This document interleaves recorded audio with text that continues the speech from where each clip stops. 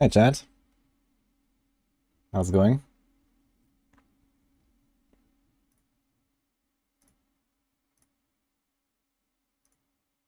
Alright, here we go. Welcome to stream, everyone.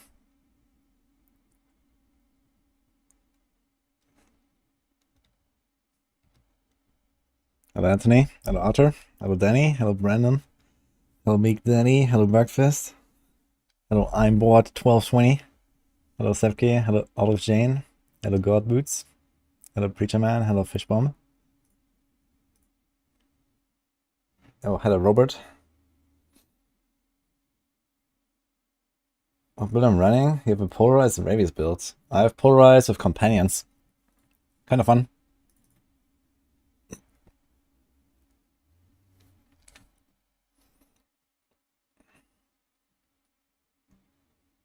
Hello Moon Balance as well.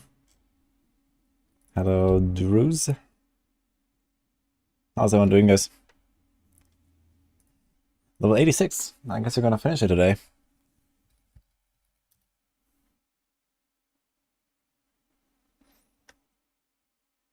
You gotta go to bed when I start a stream. I'm starting extremely early today. This is very out of the ordinary. But I woke up quite early today, and I have maximum meeting in 8.5 hours. So I was like, fuck it, let's do the stream before.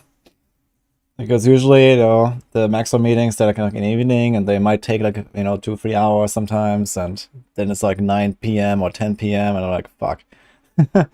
So, what's going on here?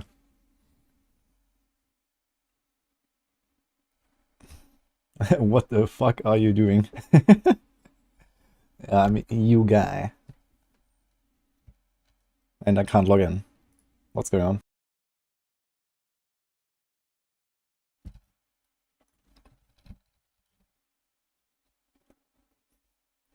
Almost feels like a season start. It's very bright here, yeah. So, it feels like season start for sure. After 15 hours. I can't log in, guys. What's going on? Hey, Aiden. I'm using aspect for extra damage on companion numbers. Yeah, exactly. I think that his companion stuff will not be good later once I have Banished Lord's Talisman. I think late game I want to go Banished Lord's Talisman and respec out of the companion stuff. Because if you can't have an amulet and a two-handed weapon, then the aspects are not really worth it, I think. You need to put the shockwave on a two-handed weapon, and you need to put like the companion thing on the amulet, but just having companions on a normal slot, I'm not sure if I'm convinced of that. But we'll see. I want to see how to level up fast. Nightmare dungeons, my friend.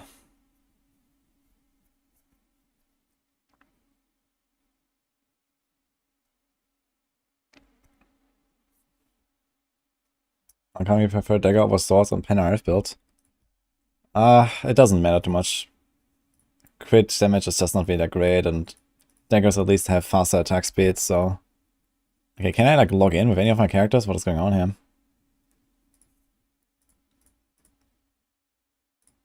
I can't.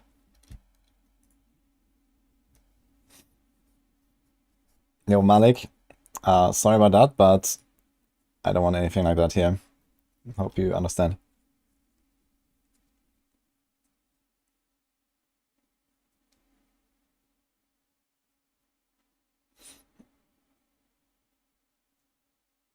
Let me log off and see if I can get back in. Don't, man. If you're in, then enjoy. Or just, like, anyone has any issues with login, guys? Oh, okay, it works.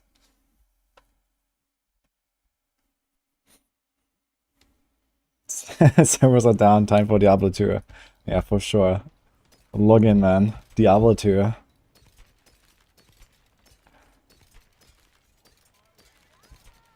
I couldn't wait for that one. No, I took your spot now, Fix. Oh, we have this weapon here. With a triple overpower, man. Look at that thing. If I upgrade this, it's gonna have like nearly 500% overpower. It's actually pretty nutty. Even with like one dead stat. It's pretty good. If I can roll like one of them to like all stats or willpower, it's a pretty good weapon. Do I have like a perfect... Let me see. I think he had another one. He has another one. Shepherds. Oh, wait, actually... Didn't we have a shockwave? Oh no, the shockwave is on... The shockwave is on my amulet. It rolled on the amulet that I'm actually using. At least for now. Okay, I'm doing it anyway. Let's see if I can roll this thing.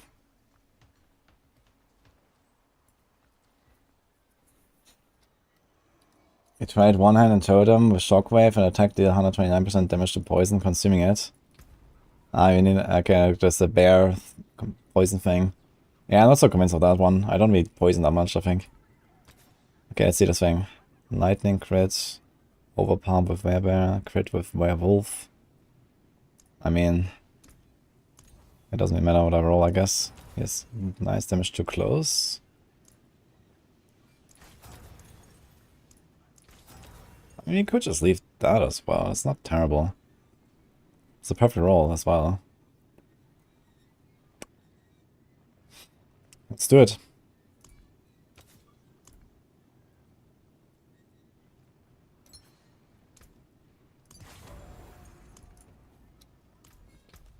We have a mace now, instead of damage to crowd controls. Also, is it slower? 0.9, 1.0, it's slower, okay.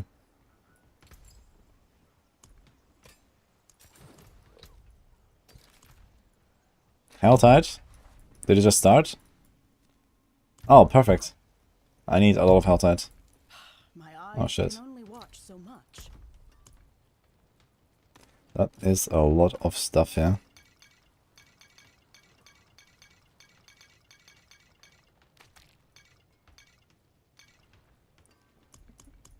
God damn it. My stash. Okay, let's see if that mace will feel better. Do I actually want to do a 5th upgrade on this thing? Nah.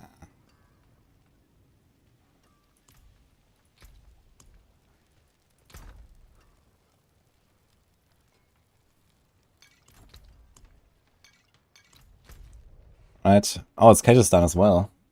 Oh, we have only 15 minutes though. Okay. I guess I do 3 chests and maybe go on another character to 3 chests. Hello, Soldier Boy. What build? This is Pulverize. Let me try to link the planner.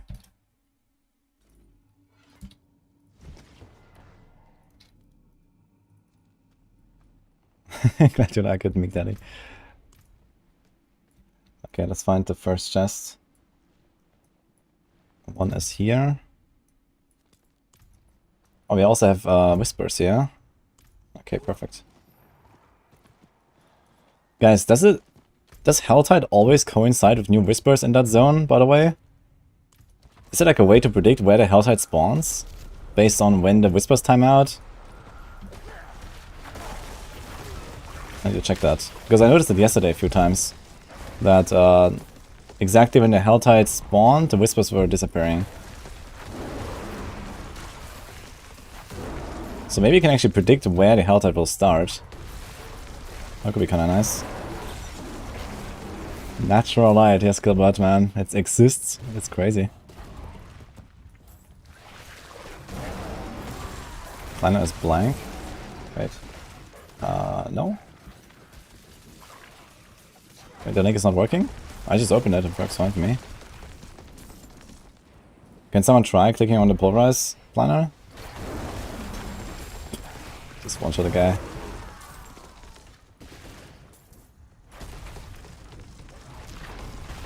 It's better to use Stardust Skies or Exposed Flesh on Bonespear Necro.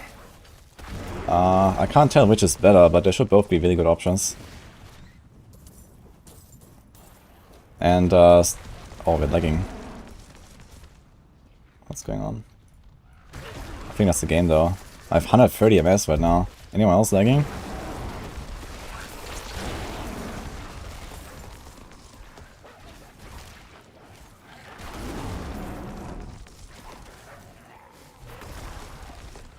Yeah, I also had like a really long login now, and it seems like the servers are a bit unstable, so careful guys.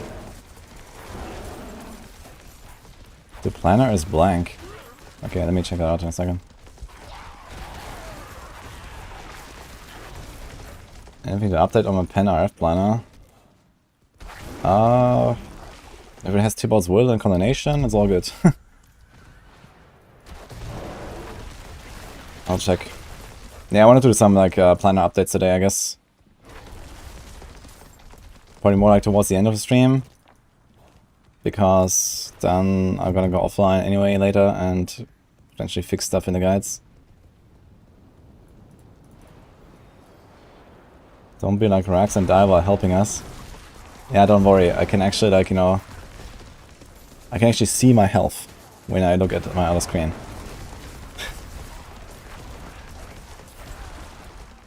I mean, you could even see your health with one screen. It's all good.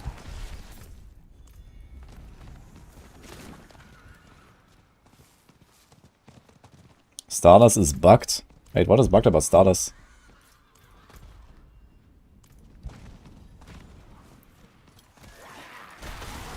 I always see people switching characters when they're done with Helltide. Yeah, I mean, if you have found all the chests already, then you can switch. But you have to be careful, because people frequently lose their cinders when they switch characters. So you shouldn't like farm cinders on one character and then do it on the other. Just make it safe and just play the entire Helltide on one character.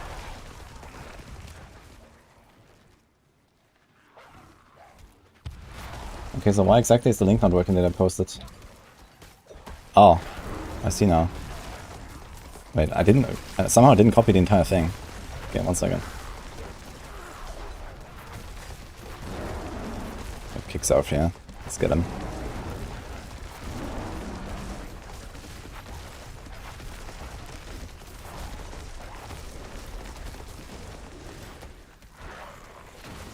Do we have like... Okay, papers are online.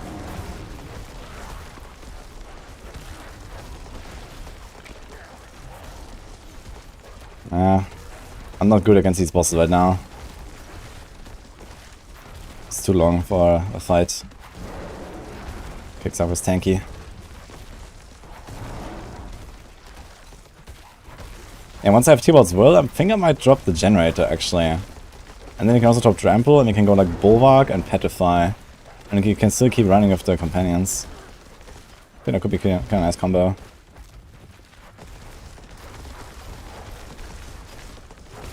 Thank you, boy. Okay.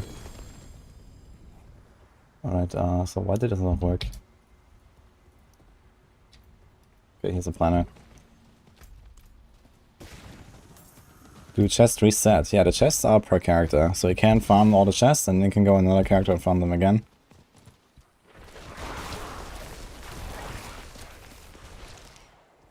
I don't know how polarized Druid is S tier. It's a very powerful build. Maybe the best Druid build overall right now. Hello Zul, can I?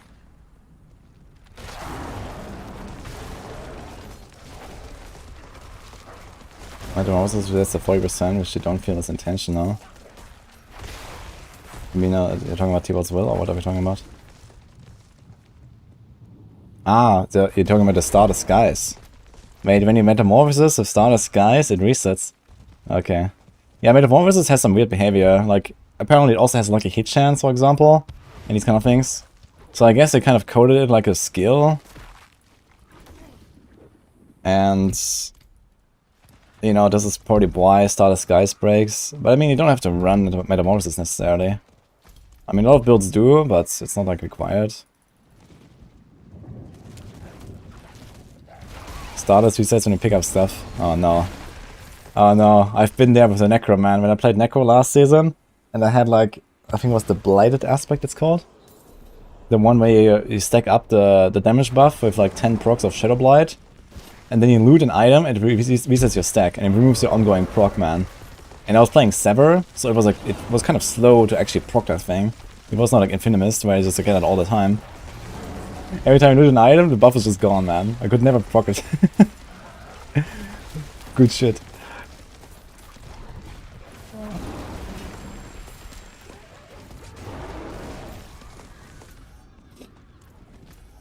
Alright. Polarizer versus Hoda. It's somewhat comparable, I guess. Both in gameplay and power. But yeah, Hoda is like the bigger bonks, I guess.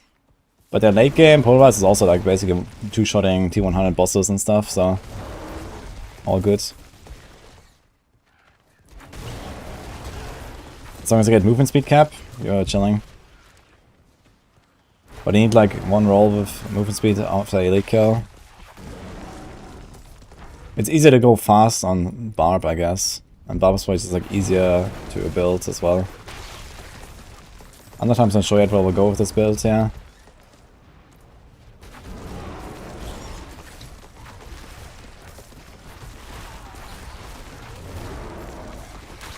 It's kind of cool running around with like 12k armor though, at level 80 or something. Way overkill.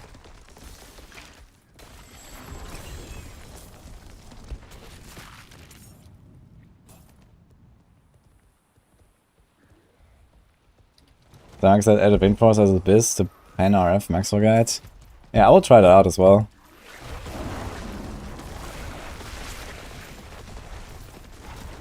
I need to like a respec to Pan RF, I guess, on my other rogue. Probably gonna do it after this Helltide, just to have like ready. So I can find the other Helltides of the rogue. Actually, I might do that after tomorrow, because tomorrow we're gonna do the Duriel session. I'm gonna do that mainly with my rogue. So I'm gonna do like the one-shot build. So I can just one-tap Duriel every single time. It is done.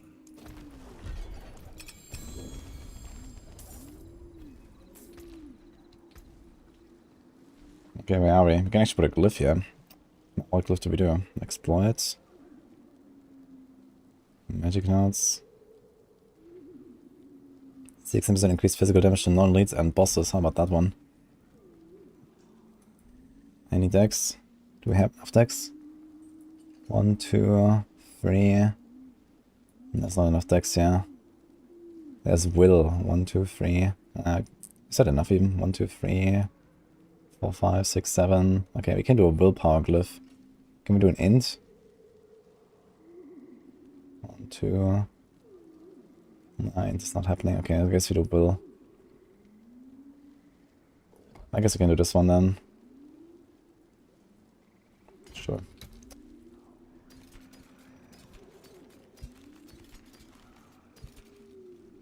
Oh, we got 100% blurred beast. I should save that one.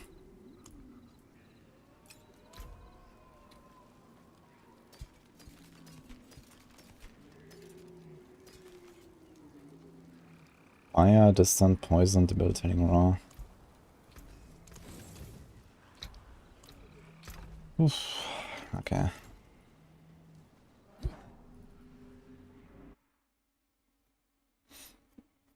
If I consider a cursed touch and paying a week for vampires, you could do that. But the idea is that it kind of just like one-tap everything.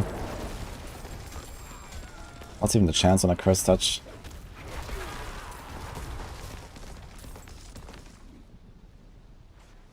44% lucky hit. That's actually not bad. It could be useful for bosses and stuff, but it's like really the only use. And I barely even fight bosses right now because I'm mostly doing whispers. So it's kind of pointless. Harbinger here, Goblin up there.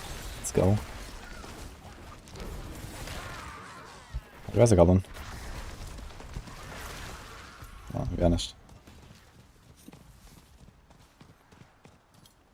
Toxic Shred is fun. Yeah, I want to try some shred stuff.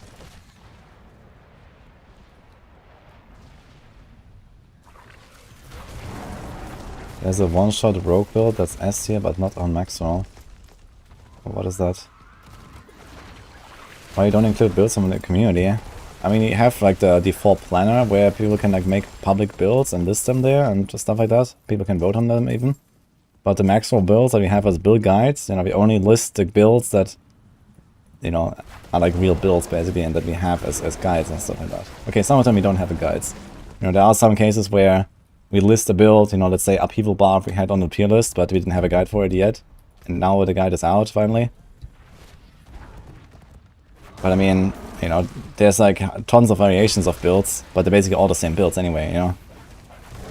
I mean, you can play Pinch Shot and then you can play it with imbuements, or you can play it without imbuements or something, and you know, 90% of the build is the same. So we don't make like a new build just because there's like this little variation of something.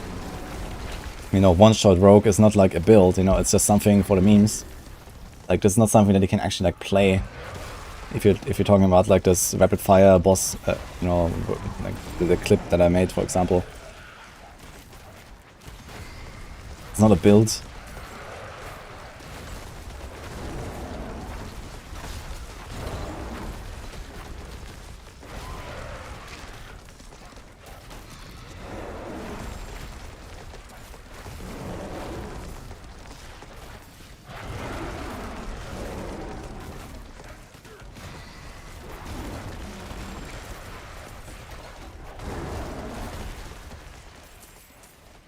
And I mean, if you want like a good overall build, then you just play Pinch Shot RF, because then you have like, you know, the damage to basically one-tap bosses or nearly.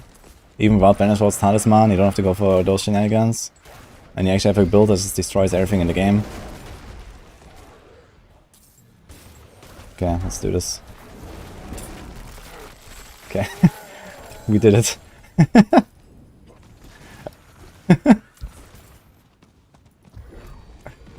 Wait, did I open the chest? Yeah. Wait, where's the chest? Was it here somewhere?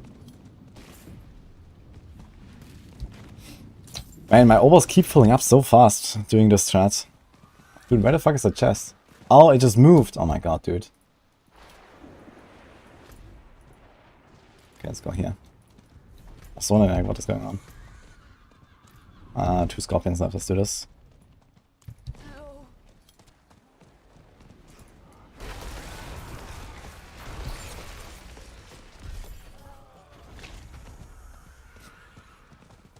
The armor gain there thinks it's a build.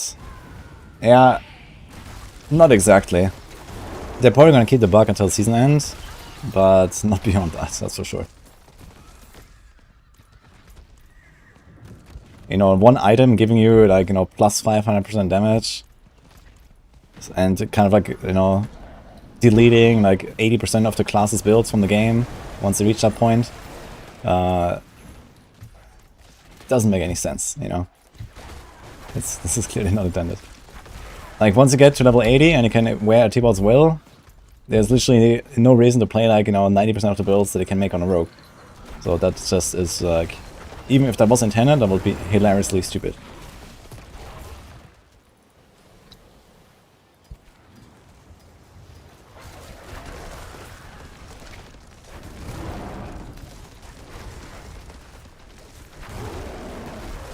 Is Mother's Embrace any good on Ball Lightning Sork? Nah, I think Mother's Embrace is generally not good. Wait, does it even work with mastery skills?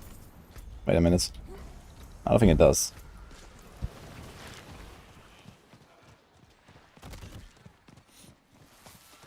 Yo, just charms. Thank you.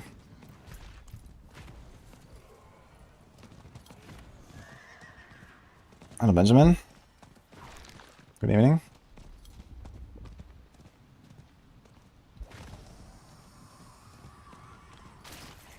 I'm gonna have a build guide for this when it's finished. I'll make a video on my... Basically, I always make a video when I'm done with my characters. But yeah, for now, I'm just like, you know, not really doing anything crazy. And once I have, like, you know, the setup properly done and, like, you know, gonna to experiment a bit in, like, T100s, at that point, we're gonna make a build guide in, like, you know, a few days or something.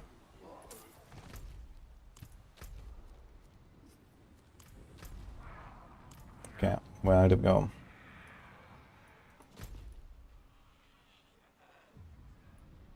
Somewhere there.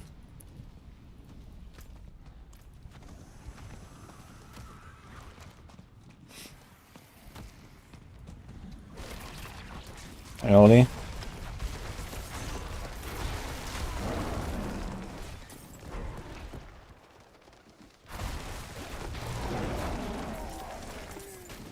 Yeah, Mother's Embrace won't work for Ball Lightning, because it's only for core skills. Ball Lightning is not a core skill. And I think Mother's Embrace is generally not that good anyway. I mean, they buffed it lately, it's like more useful now.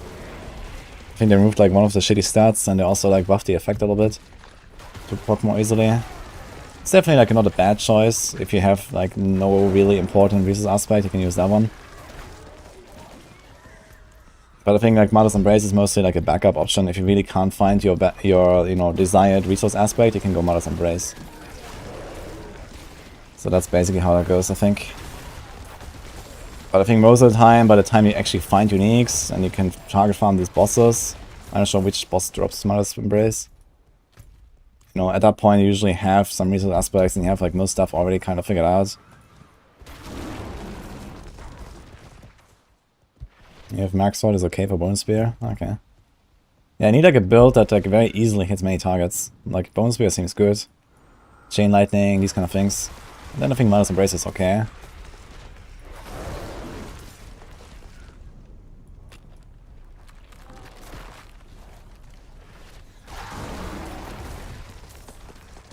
And Mother's Embrace on Varshan. Wait, does Varshan actually drop it or was it like a random drop?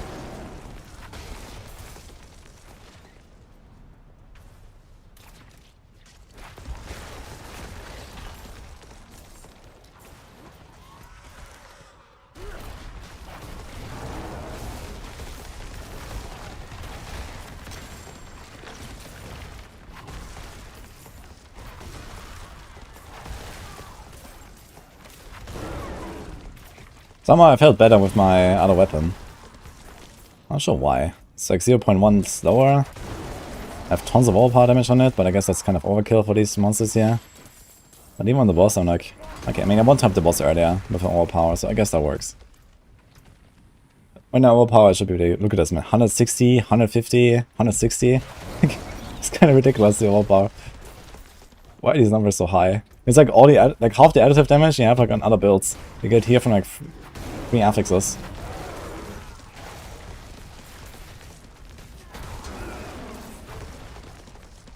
Oh, Pandora, Panda Bears, thank you. Glad you like it. How can you use 2 elixirs at the same time? This is a hardcore elixir. That may or may not work. Apparently this patch is very bugged.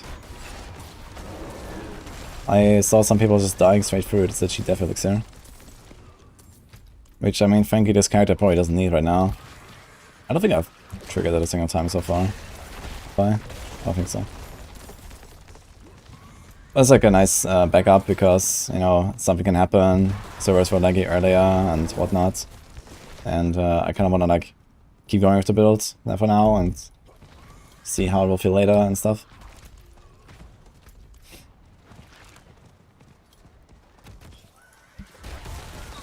No, it's not an instance. The instance has a different icon.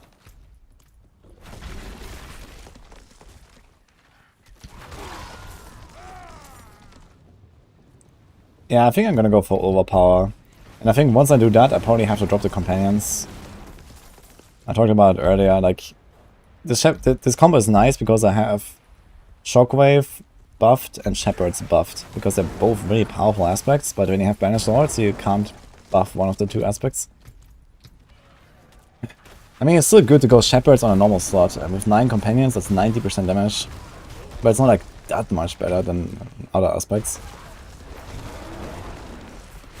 So I'm not sure if we're gonna go for the companion stuff at all at that point. And just go like, you know, Petrify, left click, and then like Bulwark, Trample, Blaha, or Debilitating Roar or something. And then you have like, you know, really, really tanky setup and probably don't really lose much damage. So maybe more worth it. And you have more buttons to press as well. And most of the buttons are like instant, like Bulwark. Nah, Petrify is not instant, but you know, it's like some kind of like panic button there. Yo, Roark, hello man, thank you for the 6 months.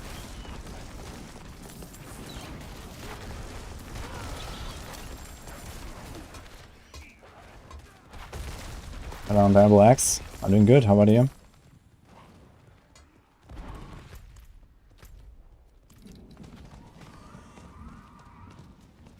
What is the hardcore elixir? You can craft it in the Alchemist. It's called Elixir of Death Evasion.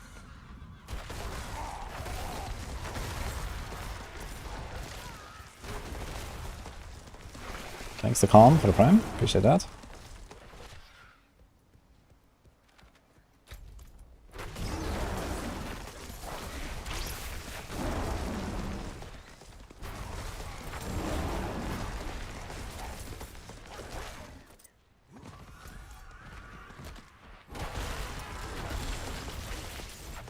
Can't wait to take this build into Nightmare Dungeons later. Maybe I'm gonna slowly start farming some Nightmare Dungeons between Helltides. Let's see. Get to level 100 a bit faster. Get my setup a bit more optimized. Hardcore elixir effect makes you play a soft car. Yeah, it's kinda sad. But right now, I just talked about it, there's like a bug where sometimes it just doesn't proc, so... I'm not sure why, it might have to do with some vampiric powers. But I hear from people like multiple times already that they just died straight for the G-Death elixir. It's very strange. And I saw some clips of it.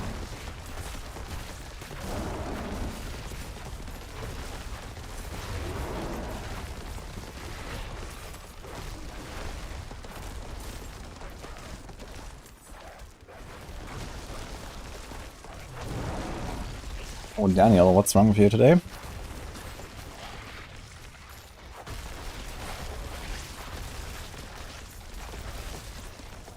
And openness. I think it's the best Druid to push the new dungeons. Might be Shrednado. Or this.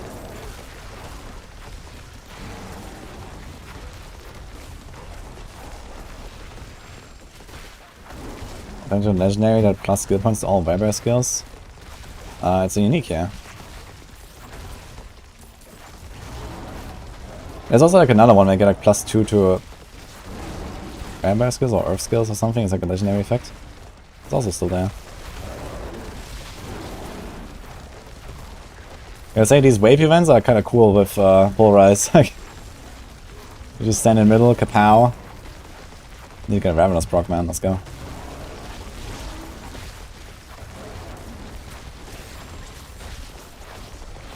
Waves, by the way. Okay. That's kind of cool. Hello, Fabio. What is the background music? It's a playlist I made. Dude, 70 obos. Ugh. Show me. I'm gonna use them real quick. On this character now, it's fine.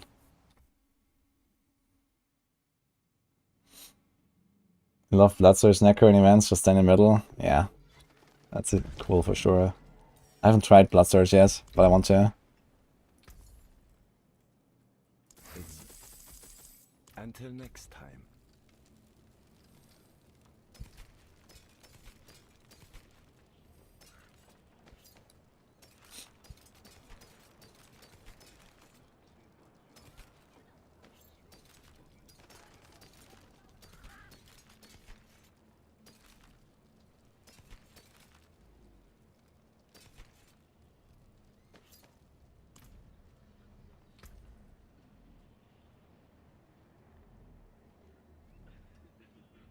Werewolf companions, huh? I don't think so. That's still pretty trash, right? This werewolf companion stuff. Is there a Helltide tracker that can tell when living steel chests are gonna reset? There is. You look in the top right corner. It says the in-game time. And when that says something, something, colon, 00, they are reset.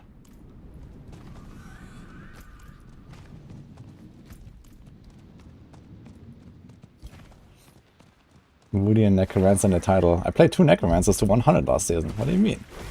Holy.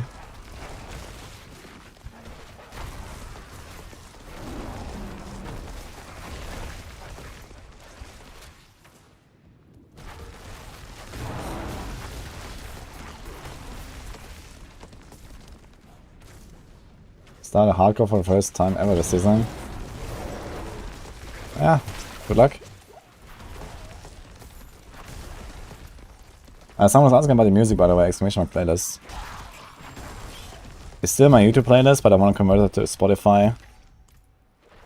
Probably this weekend. Okay, let's do the chest. I had like surprisingly few bugs here with the chest lately. I wonder if they fixed that.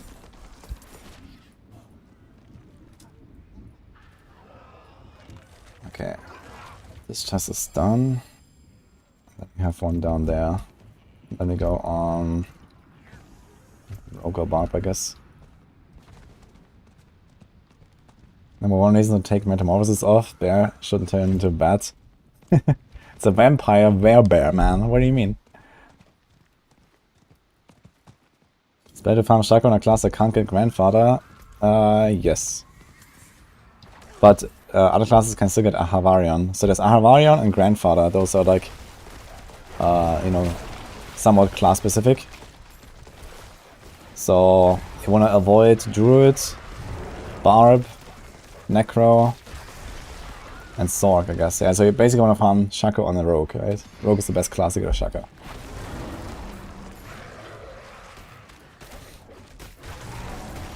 Since I have the Grandfather already, I don't really care too much about Ahavarion. Although Ahavarion could be pretty sick. But I mean, I mostly want to push Avatar Zia with Rogue, so...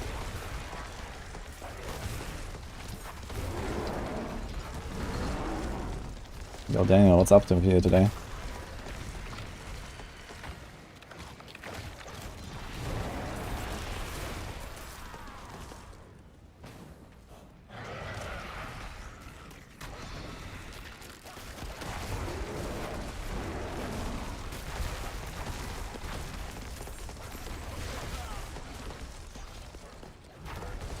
Best class to farm Grandfather. Necro or Barb, there's no difference, I think.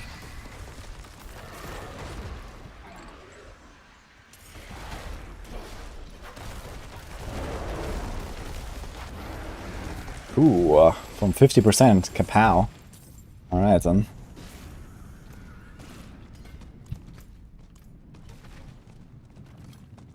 You like figs if you found them.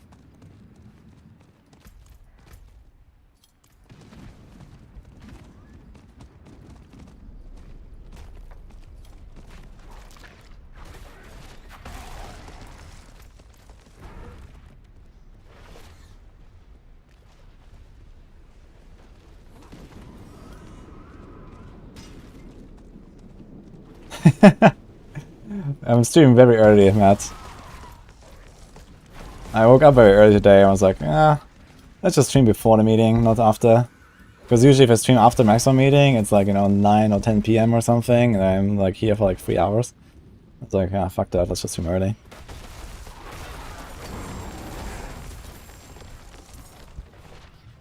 And I guess the US guys, they can actually catch me before they sleep. If I start at this time, because it's weekend.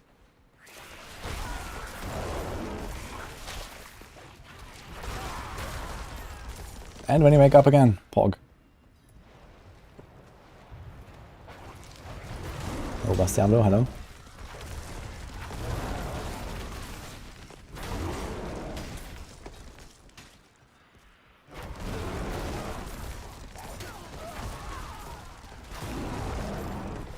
Yo, I'm doing almost 2 million overpowers there. I like it.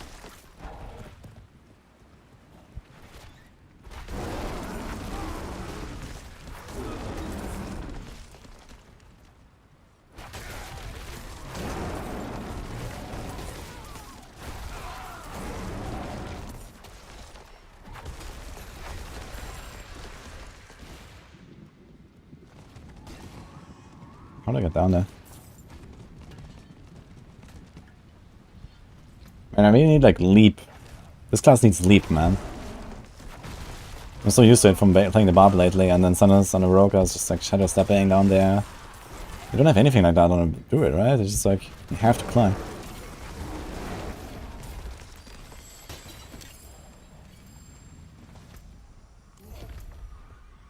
Okay, the chest is almost here. I guess you're gonna go another character and get 2 more chests. And then we have 5 this Helltide.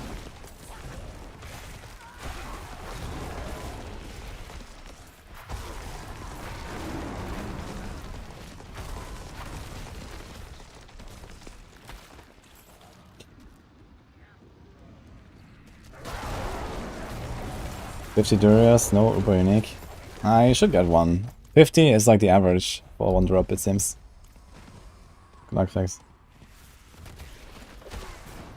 And you have charge, but you can't charge down the cliffs and stuff, you know. I wanna like jump down there or like jump up a cliff or something, like on leap with Barb. But that's not possible as a Druid. I guess a shred. Can you jump up and down cliffs with shred? With the attack teleport? I guess if there's a target, it might work.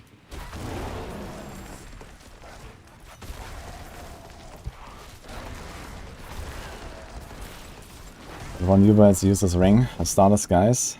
It's not useless, depends on the build. But that's like not very universal, for sure.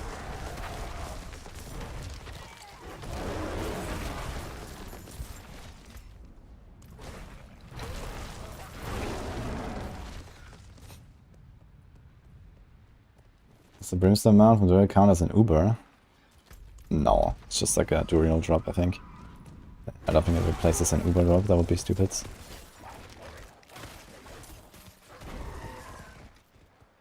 Ah, Kicksarf, Army. Our friend again. It's nice when there's a bit of like density around, because I can actually just like spam with Earth Might procs. Yeah, that was a really good nuke, look at that. Oh, let's get him.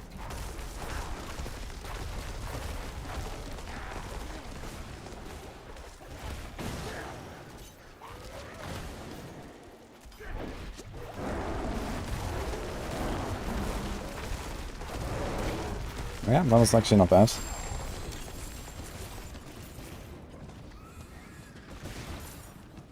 Okay, the chest is somewhere here.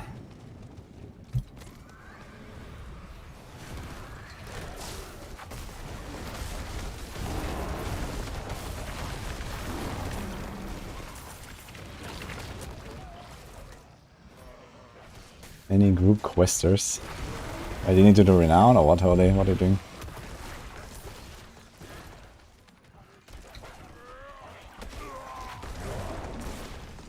How high do I hit? I've seen like a 1.7 million earlier. I might have hit over 2 million already.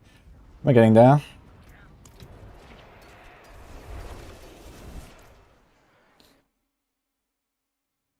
On the second run, you got a grandfather. Okay, dude, congrats.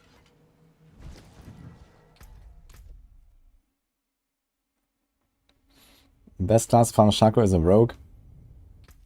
You can one-tap Duriel and there's no Halarion or grandfather in the pool, so easy clap.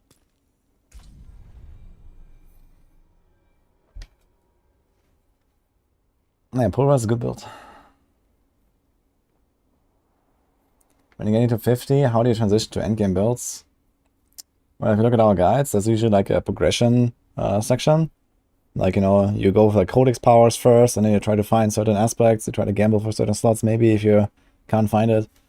And you kind of like go from there with like certain drop-only aspects. Eventually you're gonna get some uniques.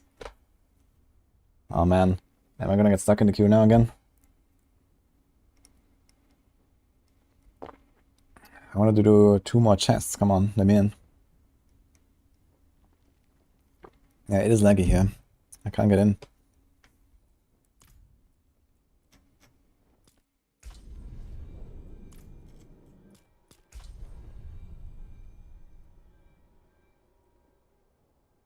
$50 is a big difference compared to 45. Yeah, also at 50 you have like a huge power spike. It's like the biggest power spike of any level basically, because you get level 50, you get 25 Paragon points, and that immediately gets you like, you know, 20% DPS or 30% DPS and a bunch of life and armor and res and whatever. So yeah, hitting 50 is a huge power spike. And that usually makes it very easy to like, you know, have a good time in World Tier 3. Especially once you have like a Sacred Weapon. I have 2 Uber uniques so far. Grandfather and Doombringer. Okay, we're in. Let's go. When did I have that start? I guess I have 22 minutes left. Is that correct? Okay, we can do 2 chests.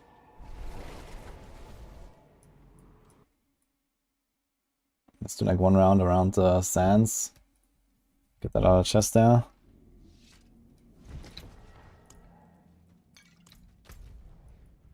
Alright, we also have to whispers. Perfect. Let's do it. Yo, thanks, little hammer slammer. Yeah, the Shaco is really the last item I want on Duriel. So if I get that, like maybe on Sunday, that would be great. Because honestly, I don't want to farm Duriel that much. You know, it's kind of fine, but if I think about it, I have to do this again next season and the season after and all that shit. Oh man. Okay, I mean, next season there is not gonna be like the super high-end content, so I guess next season can just skip the Uber Enix entirely, and then season 4 we'll see if there's, you know, new high-end content coming. Okay, we get Gauntlet next season. I kinda wanna be on top of Gauntlet as well, right? So you kinda need a Shaco. But I don't need stuff like Doombringer, so I just need to get a Shaco and you're chilling.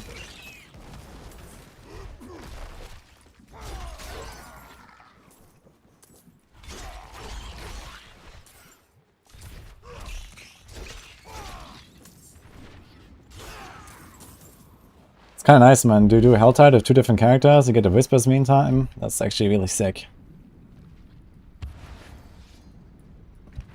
Yeah, I think I'm getting to a spot where I don't really need to farm Marshan that much anymore. I should actually start killing Marshan a little bit, to be honest.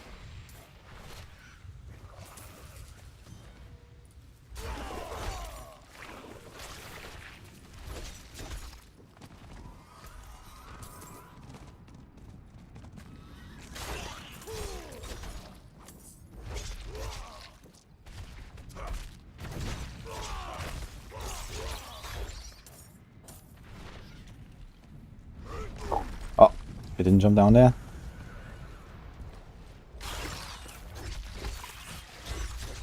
You're fed up with leveling glyphs. Why does it take so long? Because you're doing low level dungeons. Tier 30 is just slow. If you do like, you know, 60, 70, 80, it goes real fast. You know, it's almost triple. So if you farm like 80s and you do it really fast and like a good build, you know, like 3-minute runs or something, your glyph's gonna be up in no time, dude. So just get like your most important like 1-2 glyphs or so to 15, I'd say, and then you can kind of like chill until you're level 100 and just like grind them out there.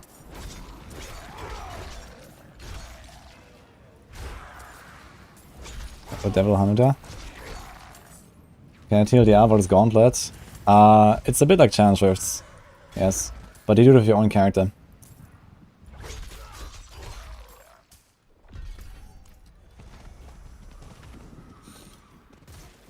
Got a Headhunter. And Kazor.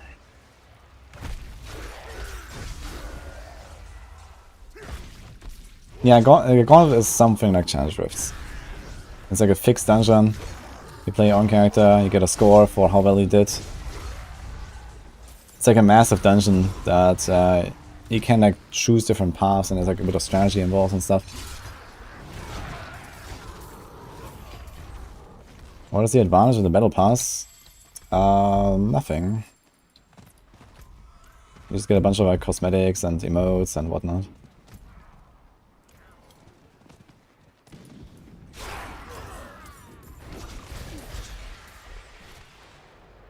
Yeah, Kaja Gizan, the XP you get for your glyphs goes up with higher 9th tiers. So once you build it like really strong, level 100, you go higher tiers and you can get much more glyph XP. And of course, you know, if you don't want to like keep grinding a lot after level 100, and you kind of just want to be done with your character as soon as possible, then you should farm glyphs as much as possible. But for example, you also want to farm Helltide to get Duriel mods, to get Forgotten Souls. So you should do that early, and then Nightmare Ninjas later. To be like more time efficient.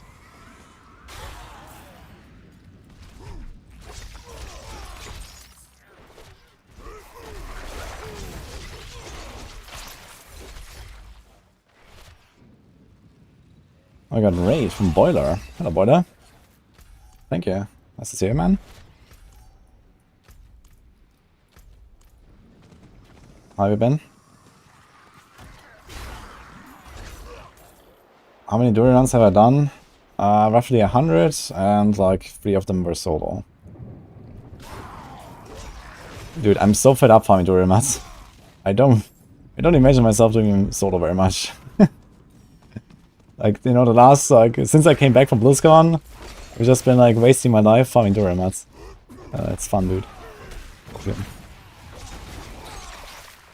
I want to do some dungeons and I want to do some other stuff, dude. But here I am, Somehow I got myself into a 100 Duriel session on Sunday. And I need to get all the health I can. Wait, where's the Harbinger? Did I kill him? Okay. I too was a Duriel slave tonight. How did it go?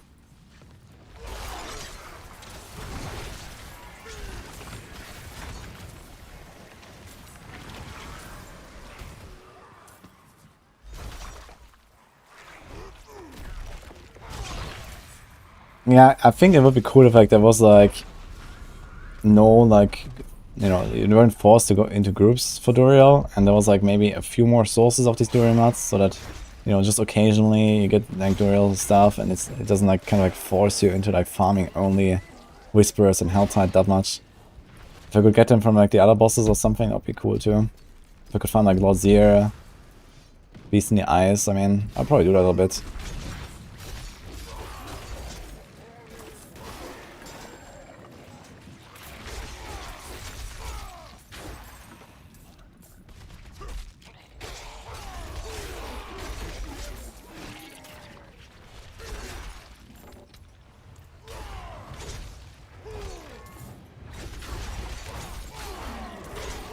How that makes you feel bad. Free. Yeah, I mean, you should expect to get 3, I guess. The 5 is very rare.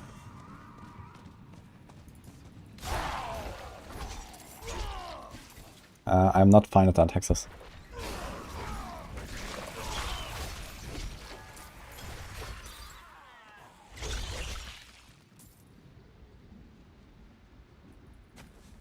Respect to start stream. Oh, you got what? 3.5 in 6 hours. Wait, what are we doing, boiler, exactly?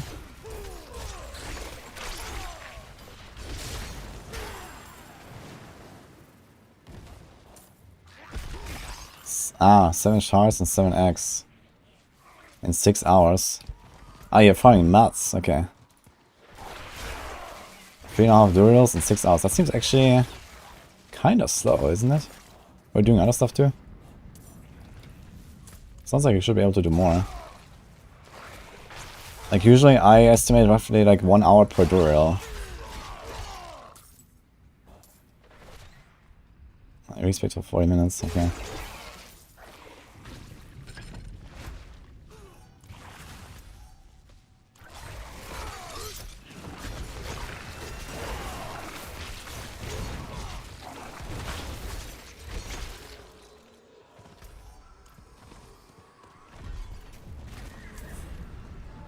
Oh, we got a sub. Moko Poko. Thank you so much for the follows.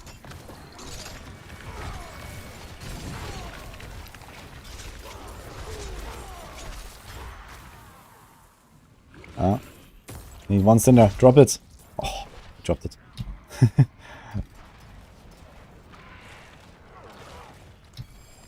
Yo, Tadamata also to famous. Thank you so much. Appreciate that.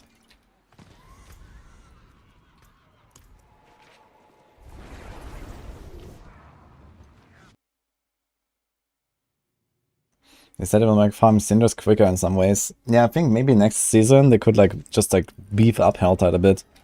You know, I don't want to just farm Helltide faster. I want to have more fun in Helltide. It's not that that's like terrible, but it's really missing something right now if you compare it to Bloodtide. So if they beef it up and that beef up gives it more cinders, then that would be perfect, I think.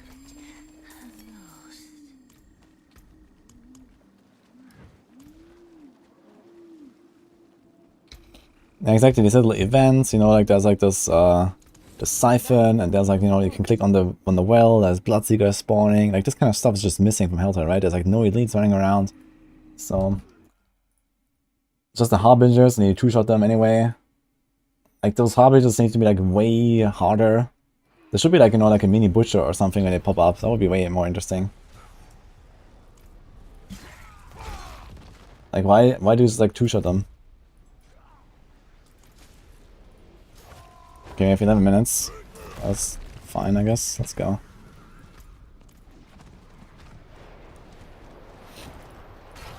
You know, if Doombringer is usable in any necro builds. Yeah, necro build you don't have that many offensive powers. But I mean, it gives you a lot of toughness. It will be quite useful to just survive Albatross here, which may be a pretty major concern for Necros actually.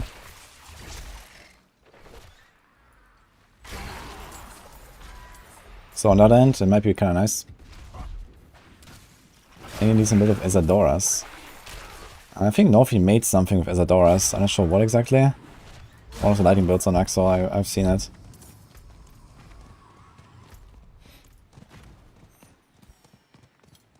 Sounds like a job for support Druid. Yeah, you're getting ready, Boiler, I guess. With a support Druid. That's a job for a support Druid. Make everyone survive. Let's go. Yeah, I think group meta will be very interesting to see. I'm actually very tempted to just like make a softcore, like probably rogue, I guess. And then we can team up and stuff. That'll be fun. Yeah, look, there's like a Harbinger spawning and just one-shot him. You know, why does this guy just get one-shot? They give him like times 10 the HP or something. Give him like triple the damage. Let him drop like 20 cinders, and there you go, you know. Suddenly it feels good.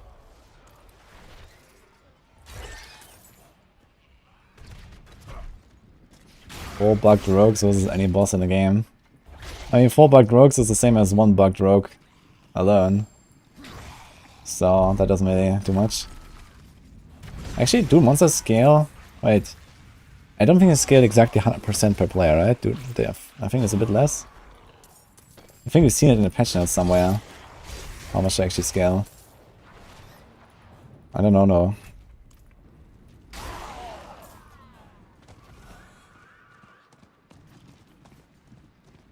It is 100% now, okay. And that's good. What was it before?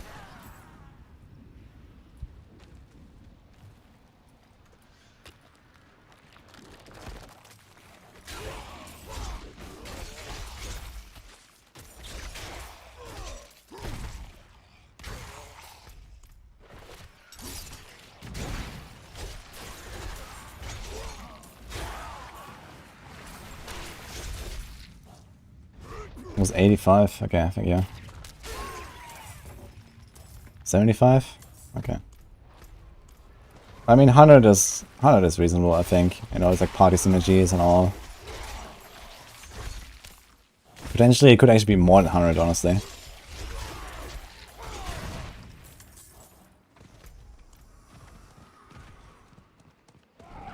Oh, see a boiler. Thanks for right again.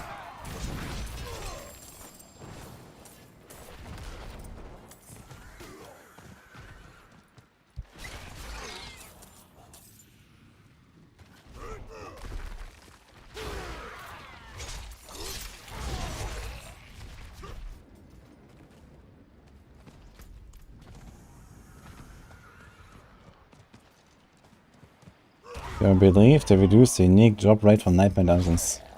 Yes, I believe.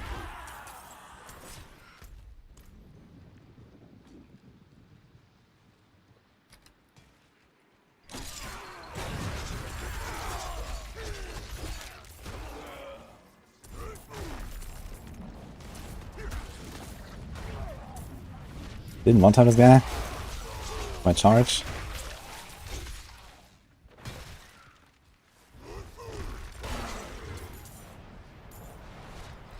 I'm actually running at movement speed cap. 176 without berserking. I think so. 69. We have movement speed on 8 kill? No. Okay, 6 minutes. That's fine. Is there whirlpools coming as well at some point? Not yet.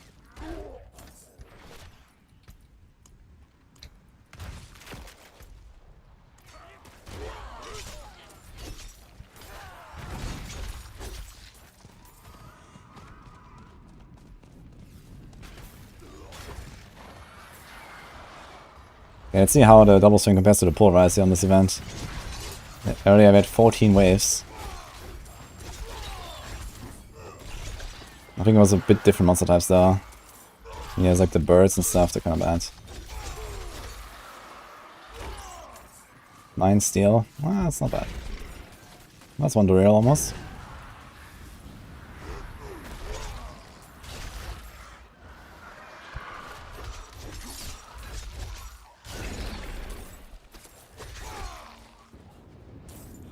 You know, World Boss drops Shaco. World Boss can drop Shaco, but not really. I wonder if anyone has found any Uber unique this season so far that is not from Duriel. Maybe. Would be funny to see though. Yo, what ein Frechdachs. Appreciate the 5 subs, man. Thank you. Hey, you can find Uber uniques. I mean, you know, Uber uniques were a thing before Duriel. But now they reduced unique drop rates a lot. Right? Uniques drop like, I don't know, 10% compared to previously or something. Like before season 2. So, like remember on launch when like millions of people were blasting and it took like weeks for anyone to find the first Uber unique. At least the first known Uber unique drop, so. Yeah, I wouldn't be surprised if no one has found an Uber unique from not from Duriel.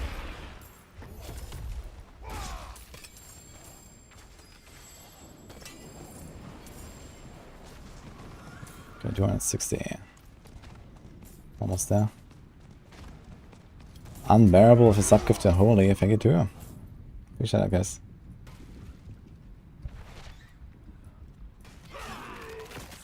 Easy dodged.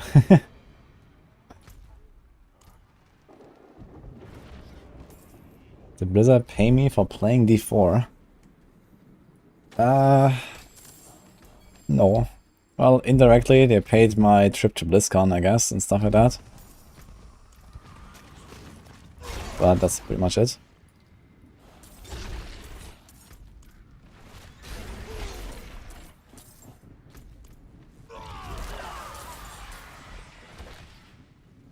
Hello, Tom's Travels.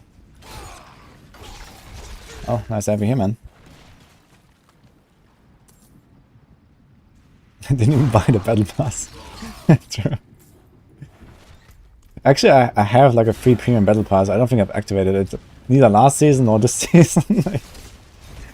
I think I have 2 premium battle passes already stacked up. I mean, it's just gonna be more clutter when I try to transmog stuff, I guess.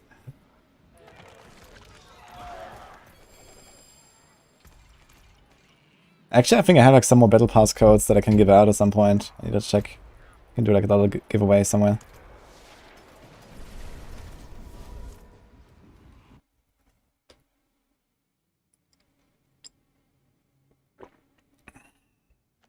It's not the Diablo partner.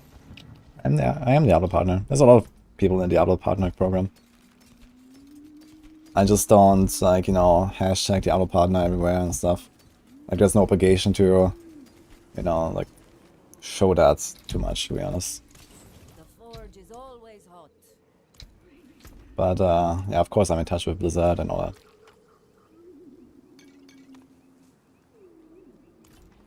Well, let's have a look.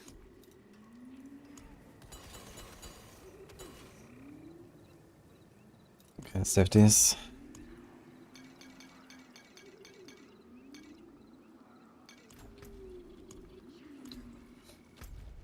Alright, let's go back on the Druid.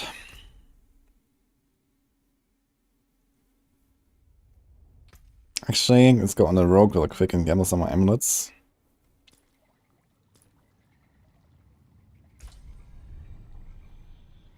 There's an official partner thing where they pay you money just to play Diablo on streams. No, they don't pay you. Okay, at least I don't have that kind of deal. Maybe they do, but not me, it seems.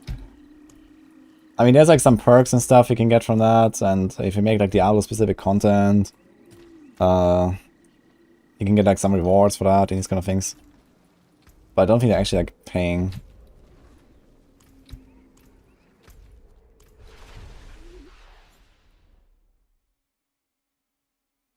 I'm addicted. I'm not really addicted. I just like Diablo a lot. Hello, Dark Knight. I feel like you're not surviving on your werewolf like you should. Do you have like your resistances and your armor capped? Those are the 2 most important things. Also, you can like try to add in like some defensive skill. Or can you? In Dire Werewolf, which defensive skill can you use actually? All right, Bulwark won't work, right?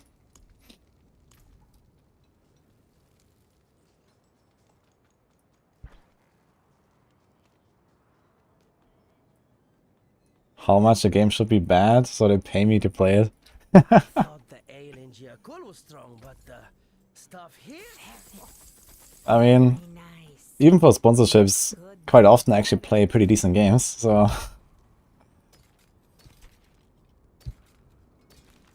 I mean, I can't always predict, like, you know, if I take a sponsorship, if it's going to be a good one or not or something. I just, like, you know, usually check reviews and check gameplay videos and all that. I usually, like... I'm very, like, picky with my sponsorships. Oh. Oh. Wait a minute. I found an amulet. Holy dude.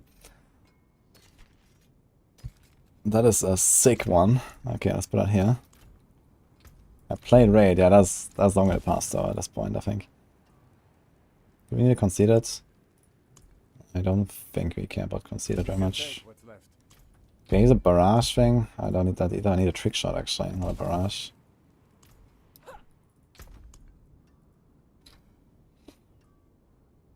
Upheaval, double swing, dex. Yeah, I want to respec my Bob at some point, I guess, and try some of the other builds. Upheaval, Whirlwind, let's just remove this one.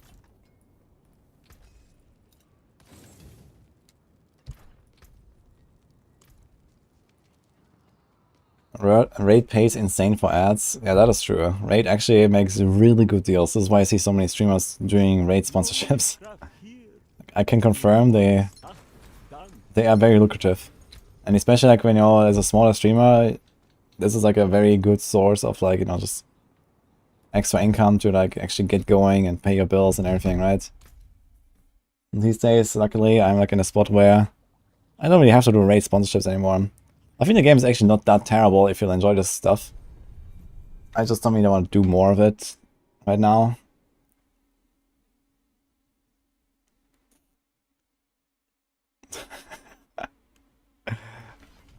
I mean, there's people that legitimately really enjoy Raid, right? It's a very popular game. There's a lot of these people actually. You know, the game is big. It's actually crazy how big Raid is. That's how it is. Okay, I'm dying, man. I need air.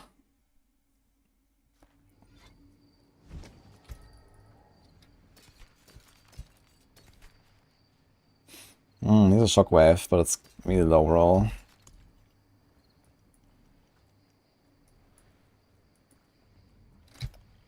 Okay, how's my living steel situation? Let's take a look.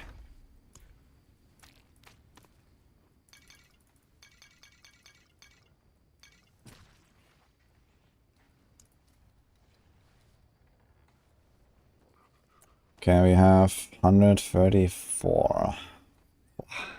A bit more than half of what we need. So we need like roughly 120 more. That's like 40 chests. That's like 8 hell tides. Holy. That will be tough actually. It will be really tight. If I can, I might have to buy some living steel. Maybe like 50 or so. If I can get like 70 more, buy 50. How much up 50 living steels? Probably way too much. But I have 400 million gold, so... I think viewers can join Duriel too to bring insane mats. I mean, generally I'm up for that, but tomorrow when we do the Duriel session, we have like a fully set up team for that. So everyone is gonna bring 25 Duriels tomorrow and we do 100 runs, so that's the plan. It's gonna be a big session, man.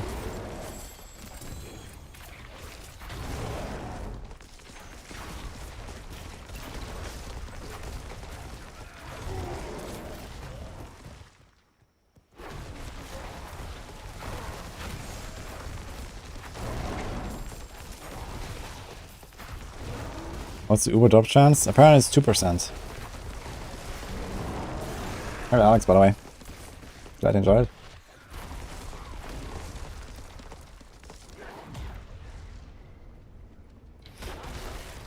15 Duriels in your stash on hardcore. I mean, I'm definitely up for, like, you know, grouping up and doing Duriels, but right now I have to, like, I have to really try hard farm those Duriel nuts for tomorrow. So I can't just join another team right now and do rotations.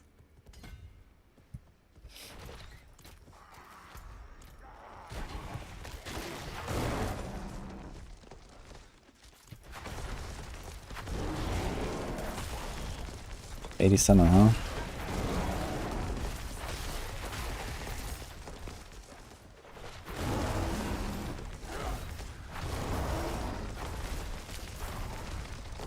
I don't have a Seeker key, okay.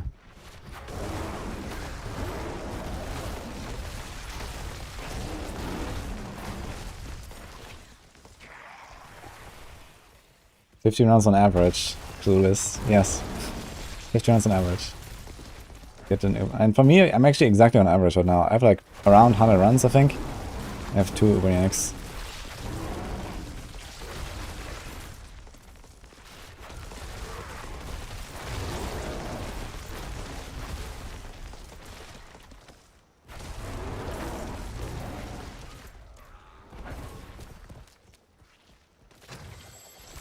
Binary visits. Which one?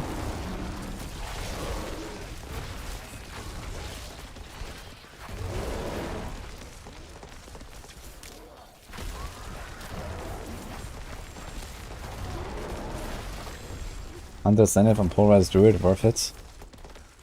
Well, I wanted to make a Shred Polarized combo with Hunter Zenith, so I'm still planning to do that, but I'll probably wait until at least after the Duriel stuff here, because I'm not sure if I want to respec to a build that may or may not actually work really well. But yeah, I wanted to actually do that. The thing is that the good thing about Hunter Zenith is killing something with Shred and not killing something with Polarize, you know. Killing something with Polarize doesn't help you that much. It just gives you healing, right? Which, I guess for this event would be kind of nice, but that's about it.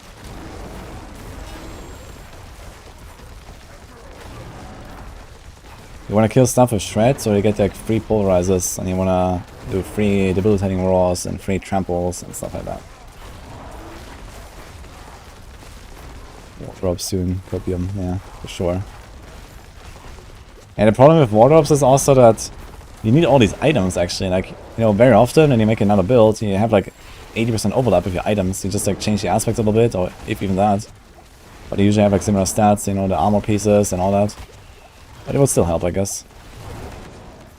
Let's get out of here.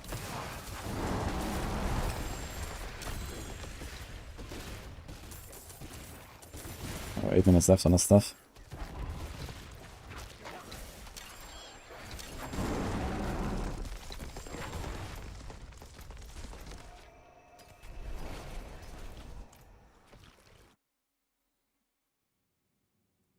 To the stash it goes. Yeah, I have a build, as I said, Helmut, that I set out to play with this character, actually, when I made this character. So maybe Hunter Zenith is going to be something, we'll see.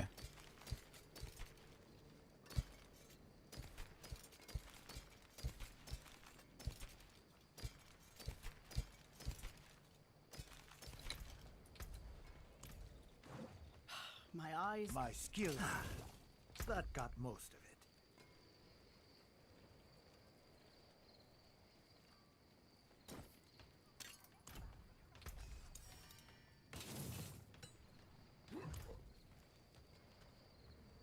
I think they will add loadouts. I think they will, yes. That's my favorite class this season 2. Ah, Rogue. Blag. Bleh.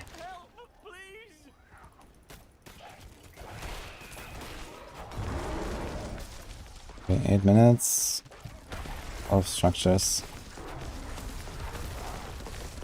Did I add something that's patched for DCs during hardcore? Yes. The Scroll of Escape is working now.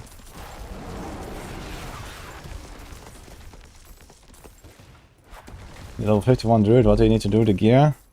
You try to get a sacred weapon, and then you try to gamble probably offense as much as possible to get like one of the main offensive powers for your build. For example, the shockwave aspect for Polarize, or one of the shred things or one of the landslide things. Then you go from there. Also, if you're playing a softcore, there might be people in the Blood Harvest. You can do like the Blood Harvest event. That's really good to gear up. Here you go to the middle where this icon is. If there's people, you can do that event all the time. Oh, if you turn in.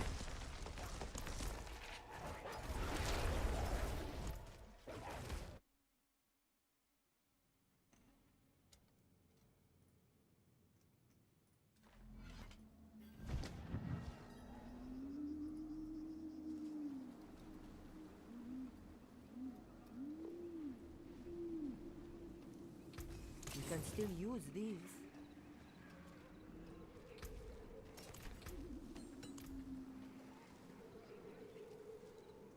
It is done. Yeah, personally, I've not done a Blood Harvest like a single time with more than myself. You know, on hardcore, this is not a thing. But on softcore, there's like a lot of people doing that, I think. Let's go slow for 45%. Sure, I guess.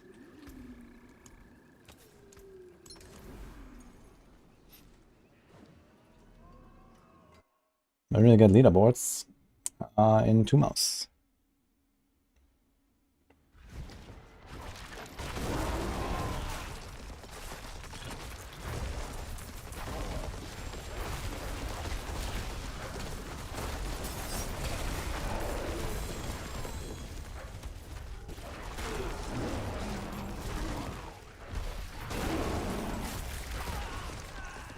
Okay, done.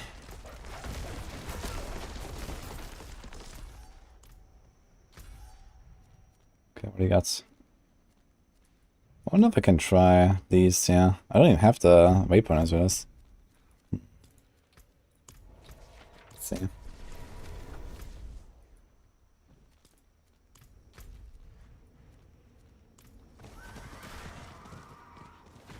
Oh, any fun? Glad you enjoyed it. Crackling energy damage confuses you for ball lightning? Don't you just use it for mana? I guess mostly yes. I mean, who's going for crackling energy damage?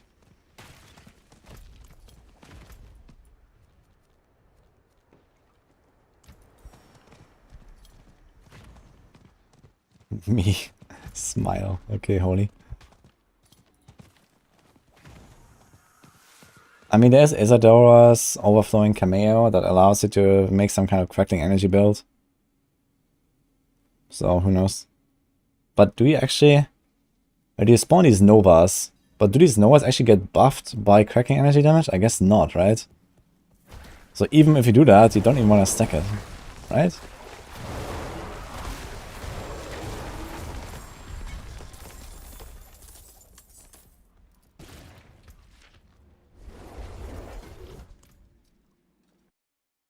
Best build for Banished Lord's Talisman. Probably Kratos Barb or Hoda Barb.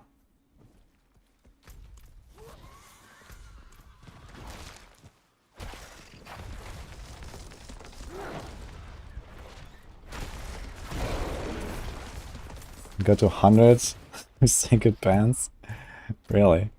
What kind of sacred pants do you get?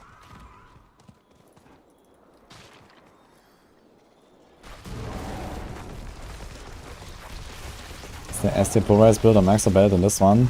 Probably. I mean, I've not played another version of Polaris, so I can't really tell. But I think Boiler made that build, and Boiler knows what he's doing.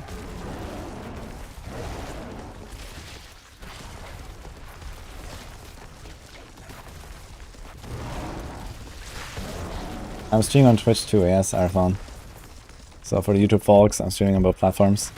This is multi-streaming. And there's no, overlap with the chats and stuff. So it might get a bit confusing, I can see that.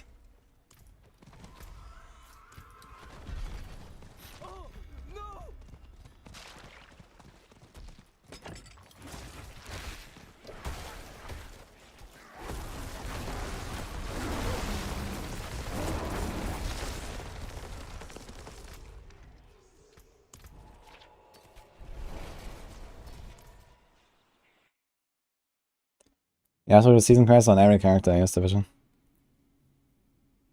I mean, you may not finish the entire thing necessarily if you don't really want, like, for example, I think Metamorphosis. If you don't use Metamorphosis on your character, you can just, like, not finish the entire thing.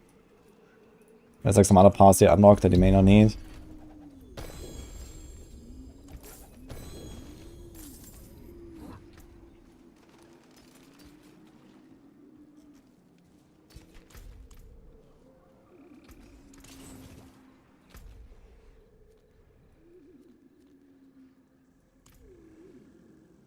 Metamorph is meta.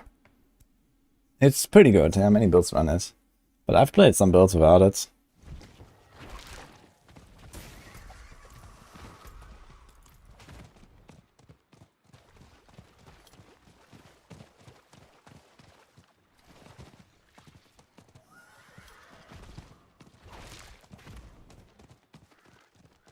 What's that thing?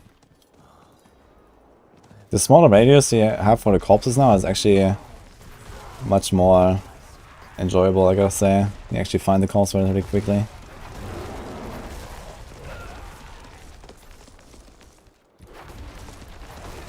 So rogue standard build on Maxwell still the best rogue build. Yeah, it's like, you know, a good all-around combo for everything. It's very fast for leveling. And then you can still do like adjustments if you want for like, you know, bosses or T100 or whatever.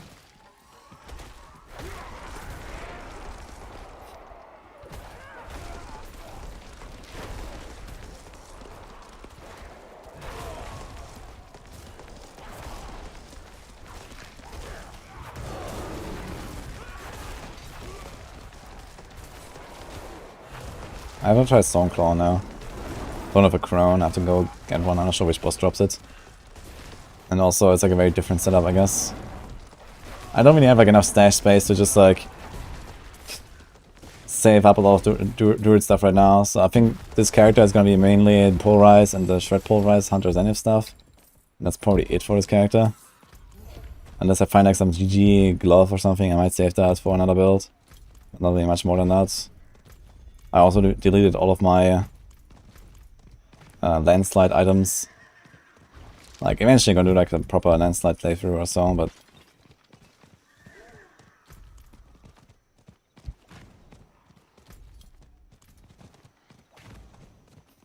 Marsha and Zia, okay. Well, maybe get a crown, we'll see.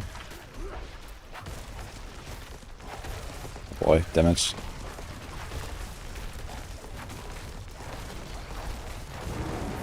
Okay, those all power crits are pretty good though. Yeah, this is not even with Banishlo's Talisman, man. I'm actually gonna be destroying once I get Banishlo's Talisman. That should be fine.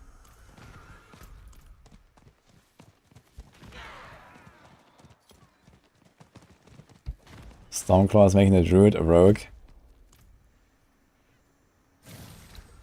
Yeah, you know, you just really fast, jump around.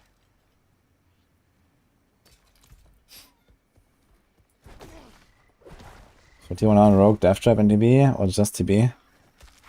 I think that TB with Death Trap is actually a better build right now for T100s.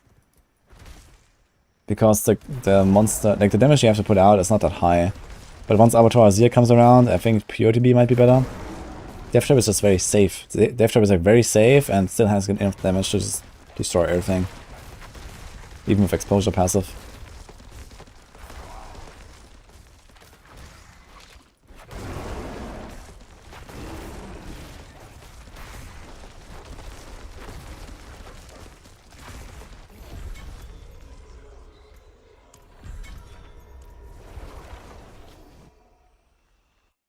Get an Andaris and a third Duriel.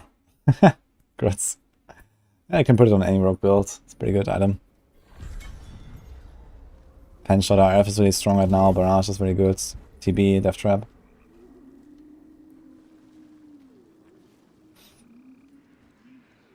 It is done.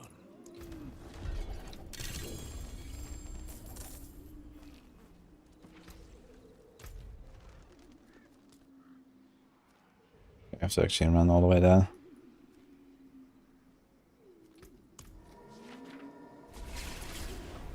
Use Death Trap for a safer time to D100? Yes. There's like a push variant on Death Trap build, and it's pretty good. Where's the training dummy? It's in Kyovashad. There's like a cellar somewhere.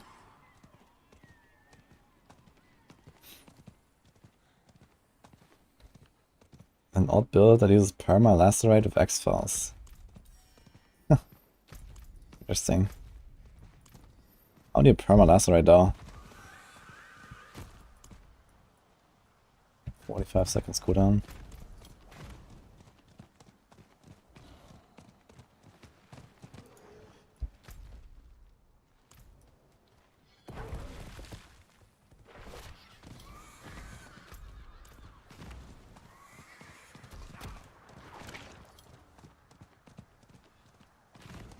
So change PvP where no attack can take more than 50% life. Yeah, I wonder if they could like change the PvP rules a little bit at some point. But even then you have stuff like, you know, rapid fire or something. You can just like, you know, insta-kill someone with rapid fire anyway. So people would find ways around that, I think. TB Death Trap build. Yeah, this is like the Death Trap build on Maxwell. Or exclamation mark builds.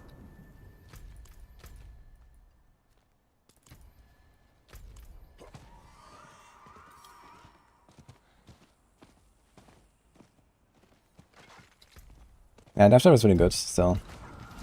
It used to be like top build for Rogue, and I guess it's still top build actually overall. As like solid all-rounder, really easy to push high.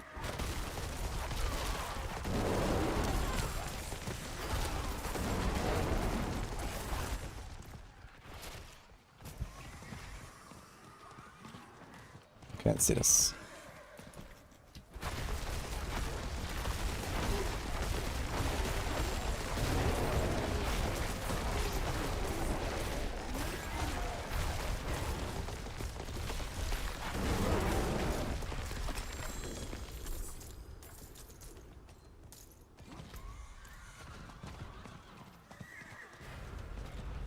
The daughter of hatred demands blood.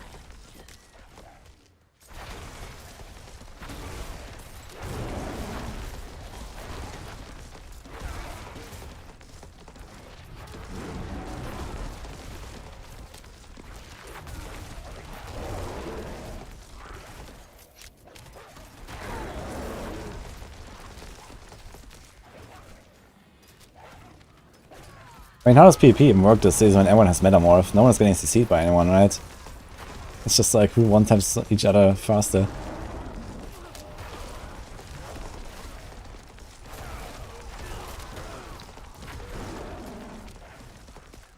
Let's get Edge Master aspect.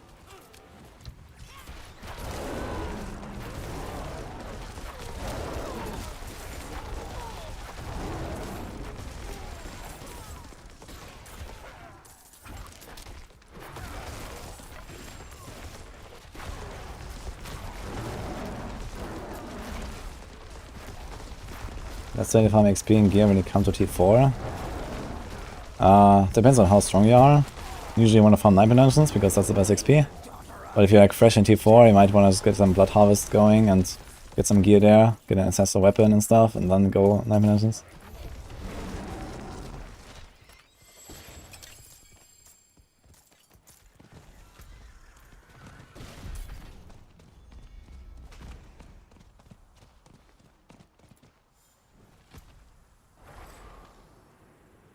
Okay, this clip is online. I have no idea where I will go now. I think you go up there. 1, 2, 3, 4, 5, 6. This is a damage reduction of 45, that's kinda good.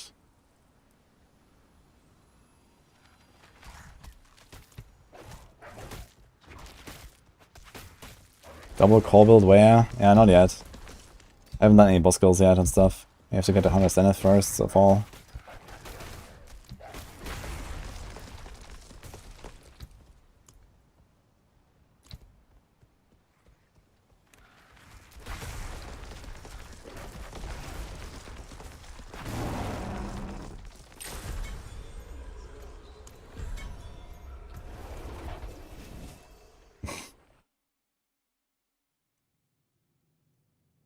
Waiting, okay.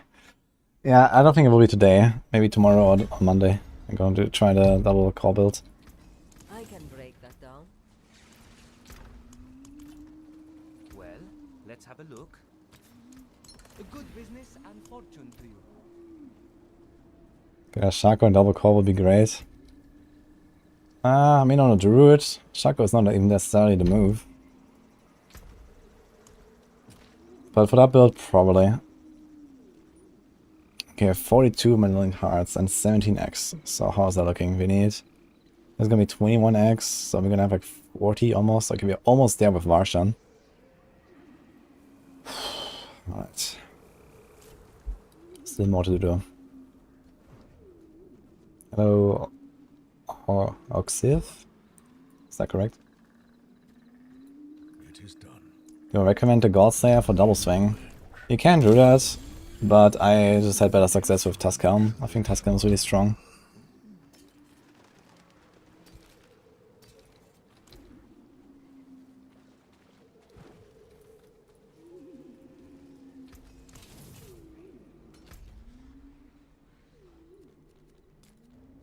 Next Blood Harvest. Oh, going well, how about you? Most Dual Core builds will benefit from Shaco a lot. I don't think that would really benefit a lot more than other builds. But I guess there's like many builds where I just have like those 1-point wonders, you know, support skills. And you don't really care about extra ranks, and then we have Dual Core, then you're guaranteed to have at least 2 skills that benefit from ranks. But I guess technically, you know, both skills just get like roughly 20% stronger from having a Shaco. So your overall damage output goes up 20%, similar to, you know, any other build that uses 1 core skill. If you have a Shaco, your damage go up something like 20%. So, not too much of a difference, I guess.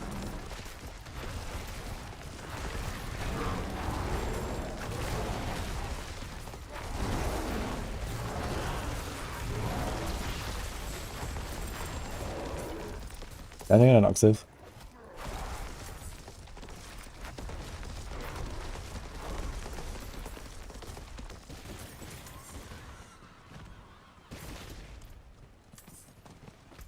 What do we do here?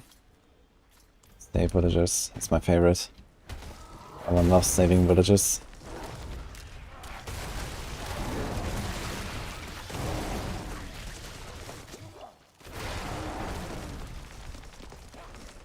I can't. The poison is on me, man. Maybe. Okay.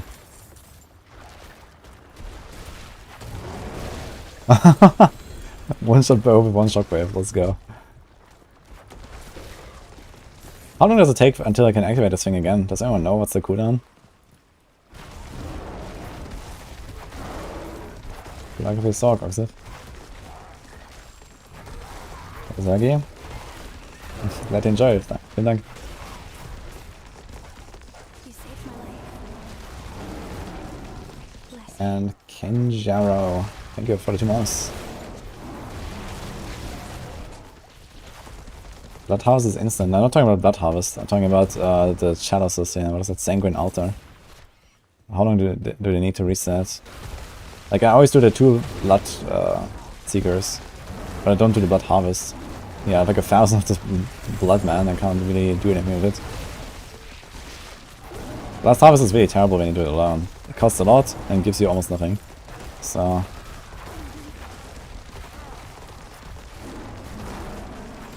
Input is passive on rogue, enhanced vampire power hammermancy. That's funny. I don't think that makes a passive good, but it's funny.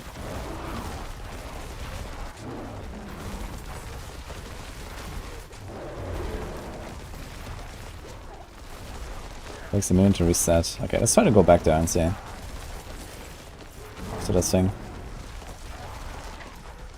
No, there's actually really fast Blood Harvest here. I just need to get 2 more villagers and then we're done. We already killed all the guys. That was sick. Got like 300 blood already.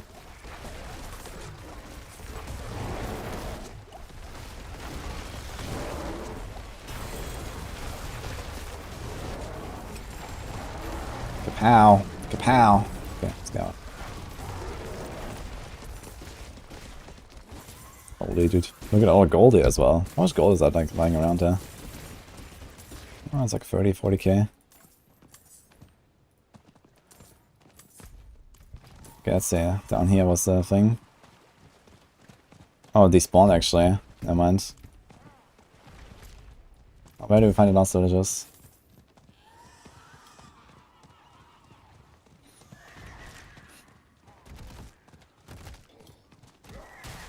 Getting 120k with Hemomancy. I mean, those Hemomancy memes are funny, but ultimately pretty worthless, I think. I mean, okay, do 120k with Hemomancy every 4 seconds. I can also just do like, you know, 3 million with a hit if I want, so...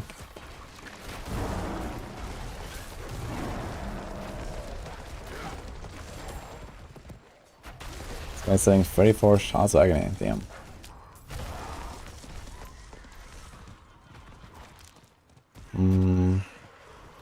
Villagers? Anyone?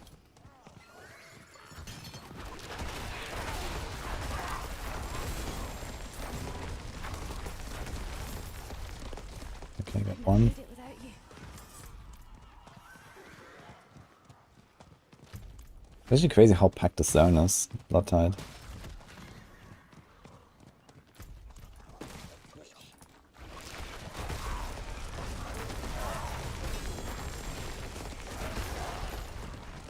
One more, come on. That's a siphon. I don't want to do a siphon again right now.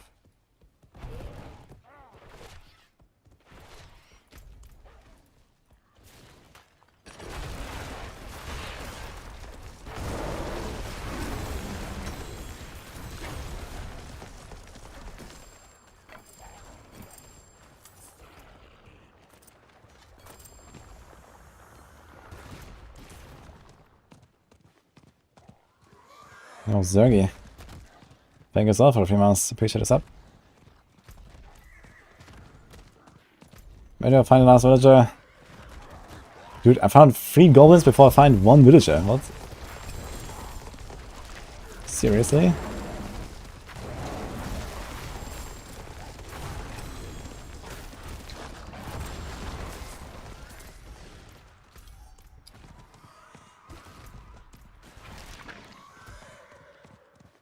Okay, see, I think it's reset. No, it's not. Okay, I see something here. That's the siphon again.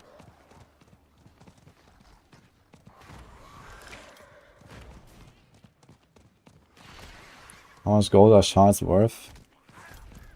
1 shard? I think like 10 mil is fine.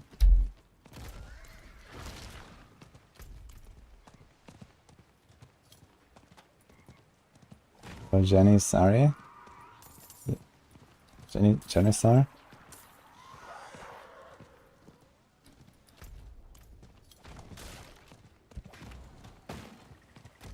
Hey, Navy, nice to see you. Yeah, I need 1 villager, man. I'm gonna come back. Wait, is that one here? Oh, there's one here, actually. It just spawned here. Okay, then. I was just like, okay, I'm gonna come back like in 10 minutes. And then try. 1 shot is 40 million gold. Oh, software, are you serious? 40 million. And what about an egg? That seems ridiculous.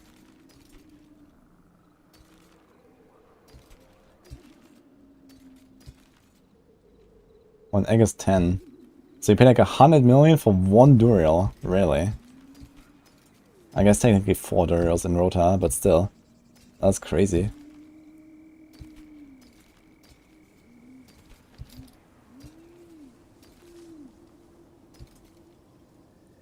That seems way too much. The forge is always hot. Don't dally. Hand it over.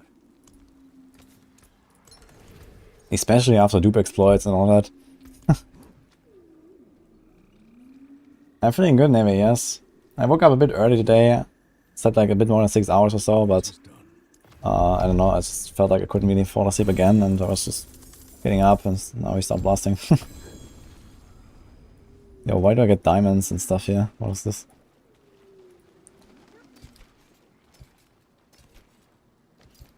Here, while you have 45. Is this a codex power? Ballistic? I don't see that. It is actually, so we don't need to save this. While you have 45, your art skills gain +2 ranks. Now where would we put this? Nowhere really, huh? I guess you can put it on the boots if you want to do like high-end content. Forge is ready for whatever you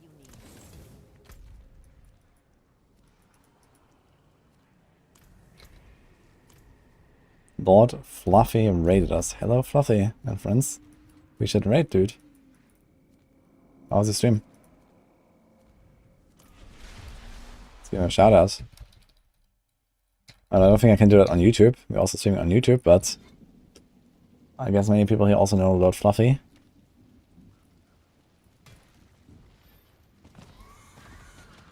We love blasting. Yes, are you also blasting, Nevi, by the way?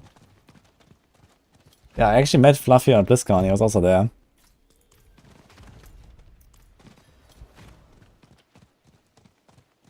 So a specific way to get million hearts. You have to farm on world tier 4. They cannot drop in world tier 3.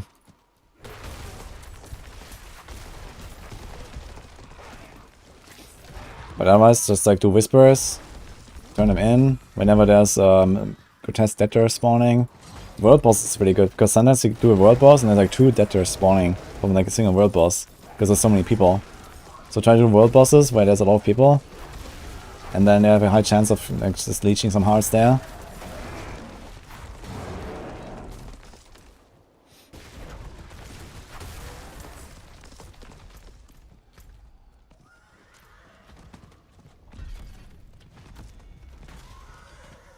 You know what makes us most spawn? I think it's just like a small chance when you finish a whisper that it spawns. When there's like 10 people and you do world boss, then many people, you know, finish whispers at the same time. And then these guys spawn a lot. Yo, Mateus, 170 Duriel runs and nothing. Holy, that's sad actually.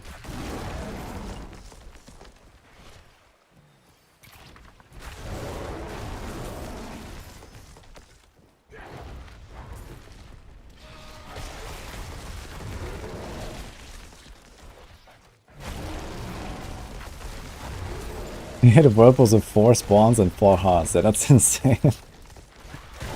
That's an entire Duriel right there.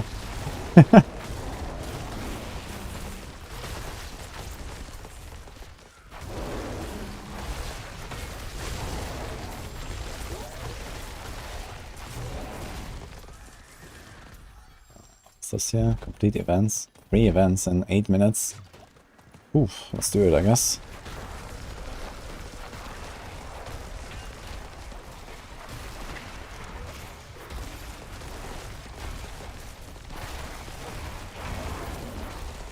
Oh, we somehow skipped some phases on this guy. Interesting. How long does it take me to theorycraft a complete build? I mean, that depends a little bit. You know, depends on like how much I want to min-max or how much I want to like, you know, try like, you know, making different variations or speed farming. Like for Maxwell guides, we like, I go like a lot more in-depth, for example, because on Maxwell guides, you know, we have like speed farming, push, boss, etc. Like all these different variants. If I just make like a build like this, that's not going to be a Maxwell guide, then I may not necessarily do like, you know, a speed farming variant or whatever. And it's like much faster. But I mean, most of the time I theorycraft really quickly, I guess. I mean, I know basically all the skills and items and paragons by heart and all that for the most part. Even on like non-rogue classes at this point. And, you know, I can like combine the pieces relatively quickly, and then it's just sometimes about like testing certain mechanics because I'm not sure how certain things work, or I don't know what things are bugged and all that, so that can change some things sometimes. Or also, for example, sometimes it's like hard to predict, for example, how often you get certain procs that you might rely on, how much resources you really have. Like these things, it's kind of like hard to tell sometimes before playing a build. And then there's like a bit of trial and error involved. But just like the theory crafting part, like for example when I start a new character and I say, okay, I want to play, you know, the double core Druid. I mean, I basically just made a build in like 5 minutes. Without like, you know, 100%, you know, going in on all of the details and paragons or whatever, but like the overall concept of the build, the overall tree, you can do that in like a few minutes. And then you just go from there basically. Once you play it, you can like fine tune it and then try to min-max the rest once you have actually understood all the things you need.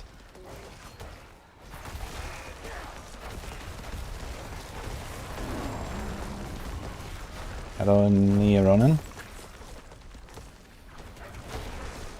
Armor and damage reduction from distance. Armor is always the first priority, but once the armor is capped, you don't need more, and then you can do the other damage reduction stats. Alright, 6 minutes for this. Let's go, one more event.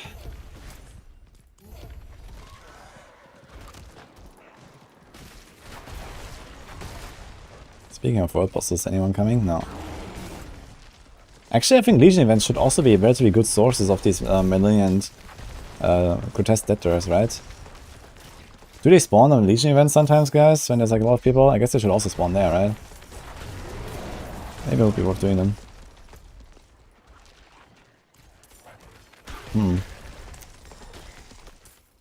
Yeah, turn on crossplay and then go. Maybe that's actually the move.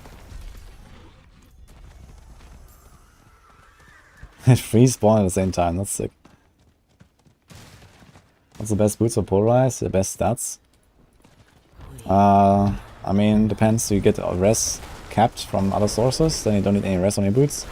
Then you can go like movement on kill, resource, dodge or something, or yeah, something like that. Also have willpower right now, that's not terrible. But if you need res, then you go movement, res.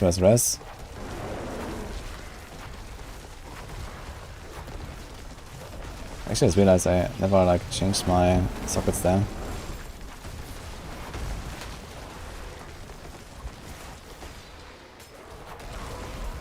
What's my favorite Diablo game? I think it's this one.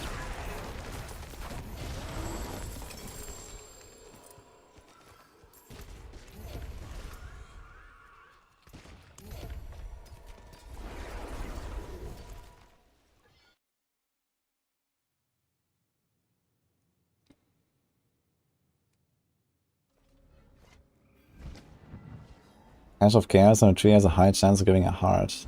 Oh, really? I think like the legendary chest gives you like a higher chance to get like materials, but I've never really like checked data on that. I just like pick the legendary ones anyway when they drop.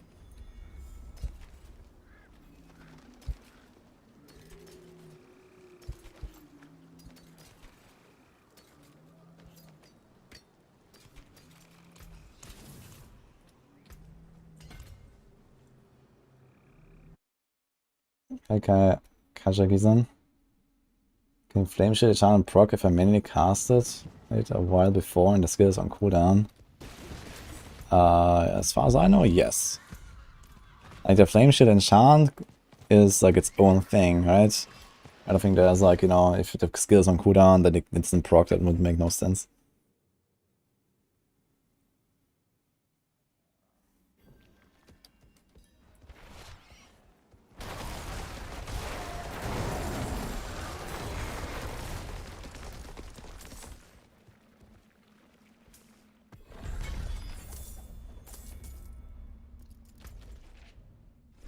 No, this is cleaned up already.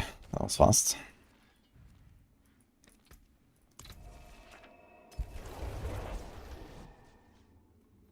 I'm gonna test Boulder Hurricane.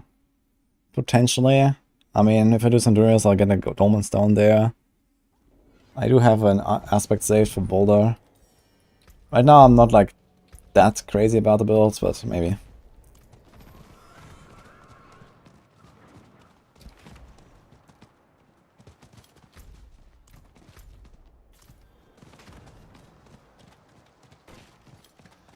Kaio?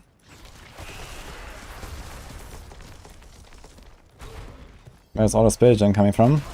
Umbral, Spirit on Kill, from Knights, Feed the Coven, Vampire Power. There's no event here. Okay then.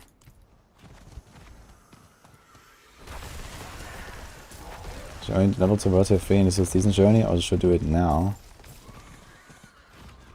Season journey, mostly complete on the way, like leveling to 100 and stuff.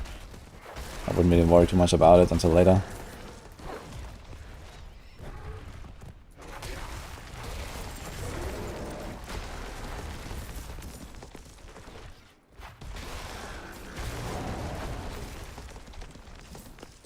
It's nutty. Yeah, the Boulder Druid is pretty good for sure. It's not like top tier build, but it seems pretty solid. If it wasn't for the suppressors, just completely turning off your damage, that would be actually really good.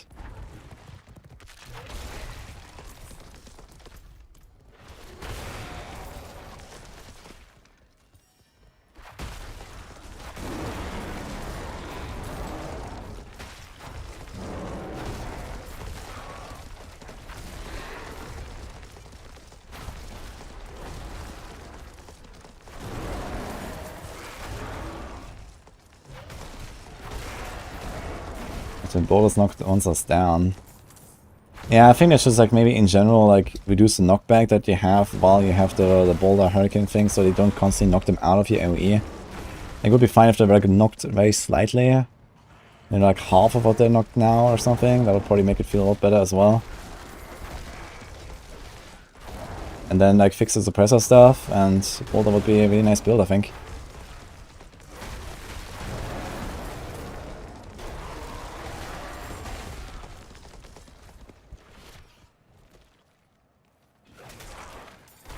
Is there any good Druid builds that don't require to use Werber or Werewolf? Yeah, Boulder is actually a human build, right? But it's like a very late game build. Other than that, I guess like Companion Druid, but it's kind of a shit build. There's not really much where you don't transform on Druid right now. But I guess they're slowly working in that direction.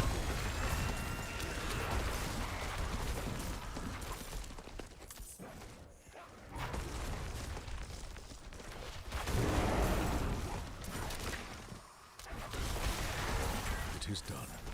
It is done.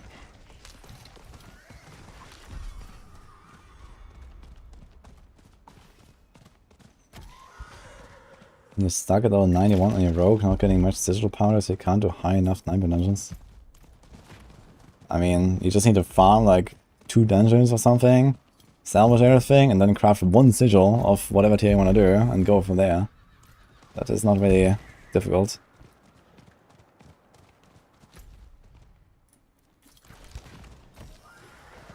Raid. Oh shit. Big raid from mods, holy. Okay, welcome guys. The YouTube guys won't see that, but we just got a big Mods raid on Twitch. Thank you, man. How's it going? The Druid. There is no Druid here. Let's give Mods a shout out. Hope you had a wonderful stream. I know you've been playing some Rogue lately, how's it going?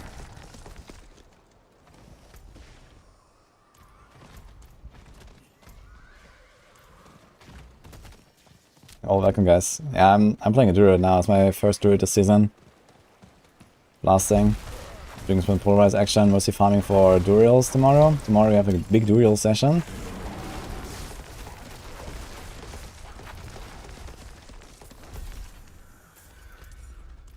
Let's do the Immortal Lamination actually over here. Best rogue player rating the best Druid. Exactly.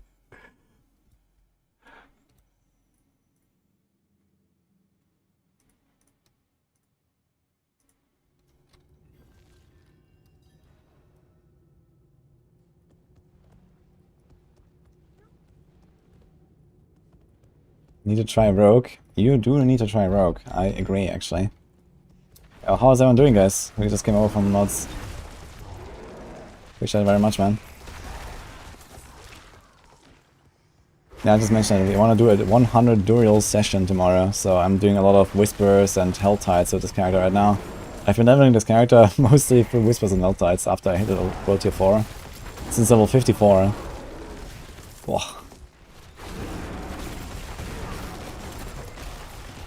My highest group is like 5 or something, or 6. New Druid main, hey mods. Yeah. I'm not sure about Druid main, but it's fun. Polarized is really cool, man. I wanted to play Actually, I set out with this character. I wanted to make a Hunter Zenith double core skill build. But I mean, for that, first of all, I need the ring. And also the polarize is going way too well right now. So I didn't even want to like, switch it up now. But I think at 100, once I'm done with the Duriel session tomorrow, I'm gonna try the respec and try Hunter Zenith Shred polarize combo. That's gonna be fun. Let's see how that goes. Basic idea is it's gonna like trample around all the time with no cooldown. Get all my resources from that way, and sometimes do like the polarize of an overpower. So that was really kind of fun, I think. This is hardcore, yes, you can see it on the right. There's a hardcore indicator. Thanks Necronic for the sub, by the way, I appreciate that. How many am I at? I have like 140 living steel, we need 250. And I'm almost done with Varshan, that's... Dude, farming out 25 Duriels is crazy, man. I didn't actually expect it to be like such a chore, but it is, man, holy. Just 25 Duriels. And now imagine doing Duriel run solo. 25 Duriels would be half of a random Uber unique on average. And there's like 8. Yikes.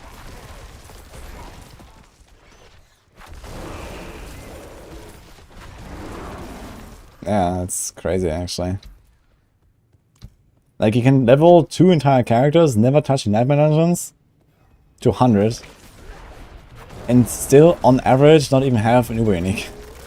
That's basically where we're at. If you do them solo. Yeah. This is where we're at.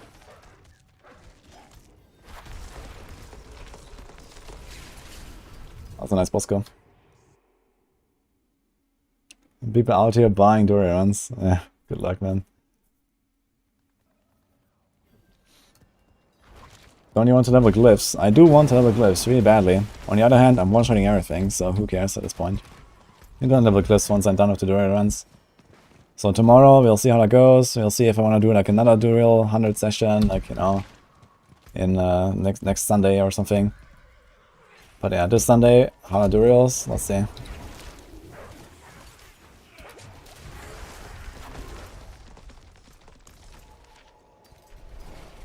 See, it's not spawning there.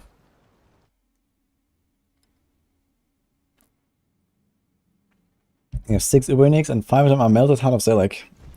Lucky you, man. Hello, Iconic, by the way. I'm glad you're here, man. Which build I recommend for a first rogue playthrough? Many builds work, really. I suggest don't start with rain of arrows or rapid fire. But other than that, I mean, TB, Flurry IF, Death Trap, they're all really good builds. Barrage. The forge is ready for whatever you need. The build setting raw immobilizes enemies for 6 seconds. The funny part is that it's actually longer than you can immobilize enemies, because they become unstoppable.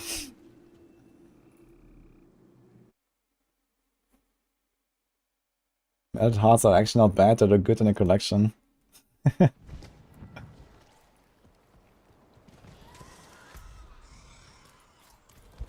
Okay, can we get 2 more events here? This event is not spawning. My favorite rogue build? Right now I enjoy Penshot RF the most. My god, I think I can do this event stuff here and they're just not spawning.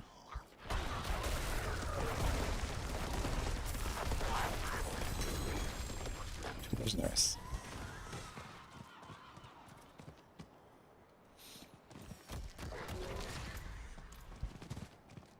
Let's go in there. Yeah, Penshot is really cool.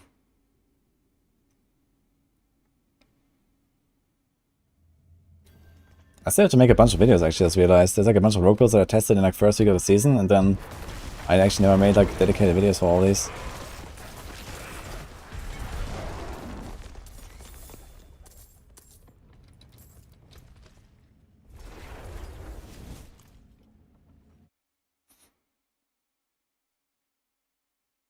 Yeah, Penshot is really fun this season. And you have this damage that like the trick shots actually just like kill everything. That's pretty good. build I recommend for Doombringer? Yeah, anything on Barb or Rogue, really. Yeah, I don't think I have any hope of doing this stuff here. These events, like, I went to all 3 spots, there's no event anywhere. Great. Really? Amazing. I guess we just go somewhere else now. Let's go there.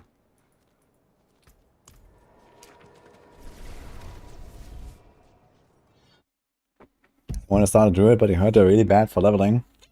They're not really bad, people just cry too much.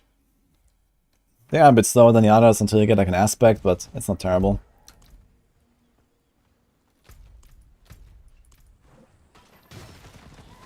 And you know, like I went to World Tier 4 at level 54 with this build, by the way.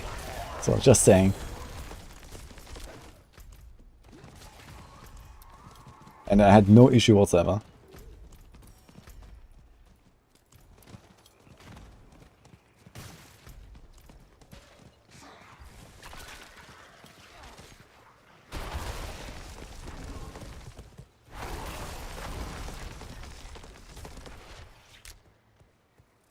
Can you do the Jala's visual?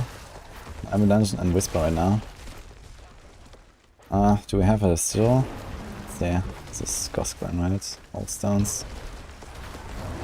Sometimes I establish all these things, I don't have a sigil. If I had one, I'll probably run it real quick.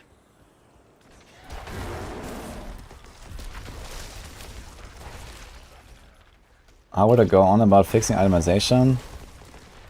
Good question. I'll probably like reduce loot drops by like 70% at least. And then add like, you know, 2 or 3 extra crafting systems. And give people like a lot more choice in stuff. And I will probably also like remove a lot of like filler stats, you know. No more damage to stun and frozen and all that shit.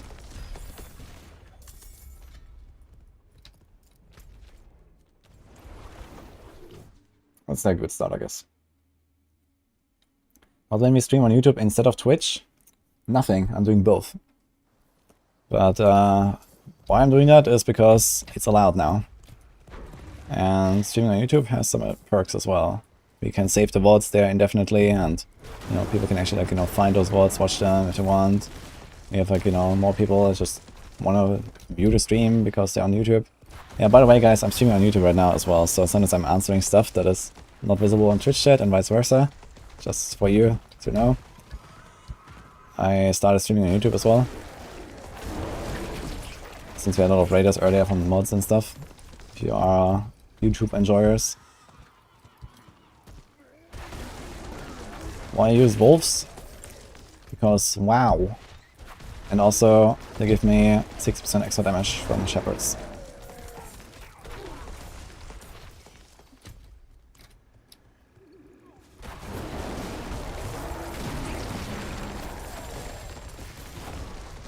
Thorns build is actually not terrible, Michael.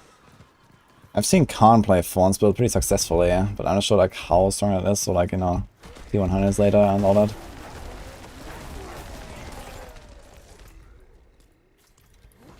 Are we gonna do this? Ancient Reservoir.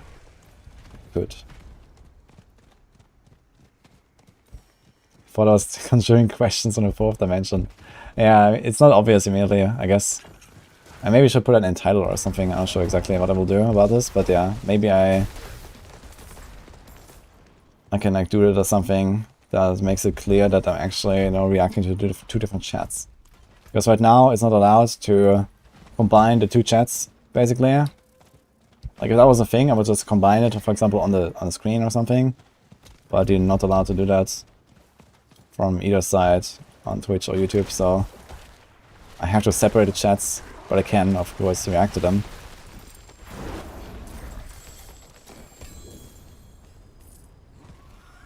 Try my best.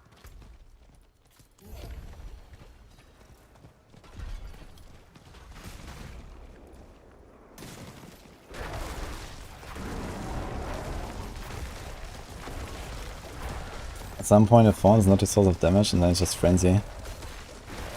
Yeah, I guess so. It's kind of funny, actually. If you have Moonrise especially, I guess so, yeah.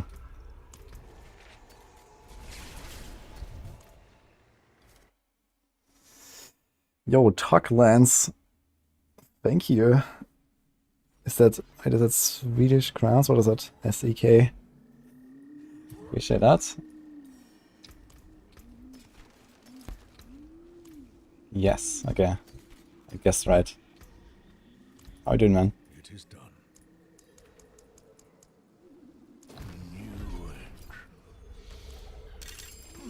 Different this one. I think we might need this inner calm aspect here for Duriel tomorrow. The best Druid build for early to mid game. Usually For whatever you need. anything with companions early game until you get some aspect. You can still use these. Don't YouTube is running smoothly. I reduced the bitrate from 10k to an 8k best set on YouTube. So maybe that was actually the reason. So yeah, let me know if there's buffering again and all that. Okay, we have to do something here, man. We all got a prime sub. Kirara. Thank you.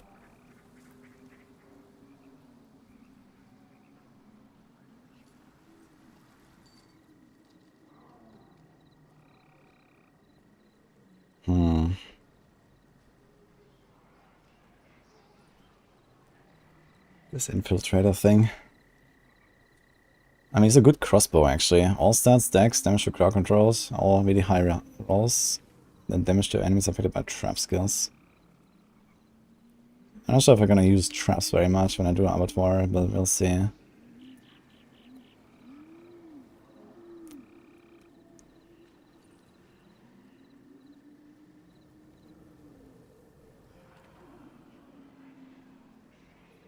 I might remove this one.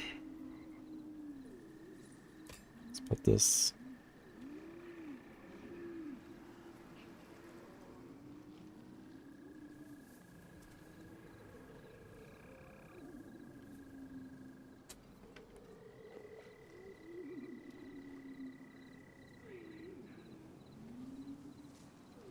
There's art for initiative, huh? I don't think you care about that.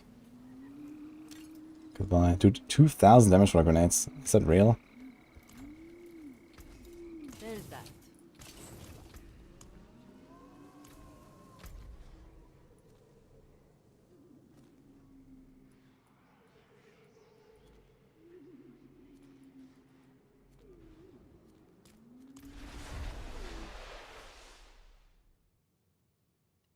Came back from open air camping, Tucklands. Good luck. Enjoy your day, man. It's hard to find a free resist chest. That can be hard for sure. Do you have like only uniques equipped or what? Free resist chest, holy. You also need some armor too. All these uniques don't have armor, man.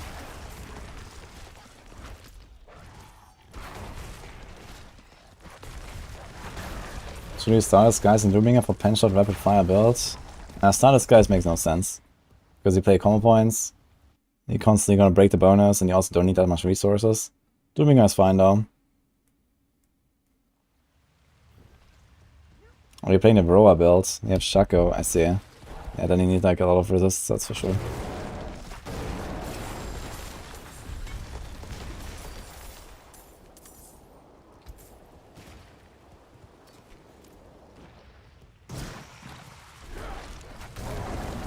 Ow.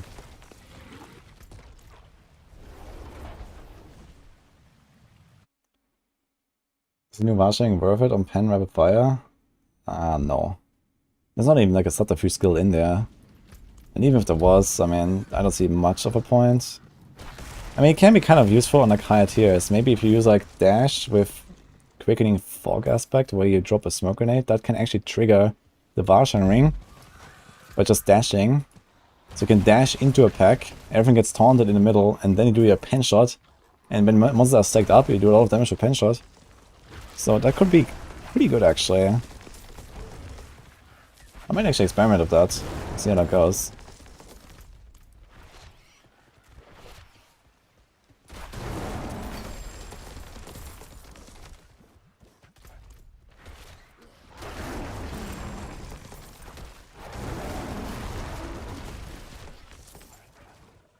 Have I found any Uber next this lake? I have found Doombringer and Grandfather, yeah. Duriel is pretty good item.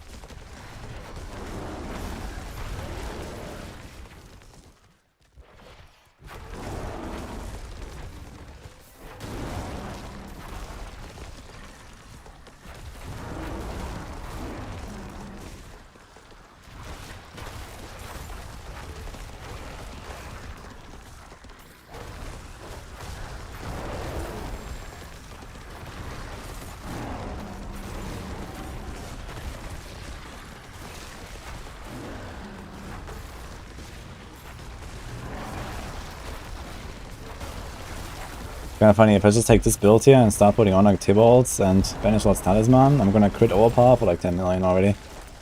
With 88, no glyphs levels. Seems pretty good actually.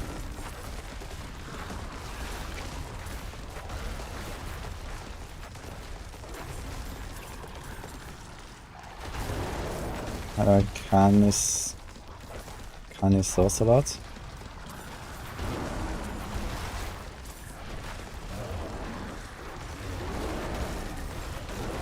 Then go 2 chakras back to back. Damn.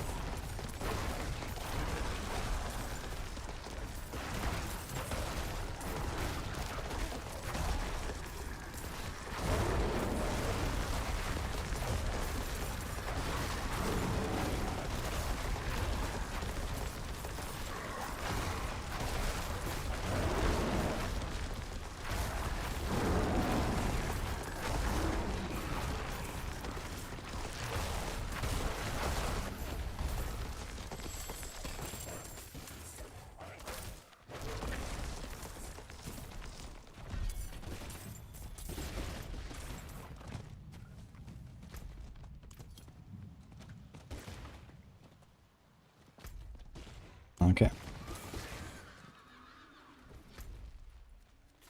Let's go there.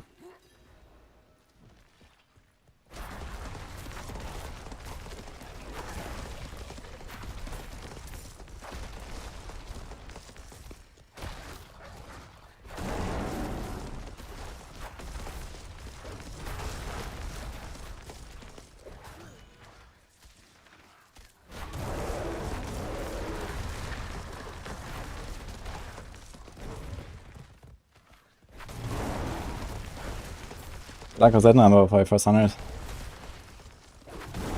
Can T-Bot stop from any source? It can, yeah. But it's very rare to drop randomly, so you should farm Duriel for it. It drops in Duriel.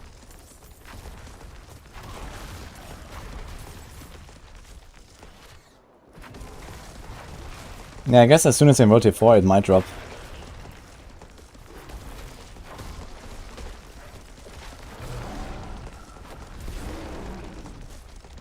Druid slams look really satisfying. Yeah, that is the best part about this build, man.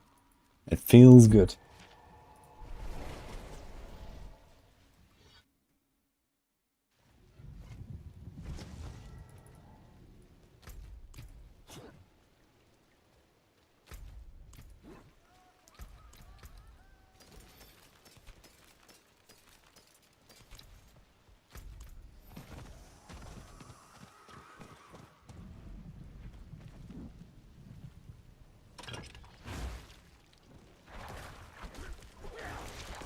What's the average time it takes to level 70 to 100? I mean, average time is a very mixed word. I mean, for me, 70 to 100, that can be done in like, I don't know, 10 hours or something.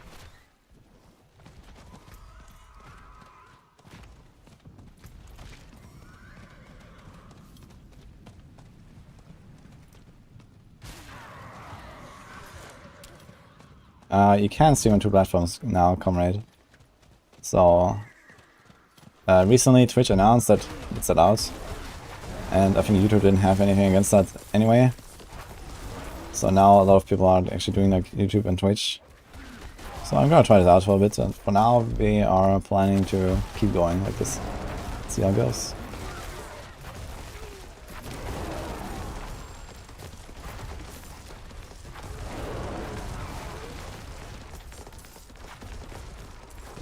How can you open a second Paragon page?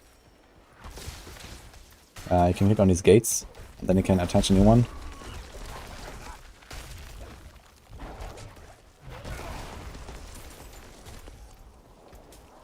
when you're here at the starting board, here at the top, you click on this thing.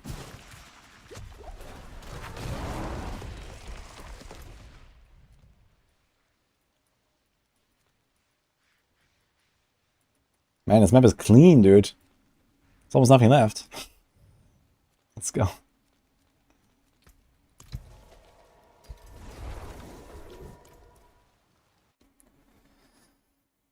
You want me to commit to experimenting with the Varshan ring? I've experimented with it a bit already. And there are some cases where it's kind of decent, but I'm not like, you know, that convinced of it and for like many builds, if you're talking about the rogue one. What is it? Dude, 700 MS? What's going on? Servers?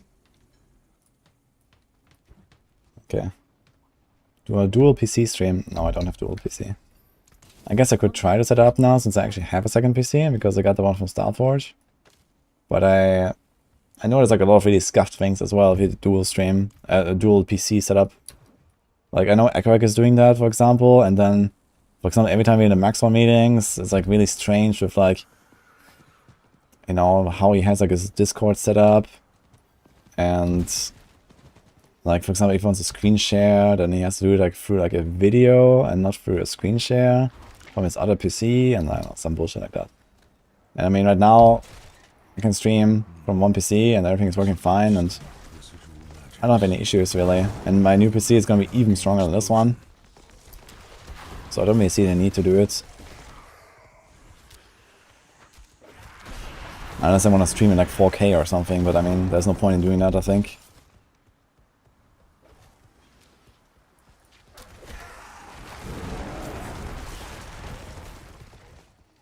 Let's just do this strong up really quick here.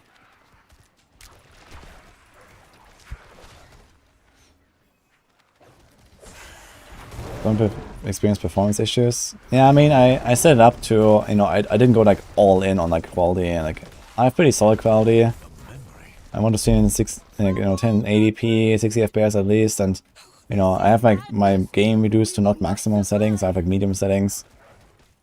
I also have like the OBS presets. You know, there's like different like levels of like faster and slower with higher and lower quality, and I have that also like on medium. And I guess it's like a good overall package, and I don't have to do like dual like PC setup and stuff. Nice stronger boss, by the way. Cool.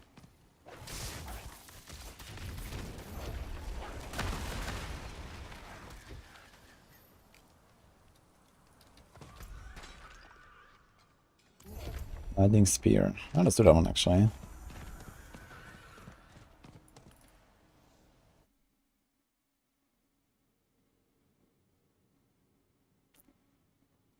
Yeah, I know the 2 PC stream setup takes the load off, so you have like, you know, the gaming PC, it's just like it runs everything, like, you know, full quality and stuff. And then you have like the streaming PC that kind of like takes that image and like converts it into a stream. And like this you have like very low load on both. But I mean, as I said, like I'm playing Diablo 4. I don't have the best PC in the world right now. And it's still working, so why would I do that?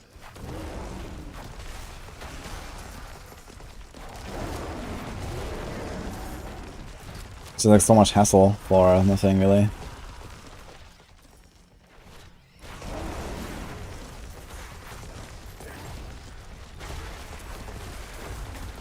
It's hard to get 240 FPS. Okay, 240 FPS is pretty extreme though.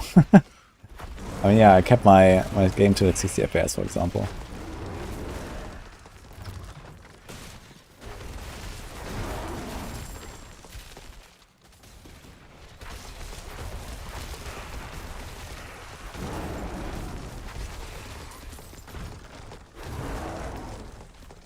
Thank you, Jicky.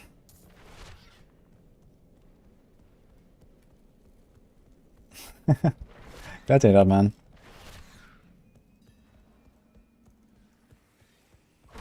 Do I have problems to crit with my DS builds? Got nearly 50% crit chance, but I don't crit at all. A 50% crit chance, it's 50% crit chance. What do you mean?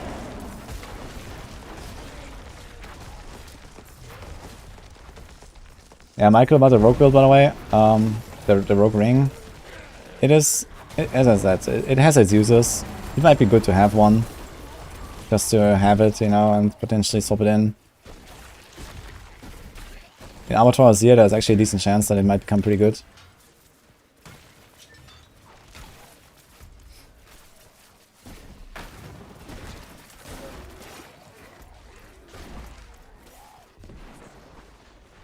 Yeah, there's 2 guys left.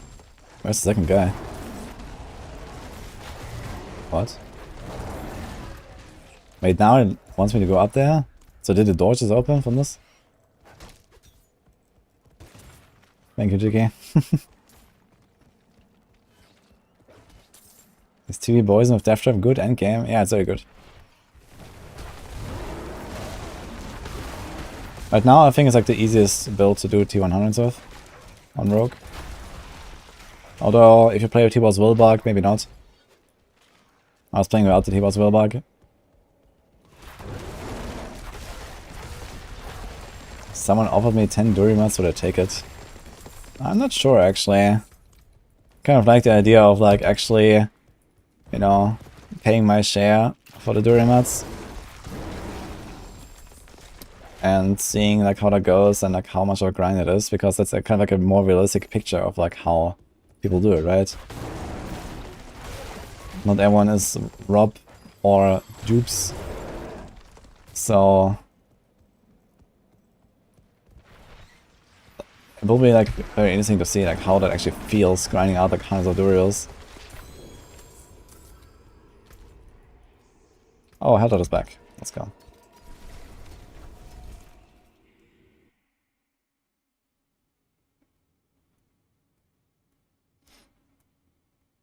Which cast the most broken?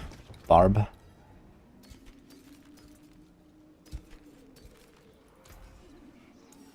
Which build can use a new ring on Druid? I think that's like some options.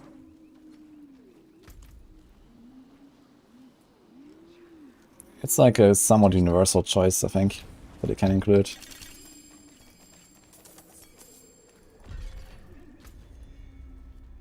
Okay, 58 minutes, let's go. Next for a map, where are the chests? There, on the right.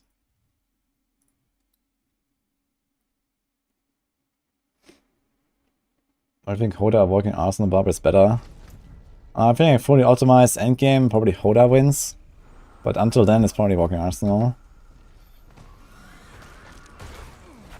Like, Walking Arsenal is definitely like easier to level, faster and all that, and then you just like have consistent boss one-shots without having like, you know, Banish Lost Talisman and the insane setup. Also like for Hoda, you wanna go triple shout ring, and then you wanna have like this ring aspects for that and all that stuff, so there's like a lot of reliance on like certain things. Walking Arsenal just works. There's not really much you need besides encroaching Raft Drop. Okay, this is a full hour Helltide.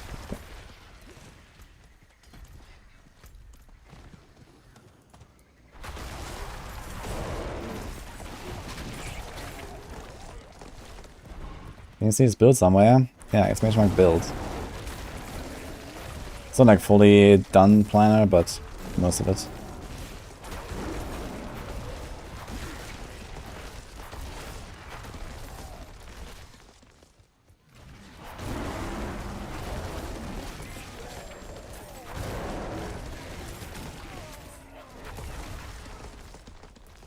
I tried a new rogue ring a bit, yes, Mario.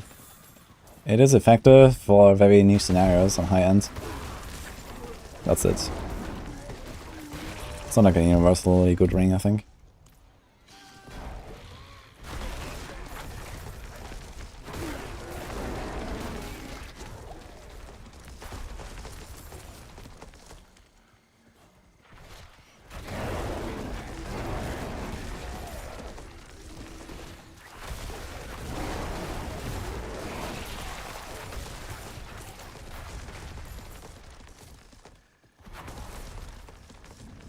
Hi Fox.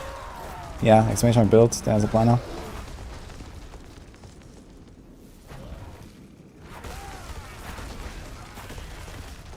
For tornado build, new ring feels like crap. Yeah, I probably wouldn't use it for tornado. Need something where you have Petrify and Flicker Step or so, and then a Druid ring is probably kinda good. Because then it's constantly use your ult.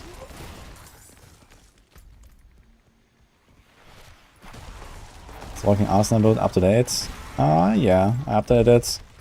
There's like a high-end variant I wanted to add with Banished Lord's Talisman, where you do like the boss one-shots and stuff. But outside of that, yeah, it's fine.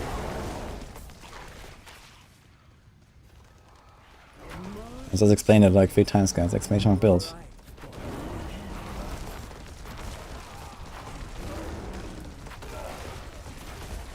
Oh, so that's actually pretty well here.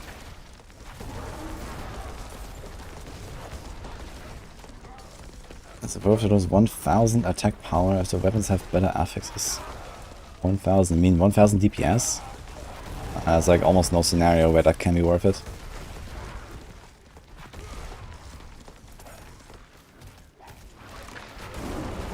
Did I end up liking Penshot or TB more? I like Penshot a lot right now. It's really fun.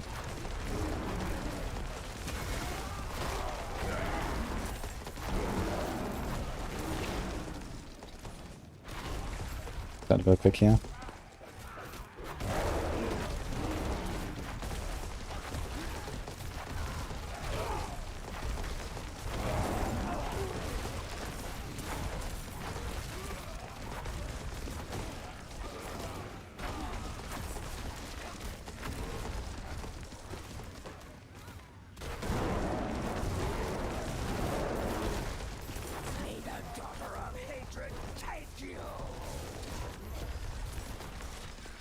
Non-crit, non-overpower. That feels bad, man.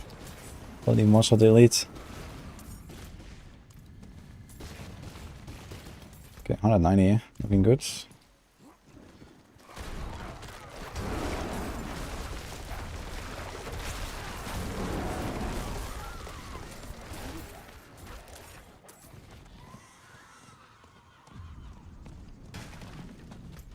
The wizard shows some effort to work on an armory. They haven't shown us anything about it, but I think they kind of hinted at doing something like that, I think.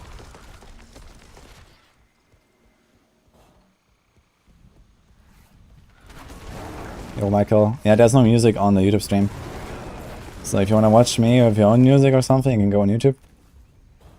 It's just like how the audio setup works. On YouTube, you can have only one audio track. On Twitch, I can have 2. I can have one for the live stream and one for the VOD. And on live stream I can play music. On the VOD I remove it. But on YouTube it's the same. So I just do with no music there. Because it's extremely complicated to try to figure out what is copyrighted music, turns out. So even if you're very careful, it can always run into an issue.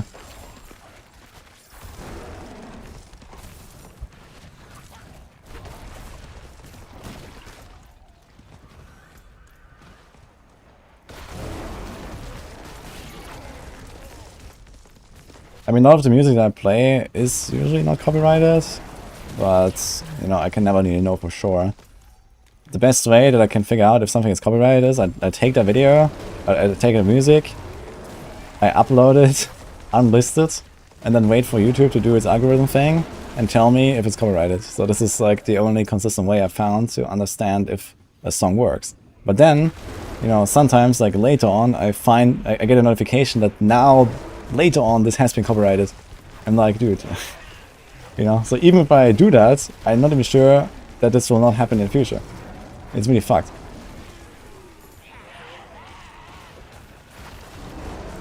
So I mean, you can, I guess, like, directly seek out no copyright music, but even then you can't really be sure until you do that test. Like, I've also found music that was like labeled as no copyright, used it, and later on I got a copyright claim anyway. You know, like, it's stupid. And I don't know, I don't think there's any good way around that, so...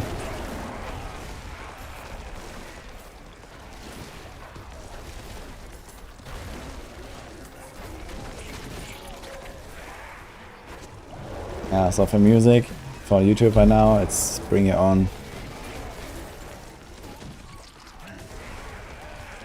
Dude, this Harvester Hell that is super sick, actually. I've been here for like 7 minutes, I have 330 cinders, what the hell? And I'm doing events as well at the same time. Did it buff Harzar or something? It seems insane.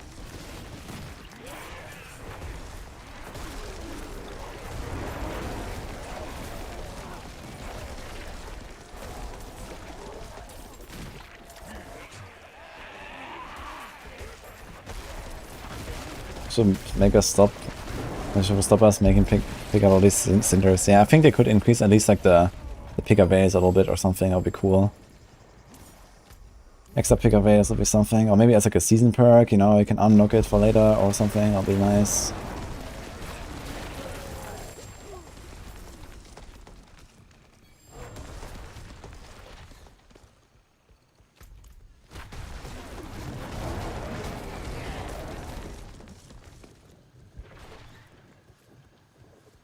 In your country, there were people claiming copyright on songs that were copyright free. Claimed to be the owners of the songs, who gave them the rights, and they were copywriting every video.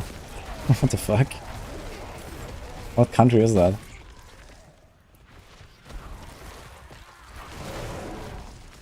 And what kind of people are those? Brazil. Okay. Then I'm not too much surprised, I guess. Sounds fucked up, man.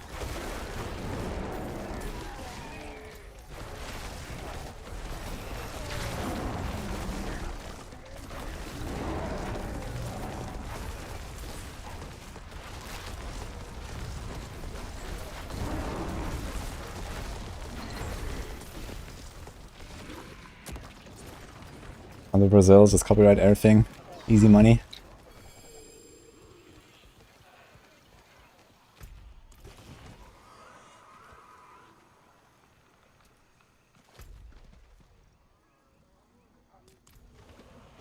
Okay. Dude, I have so many cinders, dude. It's really good. This whole area here. Gonna get like 6 chests, or 7 even.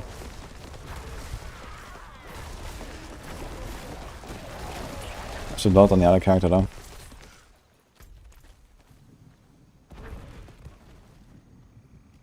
How do I set up OBS so it doesn't stream music on YouTube while I have music on Twitch?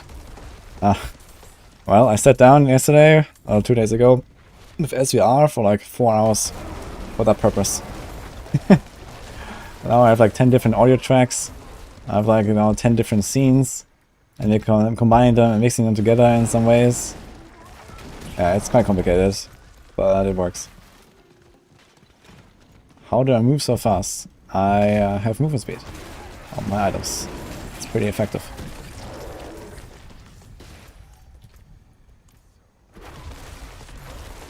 Yeah, voice meter as well. I have like a virtual audio cable program that I bought. I had been using that for a long time already, so it's kind of useful that I had it now. So like this, I can have like separate audio tracks. For example, I have one for my microphone, one for my game audio, one for... I used to have one for the Discord itself, and then one for everything else, like desktop audio. But now, since OBS only supports 6 audio tracks, I had to combine Discord with the rest, and then I just have microphone, game separated. But that's okay. I don't really have to separate those very much. And then we have like track 4, 5, 6. 4 is Twitch Live, 5 is Twitch VOD, and then 6 is YouTube. On YouTube we can't separate between VOD and Live. So this is also like the reason why, you know, we can't do any shenanigans with music. But I think YouTube is actually, you know, extremely strict. Like even if you live stream and don't save the VOD, they will nuke you if you play copyrighted music. Like they're really crazy. So even if I wasn't saving the VODs on YouTube, they can like live nuke you.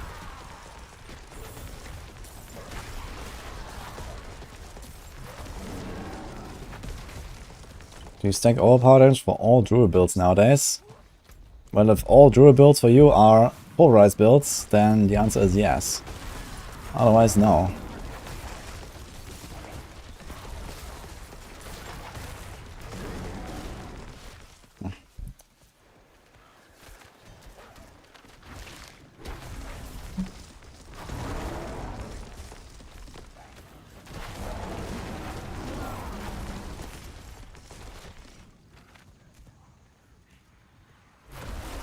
Quickest way to farm the level 50 to 100. Diamond dungeons all day long.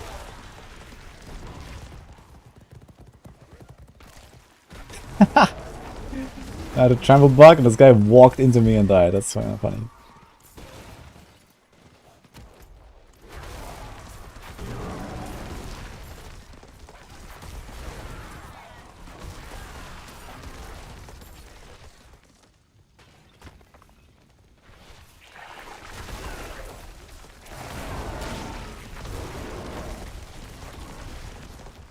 Picture in the back is a little twisted.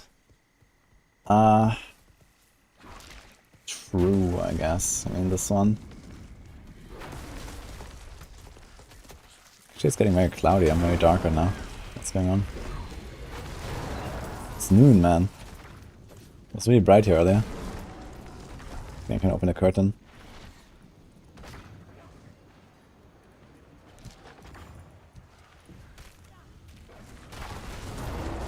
Will you help me, stranger? Answer to my prayers.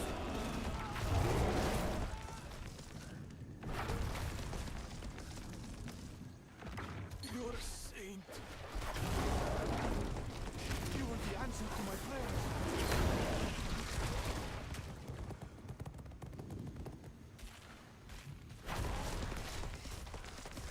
You there? Please, help! Wouldn't have made it without you.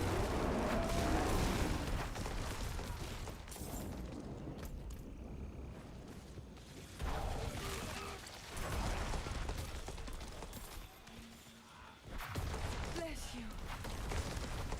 Noon or evening doesn't really matter during this time of the year in Europe. I mean, here where I am, you know, we actually still have like daytime and stuff. Okay, we got 295. Let's go.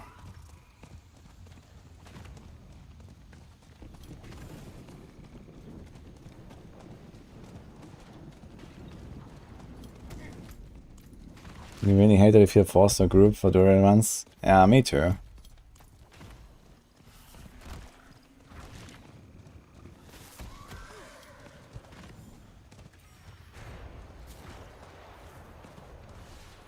Yeah, Penguin outfit is really fun. I like that. Wait. What's the thing? Down there.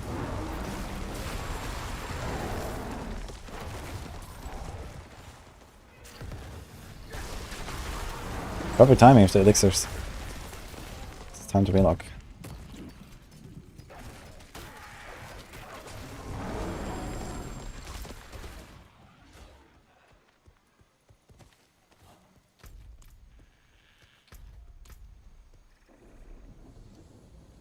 Templeton. I also had some login issues, did I know? But after some time I got in. Just try again, maybe. Will I play a Grim Dawn? When is Grim Dawn expansion coming? So God.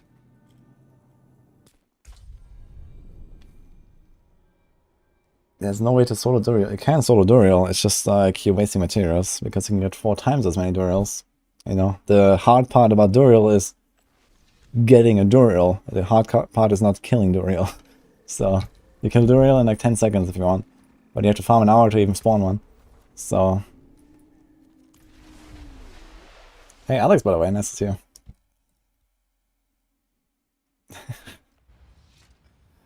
Sick about Tanner.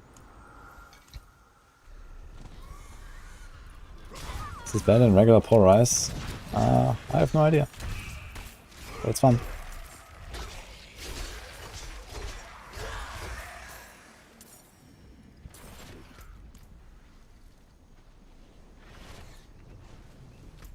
I mean, Overpower Maxwell version is definitely the better endgame build, I think.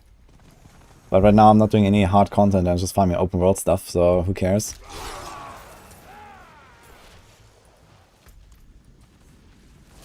It's coming in 2024 with new masters and quality of life changes, okay. Maybe. I've not played Grim Dawn like ever. Nini showed it to me sometimes. Like, you know, I've seen it a little bit. It seems kind of cool with the class system. It has like this dual class system, right? So that's pretty amazing, but yeah. Realistically, I don't really expect it to, like, you know, play it for long or something. I'm gonna play it for like a few days when it comes out or something. Do like one character and whatnot. But yeah, Grim Dawn, at least from the content creation perspective, I would not really expect much there. And I'm also just happy blasting D4, so.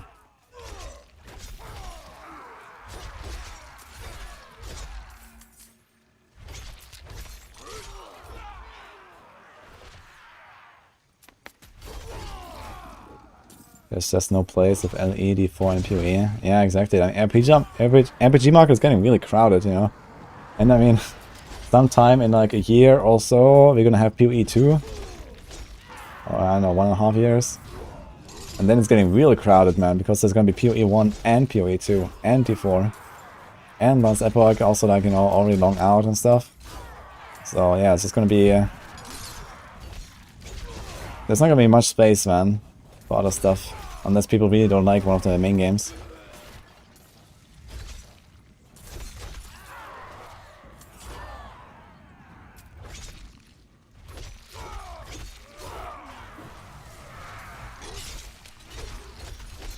Get 80 Forgotten Souls per Helltide. I can get even more than that if you farm really fast. Sometimes I get something like around 2 Forgotten Souls per minute on average. So like over 100 Forgotten Souls on the Helltide is definitely manageable. So you need to farm fast. Kill the Harbingers every time you see them. Click on the Screaming Hell Ores. They also go up like 2-3 Forgotten Souls every time.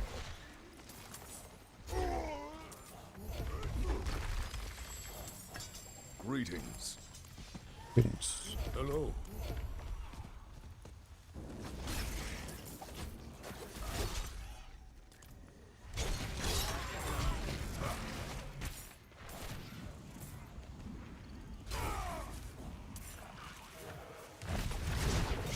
And beyond identity. Hardly had any gameplay this week due to error message on data retrieve. Oh, I don't know how to help you there. Ah, Goblin. I wanted to pull him, but I just kill him with Steel Grasp apparently. Oh, holy shit. 10 subgifts. Dirty Creeper, thanks so much, man. Appreciate that.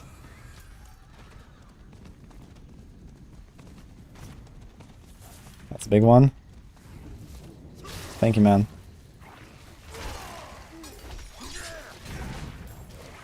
And hello, Jay the Grey Jackal. Is Abby here too?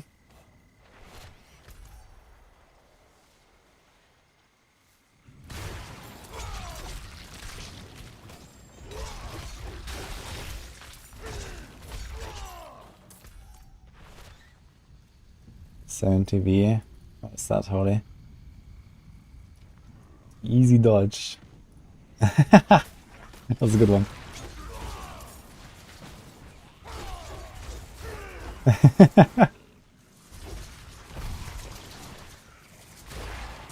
Hello, Manolo. Thank you, Dirty Creeper. Appreciate that, man.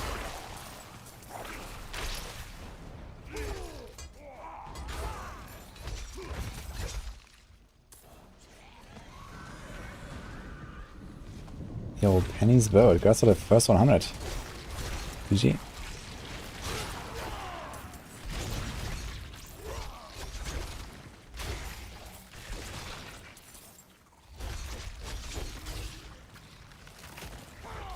Bob?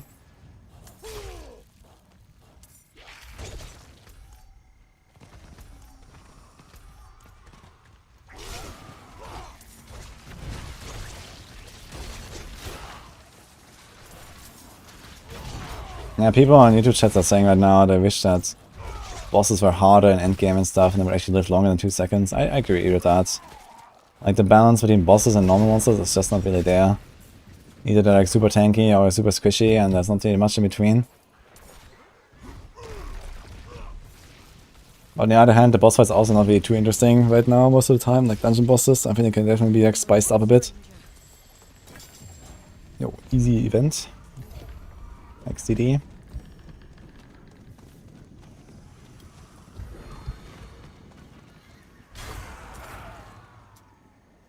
Wait, was it again 10? Oh, it was 10 again, Dirty Creeper. Oh shit.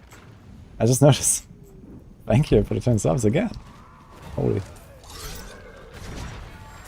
I was wondering, like, why is it playing that long?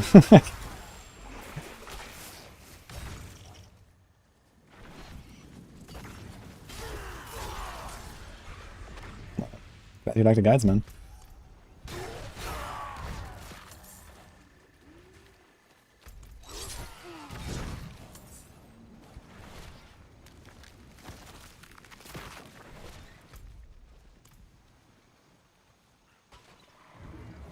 Yeah, I know the poster's a bit off. I'm gonna check that out, but not right now. It's also because of the angle, basically, because of the cam. I think. Where's the chest? Wasn't it here? Oh, wait a minute. It's not here at all. It's down there.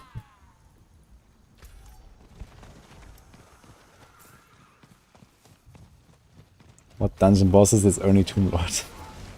True. This is the Tomb Lord season, man. Yeah, you can open chests with multiple characters, Michael. That's why we lock to the barb now. Because this Helltide only has 2 chests. But if you have multiple characters, you can do this. We should get moving. Kinda nice. So yeah, we're gonna get like 6 chests or something this run.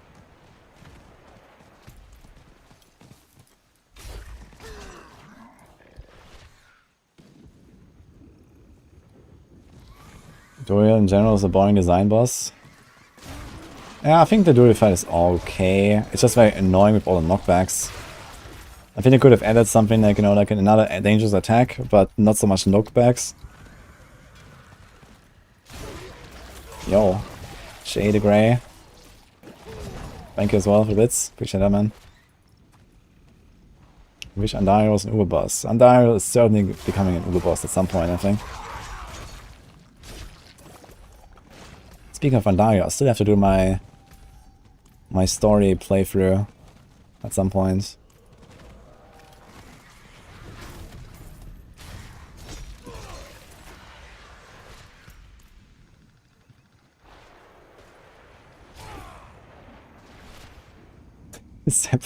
I'm looking at this at 0.5 speed to have the illusion the polarized Druid is as fast. Okay. I can link their build if you want that I'm playing.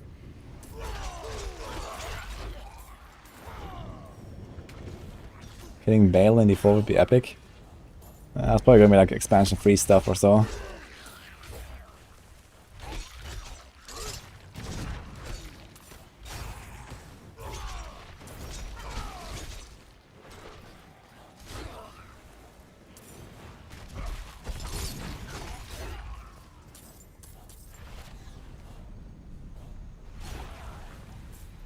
I also think all the bosses will return. Diablo, Mephisto, Male. I mean, I already said we're gonna meet Mephisto. But are we gonna fight Mephisto? Who knows? Probably.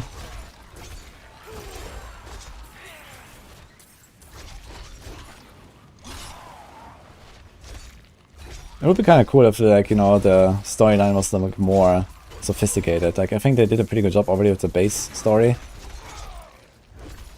I'm not really looking forward to seeing Duriel again. Duriel is definitely like my least favorite character of the entire story. But okay. I guess there's no way around it right now.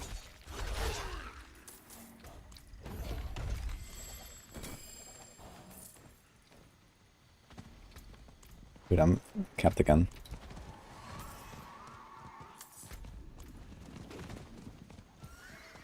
Which build is this? This is Double Swing. I have a video on that, Josh. From like 2 weeks ago or so. Where's the chest?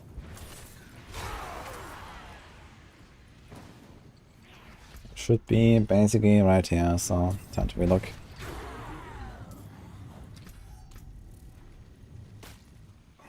This guy's hitting me. Very hard. Okay. Hello, the one.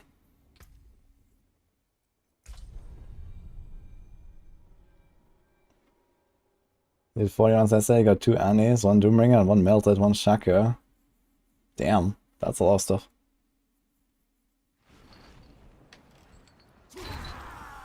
Wait, where's the chest? Fuck.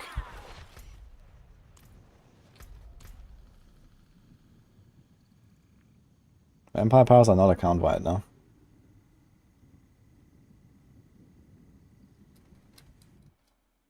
Yeah, good luck, Josh. It's a fun build, man. Oops. Let's try this. Also, there's a robot coming soon, right? Should probably keep on it. Cosplay. Start with Walking Arsenal, farm for double swing. You don't have to farm very much for it. Double swing is just fine already at like level 50. And I also leveled it 1 to 30 and was also okay. It's not like you have to play something else. You can just go double swing all the way if you want.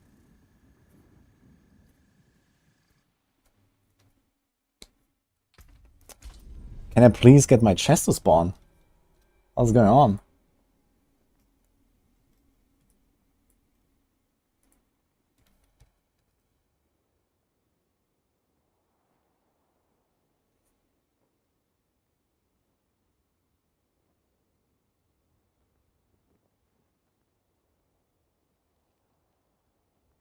Try teleporter entering a dungeon. Yeah, that works on softcore, but not on hardcore. On hardcore, you don't change instances that easily.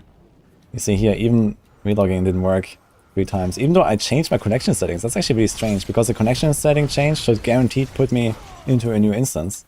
But it didn't, for some reason. That was really weird.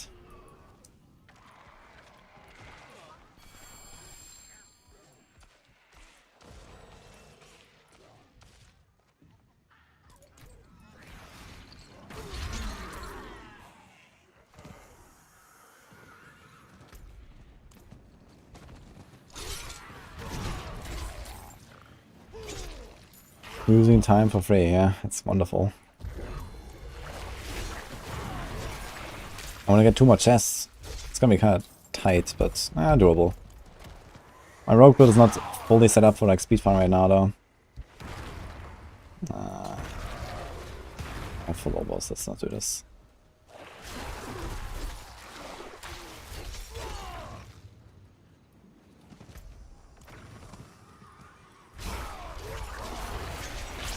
No, good luck beyond. Maybe it works.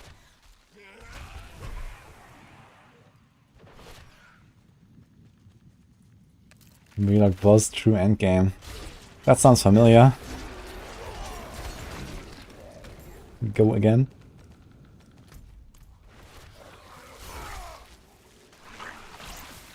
I am not playing rogue, that's correct.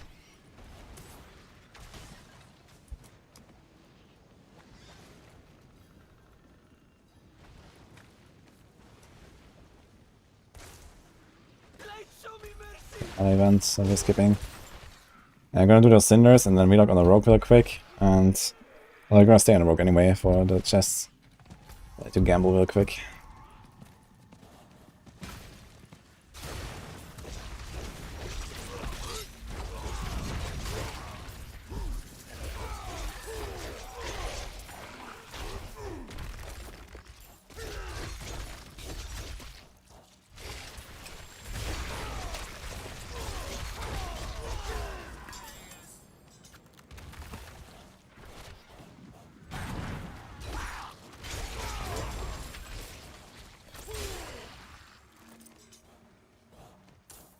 Best leveling skill for Barb? Kratos Barb is the best leveling setup for Barb right now.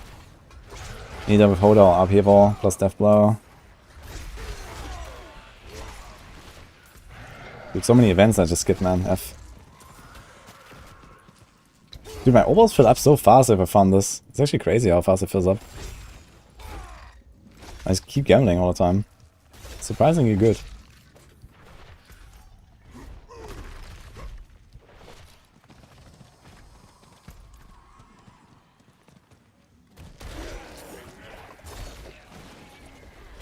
You're ready for the D4 expansion and finding out what the girl is doing with Mephisto in her pocket.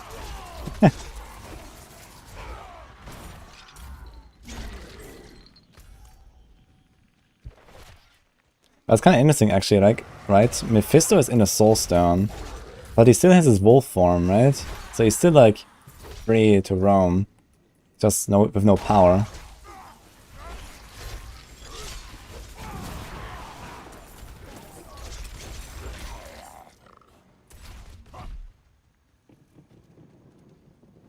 Yeah, I think Upheaval is probably better for leveling than Hoda, but I heard people also doing Walking Arsenal with Hoda, and that seems to work.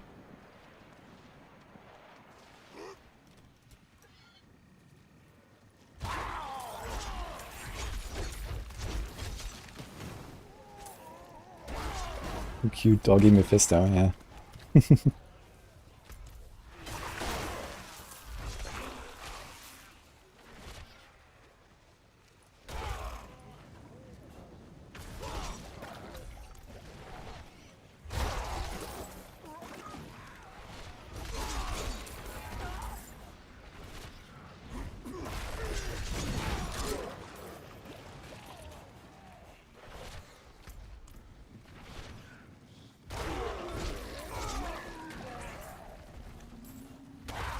Glyphs are not account wides.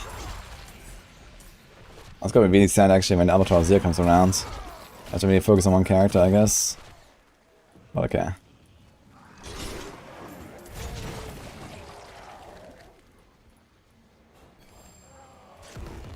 Dude, so many screaming Hellors. This Havazar has been insane actually. I think it's actually the best zone. Might even beat Skull's Glen.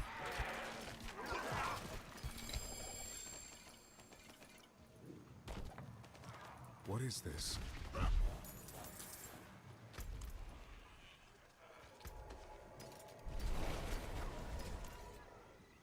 Yeah, Bob is good in general. Will uniques become available in Eternal after Season 2? There's no seasonal uniques right now, everything is Eternal. Yeah, Scotsman is pretty good. Why not using a Doombringer? It's not needed, I just have it in a stash on this character. It's good though. That's the rain of arrows, let's say so.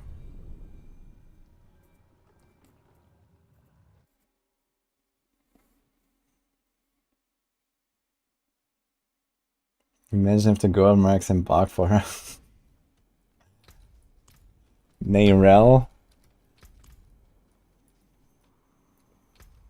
I thought the ale in Giacol was strong, but It seems you're a fair bit of magic in that one. I'm not sure if Nayrel is cut out for that. You ask me. And neither is Mephisto, I think.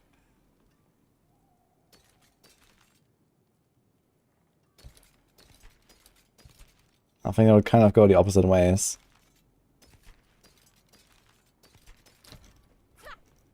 What will it be?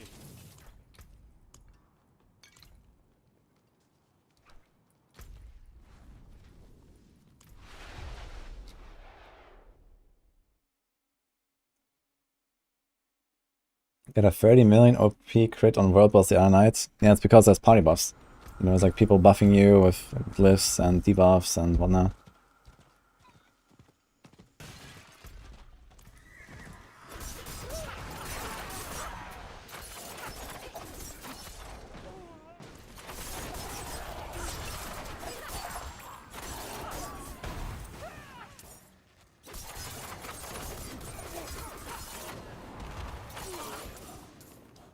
Got you. Now rest capped on most characters. I'm rest capped on every character. It's like the #1 priority, man. Yo, kangaroos. Thanks for the mouse. Hello, Norman.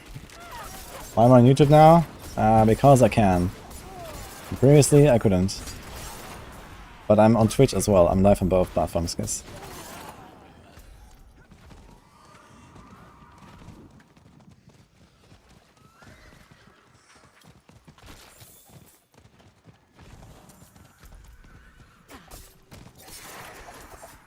How many steals am I able to farm each hell tide? Yeah, usually 6 chests, I guess, per hell tide. So that's 18 steel. It's like, yeah, basically a Duriel worth of stuff. Yeah, I need like roughly an hour to farm a Duriel, so... A bit more actually, right? Like 1 hour of Helltide, like get 6 chests, that's 18 steel, I need 20 steel.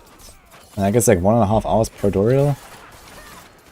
Because I also have to do a bit of Whispers, sometimes it overlaps, sometimes it doesn't. Not a Prime, thank you Royal Griffin, appreciate that. Rest cap for softcore. Of course you do rest cap for softcore. Do you like running through a dungeon for 2 minutes because you revive at the start of the dungeon?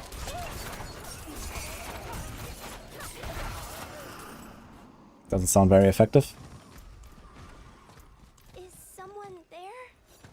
Someone there? Dark all around. Why did Mother We were able to farm 30 one time. Maybe open 10 living steel chests? Wow. I mean, if okay, 280 and like, you know, 3 really fast characters or something, maybe.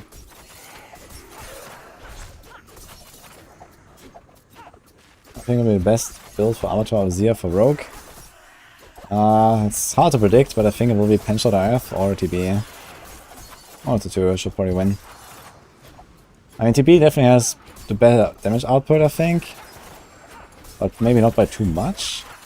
But Penshot IF is like way safer. And surviving is actually a concern. The thing is that if you include T-Bot's will bug, then Penshot IF definitely profits a lot more than TB. Like, I was testing both builds without T-Bot's will bug. But TB benefits way less from T-Bot's will than Penshot. So, yeah. I think Penshot IF is gonna be really good, actually.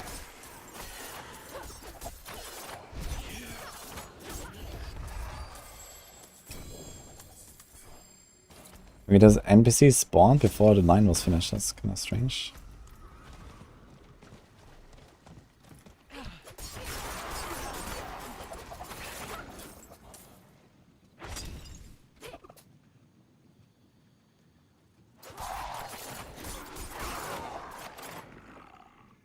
What is my best gear character at the moment?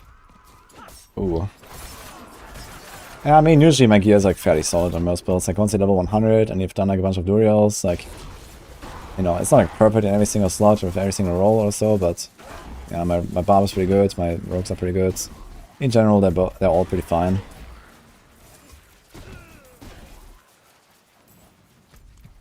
I'm missing a Shaco. Let me get a Shaco.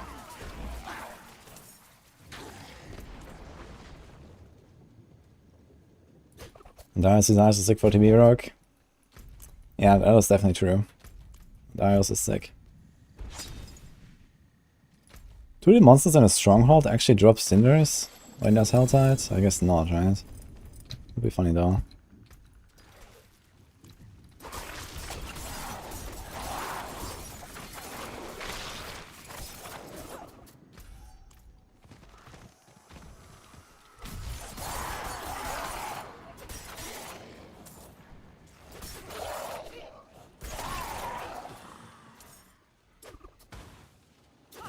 Also to revive a checkpoint thing.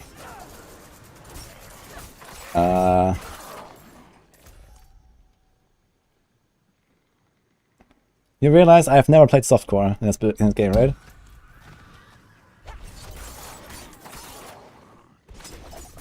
Maybe ask someone else.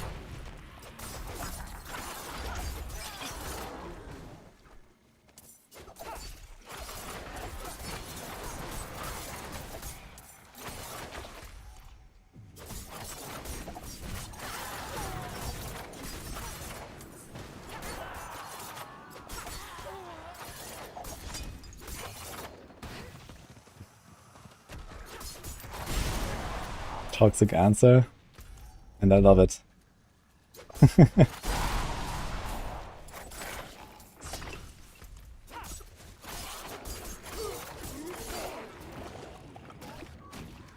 Yeah, revive Enquiries shot. This is the button.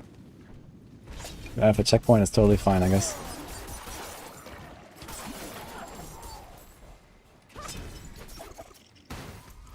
I mean, realistically, you don't really die very much in this game.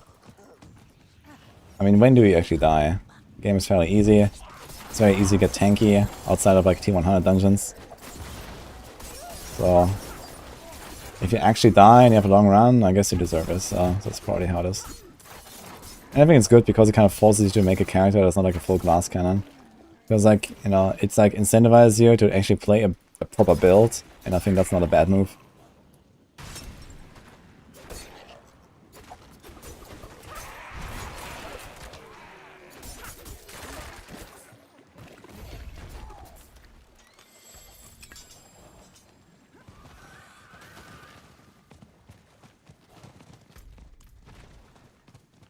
Which flurry build is the best?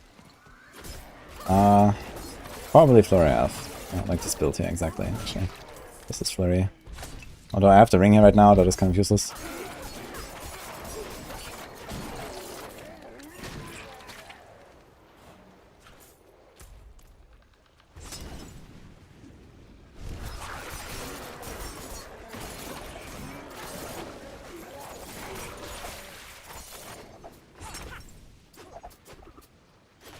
Got a raid from Zeal Kiwi. Hello.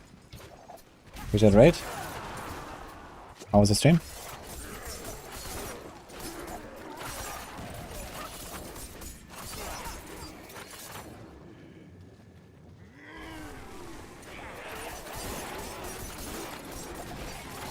I got 4 living steel. Wait, 4, not 5? That's interesting. You have a shout out for Zeal Kiwi? What have you been up to?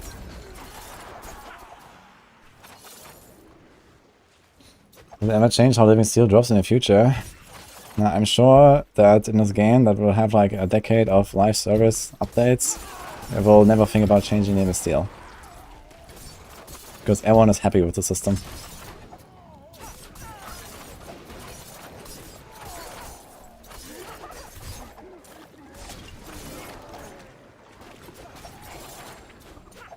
I mean, why you wanna time out Mark? Okay then.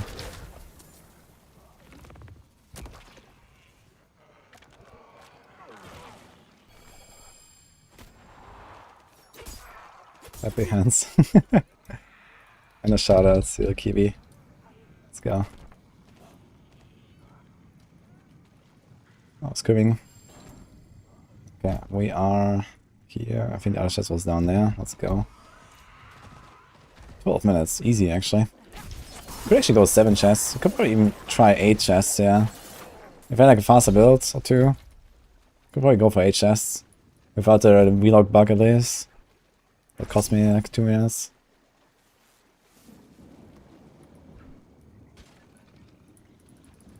People want daily login bonus 5 Duriels. Yikes.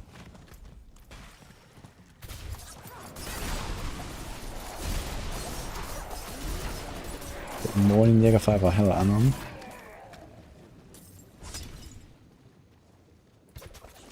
What's going on here?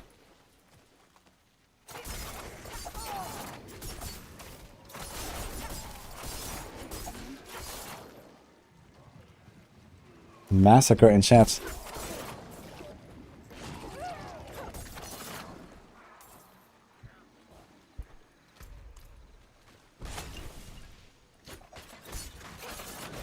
Most of the required uniques for builds are in Duriel. Yeah, it's just like, I guess we don't have enough, like, you know, kind of like endgame bosses. Duriel is supposed to be like the hardest one of them, right? And kind of like higher level than the others and stuff. And I guess maybe next season they might add like another 1 or 2 bosses or so, and then it can like maybe redistribute some of the drops. So you don't only have to farm Duriel, and Duriel doesn't have like this massive drop table. And then you can maybe also get like uber uniques from multiple bosses, you know, there's like definitely some options like that they can do.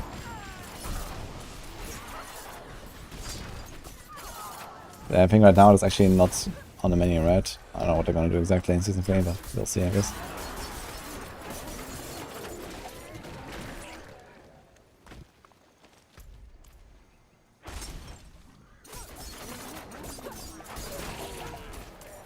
Hello, Maka. Nice to see you.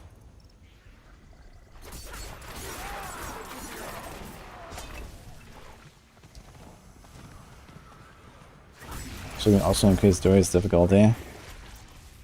Yeah, somehow like some scaling difficulty would be cool if there was like some actual like, you know, hard mode or something of these bosses, like all of them, that are kind of like equal. And then you have like, you know, higher chance for loot or something. And all of them can drop uber uniques, for example. You know, if you could do like a hard mode Varsha and a hard mode Zir and etc. I think that would definitely be a good move.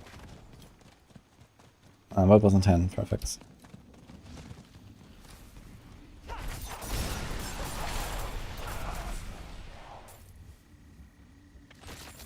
How can you tell if your armor cut at a particular level?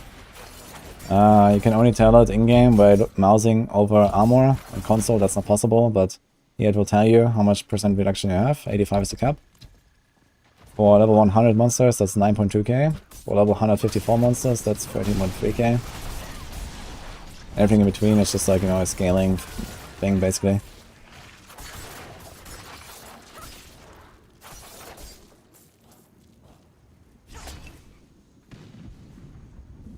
Is stuff for mace better for late game polarizers? I would probably go for the stuff even, because it's a bit faster, which makes the build more fluid. And also you have the damage to crowd control that's converted to a multiplier from the legendary node. So I think a stuff might actually be better, because you have so much overpower damage anyway later. You know, if you have like 2000 additive damage or something, you don't really need like that extra 150 from the weapon. And you can go for damage to those crowd controls. Which, yeah. Kinda close, I guess, but let's see, maybe Boiler has done some math. But I don't think he's here anymore, he's sleeping now. 1 point still bugged, then.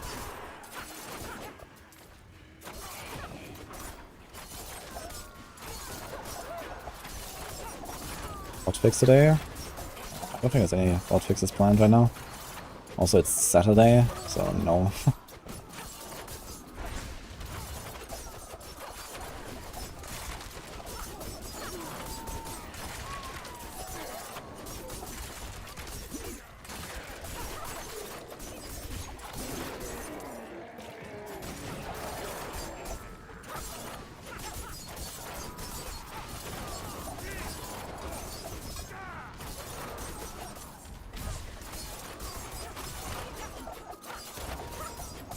The game is hard if you want it hard, that's okay. Yeah, not really though, unless you go like completely out of your way to, you know, put arbitrary restrictions on your character. But if you're playing a good build, then the game is not hard by default, basically, until whatever, right? Until December, I guess, when Overpower Zir comes around. There's nothing you can do outside of like, you know, restricting yourself from using certain things, or, you know, only having 2 skills on your bar, or only using yellow items, or something like that, that would actually make the game hard right now. It's a bit of a problem.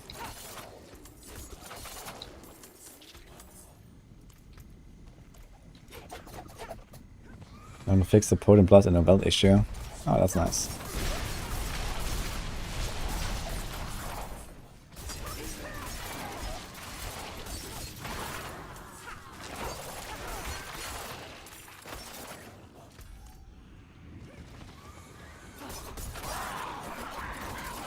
Died yesterday in T93 now dungeon with Sorcerer. F. Doesn't mean that he can't die, you know. But the game is generally relatively easy.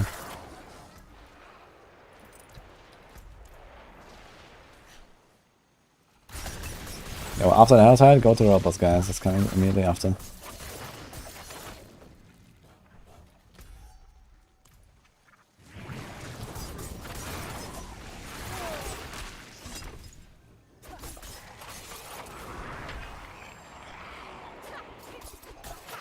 Talk about how hard the game is going to be before release. Yeah, I mean, like, you know, Season 0, before they like massively buffed everything and gave us like season themes and nerfed Nightmare Dungeons, I mean, that was actually a somewhat tough game, yeah? If you wanted to beat like T100s and Uber Lilith and all that stuff, outside of like, you know, Bulwark, bugs and, you know, this kind of bug builds, it wasn't very easy to beat everything in the game. But now it is, with like almost anything, so...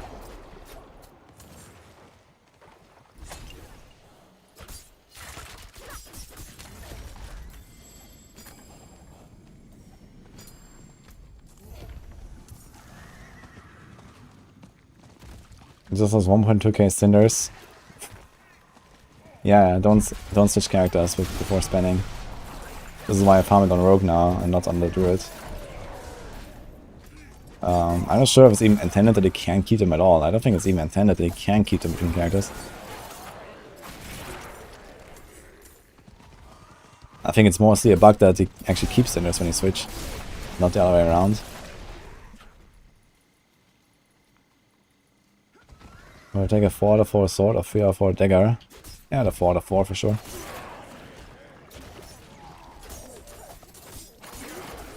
YouTube has Diablo 3 tag under my stream. Really? What's going on? It actually says nothing.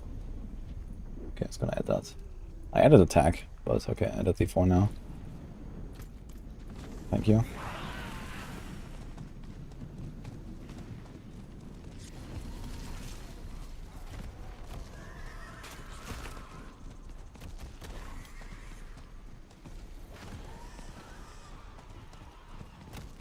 Ah, fuck again. And now I get knocked off the horse. What the?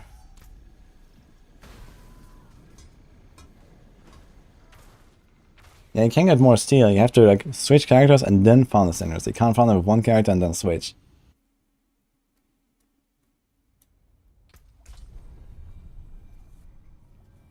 Chance to get steel from other commanders and other chests would be nice. I agree. I think just farming them with steel is kind of bad. I'd like to open some of the other chests sometimes and like, you know, get lucky with an item drop or something. And not constantly get spammed with potions.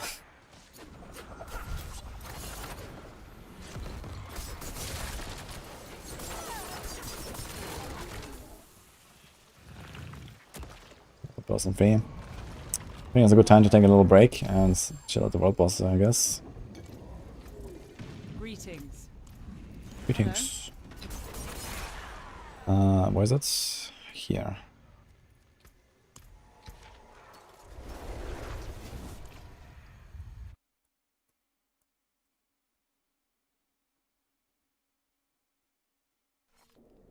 I'm doing Lost Ark start of characters.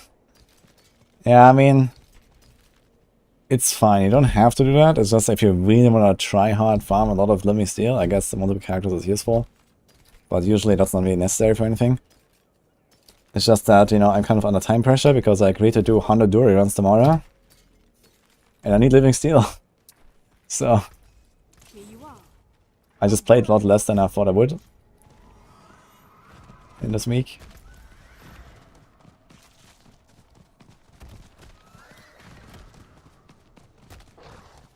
What to do after 100?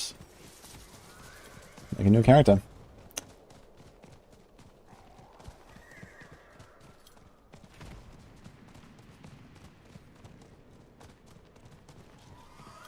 How are people doing greater of 150 in minutes in D3?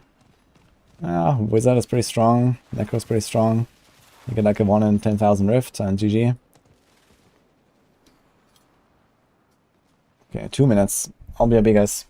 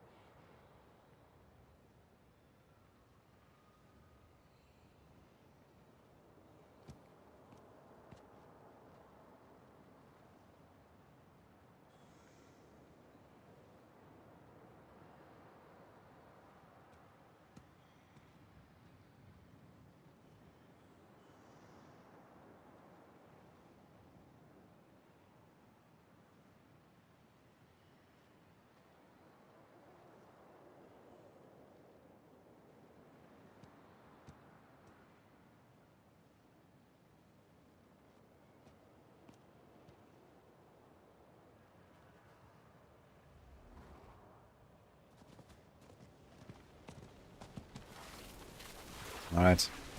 Well. It doesn't give you living steel when other players summon Galvanic Saint. So bad. Yeah, that's definitely a very bad thing, I agree.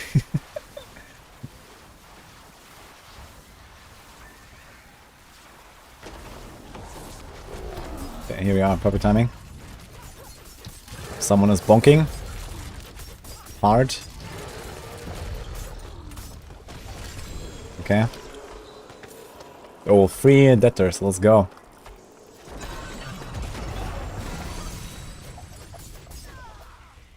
I got 3 times Femur. Okay. We can try to relock. That was pretty fast. Let's do the round 2.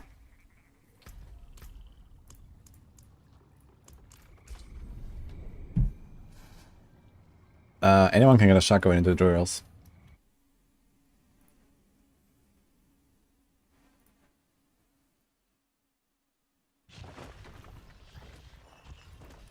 Okay, this one is not going fast at all.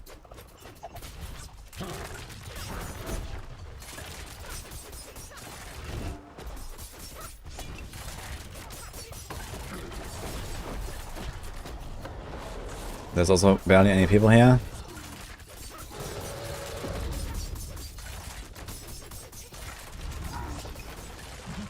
Let's see, maybe get lucky and there's like another death spawning.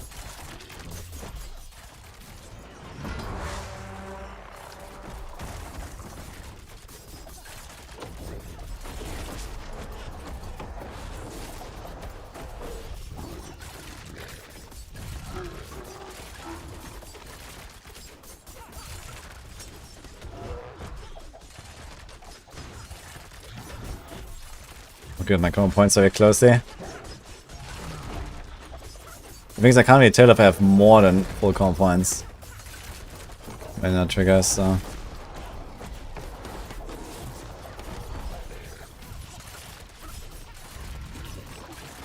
If I have all 3 already, so.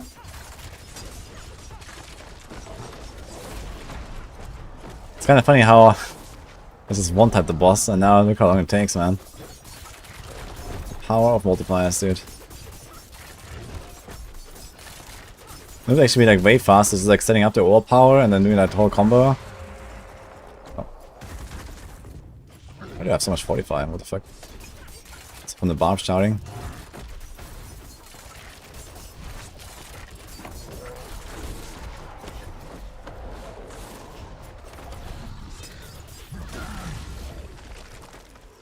No spawns. F. So that's completely worthless. I should have gone in with a second character, actually. I think next time I'm gonna park 2 characters here. That's probably the better move. Just put 2 characters here. And then get double kill. We also get our own Whisper completion if we do that. But okay.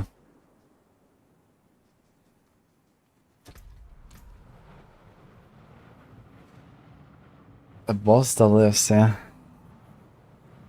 ZDPS build, and this is with a bug that gives me times 10 my damage. That's rogue, by the way. Best class, Kappa.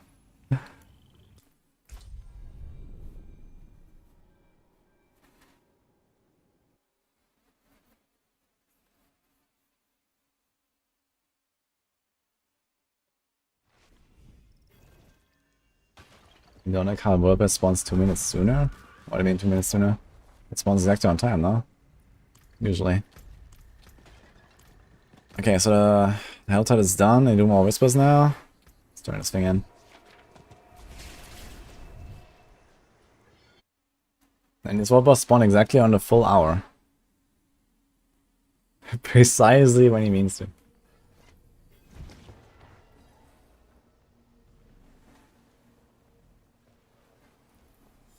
I have to make 3 meals to store all my stuff. Yeah, that is true. I mean, at some point, you just have to kind of like, you know, focus. Like, if you're waiting for Avatar anyway, just like make your Avatar build, or maybe have some backup stuff in case that doesn't work out. And then, you know, don't have like 5 different builds like fully ready in your stash, and you're fine, I guess. Yeah, what do we do here?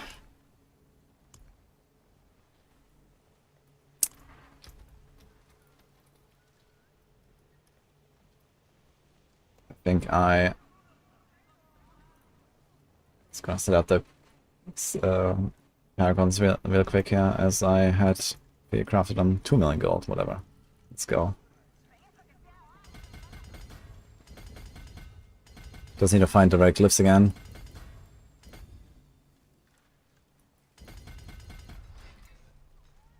Okay, Ancestral. I was gonna do this on my second screen real quick.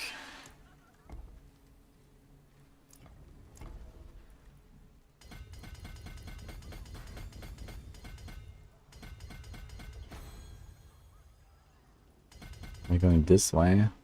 Really? 1, 2, 3, 4. 1, 2, 3, 4, 5, 6. That seems bad. Should update this. That's 3 extra points. 2.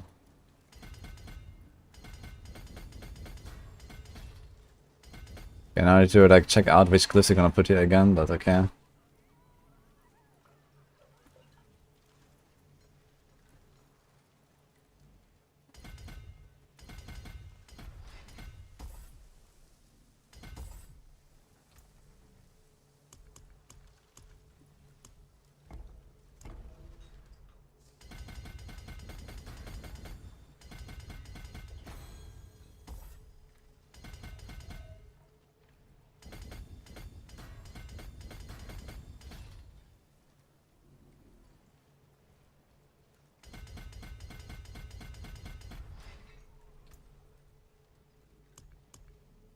Okay, Earth and Devastation.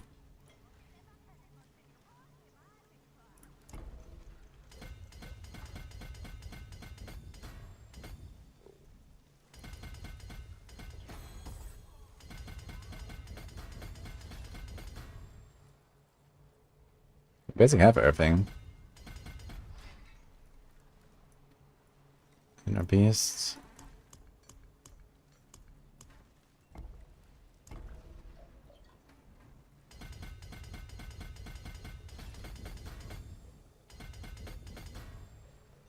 Maybe you have 11 levels to go. What the fuck? Where did I put all these points? This is the entire setup. I guess just the glyphs and stuff, but I mean, that's some small notes.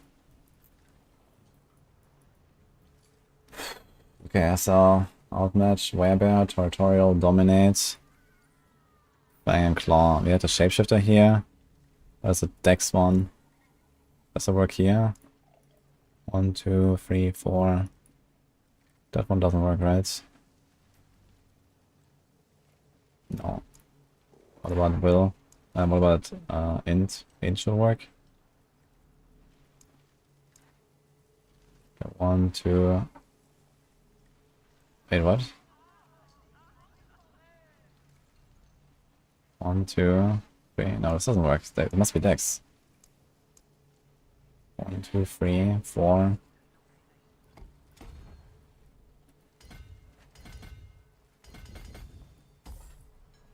Oh. 1, 2, 3, 4. Okay, I missed one. Okay, so it's the Dex one. Okay. Then what do you got here? Not Dex. I think this was Int. 1, 2, 3. Okay. Got the all-power thing here. Okay. Then what do you got here? 1, 2, 3, 4. Does that work? What about Dex? Dex definitely doesn't work. 1, 2, 3, 4. Does this one work? This works.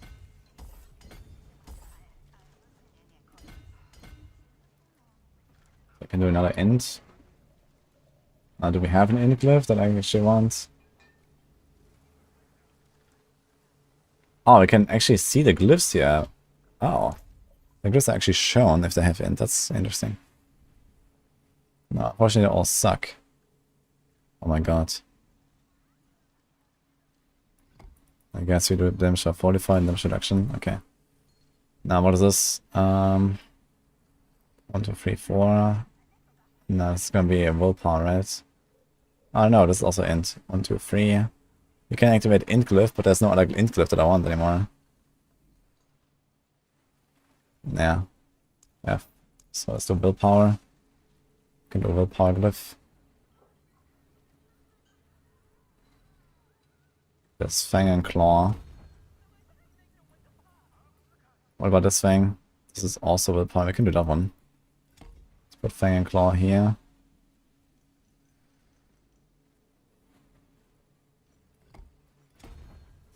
So I need like a few points to activate us. 4 points. I can like remove some stuff for that, I guess. And then what other willpower glyph do we got? Damage reduction in Werebear.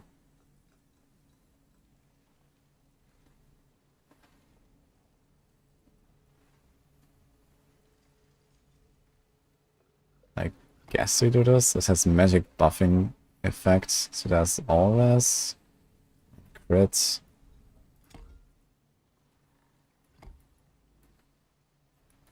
Let's buff these auras now.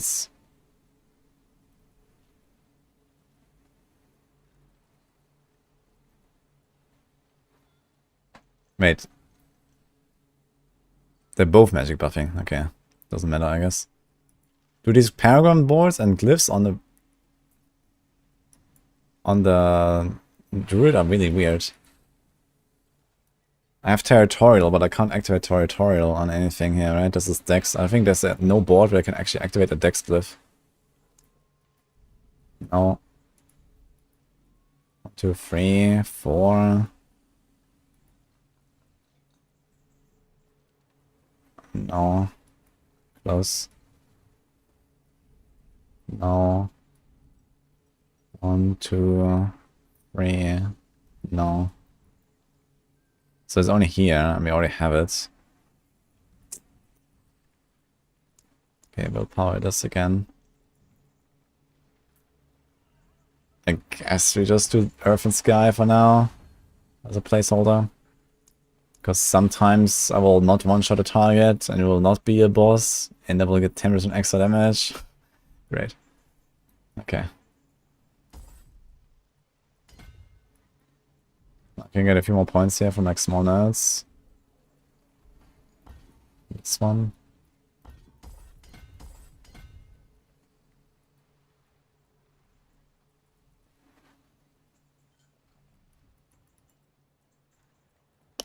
Do we need that end? We do need that end. Do we need this? Don't really need it. We kind of want this. Don't really need that. Need 5 more willpower, so that's 2 points there. You know what? I was gonna do this for now. Just wanna activate a glyph. Okay. Fix that.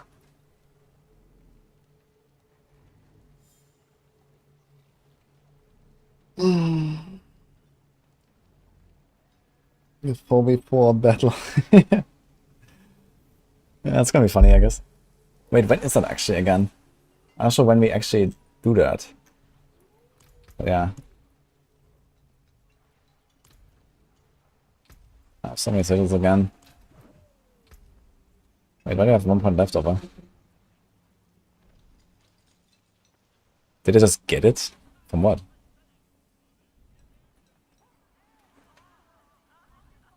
Oh, okay.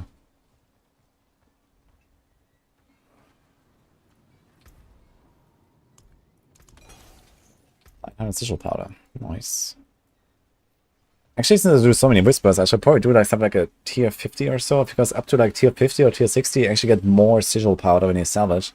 Maybe I should do a run and get more like overall income of powder. You seek power.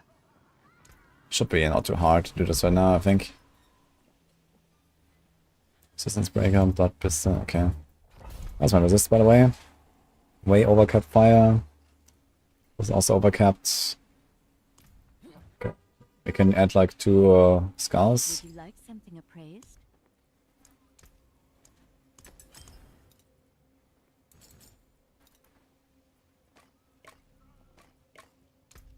We are fine. We're still overcapped on all resists. I can actually even remove 1 point here. And do, I don't know what. Quick shafts.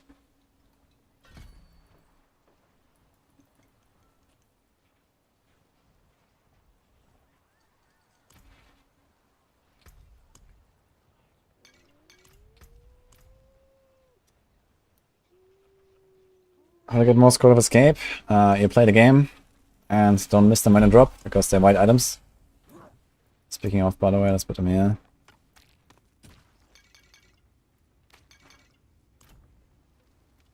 So build planner for this build? Yes.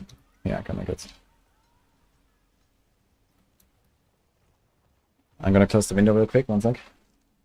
It's very loud here.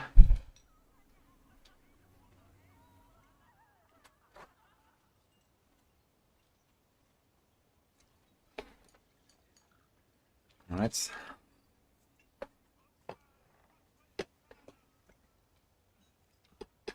Okay, let me catch up on chat a little bit because I think I missed some stuff. Oof. Let's turn this thing in.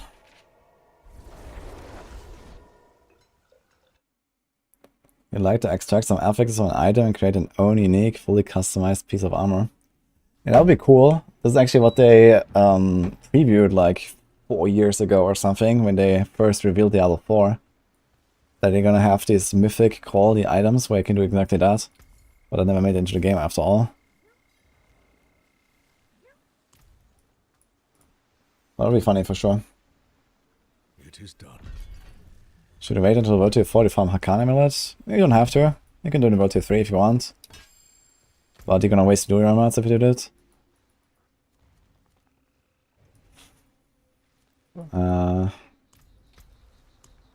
I wanted to do the dungeon. Wait, do I have a dungeon? What did I open? Flooded Debts, okay.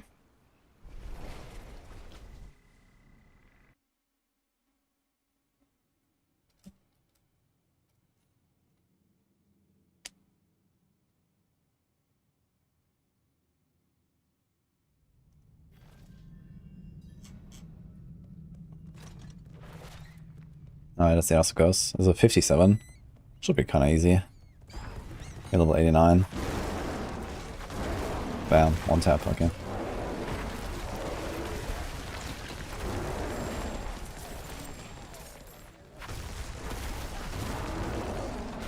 Okay, easy enough, I guess.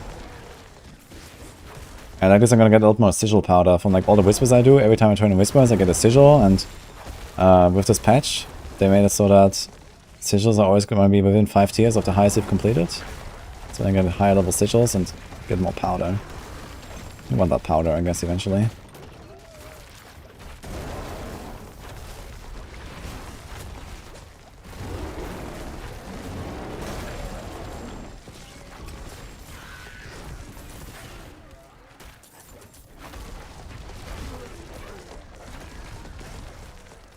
Let's see this.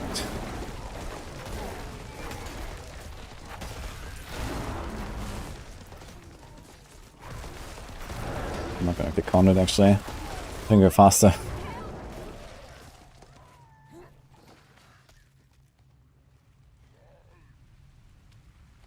Why do so many YouTubers have Shaco? Ah, you don't need to RMT. You can just be Rob and just like leash Duriels all day long and do like 1,000 runs.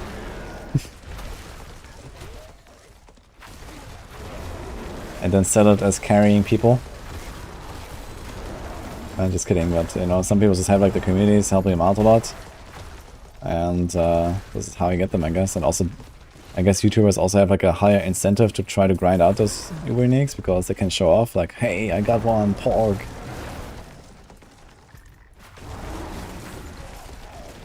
That's not personal. I mean, people also offer me materials, I just don't take them. You know? Different way to play the game, that's it.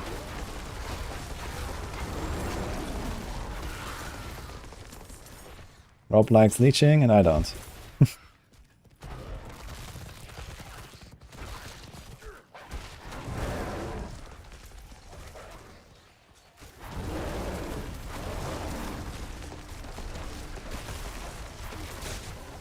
There's not shots.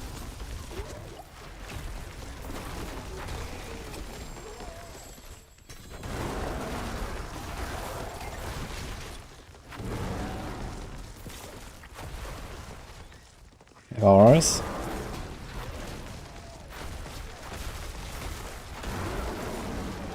I think I'll add an SSF mode. Eventually, I think it's inevitable, yeah. What exactly that will be, we don't know, but I think they definitely have to at some point. Oh, how convenient this actually doesn't have a boss, yeah. I would like to see a boss though. Let's just buff this one and get a bit more overpower. I mean, since we found these dungeons really easily already, maybe we should do a few. Let's get a glyph or 2 to 15.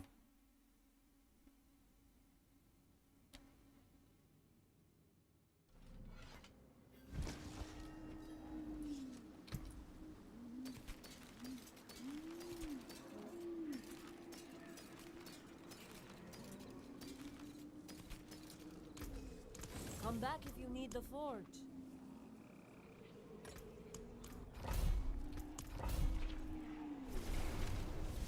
Let's see how a Tomb Lord goes. Do you have any thoughts about how Death should tweak or balance skills to make them more worth using? I mean, we have a really great build diversity already, I think. It's just that there's like some outliers on the high end, which usually relies on bugs, you know, like ball lightning right now. In the past we had, you know, Bulwark, and, you know, last season we had like the barber bugs and like lots of stuff like that. So a bunch of builds are just like stronger than they should be towards Will right now. But if those bugs weren't present, then we would actually have like relatively good balance outside of like a few things being like really terrible, like Rend right now and Incinerate. So I mean, they're continuously like adding more stuff and adding more build options, and I think that's good. Oh, is that the butcher here? Oh no, it's the ancients. Oh, can I do them? Let's see. They might actually be a bit dangerous here. Oh, I'm staggering them. Wait a minute. Let's go. Not too bad, actually.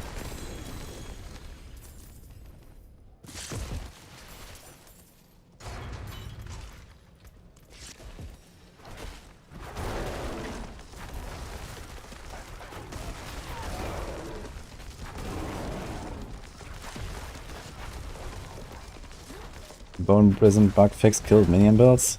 Oh. Wait a minute. That's not supposed to happen. What hit me so hard here? Holy. I think I was not in bear form, right? I was reading chat. Yeah, my armor is really low when I'm not in bear. I think that's why he slapped me so hard. So let's be careful with that. I mean, there's like 5 elites. I was feeling a bit too safe, I guess. But protection shrine, easy.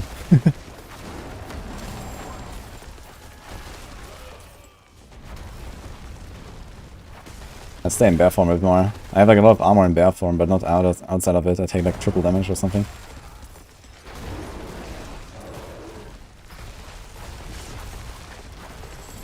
I got slapped by the big guy. Let's go finish this run really quick, guys.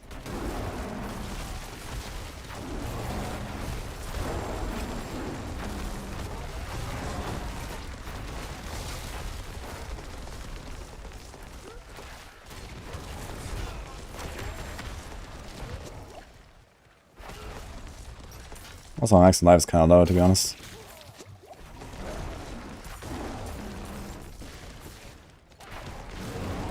I wonder if Pulsar would actually one-tap me right now. Or not in bear. It probably would. That's pretty crazy.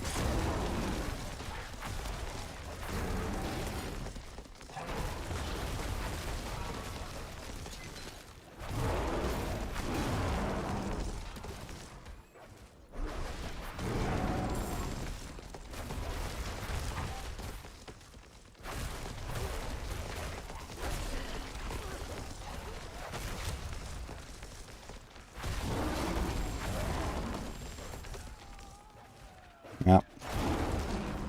This is probably like where the weakness of this build becomes obvious. Like if you go to these higher tiers, I think it's gonna be too squishy without like Bulwark and all.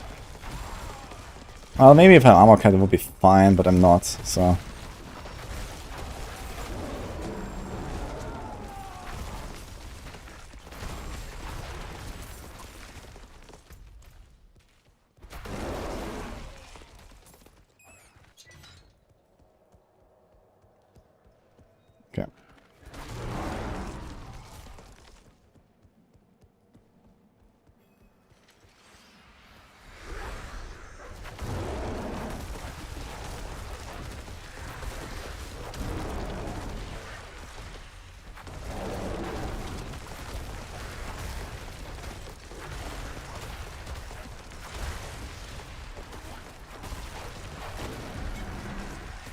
Oscar is okay. No loot.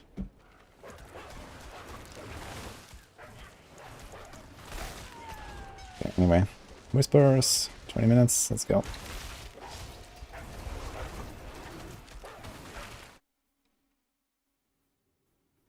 Yeah, I mean, I already said this earlier, like, the pets, you know, they will kind of fall off. Especially if I want to include Banished Lord's Talisman, I'm going to lose, like, the main advantage of this whole setup is, you know, I have Shockwave buffed, and I have Shepherds buffed, but with Banished Lord's Talisman later, you can't buff both. You can only have one double.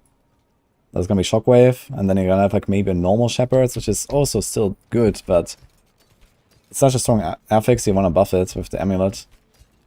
And I can't when I have Banished Lords. So at that point, he's gonna go and remove the pets, I guess. But yeah, for now, they're fine.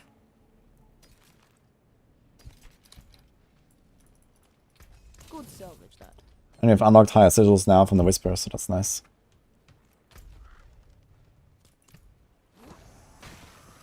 Will I update my rogue build with the ring? I mean, I have many rogue builds, but the answer is no. Although I have not decided exactly on what I will do for the Abattoir Zero setups. For Abattoir, maybe it might be worth it. I'm gonna try like some more like rogue stuff with the rings. But in general, the ring is not really something I like too much. And they also, like, most builds on rogue actually don't even run a subterfuge skill necessarily. So you have to either like get in a subterfuge skill and the ring, or you have to get in the ring and a quickening fog aspect. So, oh man, I really couldn't wait to do this event now. Don't have Prayer and Fury. Is that a glyph? A Fang and Claw, which one is that? Earth and Sky.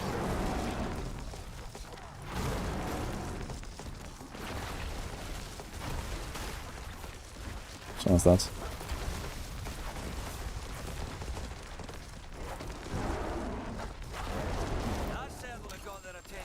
Is that a glyph? No, what is that?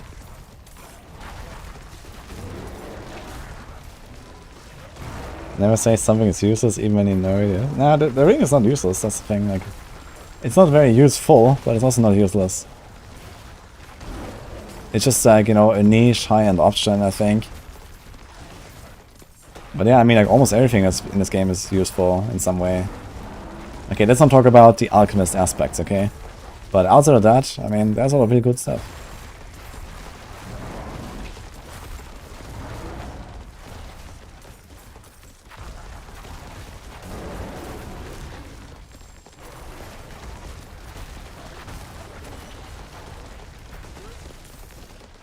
Why does the ring need to be good? It needs nothing. As I said, it has its niche. Everything that has a somewhat realistic niche use case is fine, you know? It doesn't need anything.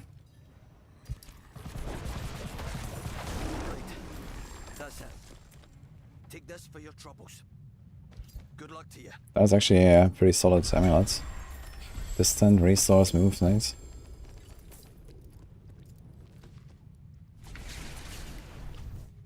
How much 1 HP is an OP damage? What? Hello, Richard.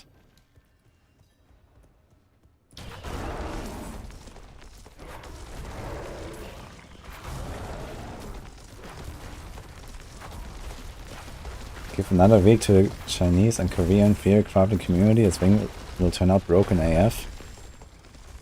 That's funny.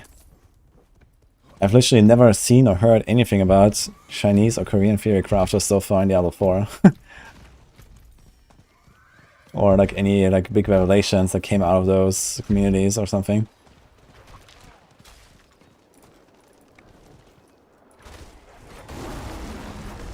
But I mean, there's not really like much superior craft of it, I think. It's just like too slow for the current meta. The current meta is like just one-shot everything. Even on T100s, you can like speedrun them. So yeah, the only scenario where the ring could be good is Abattoir Zia, where it's like very slow paced. You know, Abattoir Zia is very slow. So there, the ring has its purpose. Or if you're like, you know, really struggling to do T100s, for example, then you can do it there as well, but that's about it.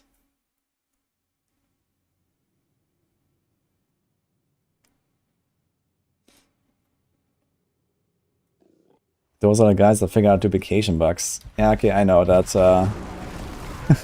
that is a very common thing to be figured out in these communities. I agree. They really like, you know, trying to use everything they can.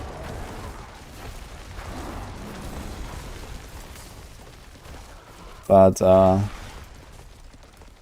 you know, I mean, this, like, I'm not here to figure out bugs. You know, I want to play the game. So I guess I just have a completely different like perspective, right? Like I'm not looking for duplication bugs. You know, if you try, you're gonna find something eventually. But I don't think this makes them like necessarily good theory crafters or something.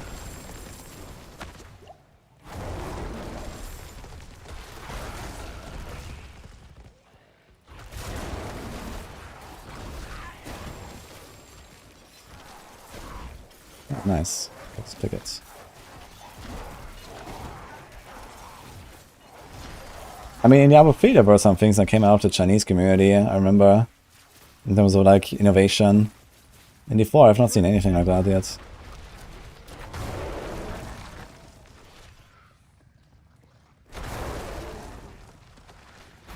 I'm not sure how big is the Chinese community actually anyway.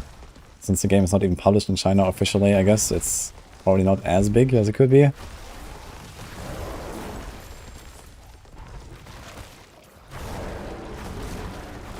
I mean, at least D3 was like official release.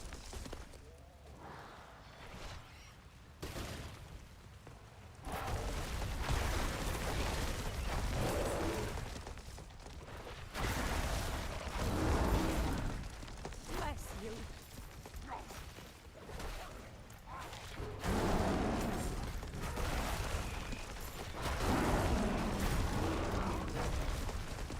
No, I'm not saying they're not making cool builds, you know. I don't want to like down talk them very much. It's just that, you know, there seems to be like nothing that really spilled over for me, so to say. If there was like anything special, that's what I mean.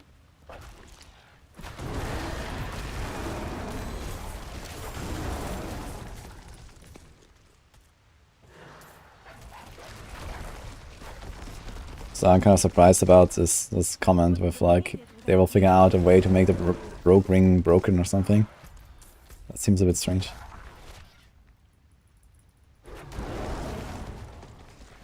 Hey, King Brent.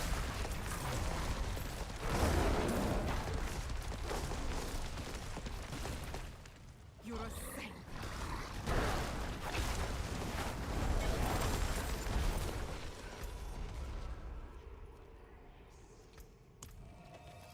Season world first, Nightmare Dungeon 100.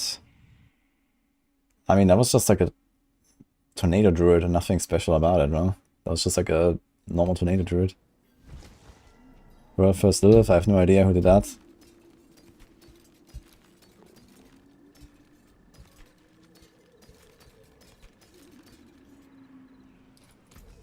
The forge is always hot.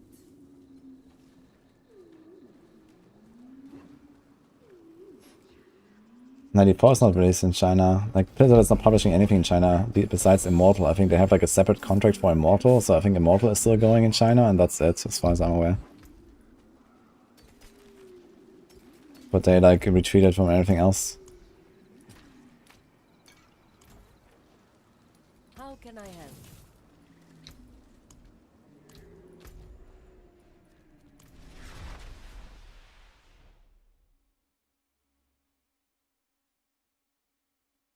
You were world first.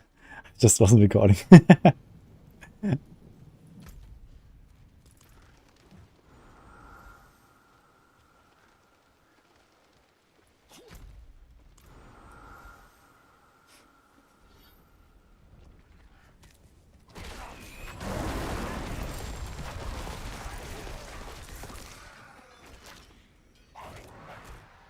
Oh, hello, Vicious. Yeah, I woke up very early today. I woke up like 6 hours ago, actually. So we're blasting.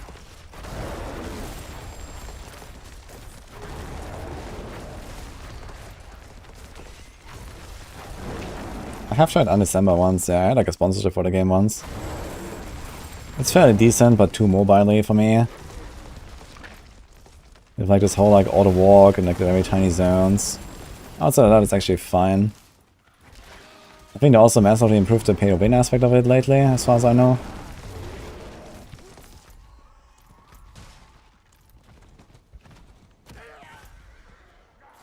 Save villagers, my favorite. Otherwise, is a good leveling build, yeah, but you need to find a shockwave aspect. Otherwise, it's not that great.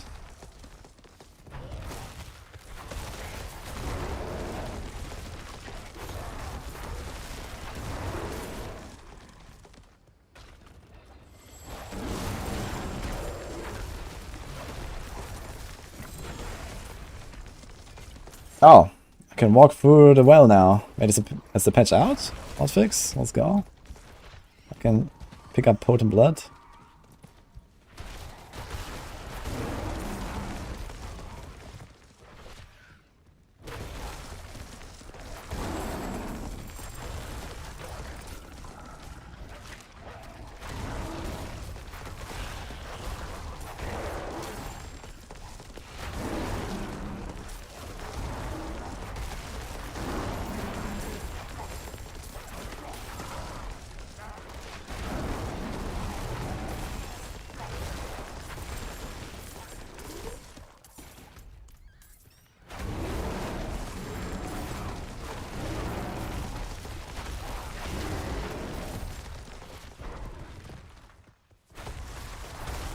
The current damage scaling stuff for pulverize.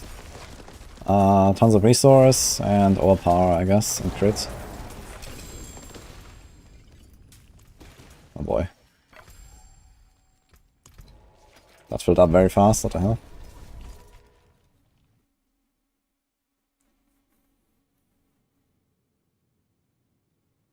It's in the codex this season. That was last season, Type Punch. Not this season.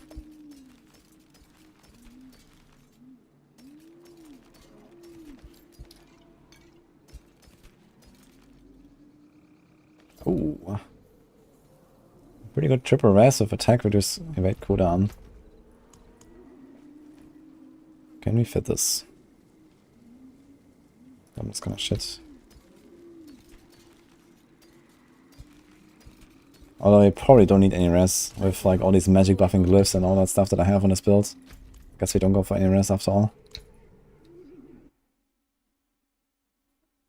Exclamation mark build has the shapeshift, I think.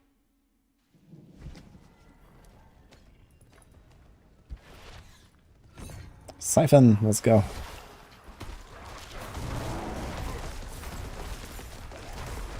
I guess I'm not gonna save any villagers here. After all, it's gonna do the siphon. That might actually be enough for this thing.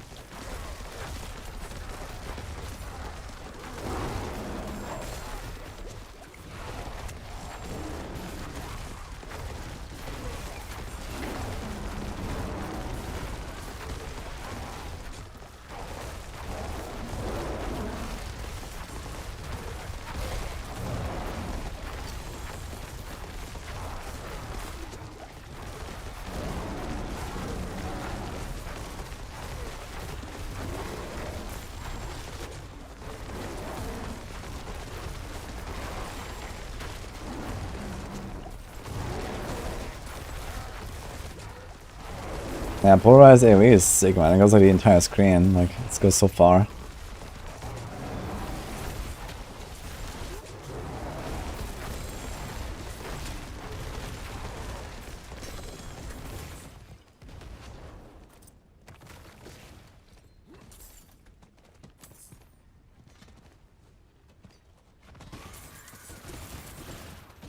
Yeah, rich ass. Yeah, Druid is fun, man. Good luck.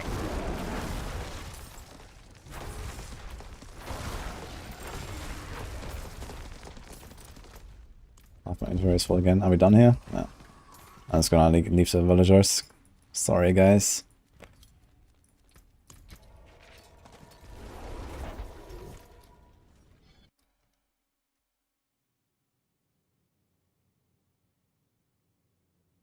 Which class are most funny? Play a 10-hour trial.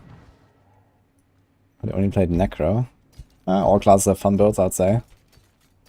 Just try them.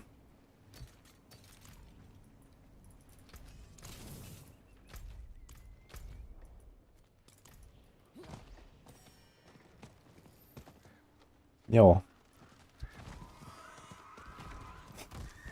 Bad IRL send help. That's a great nickname, by the way. Osman, hello.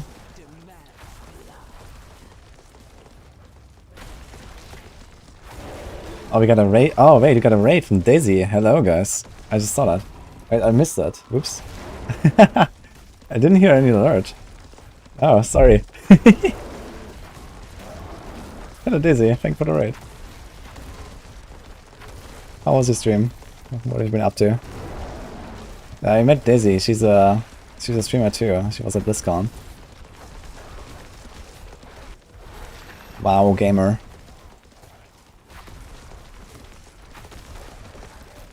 It was great. Wait, are you getting a Shadowmourne or something? Do you have it already?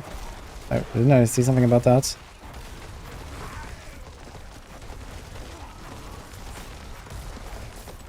Next week. Oh. Well, good luck.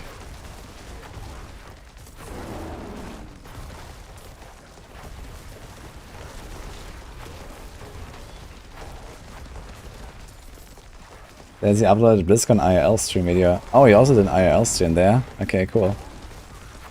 I didn't do any IRL streaming there, but I uploaded like a little story time on my YouTube at least. Like yesterday or 2 days ago, I think. I sat down here on stream, just showed some pictures, and that was kind of fun too. Yeah, there were a bunch of IRL streamers there. Kind of funny.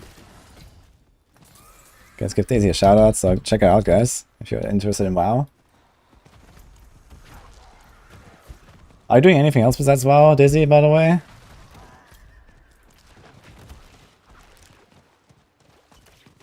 Yeah, Shadowmourne next week, that's pretty cool. I never managed to get the legendary of my own. Like when they were relevant, at least. Best female warrior. I'm counting on it.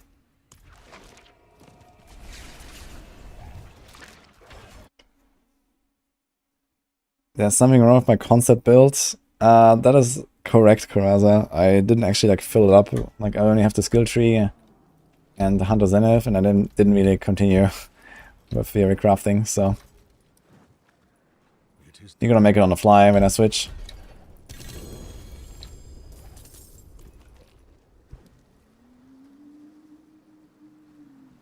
Hello, Digital Wizards. If I'm Duriel and Starless, I'm playing Hoda Barb. Any other valuable builds of these Ubers? I mean, Andariel you can always just include, I think, in like many builds. Oh, you guys have nice aspects here.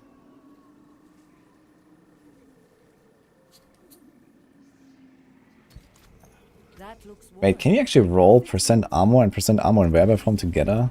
Is that like actually a thing? I wonder if that works.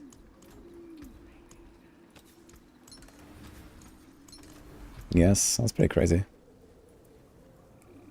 It's gonna be kind of funny when you like left click once and you're out of werewolf form and then you get one tapped. Boom. That seems kind of stupid, honestly. I don't really like that idea. Let's just go there.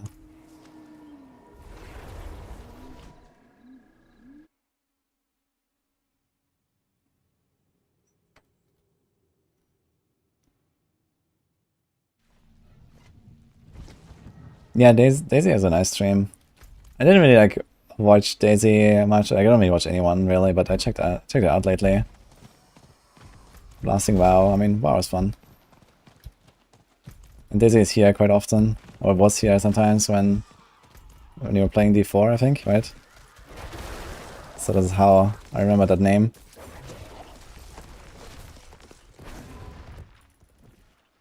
Yeah, thanks for stopping by. Congrats, Frag, for the 100.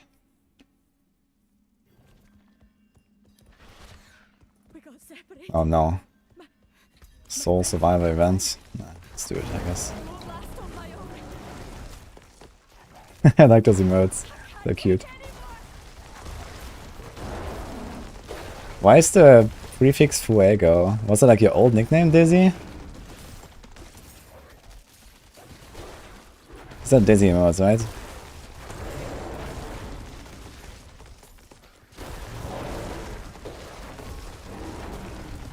It was taken. Oh, the prefix was taken, or what?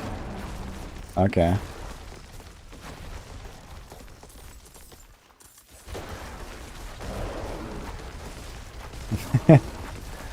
Ah, true. That's a good connection at least.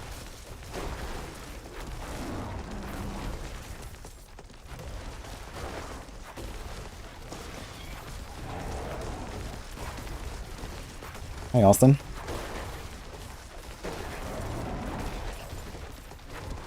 Yo, Amanita, is CC the only reason why the pen shot rogue endgame build uses cold imbuement instead of poison? Thank you, Wanderer. I'm not sure what I mean with CC. I'd be dead. I mean, you get like frigid finesse and stuff. It's like a nice damage multiplier using cold imbuement. So if the target is already crowd controlled, then cold immune does more damage. But does it have to be chilled or does it have to be crowd controlled? Actually, I'm not 100% sure about the condition. Cold.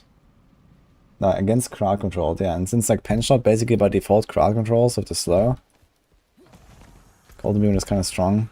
And since you like kill bosses really fast with just rapid fire, you don't need poison basically. It's not a bad combo. Hello, Red Baron.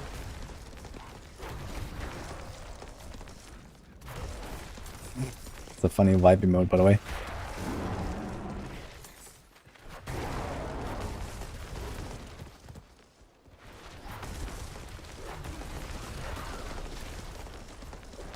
What kind of TP bug is in the game?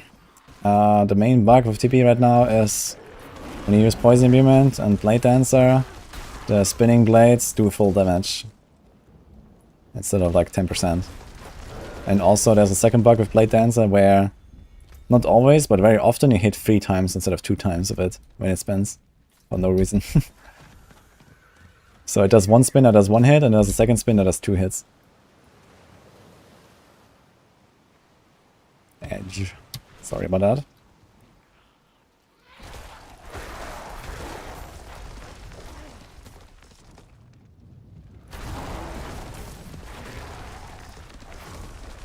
Yo, nice having you, Austin.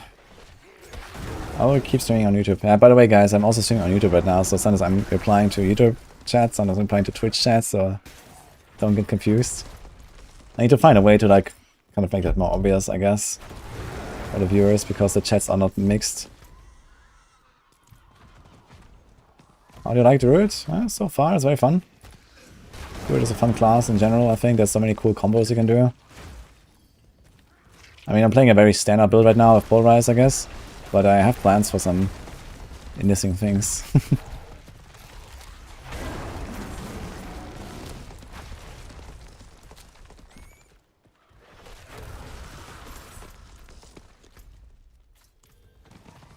Yes, Xeon, I am reading YouTube chat.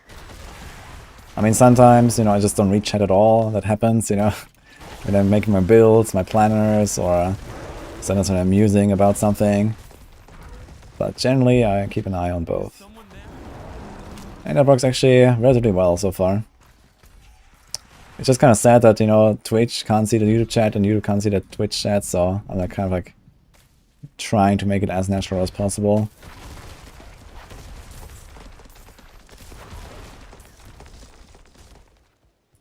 The chats are mixed. Yeah, unfortunately I can't do that for everyone, basically.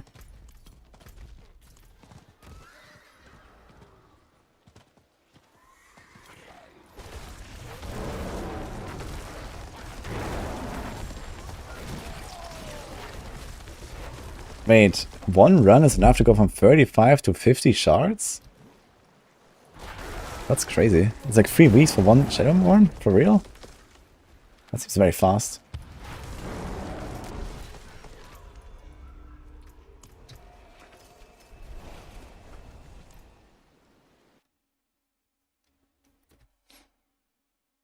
Is there a way to display the aggregate chat on a stream overlay? There is a way, but it's not allowed. So, yeah.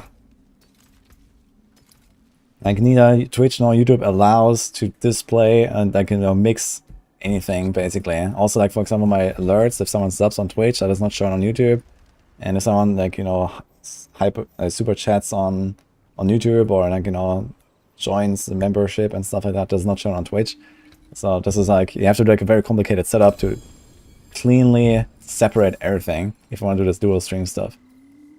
And it's kind of stupid, but this is how it is. But yeah, maybe in the future this is gonna be like more relaxed.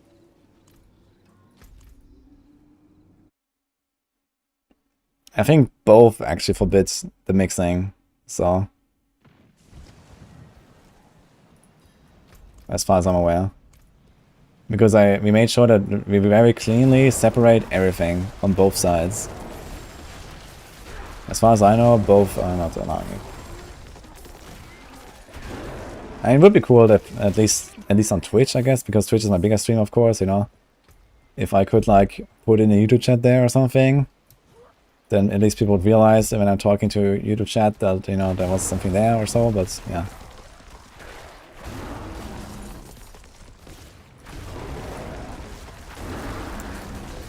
Yeah, but I checked it out a bit. I'm definitely still making adjustments to, like, you know, the setup and stuff. I was just kind of like rushed in the last few days because I came back from BlizzCon. Lots of stuff to do.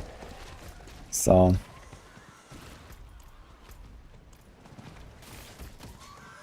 Facebook gaming is the meta, for sure, dude. I mean, you definitely have the potentially largest audience on Facebook, right? Because it has like the most users. Actually, how is YouTube versus Facebook, actually? I don't know. Maybe YouTube is bigger. Where's the corpse? What? Can't find it. The fuck? I went like an entire circle here. Let's do this one. Hammer of the Ancients. Oh. Wait, that's actually in the Codex. Sunken Ruins. They have the Hammer of the Ancients power. That's actually sick.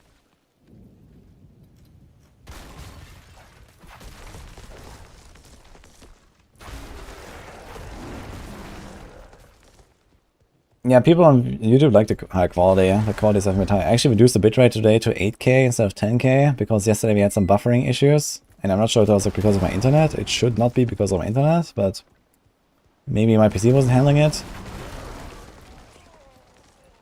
Apparently, like when people watched on like lower qualities on YouTube yesterday, it was like buffering a bit, but not on the high qualities for some reason. Explorer is stronger than Hoda on upheaval? No. Oh, we got another raid. Sarkedi with 88 viewers. Hello. Welcome, guys. And have a good one, Cosman. Will they increase or remove level cap in the future? Maybe and hell no.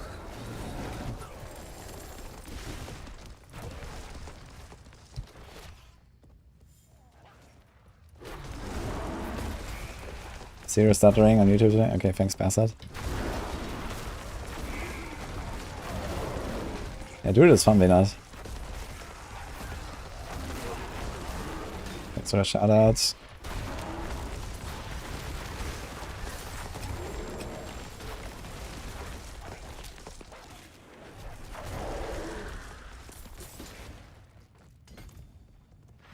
I'm just clicking like random magic notes right now because I don't know what to pick up right now. Actually, in a starting board, you can take some stuff, right? You can. Yeah, there's like life and armor. That's actually not bad. Let's take that next. You said it didn't start with leaderboards in the 4, like greater with pushing in the 3. Yeah, that would have definitely been a great experience for everyone involved, I'm sure. With Bulwark and Barber and Berserk Ripping. And the Rent. And, okay, what other bugs did we have? Like, really break the game. Shrednator. Yeah, I'm sure that would have been great to have leaderboards on the start. Hydra, let's not forget Hydra, guys. Frozen Orb Wizard coming soon. I played it with Frozen Orb last season. That was really cool. I have the planner on the Discord. Which I've not updated for Season 2, but the general concept is there. You can take that.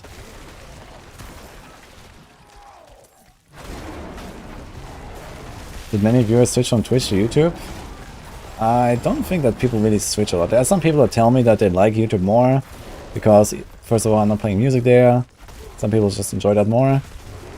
And some people like the high quality more because YouTube is high quality. But I don't think there's like really like much of like a, you know, like a low in, or like, I don't know, migration in viewers, I guess. Because I think it's mostly new people that, you know, usually don't watch Twitch and just watch YouTube. So, hello guys.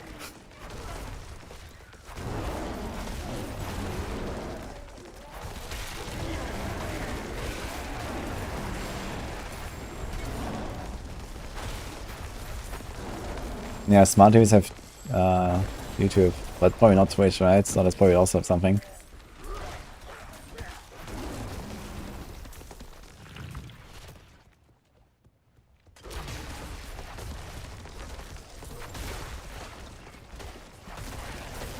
Attack speed of Amulet's power really works a slot on this build. It does make it more smooth. You can go without it.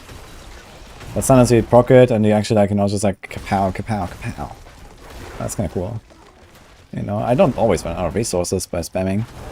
If I get Earth and Might procs, I have 159 maximum resource right now. I don't even have, you can have 20 on the helm. Are we done? Are we done? I was kind of waiting for a boss, but there's no boss. Okay.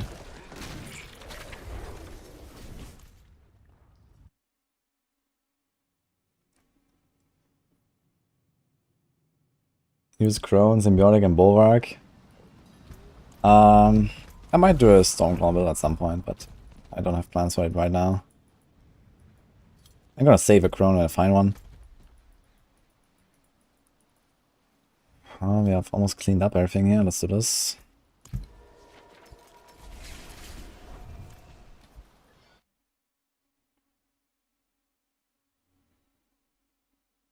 Yo, Yikira. Lär du det?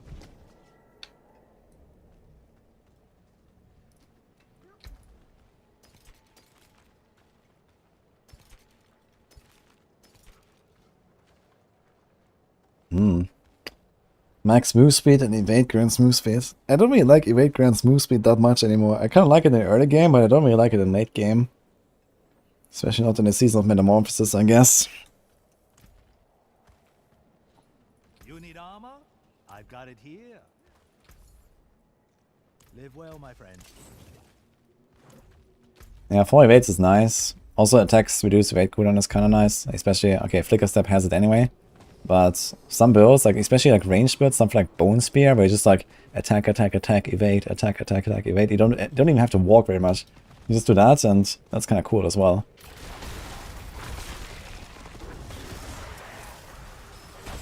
How many keys do I have left? 1. Okay. It's time to get some keys again soon.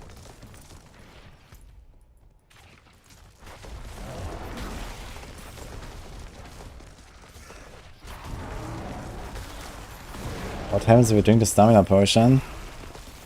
We don't know. Probably nothing until you find the right place to drink it in.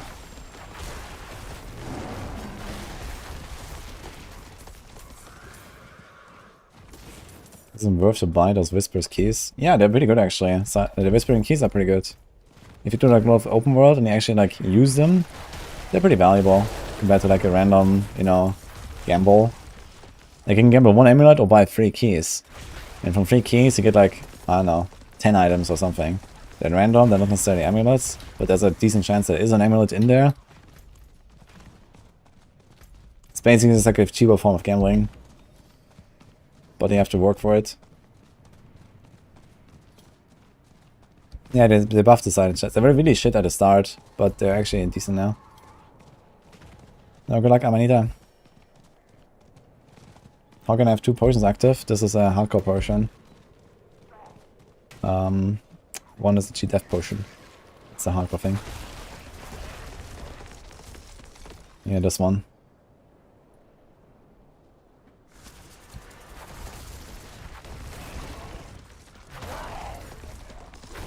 Vital for Habitat, 3 cinders. Oh, the science chest also drops cinders? That's cool.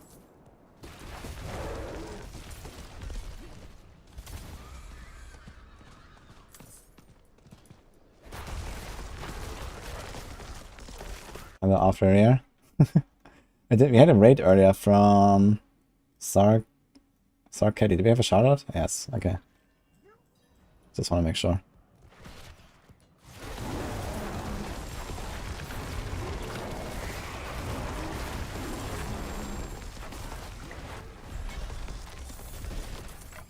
And for these kind of sellers, Shockwave is so good. Just cleans up the entire thing. How's the armor so high? This is a bear. Bears have a lot of armor in this game. Wolves too, actually. Yeah, plus 67% armor, by the way. The chest.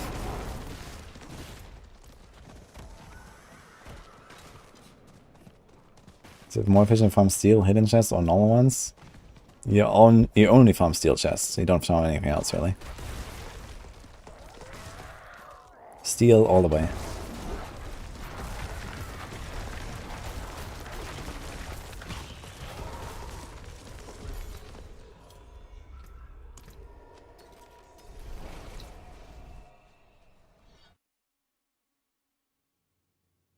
Problem is if you're switching out of bear, yeah. For like regular affixes, I would definitely prefer normal armor over percent armor in bear. It's just that I have this chest right now and it gives me like this massive amount of armor, but I think long term I would actually gonna like, not run this chest. I mean, first of all, I can get +2 ranks to my skills anyway from just putting like a utility aspect there that gives me like the +2 while I have 45 or something. So it's not even like a loss in damage very much, just like 1 rank. And it works for all my Earth skills, it works for Bulwark as well later. This one only buffs my Werebear skills, so I only have 1 of them anyway. So my Bulwark is going to be stronger, my Pulverize slightly weaker, but you can have like a real chest there. The overpower damage is not that important, the physical damage is completely pointless. Damage reduction by Fortified is fine. But yeah, I would probably prefer just having a normal chest there with normal armor roll. And then not have like this huge gap between Werebear form and not Werebear form. Although, I think it might be worth it, just like trying to get close to cap with armor, and then maybe like finishing it with a Werebear roll. That might be efficient. So as long as I get absolutely blasted when I'm out of Werebear, I'm fine. But right now I do. I have like 6k armor here. If I go against like, no, hello 120 monsters, 130 monsters, it will just annihilate me with 6k armor. Look, even at my level, I have 57% damage reduction. Against like level, I don't know, like +30 monsters level or something, I have like no damage reduction. It's gonna be like 20% or so. Instead, like I take like quadruple damage compared to cap. Yeah, there's no event here, I guess. So. Congrats, Patrick. Why is physical useless? 26.2%. This is why. If you add another 0, I'd say, okay, it's nice. But this is an overpower build. And with overpower builds, you have like, you know, like 1,500, 2,000% additive or something like that. Like, this 26% is literally like 1% damage increase, maybe 2 if you're lucky, on an overpower. It's literally worthless.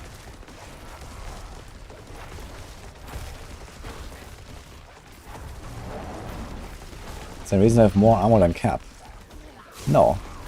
But the cap is variable depending on the monster level. And eventually I want to farm T100s with this, and eventually I want to farm Abattoir of 0 with this. So you need something like 15k armor for that. That's a lot of armor.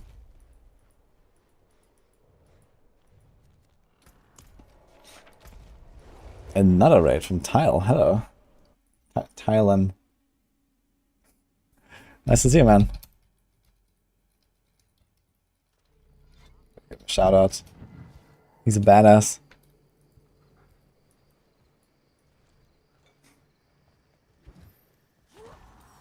I had a Shorty 04 as well.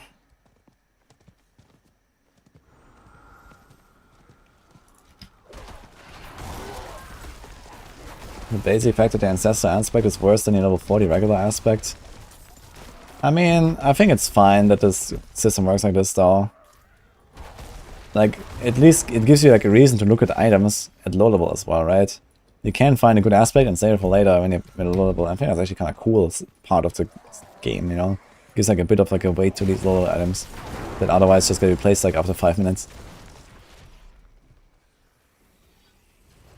I don't want to participate in PoE races. I mean, I do like PoE and I like racing, but I am very content just blasting D4 right now, and I'm also kind of like really out of the loop in PoE right now, with like, you know, builds and stuff. So if you want to like participate in a PoE race and actually like, you know, get anywhere, yeah, I have to stop everything I'm doing and then just like blast PoE for the next half year, and then we can talk about it. But I have no such plans, so I don't think I'm going to touch PoE very much until PoE 2, realistically.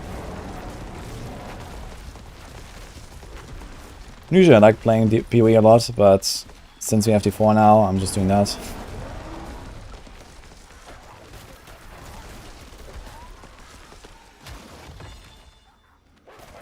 That being said though, they're gonna announce the next expansion soon, right? 3.24. Very excited to see. I still like following it a little bit without playing.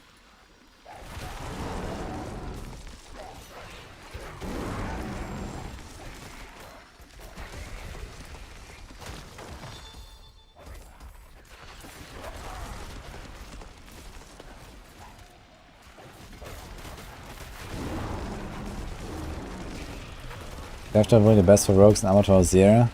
I don't think so. It's good in Team 100s, but in Avatar Zero, you give up like more than half your damage for playing Death Trap, because Close Quarters Combat exists. So I think that pure TB or Pen RF will be the best there, as long as you can survive. Death Trap will be the easiest to like, kind of like get through the lower levels and survive and stuff, I think. But the highest push will probably be like Pen RF or TB. Hey, Biffeld. How much armor till I reach soft cap? Level 100 monsters, that's 9.2. That's the hard cap. And level 154 monsters, that's 13.3. There's no soft cap or something like that.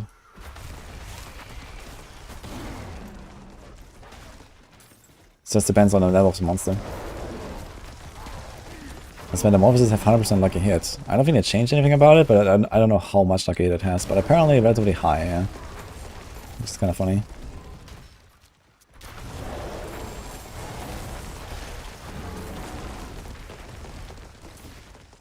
Is the game playable now?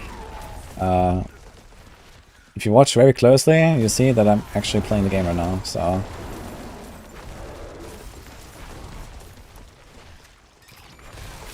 I've been doing that for 5 months, actually.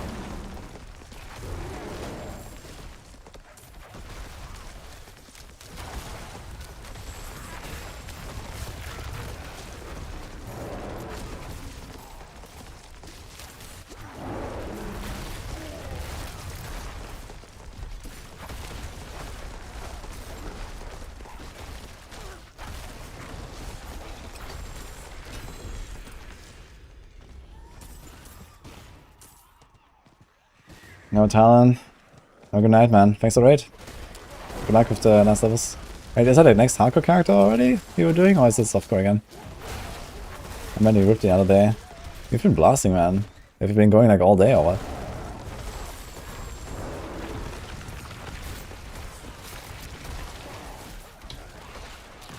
You get so much loot in the Blood Harvest, it's crazy. Even without the event. It's just so much stuff. There. Hardcore. Well, good luck, man.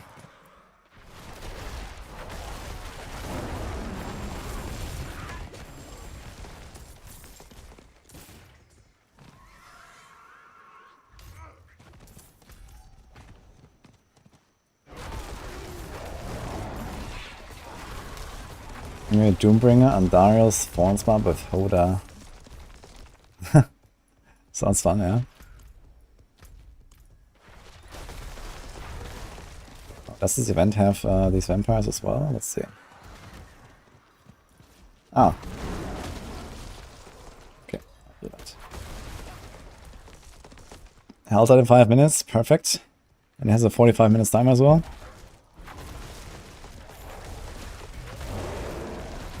What a chest respawn.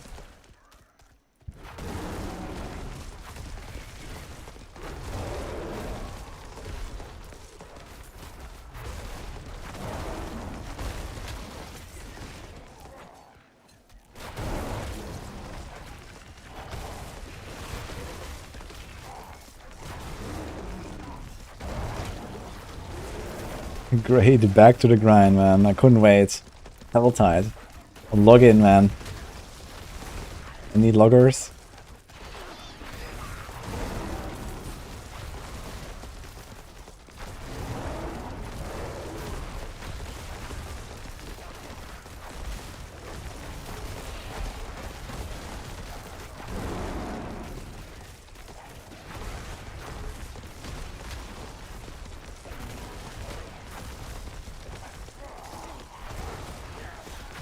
Maybe that extracted aspect codex update soon. Yeah, same, man.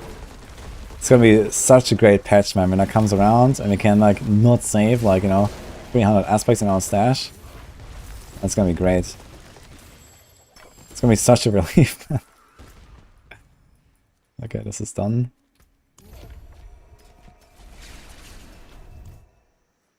What's our favorite character between Druid and Barb? I had a really good time on Barb so far. I've played 2 builds, the Kratos Barb and the Double Swing, and both of them were amazing. So I was kind of surprised by how much I enjoy Barb when I don't include shouts. And I guess I prefer that over Druid right now, actually.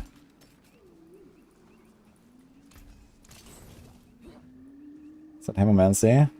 Yeah, it's Hemomancy, yeah. It is done.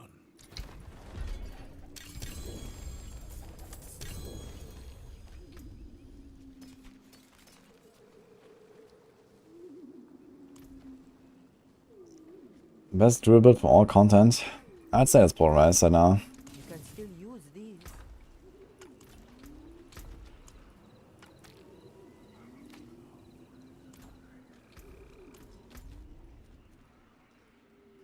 Okay, I guess we're gonna like one little round of whispers here and then Hellblade.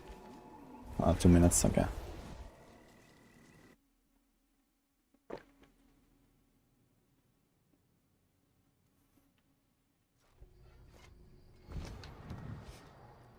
I think that's a very cynical way of putting it, isolated, but okay.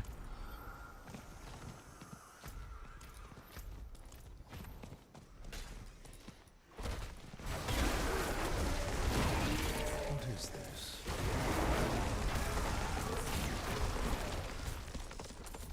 It is done. What? That was the quest? What? It just dropped there. This one pack and that was it? He's right. I mean, the only thing that's on a timer is Hell Tide, and that's like up almost 50% of the time. So there's like a coin flip if it's up or not, almost. And everything else, you can do whatever you want, whenever you want.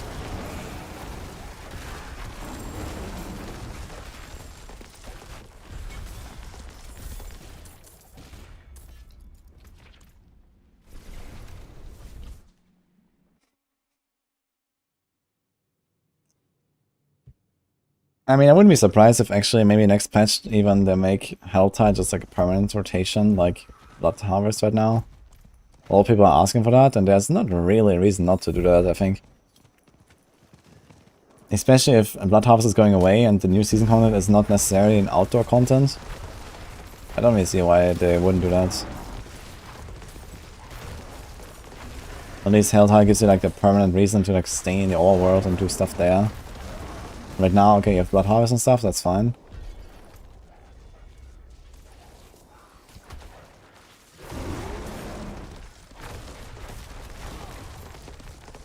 Arch, let's go.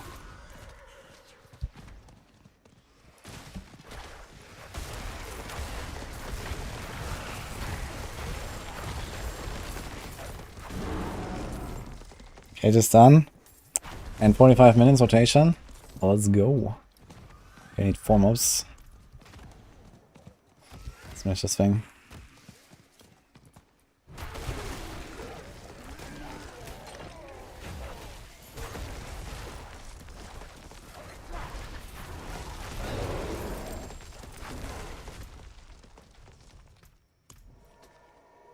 Okay, so... Where's the map? Okay. Don't need the build here.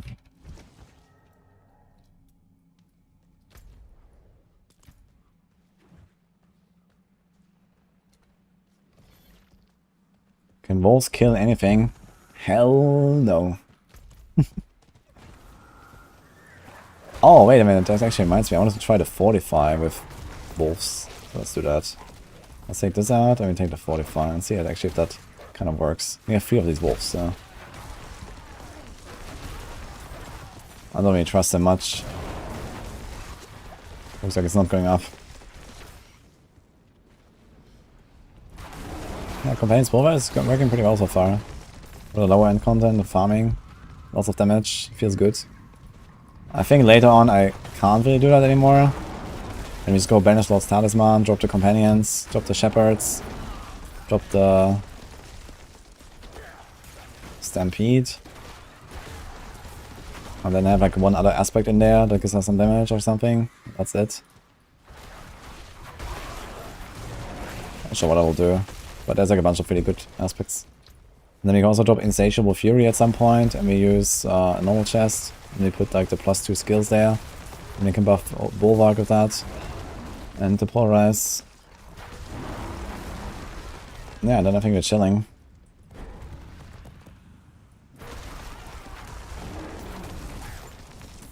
Yeah, look, my fortify is not going up. So, okay, screw this. Go with this here.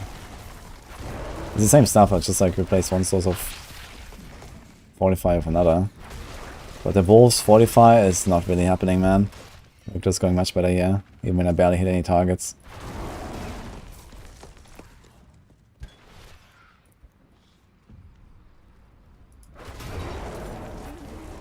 Yeah, I've literally have only 1 point in the wolves right now, just to have them. Like the upgrade is useless. This is useless.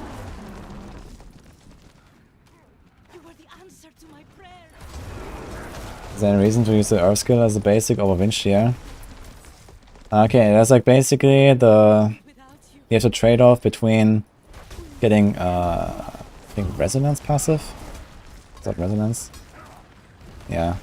So here, I do 6% more damage. I could do 18% more damage if I use a Wind Shear and then my Polarize.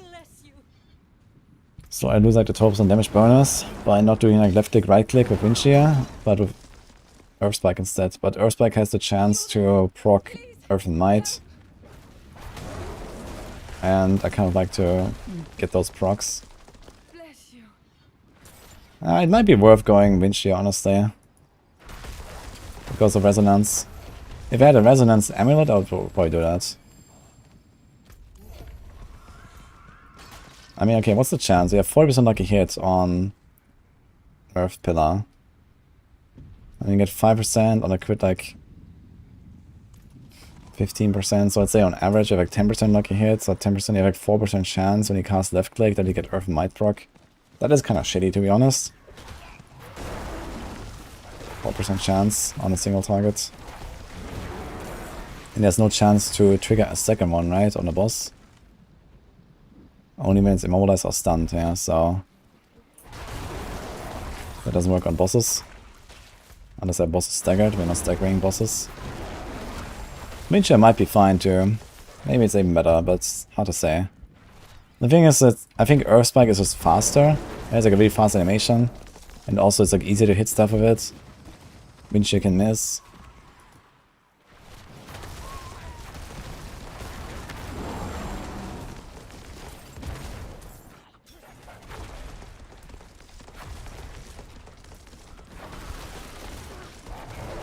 Which character would be the best for quickest for a season journey?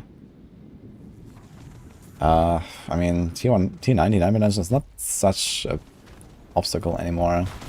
With a good meta build. You can just play Ball Lightning and you're gonna breeze for anything basically. I'll play like a Bard with Hoda.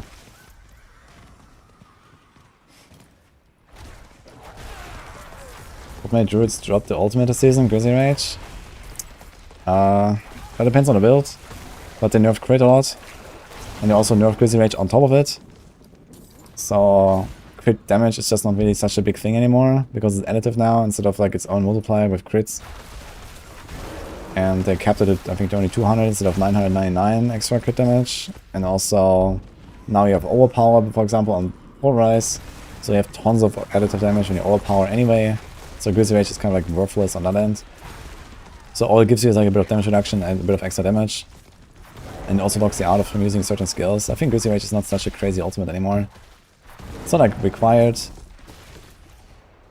It's not like crazy. It's still useful though, I guess, especially for the wolves. The wolves still have Dire Werewolf, which is pretty crazy with the resource cost reduction and stuff. So I think for Tornado, there's no way around it for now. You still go Grizzly Rage for the Werewolf.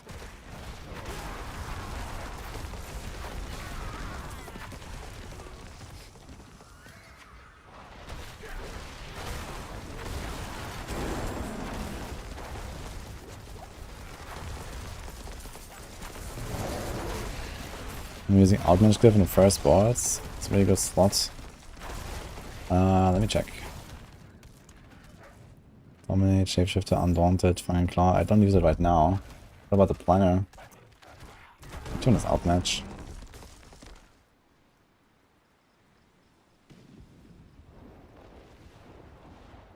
Oh, here, level 2. Yeah, that's really nice. I want to use it, but right now I cannot activate it on any boards. Because it requires 25 decks, and there's no board where I can activate that glyph before level 15. None of my boards can do that. But yeah. First board is definitely nice. I think I have a magic buffing node there instead of a rare buffing, but it's basically the same thing. On my planner. Yo, Endorxy, thanks for Prime. Appreciate that.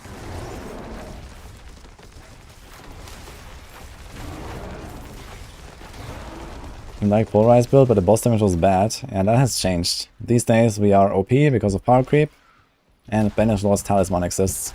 So, oh yeah, Ghostslayer Crown exists too, by the way.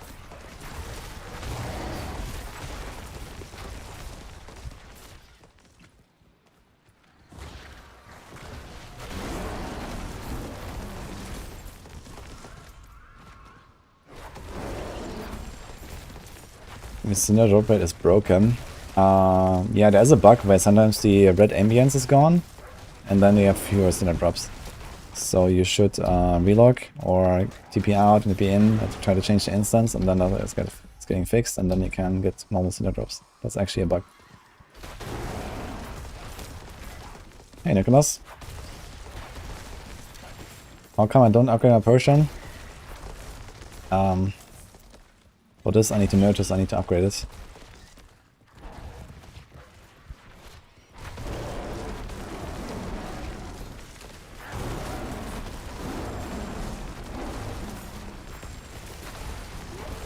I should get my T-Bot's Will in here at this point, man. Get some better resource economy. See how it feels. Get a bit more damage. What do we have for here right now? Disobedience. We don't really need that. We have res. We probably don't need those either. How's my lightning and other res?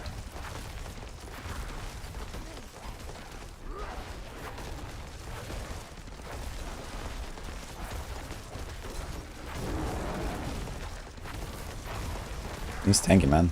F.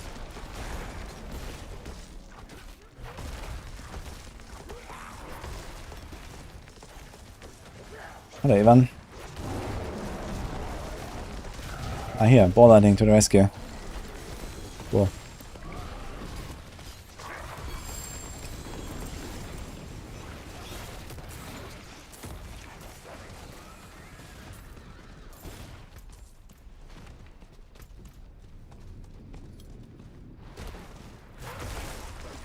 Just explained, Pulverize single target. T-Bot's Will, Ghostslayer, Banish Lord's Talisman, kapow. So it works, that game. And as long as you don't go like really high tiers against like really strong 9-dimensional bosses, it's okay. Before you get that stuff. And then once you get that stuff, you can do it on T100 and just clap them.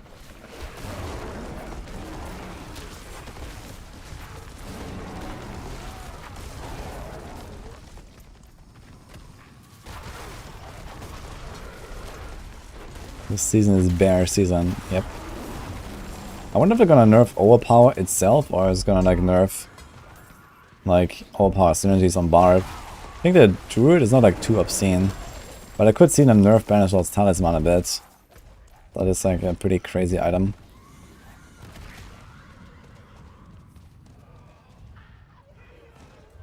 First test done.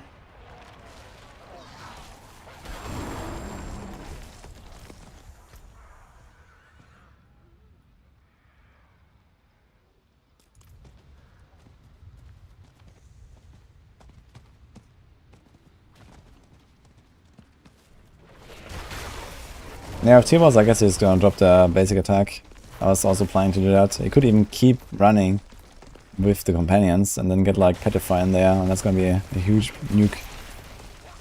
You can go to the boss, press space, press Petrify, and they do like double damage. Just clap it.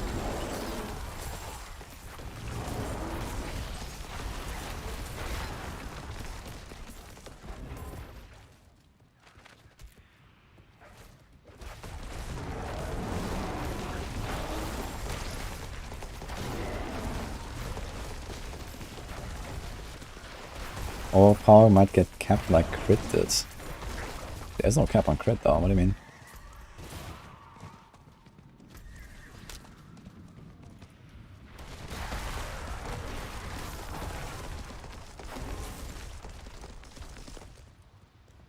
How does this build stack up against Tornado Druid?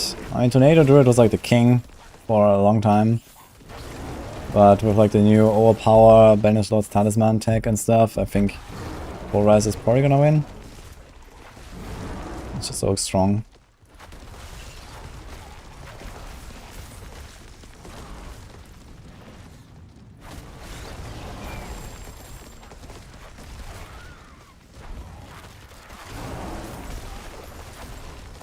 That's Satanic Pizza. Thank you. I like it too. If you want to check it out, exclamation mark display it.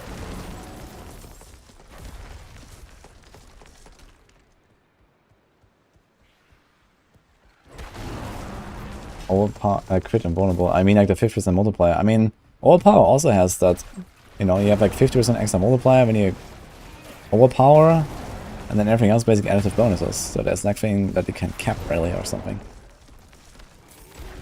Crit is 50% extra, bonus 20% extra, Overpower is 50% extra. And all of that is fine. But the Overpower values are just incredibly high for the additive damage.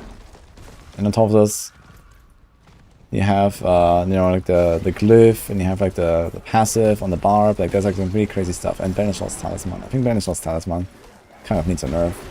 That's a bit too crazy.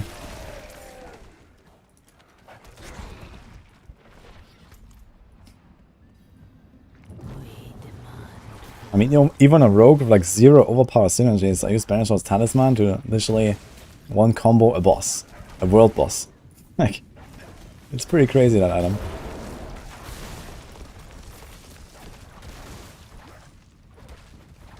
Yeah, Duriel is the only boss that drops the boulder emerald.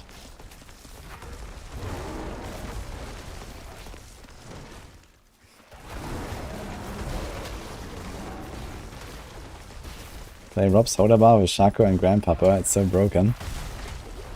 Yeah, playing like the best build in the game with 2 Uber Uniques sounds pretty good to me, yeah.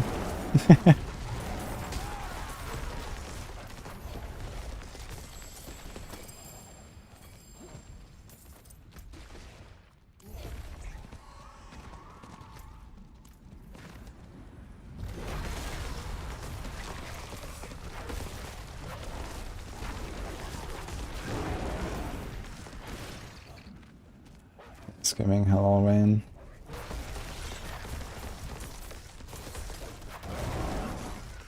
This is the top Euro build for season 2. Not what I'm playing right now, but with some adjustments, I think so.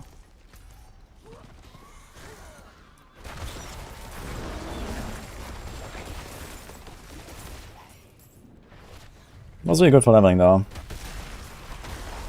But yeah, for the high-end stuff, you want to change some things.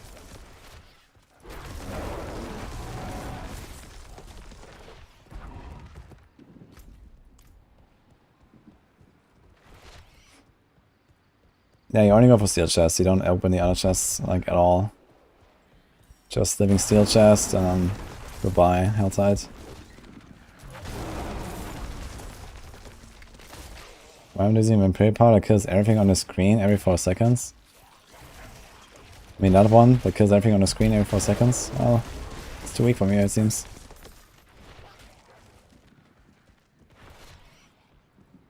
Is this build good for bossing? Nah, it's like the absolute opposite of a boss build. But you have so much power late game that you just clap them anyway. In general, it's like not a good boss order. If there were like bosses like tanky enough in the game, this wouldn't be a good choice.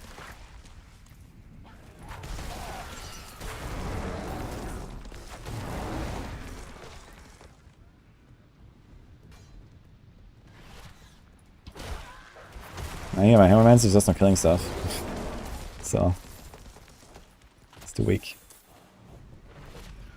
Could actually like remove it for this build. That seems like very unnecessary actually to run Hammermancy, as think about it.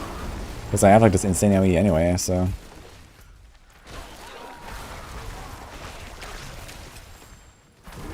What is the biggest change D4 needs? Okay, neat, I mean. Kinda hard to say honestly. There's like a lot of things they could do. Make the game better. What is like the most important one? I guess itemization rework.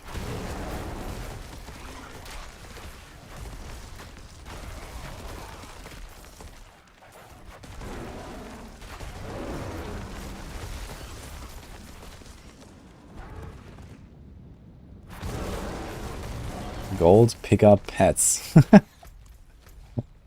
Yeah, we have an insane need for that, man, because everyone needs a lot more gold, especially like the 200 pile in the corner that is so important, man.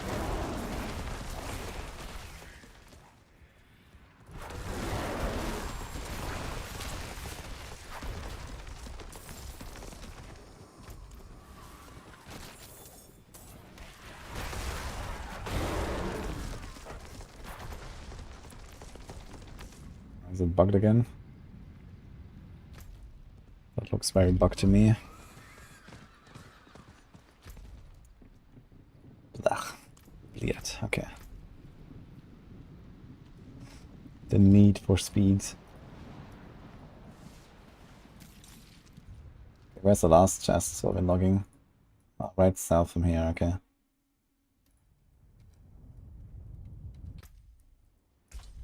Need Helltide in PvP zones.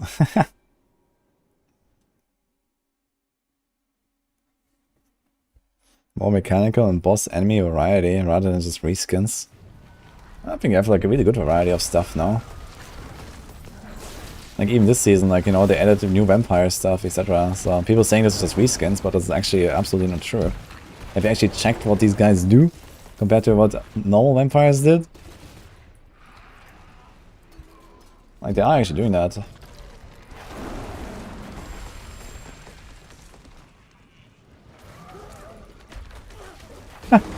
Yo. Wait, did I just get 2 Harbingers spawn here? Let's go. Okay. We probably wanna sell real quick.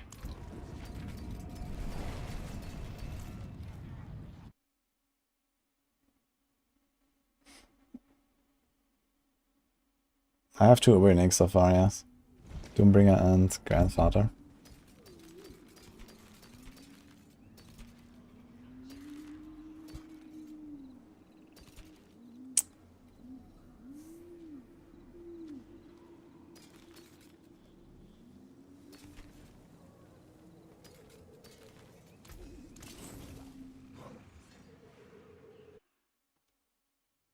Why is Painting Grease not popular anymore this season?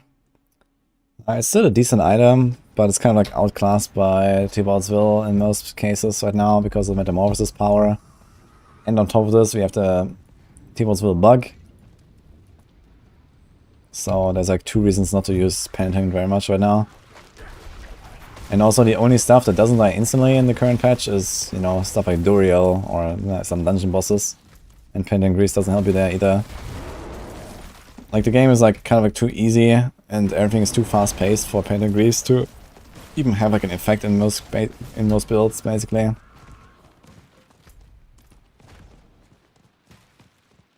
I did put it on a Flurry IF build.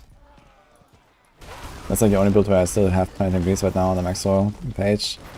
But I guess at this point everyone's just running T-Balls will anyway and exploits the bug, so...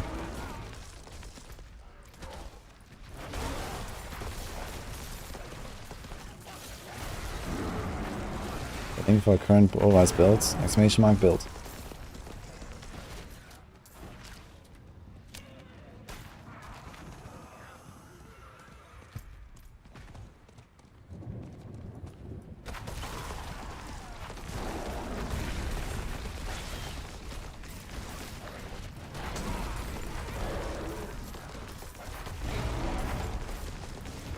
Oh, we can actually open all 6 chests on the Druid now. That's gonna be nice. I just realized.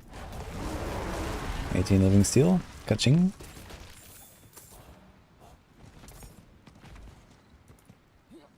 Those bugged with T-Balls. The maximum resource roll on it gives you extra maximum combo points. So you can have 23 combo points.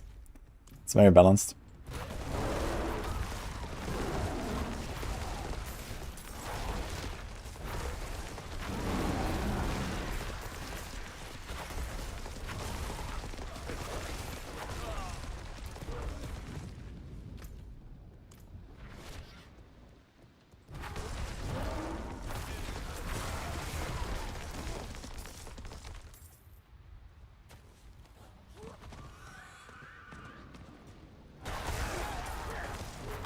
Guides or polarize are using crit damage or crowd control damage over overpower.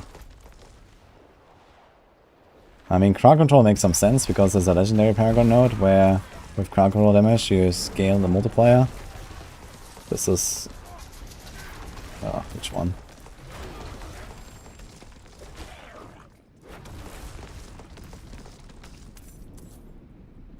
Yeah, Earth and Devastation. So 20% of your damage versus crowd control becomes a multiplier. So yeah, stacking damage versus crowd control is useful. Stacking crit damage is inting, man. Real hard.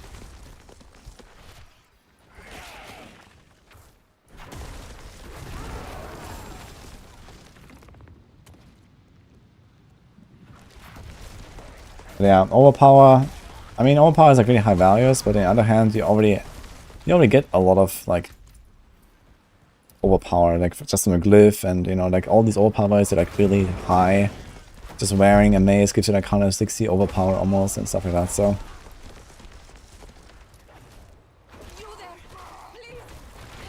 I guess my dream stats on a weapon would be like all stats, willpower, overpower, and damage to crowd control or something. Then you have the glyph that gives you like, I don't know, 400% overpower or something, and then... yeah. Stuff it up, basically.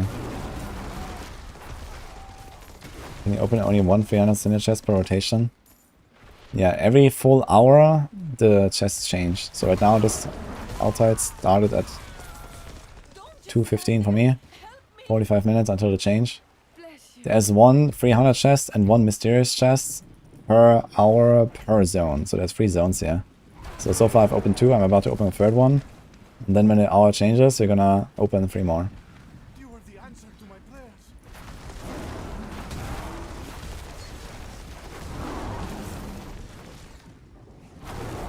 prayers. Sustain resource of Umbro, Spirit on Kill. Russian Might, mostly. I've played Necro last season. I've leveled 2 Necros to 100 last season, but nothing this season yet.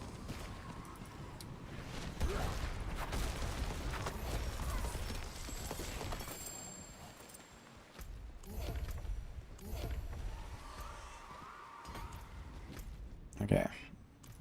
Oh, that's 80. 2 250 chests and 1 300. No.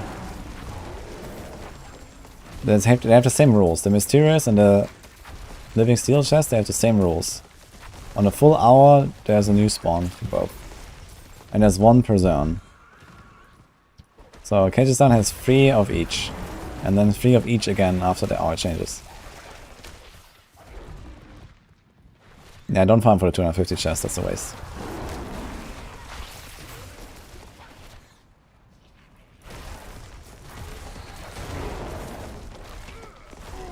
What makes me want to play this game? There's like lots of stuff to discover and builds to make and stuff, and I enjoy that. And I like competition. We are getting competition soon.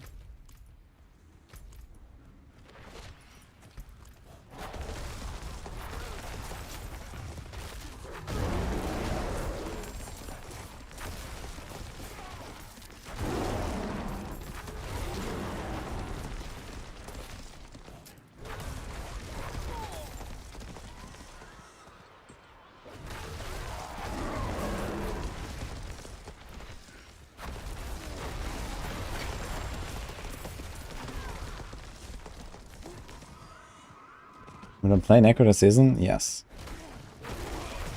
I mean, season just started, you know. Leveling a character to 100 is like 2-3 days for me. If I try. Well, 1 day if I actually try. But, you know, realistically it's like 2-3 days.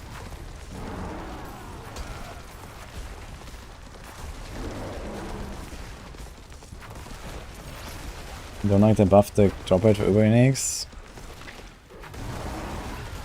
One hit kill builds should not exist. I mean, it's just like a wombo combo you can do with certain builds. I think that's kind of okay if like there's like enough setup and, you know, all that. Having a wombo combo builds is fine.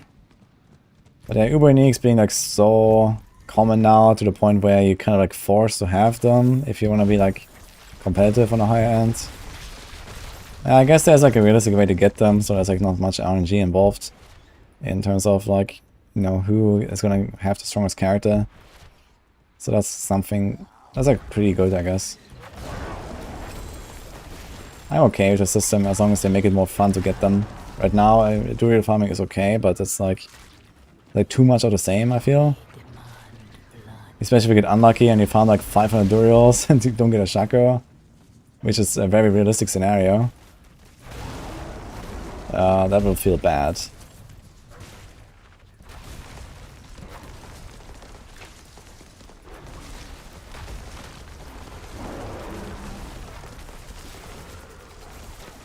You're not build defining. Some Uniques are build defining.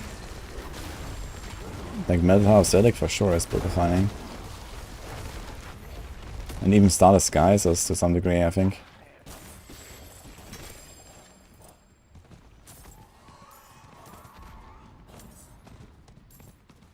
FPS is kind of bad right now, what's going on? I like some little stutter.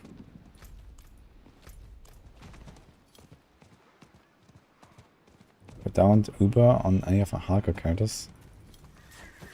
Down Uber what?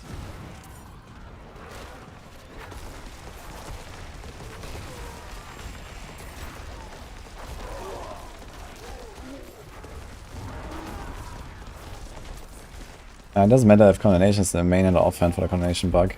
Or the Wurzel bug. There's no difference at all between main and offhand in this game.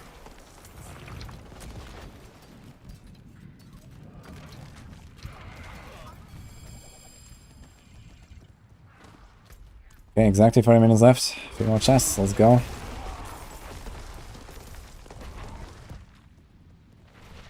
Am I ready for a new Zero dungeon? Absolutely not.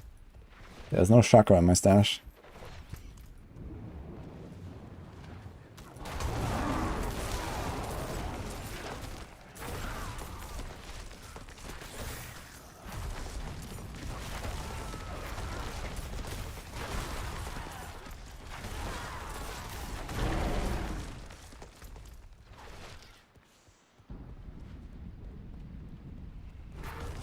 You have both Uniques, but I don't see any builds.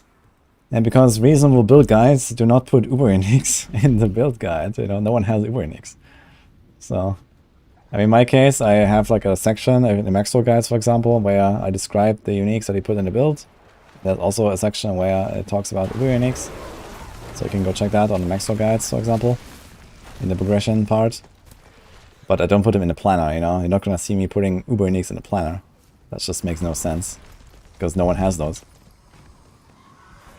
I mean, I may make some kind of like extra variant that also includes Uber Uniques. That could be something, maybe. I'll consider that. But I mean, realistically, you just like slot it in, drop one shitty aspect, and this is how you use Uber Unix, so there's not really much to it.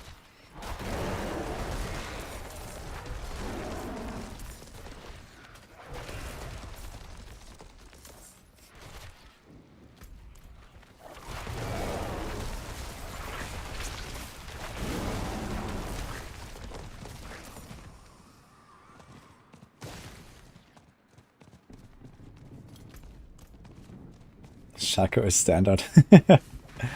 Easy, huh? I mean, there's a very real chance that it will just finish the season not having a Shaco. And I'm fucking grinding Duriel mats right now for like 4 days straight already. And I'll probably continue doing that for like some more weeks.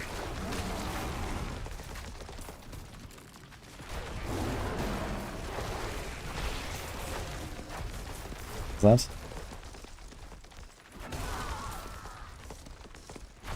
Ah, this is the clip.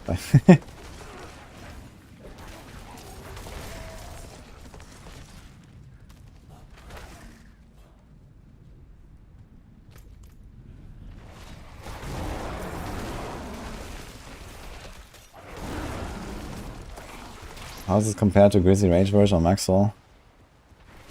I don't know. I assume Maxwell's is better.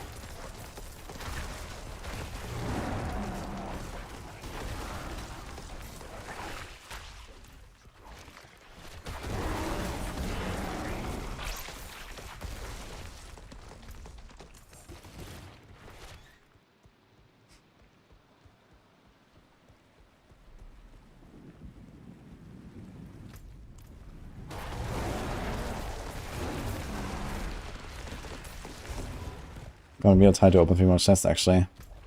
Low density right now.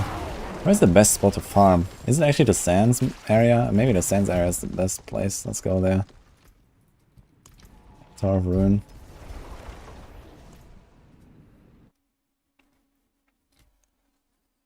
The new dungeon will get difficult. The new dungeon will be unbeatable, I think. Yes. Lightning Shadow. Oh, wait a minute. That's exactly the 2 rares that I have on my pants. Oh, that's cool. So I can wear this as my chest and then put the T-Walt's Will.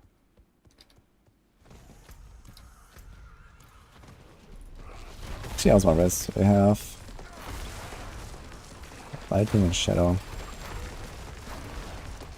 That's overcapped as hell. That's overcapped. I can just fix that with removing the skulls again.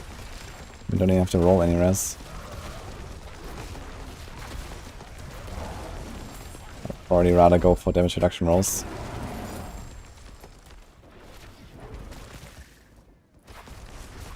You can be immortal with Uber Unique.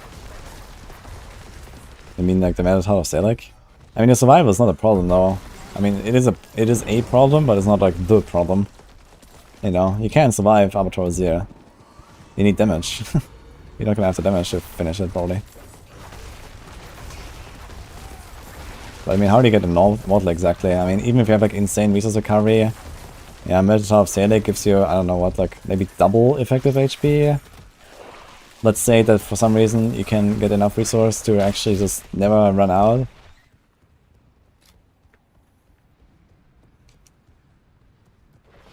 Avatar has time there.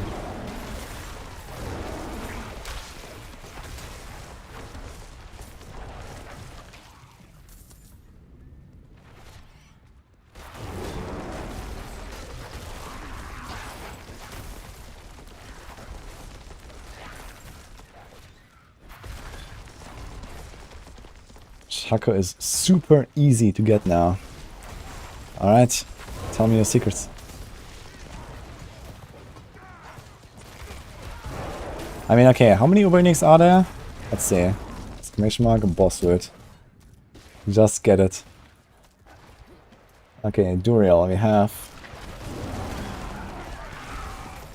1, 2, 3, 4, 5, 6, 7 Uber Uniques. The Rogue has the lowest pool, with only 5. Which is Melted Hearts, Starter Skies, and Duriel, Harlequin, and Doombringer. Actually, yes. 1, 2, 3, 4, 5. So he has 5 Uber Uniques. So you need on average 250 runs. Because it's on average 1 per 50. To get 1 random Uber Unique. So 250 Duriels. Yeah, if you're really fast, you can farm like a Duriel in roughly 1.5 hours each. Maybe a bit faster than that. Let's say 1 hour if you're like extremely fast. Let's say 1 hour per Duriel. Not counting you actually have to do that run. So yeah, 250 hours or 300 hours of grinding Duriel mats on average to get a Shaco. And then you have to do like 250 runs too. So that's not the biggest problem though. It's like a few hours, I guess. 15 minutes per Duriel. Sure, dude.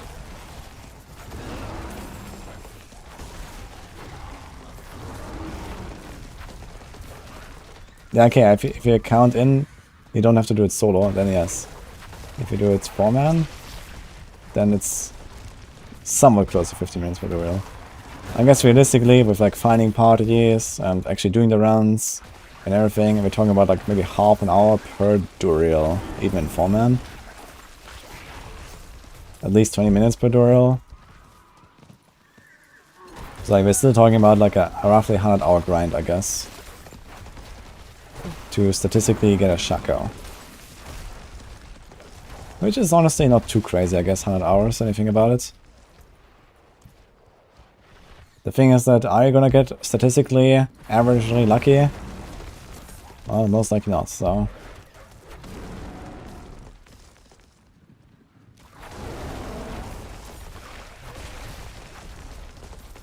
Yo, Tom struggles. Glad you enjoyed the pull rise, by the way.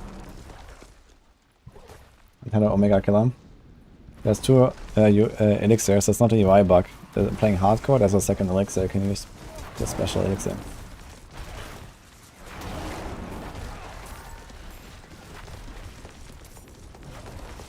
Yeah, I mean, if you could guaranteed get your Shaco and every other Uber Unique you want after 100 hours, that wouldn't even feel so bad, I guess.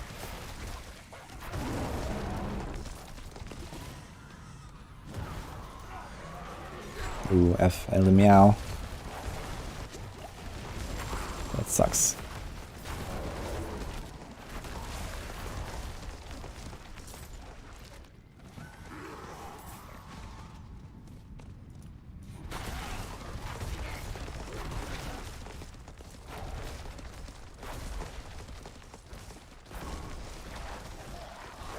You're still hardcore. I'm still hardcore, yes. Thank you. You can see it on the right, by the way, there's a hardcore indicator. The technology is there, man. We can tell if someone is playing hardcore now. It's crazy.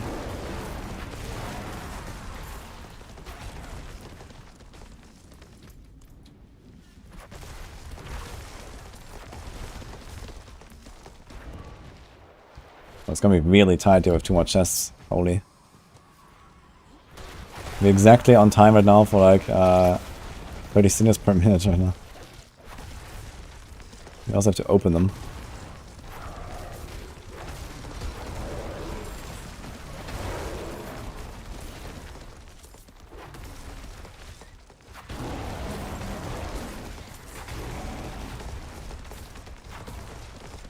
That's how you buy runs to save time, smile. Yeah, not everyone is like a fan of RMT though. Especially not me.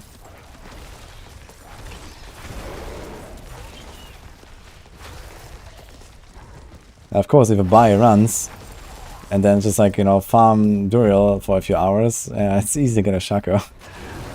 If you skip like 95% of the grind for it.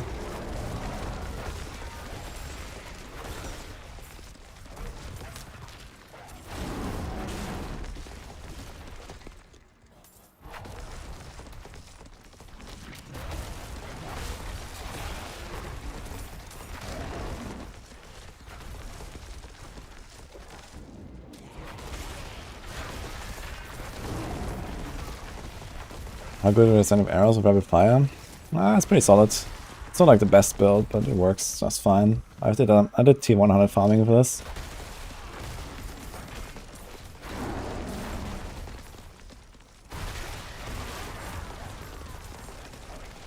Where could I buy runs? Not in my chat.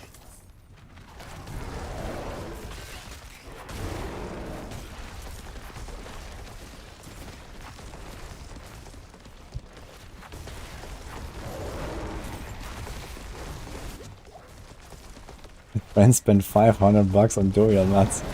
Holy shit, dude.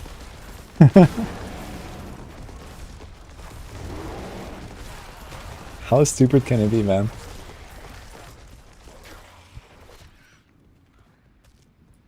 I'm not gonna do 100 Duriel on solo now. I guess that's even more stupid than spending $500 on Duriel.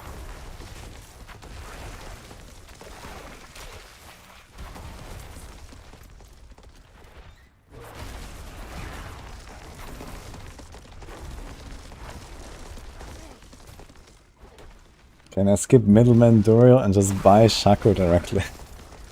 In a few patches maybe, who knows? The pulse will hit over 1 million with this Druid build? Oh yeah, easily. Eventually you're gonna hit like tens of million. I already do like over 1 million frequently.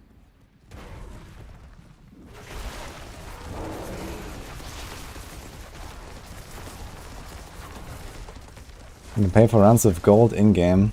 Yeah, okay, but how much gold do you pay for a run? Like for one Duriel? Apparently one Duriel run is something like 100 million gold or so on softcore. Or close to it. Like the mats for one Duriel. I guess one Duriel run itself divided by 4 will be like 20, 30 million gold or something. Which honestly... Okay, I could afford something like 25 runs now. It's not the worst. But it's only 25 runs. For all my gold, I have 500 million, so... And that's on softcore. Hardcore probably way more. If anyone even would do that. $1 is 100 million gold. Heck, dude.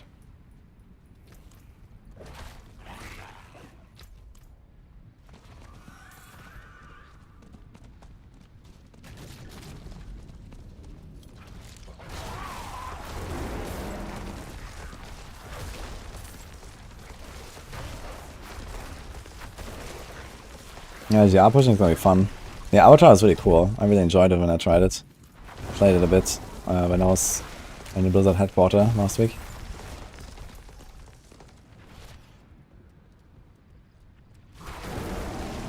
You can just carry Duriel and get the mats for free.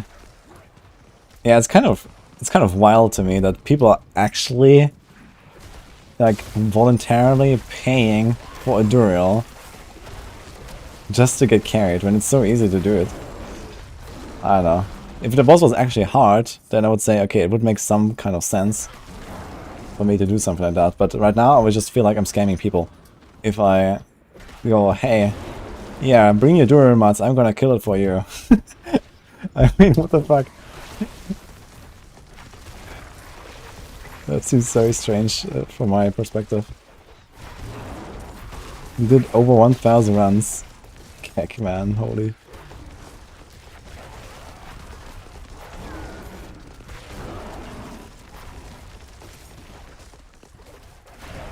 Really? Like, who really wants to get carried on Duriel? I mean, usually there's always gonna be someone in the team who's like strong in some way, right? On Duriel. I can't imagine that you make a 4-man party and there's no one playing like a Ball Lightning or a Hoda or something like that. And you actually need help from anyone. Like, people are just playing OP builds anyway. Why do you want to pay your mats for free?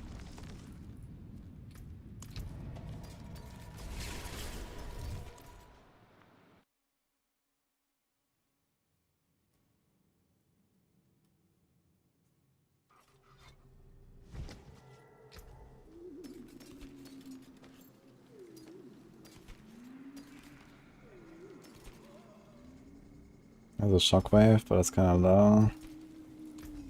The forge is always Okay, sorry. Okay, chest reset. I need to check real quick. Okay, this is way on the left. We have 50 minutes to get all the chests, and hopefully it's not bugging out. Let's go.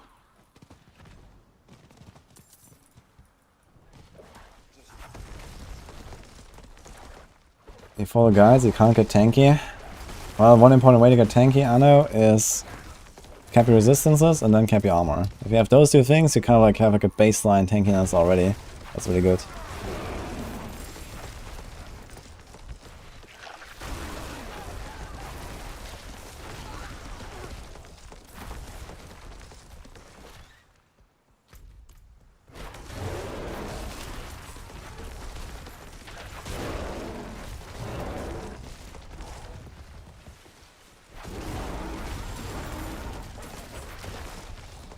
Yeah, I hope we don't get the logout bug later with like resetting the chest if you have to. Just hope that there. Then we should be fine, yeah, with our timer. 30 minutes.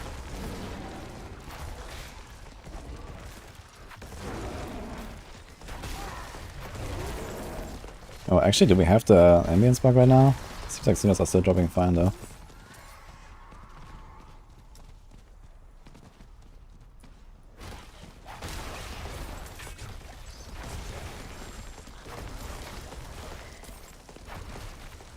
People can't do math. You say one Duriel is 2 egg or 1 shard or 35M and people come think it's cheap. Wait, what? 1 Duriel is 2 eggs? Wait, I like inviting 3 guys and you take 2 mats from everyone, so you like profit 2 mats because it only costs 4 to open? Is that what you're doing or what? That's also kind of strange to be fair.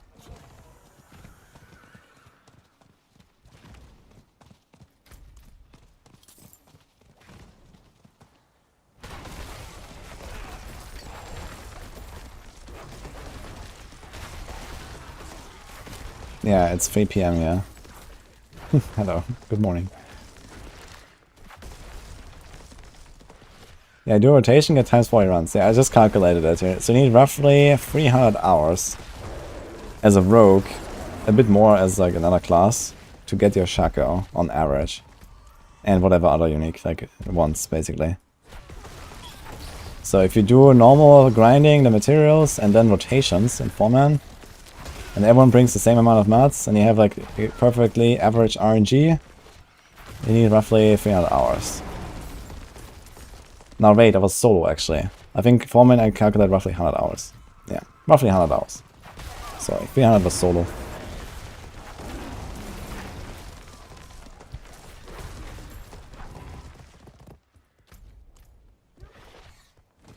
Which is insane. Yeah, I mean, 300 hours of like an ARPG season is not that insane. For like the, you know, more dedicated players. And this is solo, which no one does really. Everyone is doing group. And in group, 100 hours. 100 hours actually sounds fairly acceptable for what you're getting, I think. I just wish that the grind itself was like a bit more appealing. Because while I do like that, like, you know, Helltide is more relevant now and all that. Like Helltide itself and the Whispers itself, like at some point it's just like, you know, they're so easy and you can't, like if there was like a World Tier 5 and this was actually like a bit of like, you know, something going on basically, I'd say that would be really cool. You're just kind of like lacking the challenge here in the grind. Like I don't want to have like a super difficult grind, but I want to not necessarily one-shot every single monster that I find, you know. And then this would actually be pretty good if there was like a World Tier 5. With like, you know, level 120 monsters or 130 or something. Okay, that's the next chest. So here. Let's go. 250 cinders left, 10 minutes, that seems good. Thank you for the sub, by the way. Orange little doggo. Appreciate that. Please, I need your help. I can't see. My dearest wanders these woods alone.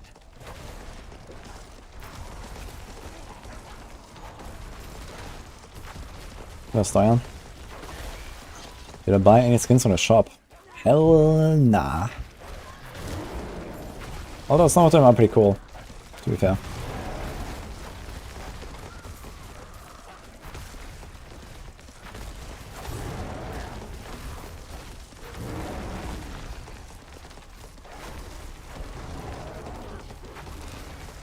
Go to 5, only Ancestrals.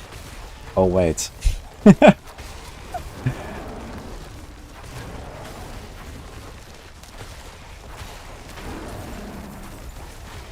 Ascorzo escape crafted. No? They just drop. Can't craft them. Other reasons? Good morning.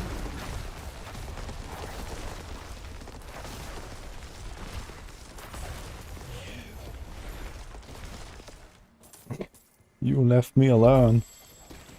It's kind of strange because they say that and the elite actually spawns instantly now. Oh, I got another insatiable fury. Randomly. I already had one. It's kind of funny.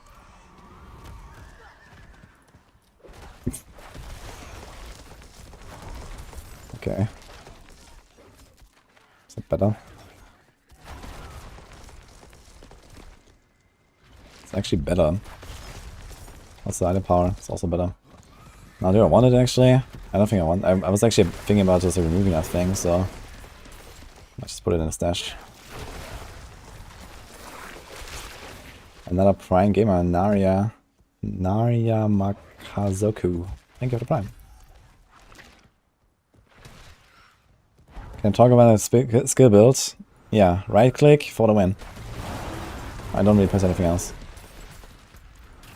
The pets are just for the aspect that buff you. Shepherds and Stampedes.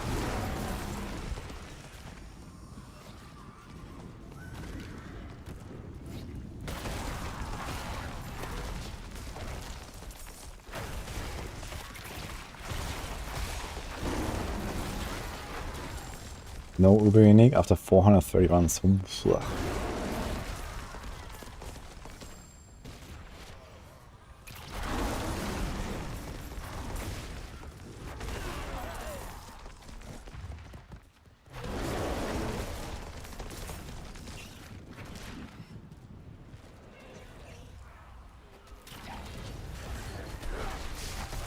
And then the first one is the Metal Heart, man. Watch out.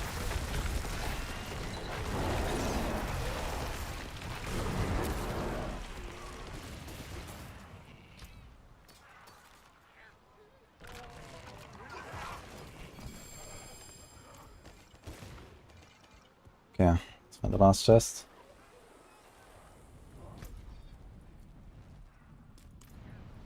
We have 6 minutes to get there with 130 more cinders. Okay, that's manageable.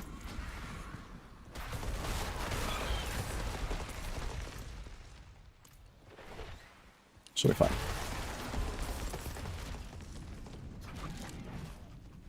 Can I show the Druid skill tree? I can, but I can also press exclamation mark build. I prefer that much more when I'm under time pressure to reach the last living steel chest. Umbral enough. Umbral is not the only thing I have. I have Earth Knight, I have Spirit on Kill from the Paragon tree. This is also always the same. But yeah, Umbral with a decent roll, like 3 or 4, and yeah, you can spam, man.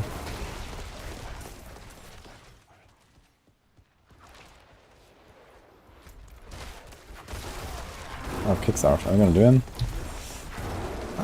Maybe fine. Let's do it. He drops a bunch of sinners too, right?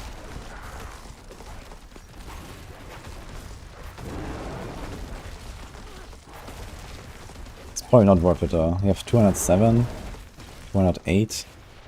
Yeah, what would be funny actually if his Kickstarter actually drops cinders, like he drops potions as well when you phase them. That'd be kind of funny.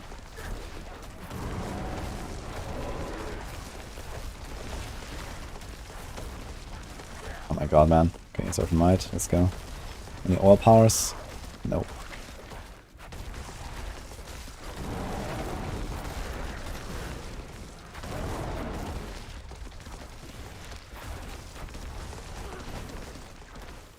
Kickstart takes too long. Maybe this was a mistake.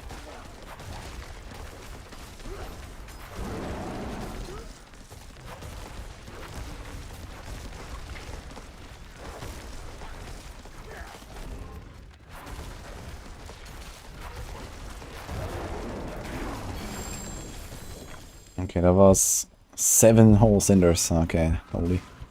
Let's go.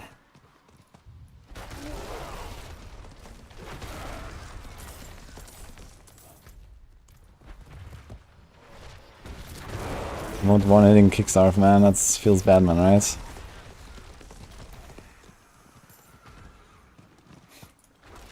I mean, the thing is, if you have like good single target damage, then you can kill Kickstarve pretty fast, and then giving like a mega reward for that is also not really the move. I think they just need to like make Kickstarve like not Daisy all the time, up his damage by like times 10, fix Overpower one shots, and then it's actually cool to give him like a bit of extra rewards.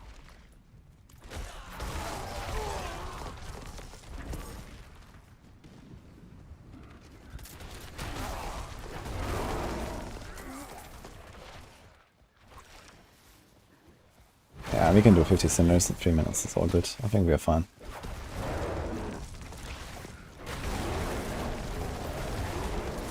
I just need to arrive early there, because he might get a bug and the chest might not be there. Then we're gonna be in trouble. Yo, exercise me. Thank you so much for the prime. Appreciate that. Thank you for the good luck as well.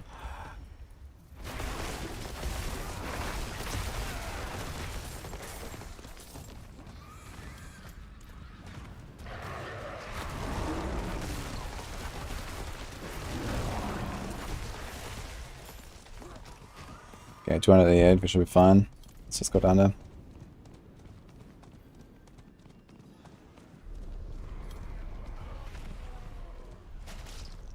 Why doesn't Blizzard let Eternal Realm characters experience seasonal content? This is how RPGs work. It's kind of the point of seasons.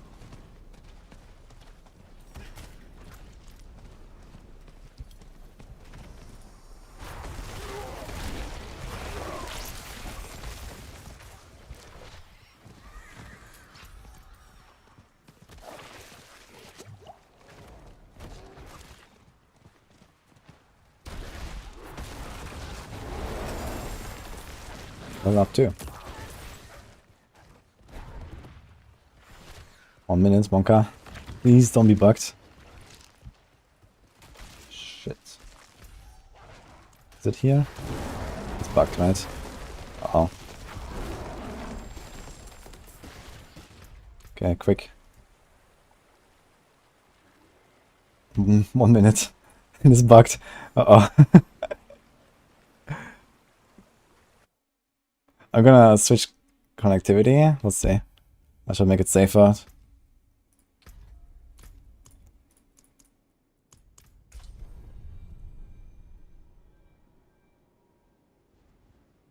Yeah, running in and out of the dungeon doesn't help. On hardcore, you don't change phase like that easily. There's too few people. Oh, I spawned literally on it. I need 1 cinder.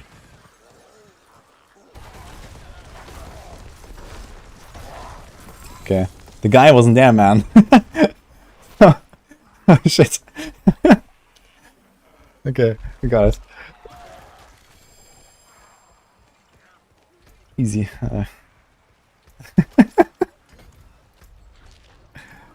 Now he's here. Hello.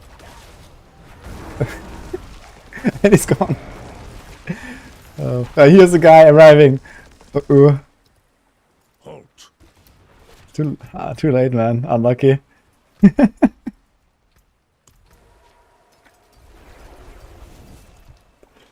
That's a minus 300.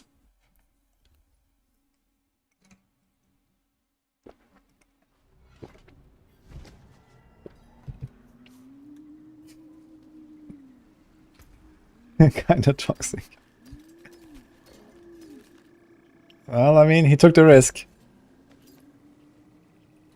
You know, when you have 10 minutes left and no cinders, so you have to make a decision. That looks worn. That's how it is. Fix it.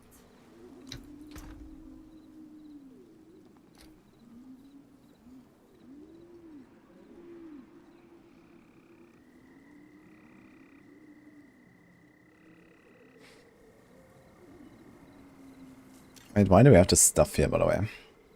What's this? Blah. That's pretty good. The fuck is this?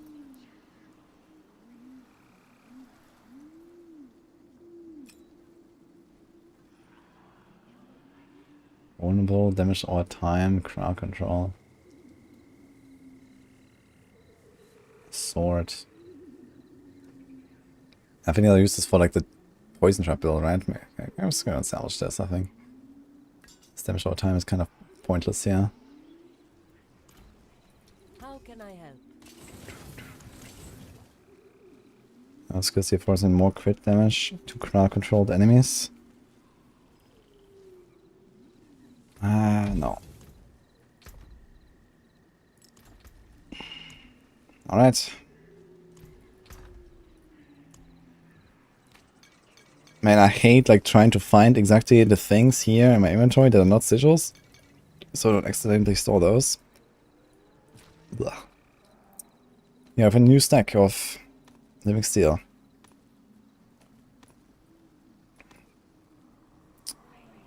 $158, man. Still need 82, 92. Holy shit. That's like 5 hell tides. Okay. 5 hell tides until tomorrow. Okay, we have like around 3 hours to go now. It's only 1 more hell tide, I guess, until I start the stream, unfortunately. And then I have to do 4 hell tides tomorrow before the session. Holy shit. And I have to start doing all of my other stuff in between, like the bosses, actually. Okay. I have to start streaming very early again tomorrow, I guess. Hopefully start on a hell tide. And then do like 3 more. It's like 2 hours 15 per hell tide cycle. But if I start on a hell tide, basically I can be at 1 hour. And then plus 2:15, it's like 3:15, 4:30, 5:45, no, 6:45 hours for 4 hell tides tomorrow. Alright, because the next hell tide starts at 4:30 and I can do it until I stop the stream almost. Yes. So I need 6:45 hours tomorrow before 7 PM. So if I start at around noon with a hell tide, I'll be fine. Okay. Oof. That's gonna be fun.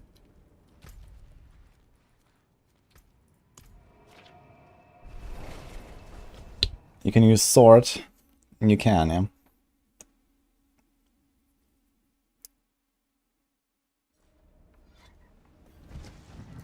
We'll be fine, Clueless. Yeah, it will be fine. I need to do 1 more hell tide today and 4 hell tides tomorrow. And the Varshan should be okay. Then I have 25 Duriels. No, actually I need to gamble. My favorite build this season? So far that's double swing. What happened with Obos? They're just useless now. That is actually untrue. In fact, I'm about to spend them.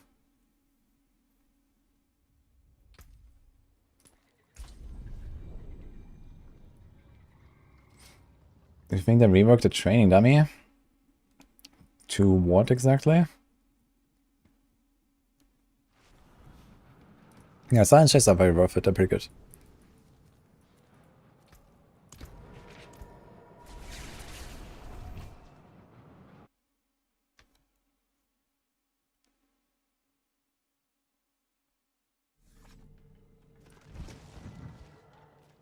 I need to do the bosses, but I mean, I don't have more Varshan to grind, so I can just do the hell tides and the bosses. I think that's totally fine. We're gonna be okay. It seems a fair bit of magic in that one.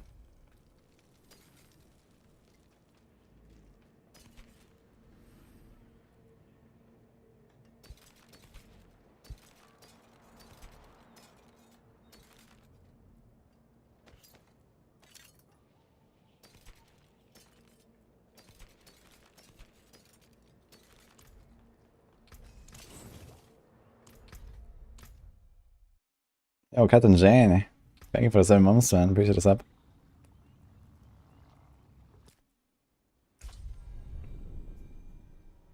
Training Dummy needs to DPS me though. That would be kind of cool.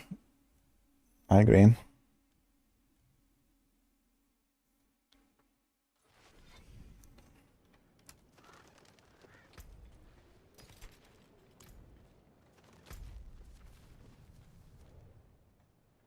Orbot. The bigger rend aspect. Hello, Nightmares. What's the maximum living steel can get per health height? Well, on a single character, that is 30. But you need to win the lottery for that. You go to Kyrgyzstan and you get 6 chests and they all drop 5. That's... But if you don't count the 5 drops, it's 18 on a single character in Kyrgyzstan. Or 12 in other zones. Sometimes only 6. Because sometimes the health tide, like 1 out of 4 health tides, starts on a full hour and ends on a full hour, so there's no chest reset.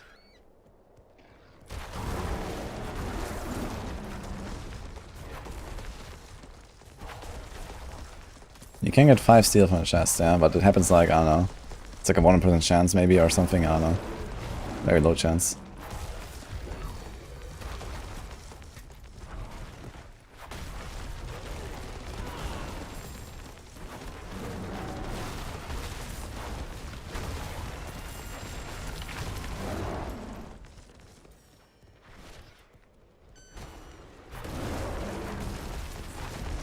Yeah, I don't play New World, Lemon Ice. It's kind of fun though.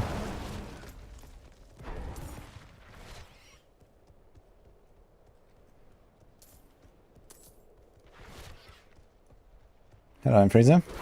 I'm doing good here.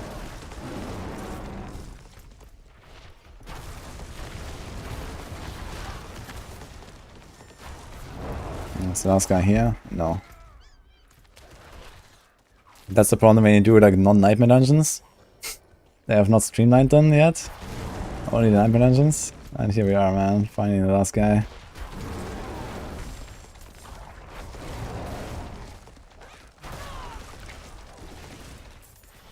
New what?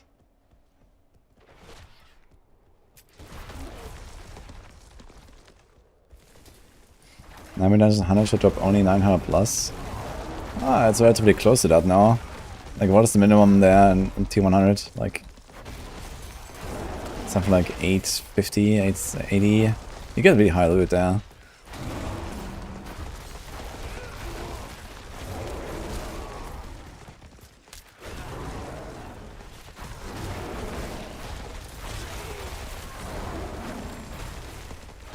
This is why I like Ravenous, man. These like dense maps here, it's just like spam. Earth Might procs all the time, Ravenous procs all the time, feels good.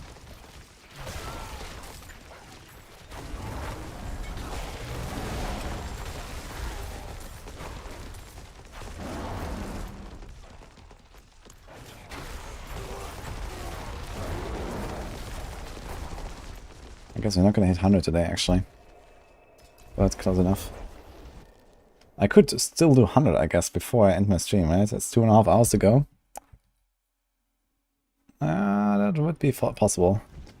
If I just start 9 minutes now, skip the Helltide, but I have to do the Helltide.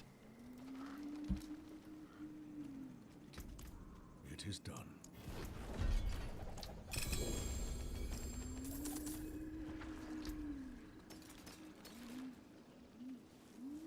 Vulnerable resource life.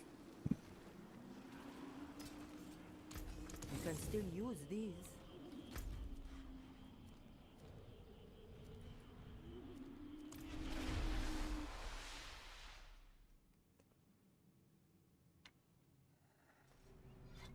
Do anything of the new season yet? Yes.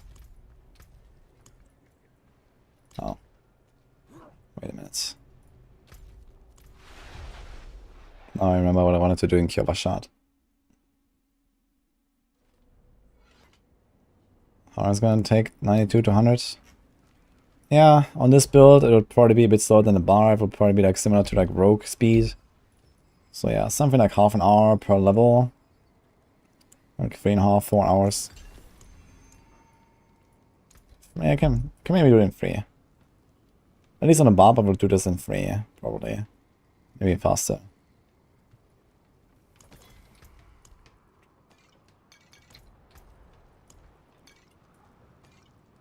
Oh, let's get some keys as well over here. I don't have a polarized build guide, but you can read the Maxwell guides. Bring you luck? Until next time. Oh, it's actually right here. But you want to start from the bottom, I guess. Hello, Anthony. Nice to see you. How far am I to glyphs? My highest glyph is level 6.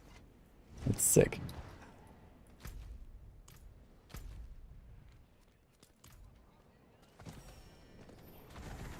When you got load Seer content? 5th of December, I think. I'm gonna use Mother's Embrace for this build. You could probably, if you don't have Umbro, Mother's Embrace might be okay.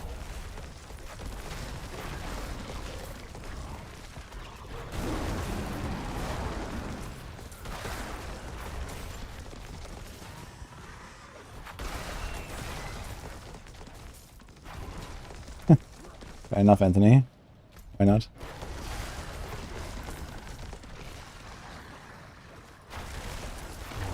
You think the new endgame con is as hard as they say? Yes.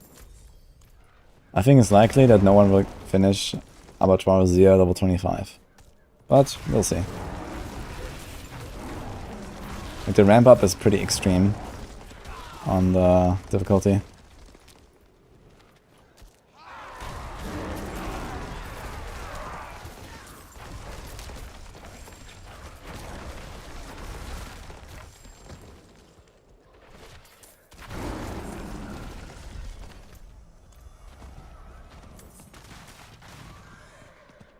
You just have to find more bugs.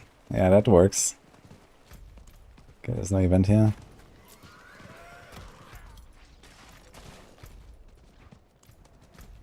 My god, man, these whispers are like all over the place here.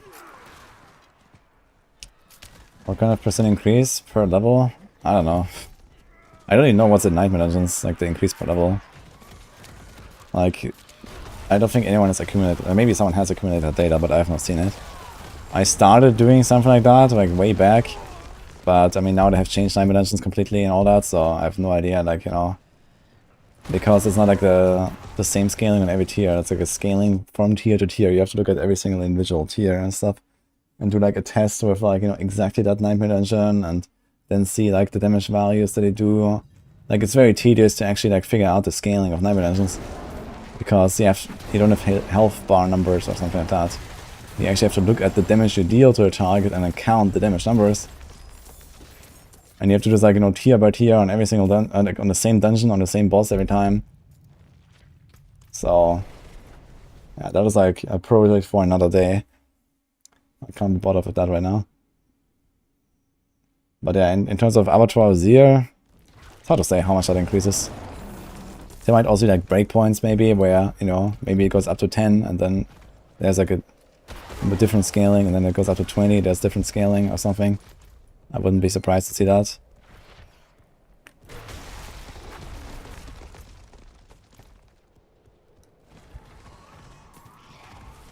Did they fix the inventory crap yet?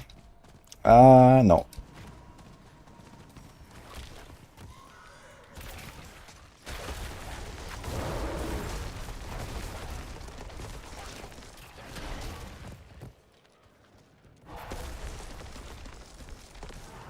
The reward better be worth it. Well, I mean, the reward is you can actually test your build and push it and get insanely powerful. And get the new glyph, and the new glyph is ridiculous and will basically completely trivialize everything else that is not Overpower 0 immediately.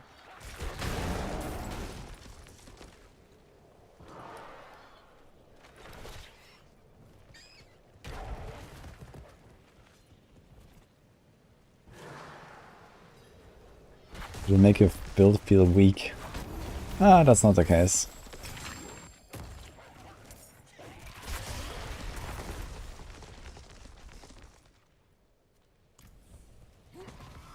That's One Paragon point.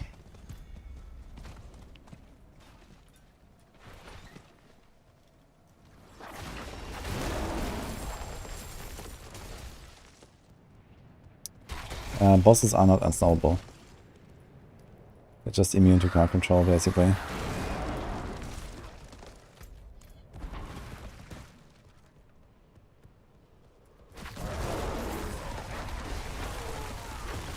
Does the min-max drop level depend on your level or monster? It's just the monster level.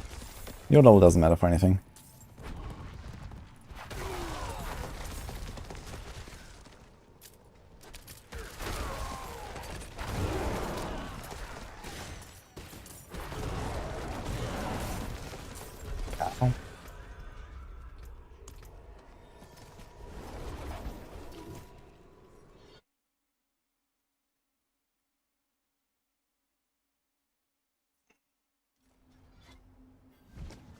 And Darius' Visage is very good, yes.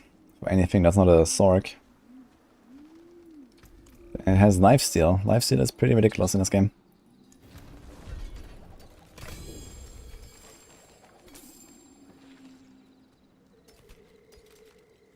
There's 136. Oh wait, it goes up to 200, never mind. We're not gonna save that shockwave power.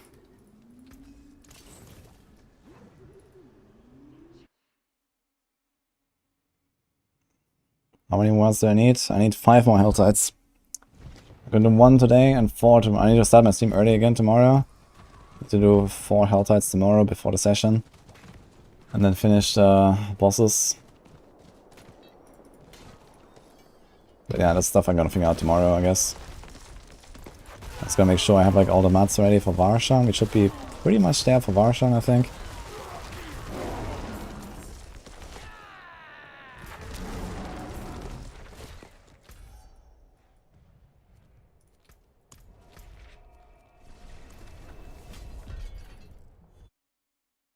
I'm not going solo now.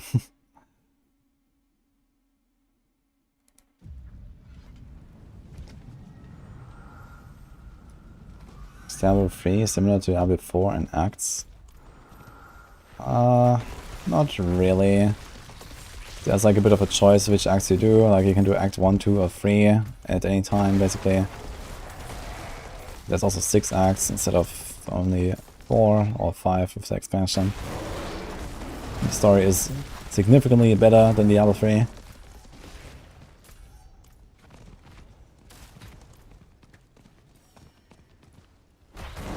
There's like a lot more stuff to do as well besides the campaign while doing the campaign.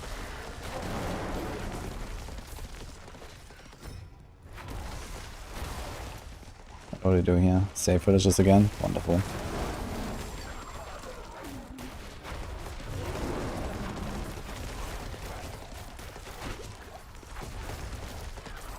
You deleted your Druid. That's very extreme.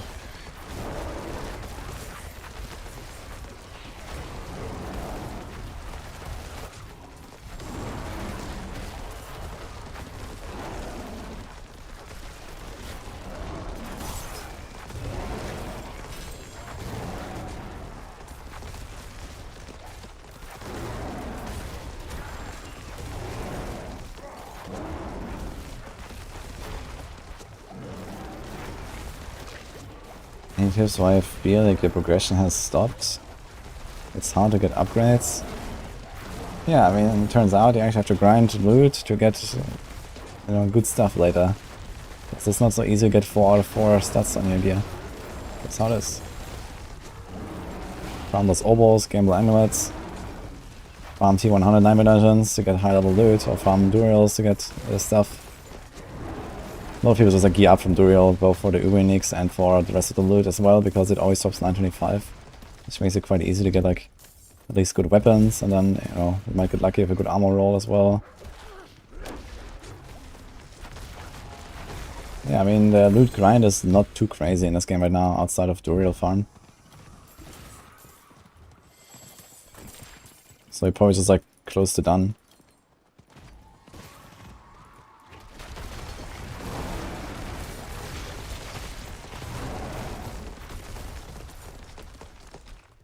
Okay, we're not gonna save villagers, I guess. Fuck that. Do you find Uber Eminent any useful? You can make it very tanky, but there's not really a reason for that, so... It's a rather weak item outside of that purpose.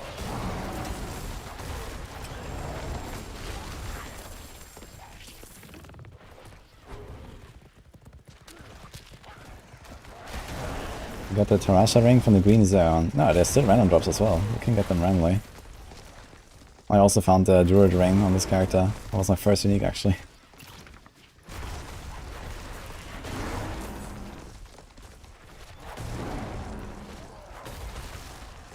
Dude, this locked cage just disappeared in front of my eyes. What? Are you serious?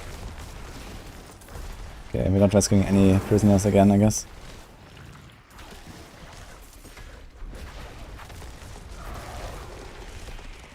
Hard, easy clap.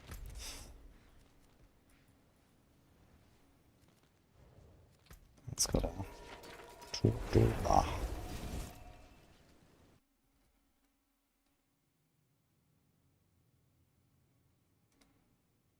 Yeah, I don't think there's any like boss specific drops. Anything can drop anywhere.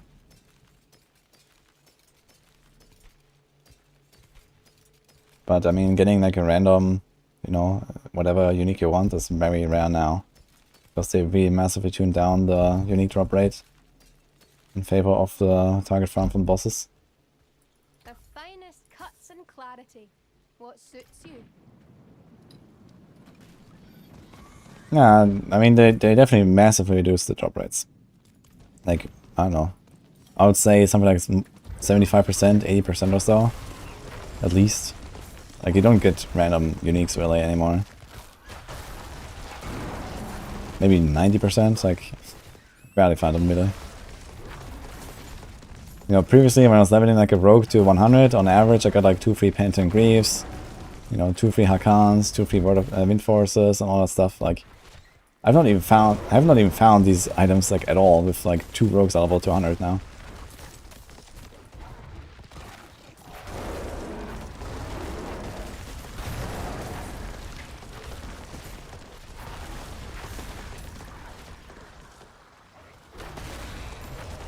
Yeah, people do it at Blood Harvest and you get like uniques there, I heard. Because there's like so much loot there. At least as a hardcore player, that's not really an option unless you have like a team to do it. Like in hardcore there's no people doing it. I've not done a single like Blood Harvest with more than myself. But yeah, apparently there's like some random uniques you can find there, here and there.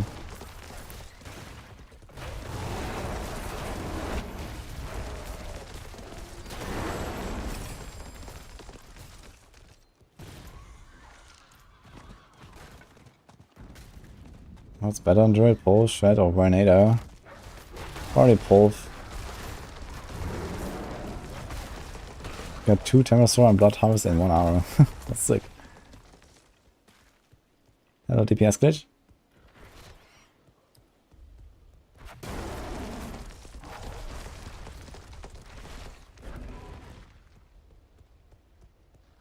Hello, freestyle by the way. Yeah, I'm streaming on YouTube as well.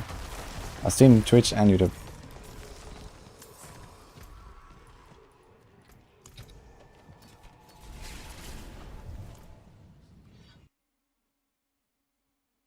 What's the benefit of doing Blood Harvest? Well, first you can upgrade your powers, and second, insane loot. And third, probably fun. What we're sticking to for T100s? We're gonna try Polarize, yeah. Probably gonna go Banish Lord Talisman and go ham with Overpower and crit and stuff. Last with on T100s, that should be easy. And I think I'm gonna try respecing to the Hunter's NF build that I wanted to make all along.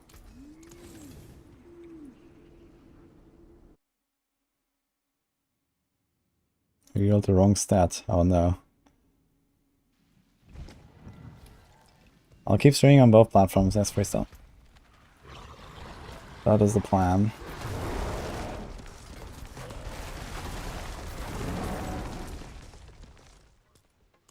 Oh, Charge Bolts Pierce. Let's do it. I might need that for my Sork. I want to do a Charge Bolt Sork this season actually.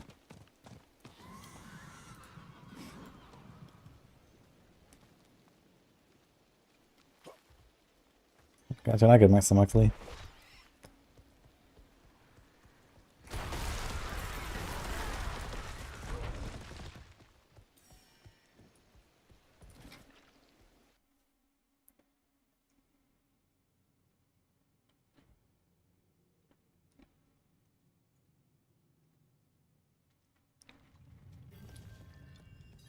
Create another build idea inspired by Druid concept. Hope it works, Copium. Okay, what are you gonna do? Have I tried retail? Wow. I've played like Dragonflight a tiny bit. But yeah, I've not played retail very much since... What was the last expansion I actually played a bit? I guess PFA I played a bunch. But yeah, I played Shadowlands a tiny bit, I played Dragonflight a tiny bit. I played some classic hardcore lately.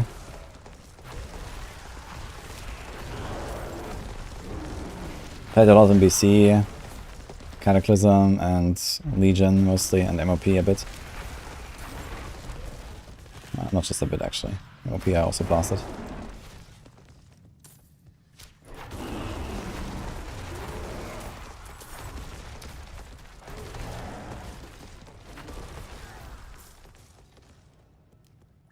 Dragonflight is a big letdown? Really? I remember it was like really positively received, like the, you know, the whole like flying system, and I know like the raid seemed fine, the movie plus seemed cool. Like what's the problem with Dragonflight?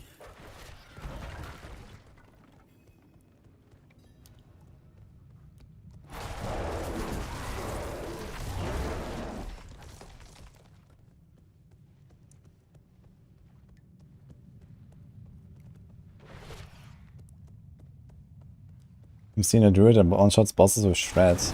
Yeah, you do this with Blurred Beast. There's like a bug and it just does like ridiculous damage.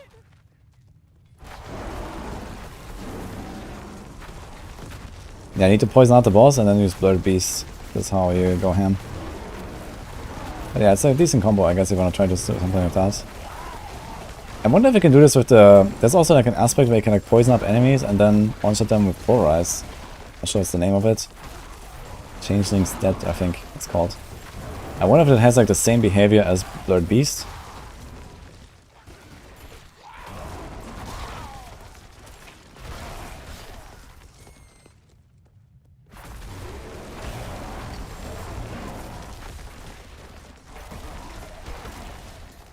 Are the pets doing anything? Absolutely not. They're not here to do anything. They're here to buff me.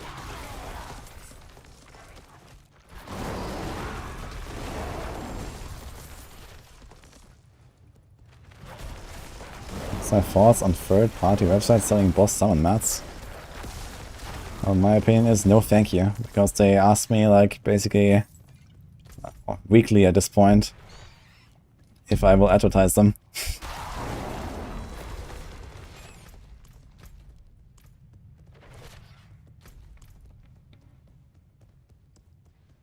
Baby's built GG.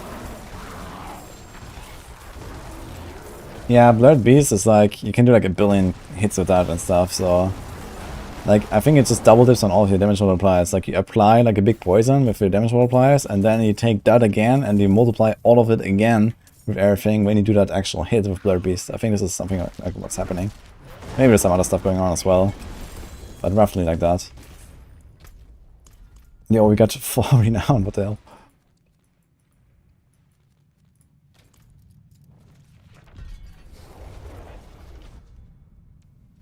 Yeah, D2 JSP, man, that's still a thing. Holy shit. Can't wait for SSF, man.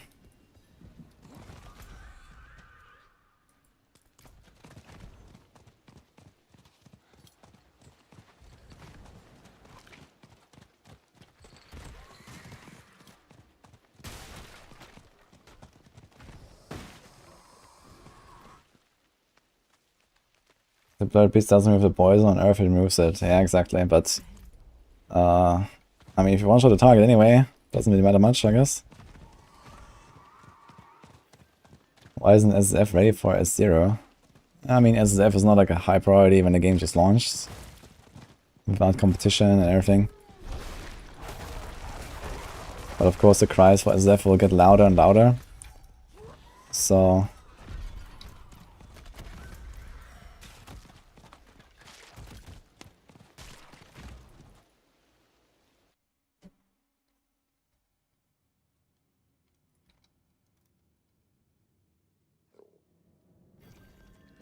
I think boss match shouldn't be tradable. I think it's fine that boss mats are tradable. I think that's okay, you know. You can farm one thing and sell the mats for the other thing and all that. I think that's actually kind of a good thing.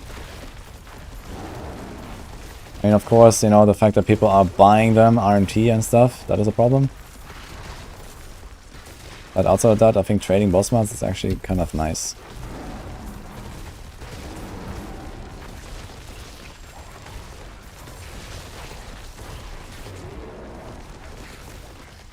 We did Shred with Boulder and HS3 and Savagery. Shred and Boulder? That's funny. So he was just like spawning boulders from using Shred.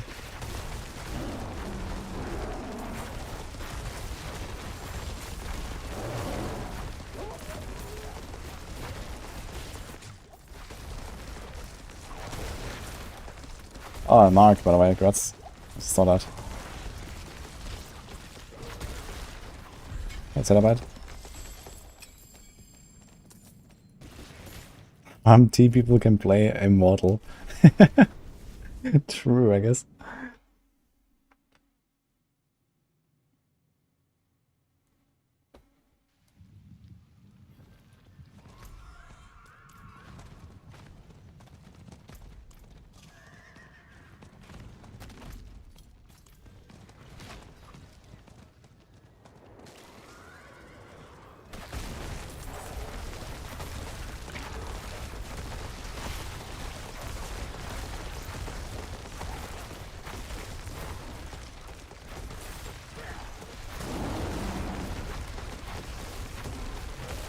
I'll see the DPS glitch. Thanks for hanging out. Oh, we did it on hardcore. That's Mark.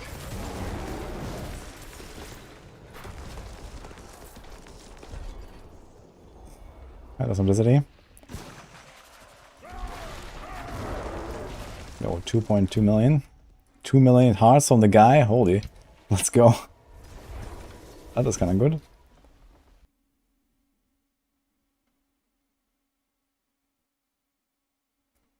We want to make full shred work. Yeah, it's a cool combo for sure.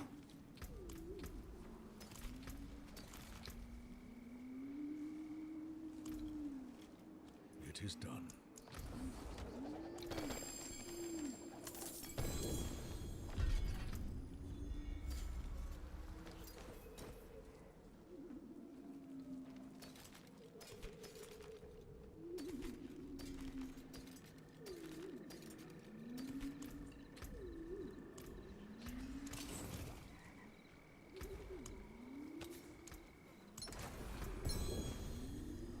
Uh-oh.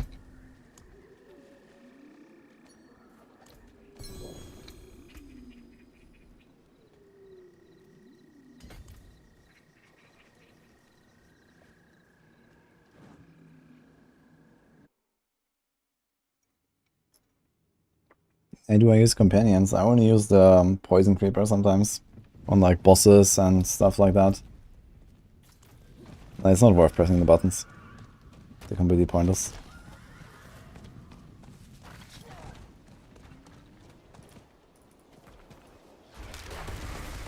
We can try.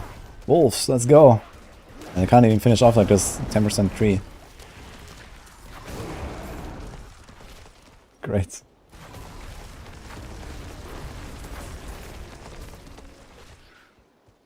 So the playlist on Spotify? Almost. I was actually going to do that today, but then I woke up very early and decided to stream instead and do it tonight. Or do it tonight, among other things. Now it's on YouTube. But you can check out Spotify. You can search my name there. There's actually some of my own music now on Spotify. So that's pretty cool. I partnered with Low Wave Records and they created a synthwave album for me. So it's gonna be part of the playlist in the future because it's really cool.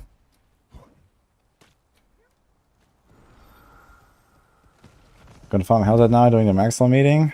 I mean the next Helltide is in 40 minutes, right? And we'll end like half an hour before the meeting, and then the next Helltide will start 45 minutes into the meeting. There's a slight chance, but not a high chance I can play, I guess. Usually I'm like the guy, like, you know, screen sharing shit and all that, so let's see.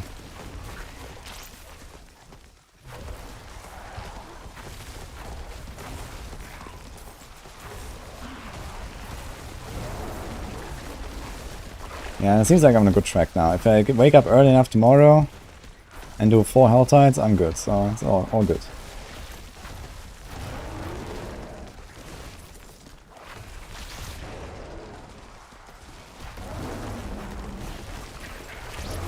Under Druid, you mean Lightning Storm? Yeah, Lightning Storm was pretty solid build.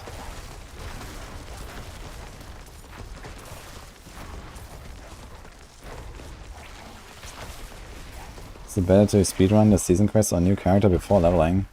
Yeah, you should always do that. Like, there's no reason to wait. You're like weak and slow anyway at low level, so what's the point of doing it later?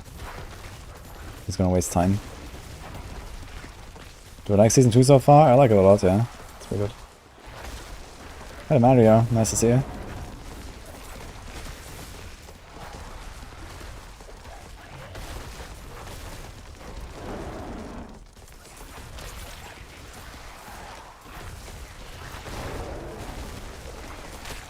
Hardcore, yes, Whistle. Can you take out the disobedience when you need the armor cap? Yes. You don't need it. If I have enough armor, you don't need it.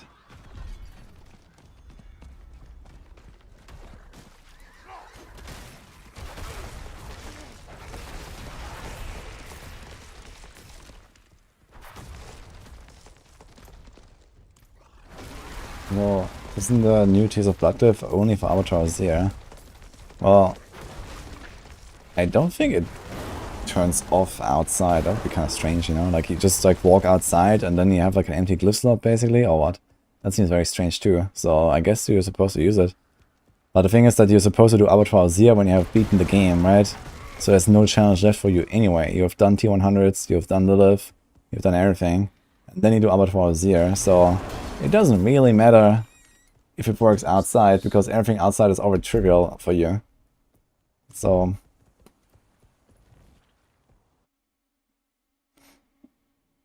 cap without disobedience? Yeah, it's possible. I did it on Rogue many times actually.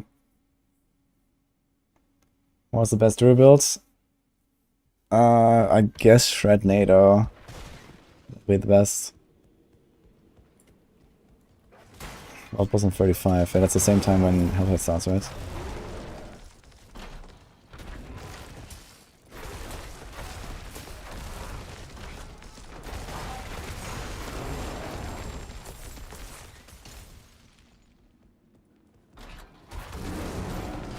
I'm doing a new Druid build. No. I'm playing like the most standard Druid build in existence, I guess. Well, almost. I have some companions in there.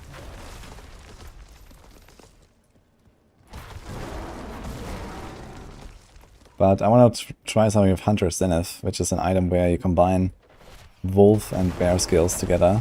So this is what I originally wanted to do with this build.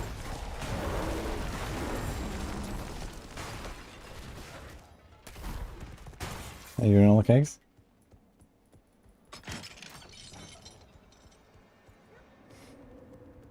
Do you rate 45 generation on pulled builds?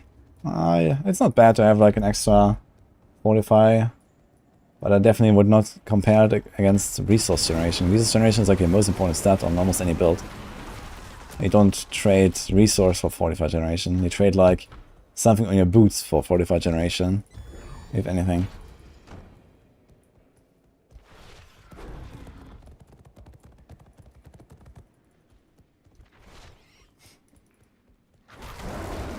Yeah, resistances are mandatory now.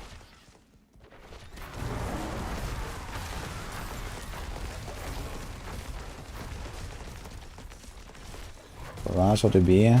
I think DB will be better for Avatar. The best class is maybe Barb? Probably Barb. It's hard to predict, man. Like, I can't really tell, like, you know, how good is, you know, like, Tornado or like some other bug builds we may find, was it just like, you know, bonking stuff with Hoda. It's kind of hard to say. We'll see, I guess.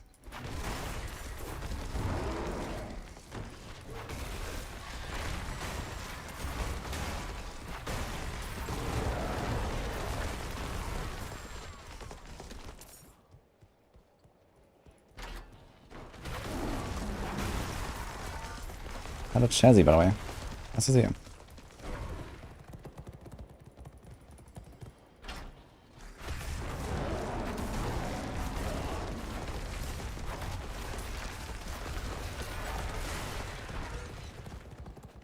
Man. Wow, that was a long queue. I pressed space like 2 seconds before or something. And then it still did the Metamorph after the trample ended. What the...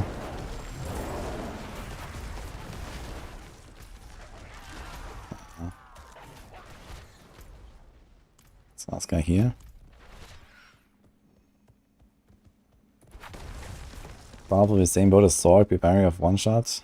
I mean, the barbs. How do you get one shot as a barb?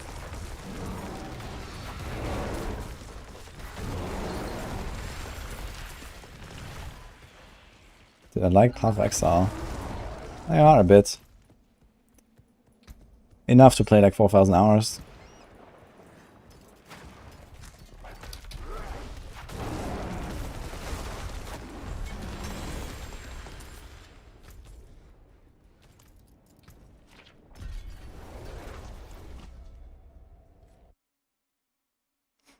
Omega Frenzy with double swing.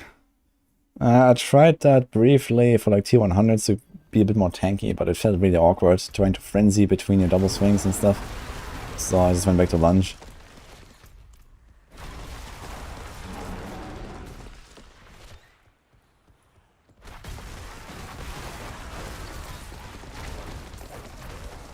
Mystic Helm aspect and use Shaco. Yeah, this is kind of important, this though. Well, okay, you can rearrange some stuff, but you would lose Crushing Earth. So you basically lose most of the bonus you get from Shaco in terms of VPS at least. But you gain 2 passive points at least. Yeah, you wanna pop through it at least, so you can only take out 2 points, and then 1 point would be useless, I guess. But you could probably do that. I mean, you should.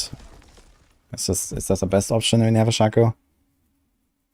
I guess you could remove the +2 Earth skills or the +2 Weber skills. Right now I have Insatiable Fury, so this would be a thing to remove. And then keep the slow thing maybe. I would fire Barrage for Rouge. Barrage is overall strong.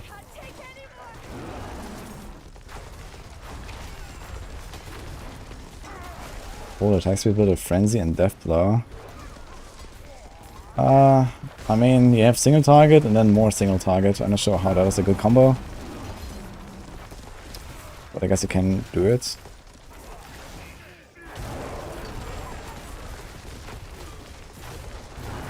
I mean, the thing is that for a Death Blow to work, you need to spend Fury for Encroaching Wrath aspect. So... you also need to spend Fury for the new ring for Barbs. You also need to weapon swap a lot for Earth Striker. You also need to spend resources for Banished Lord's Talisman. So, not exactly any synergy that I can identify there.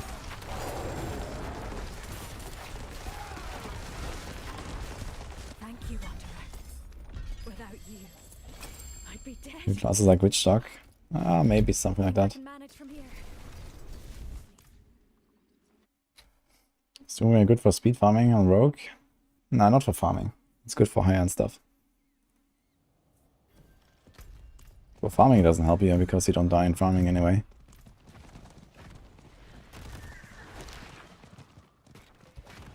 Skill ranks... There's a cap. For core skills, no. It just becomes like worth less and less basically, the more you have.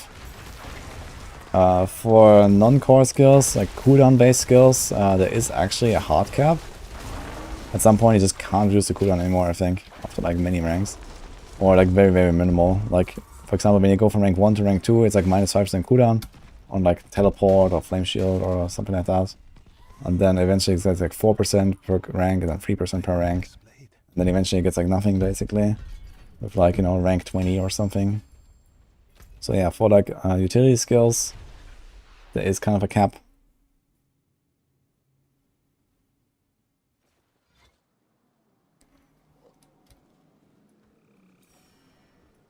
You just need to have one character season journey, you get the new glyph with all characters. You get a new glyph from actually beating the first level of Avatar Zia, so you have to do at least that. And I think then you get it, yeah. And then you can rank it up and stuff if you want.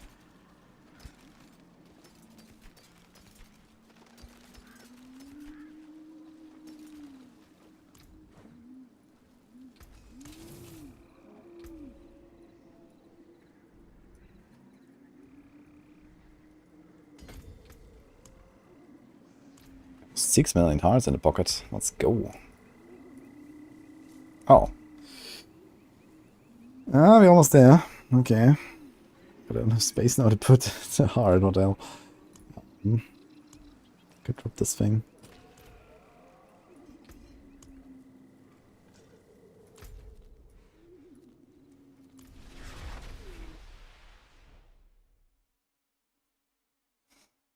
Whereas PP have cap on certain attributes but none on others. This is not just insane, but this is like extreme spaghetti code, I think.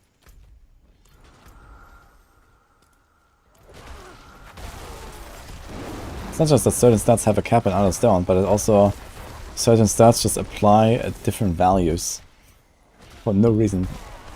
Like, it's really fucked, man. I'm not sure like how they did that. Like, how do you do that? I don't know. But somehow they did it. It seems ridiculous. But yeah, PvP is like completely messed up.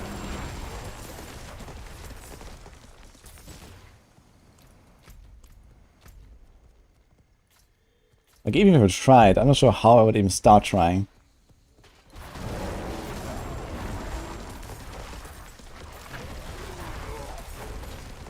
PvP of the Uber stuff. Yo, just activate the colony, man. Let's go.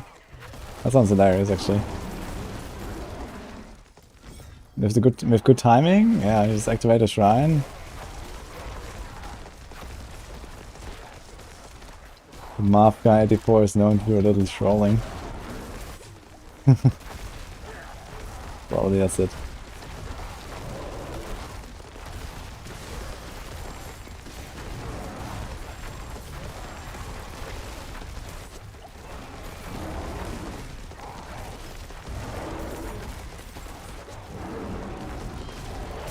Don't crone stuff, congrats.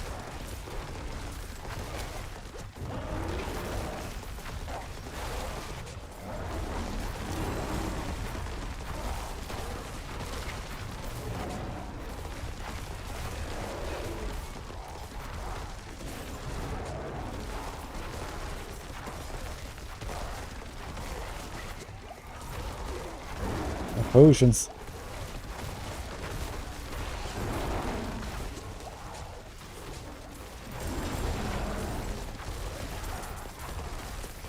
Wait, I didn't break the link. I mean, clearly outside of the circle and didn't break the link. That's interesting.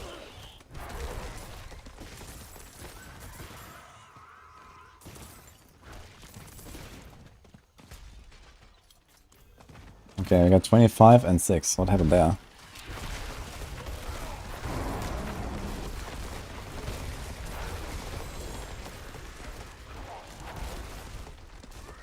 Hello, Barbary.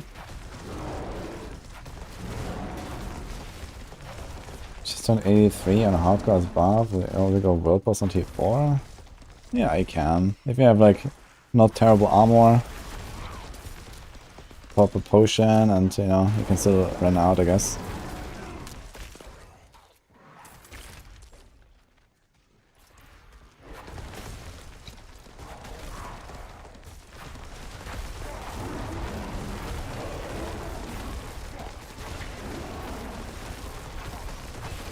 Oh, we actually did manage to hit him twice and skip.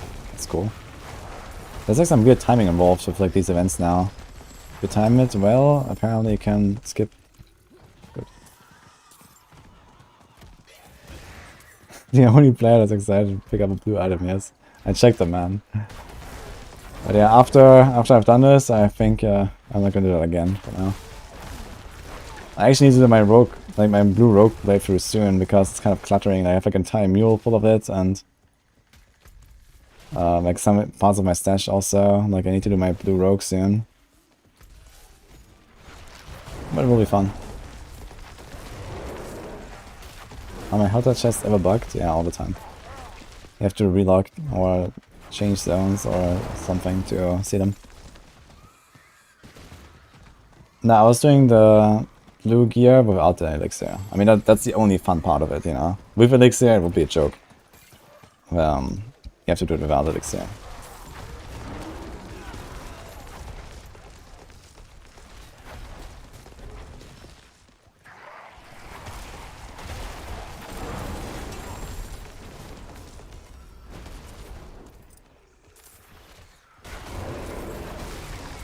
So the steel chest bugs so often. Yeah, it's because it's like attached to the monster and like, there's like a guy and stuff, and I think this is why it bugs out.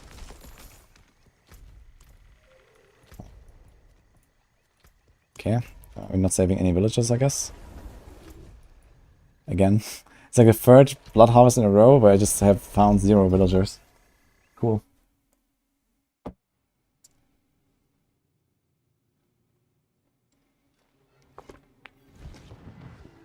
Is the million rings good for twisting blades rogue? For T100s maybe.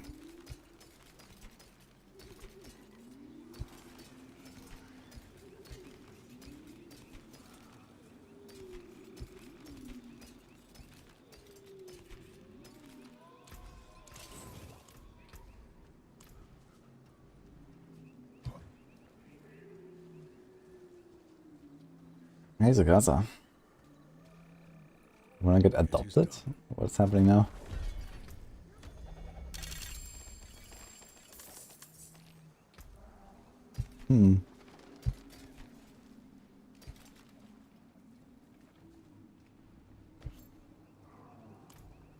How can I help?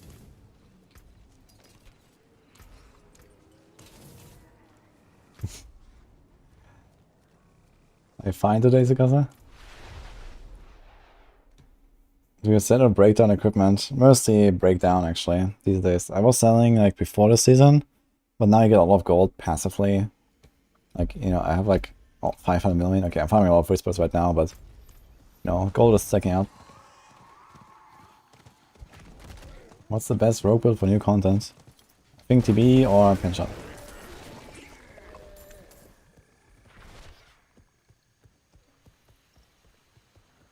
$95, no Crone or Tempest checking in.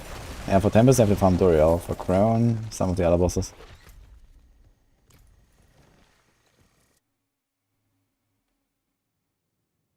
Last stick was bad yesterday. Well, good morning, Sukasa.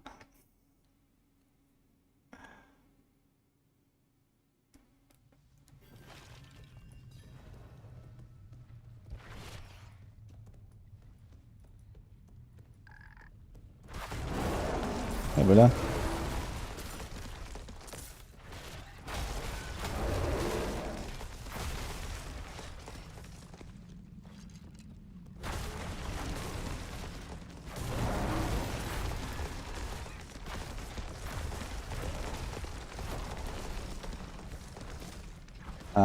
I answered earlier, Tony, about the Millennium Ring. The answer is Millennium Ring is good for Rogue, for like very high-end stuff.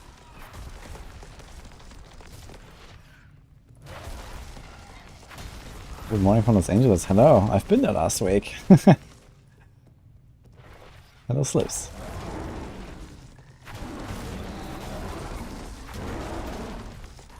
Drops are off.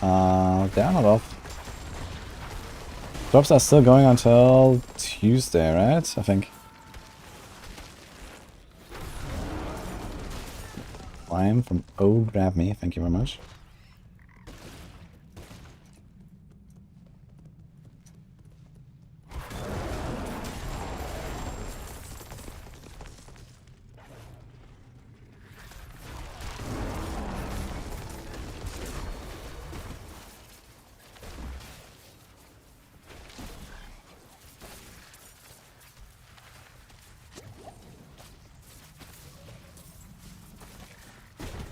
What class builder has the best time in Avatar? Quality of life. Oof. Quality of life. So it needs to be some really meta build that is also tanky as hell. Yeah, I guess probably Hoda, honestly. Hoda should be tanky enough and just bonk stuff. I guess Hoda is probably the way.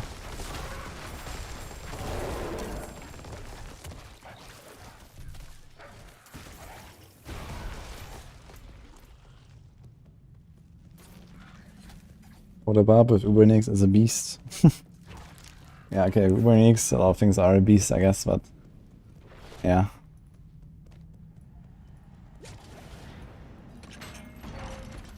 Yeah, fighting with 5k armor is enough. We don't need disobedience.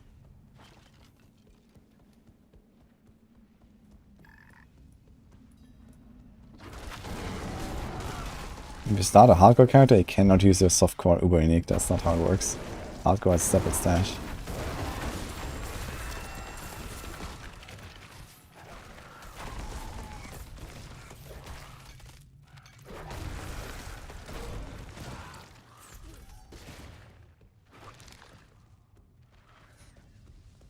Avatar is 5th of December, I think.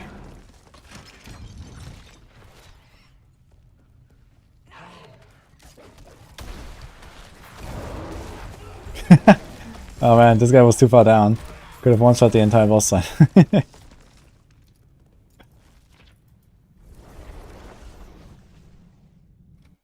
I didn't know the metamorphosis on this character. I'm not doing that for future character. Actually, now that I realized, I think I have done that on both of my rogues. So I might wanna level a new rogue. Barbatwar. But okay, that's not too bad.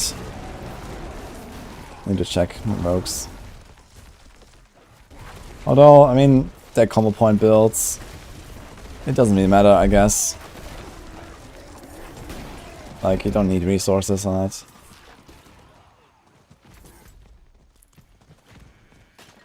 Especially if you play pen shot with Veneration, you're gonna still have full resources all the time.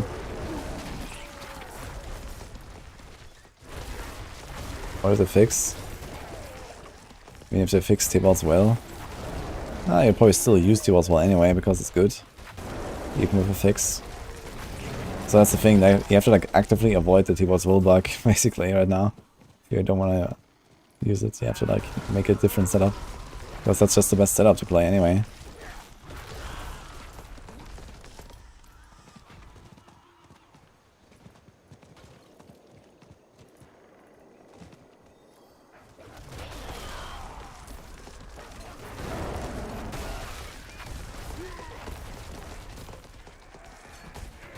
In a calm aspect, hard to use on gamepad when killing Rilith. What's the problem? You cannot stand still or what?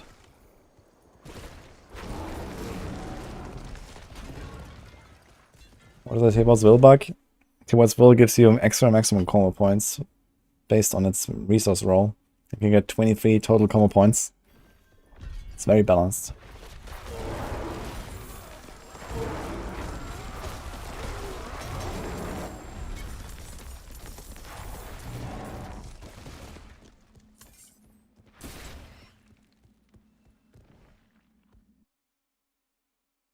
If you have 16 home points, you need a better pants.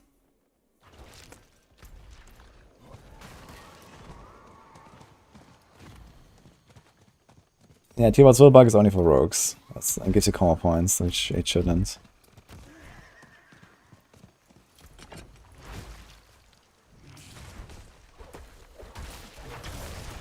Honestly, an item like that wouldn't even be that bad. Like, it would actually be interesting if they made an item that gives you like a lot more extra maximum combo points, but then make Condemnation not like, you know, work the way it does now, where it just like fills up all of your combo points.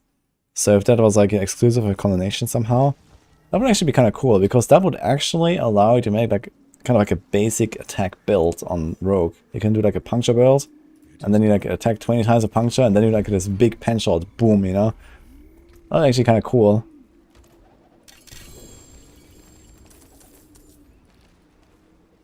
And why not?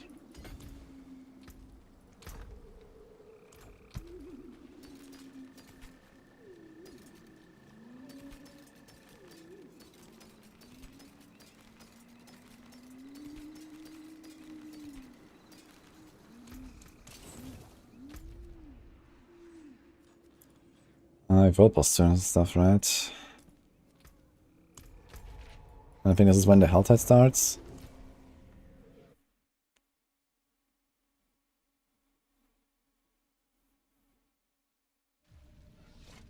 Huang Tian, I don't understand your problem. For inner calm aspect, you just have to stand still. And that's it. Just attack. Stratagem talent from rogues for more calm point. It actually does not work. If you have T-Wald's Willbug, stratagem does nothing.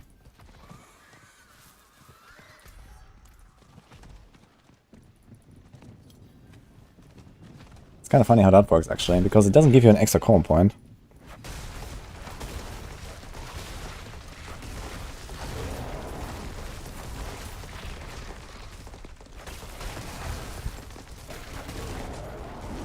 Did they make a change that going to your visuals deletes your Caesar's hatred? I think it was always the case, no? Not sure.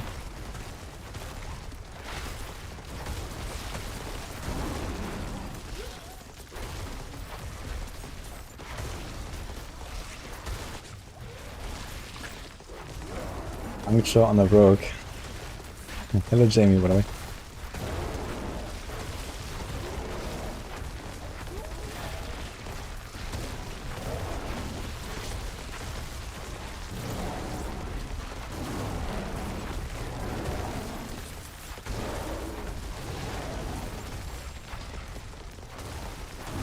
I mean, this whole like condemnation, like filling up your calm points effect is kind of stupid anyway.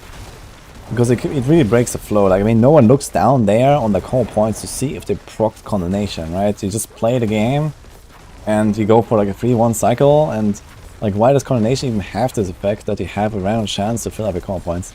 I think it's just stupid. Condemnation without that would be perfectly fine. You know, you just play 3-1 cycle anyway most of the time. It's just stupid, I think. Yo, 15 waste, by the way. Let's go. And this was the spiders, what the hell?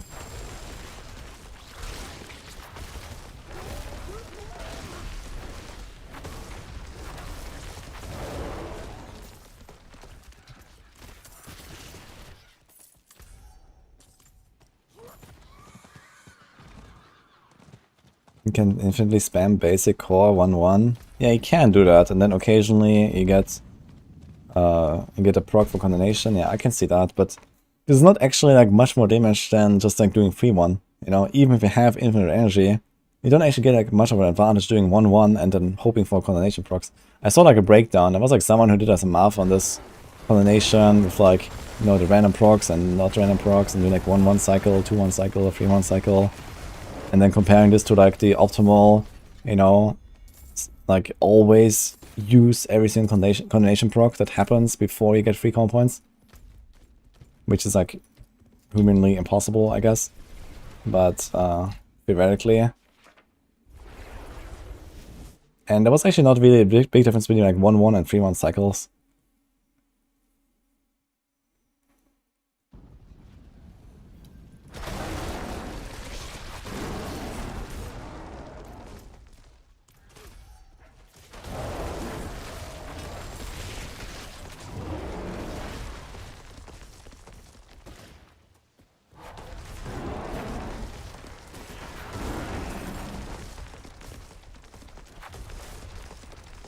Most efficient way of farming endgame gear is Duriel.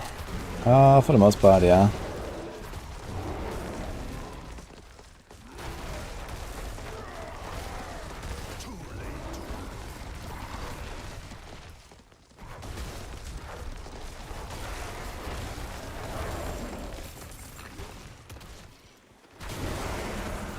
I feel very squishy on TB Rogue at level 96. Do we have 70 auras, and do we have like at least 9 or 10k armor? If not, then fix it.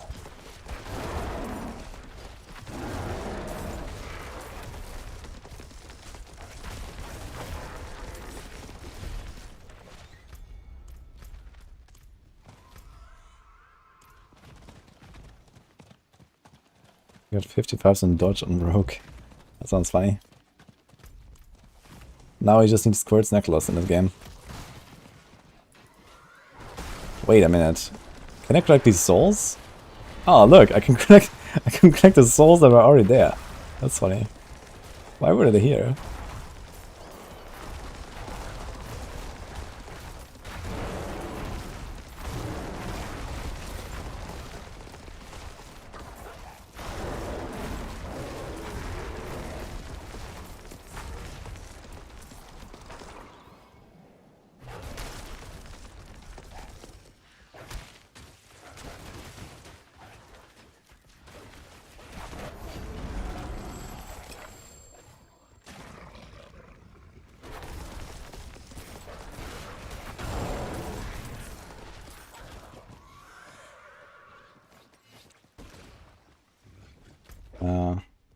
Oh, wait, I was debated.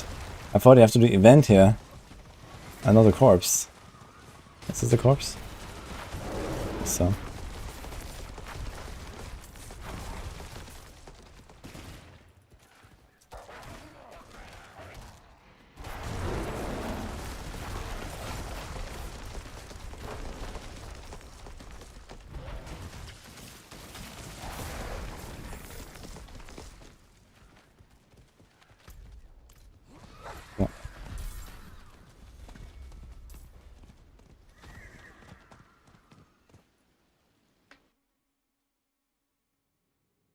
Did the nerf polarize?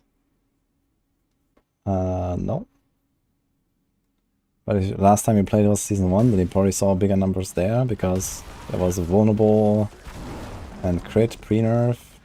So you had like big large numbers. Numbers are like a bit smaller now.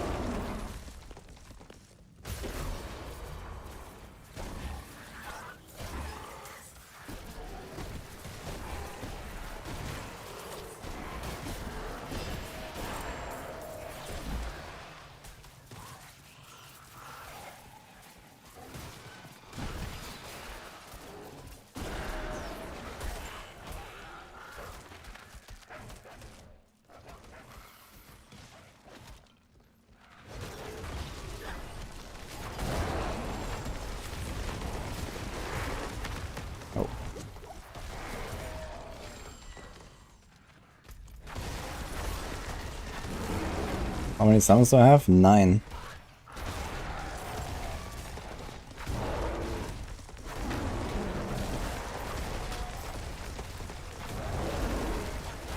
Got a Druid summon in T60 dungeon. That's sick, man. What do you mean I have a bit to go? I have all the summons. There's no more summons. That's it.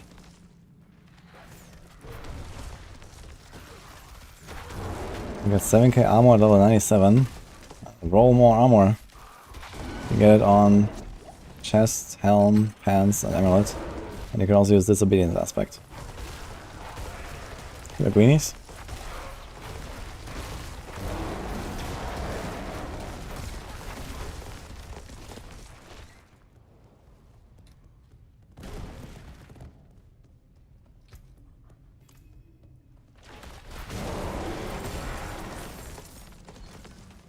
It's a better transition into Blood Surge endgame or actually Infinimus? Ah, they're both really strong and easy, I think. I think Infinimus has like the higher potential later.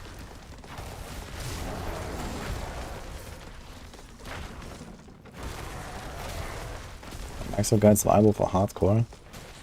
I mean, hardcore, you don't really make anything, you don't really choose any different stuff on hardcore, it's just like the same build. I don't really like make my build different just because it's hardcore. I guess you can YOLO a bit more on softcore, but realistically you don't really want to YOLO more anyway because revive at checkpoint exists and that's usually is a really bad feeling when you press it.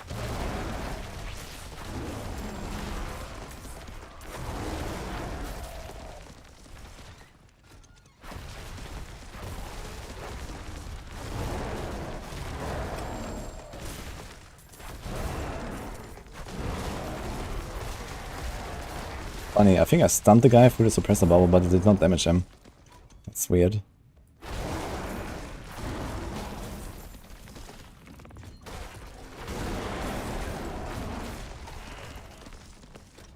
Antidote Necro could be the avatar build for Necro. Yeah, the funny part is that I think that combo, like how it was originally designed, doesn't even work. I think it was based on like some interaction between, I don't know, what was it? With X-Files. Something with X-Files, right? And Duriel. And Duriel doesn't actually interact with X-Files, so... But yeah, it's basically just Infinimist, right? We're just talking about Infinimist. So yeah, that is obviously going to be the build for Necros. It's just the best build for Necros.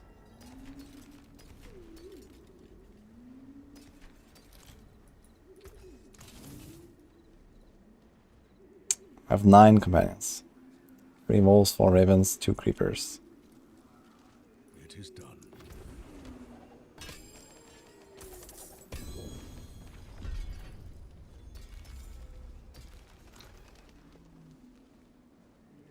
Why can't go 85% damage reduction from armor? You can and you should. Still use these. Get more armor.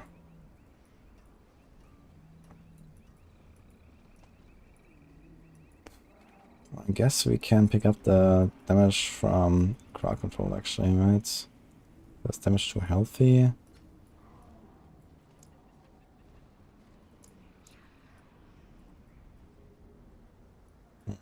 It's kind of far. You have only 10% bonus, you have nothing, yeah, so this will give us 30, 50, get like 10%, that's actually kind of noticeable. Let's do it. Okay, world boss in 1 minute, let's go. Found ring or Starless Sky, which build is best? It's a very angry question, but the answer is, I don't know. Something like Bone Spear or so, that just spams core skills and nothing else.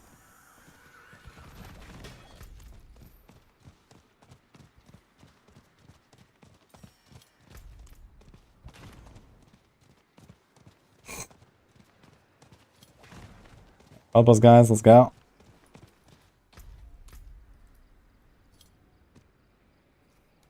I'm gonna try to bring my rogue here as well.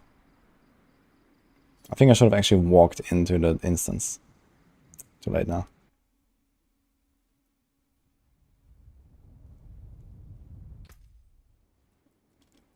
Yeah, I don't have commands on YouTube yet, guys, but I'll check them out and try to add some. If you're looking for a build, it's here. My favorite build for the season, for me, that is Double Swing so far.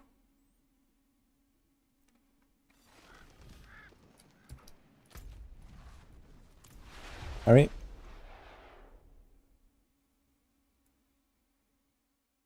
How did I reset the world boss instance? Yeah, if you change crossplay, you go to a new instance. Because they cannot, you know, they obviously cannot match. So, you get at least a guaranteed instance reset if you do that. Unless, I guess, you're completely alone on your own, and then change it, and then relog. So if that ever happens, I guess you might not get a new instance. Dude, why is it so laggy? What's going on? Hello?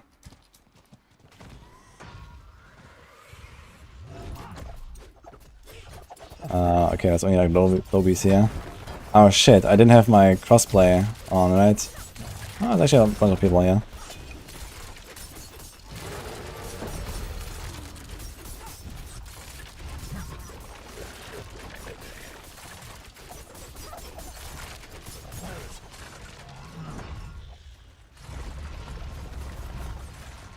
I imagine Emrise would actually do damage with his attacks that he does like once every 10 seconds. May or may not hit you with. Okay, one better, nice.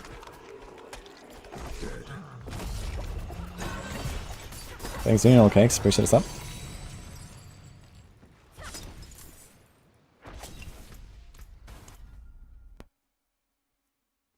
Oh, again, Cage is done. Sick.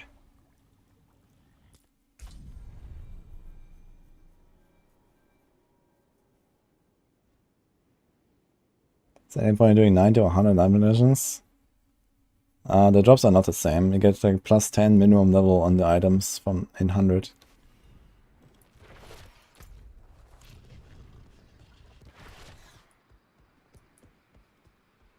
So here's an instance of people I did not have the Whisper objective. Interesting. What happened there?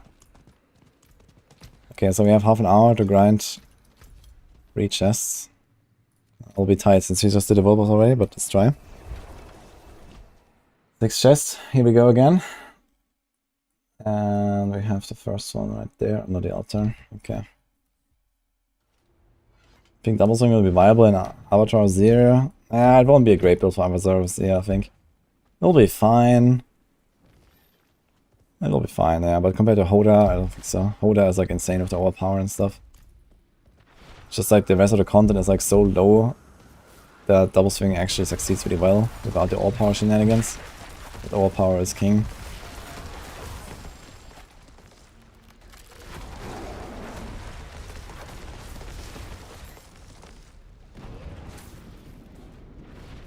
I think rewards or 2 resistors should get buffed. Oh no, Whisper rewards are pretty good, I think. Tons of gold, tons of gems if you need them. You can also get glyphs frequently there.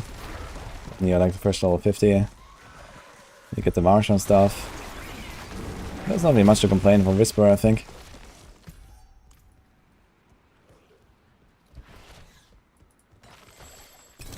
Wanna nerf the XP of Whispers? Nah, hell no.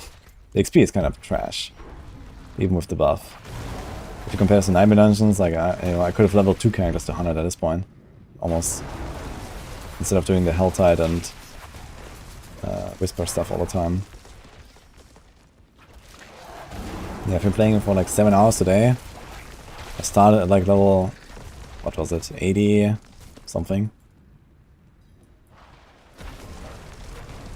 86, I think? Did I start at 86 or 84? So like 1 level per hour. I mean, that is really slow at this point.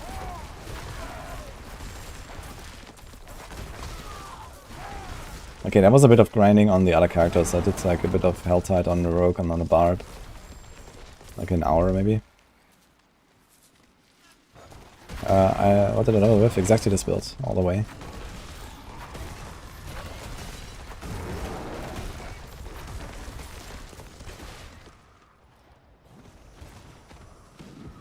I can use 2 elixirs at the same time on hardcore, yes. There's a special hardcore elixir. Going between events and health are the best strategy. Some events are pretty good, some are kinda shit. But you get O-balls while doing that, which is nice. For sinners it's usually worse to do events, but it's like overall nice for the O-balls. Some events spawn a lot of monsters though.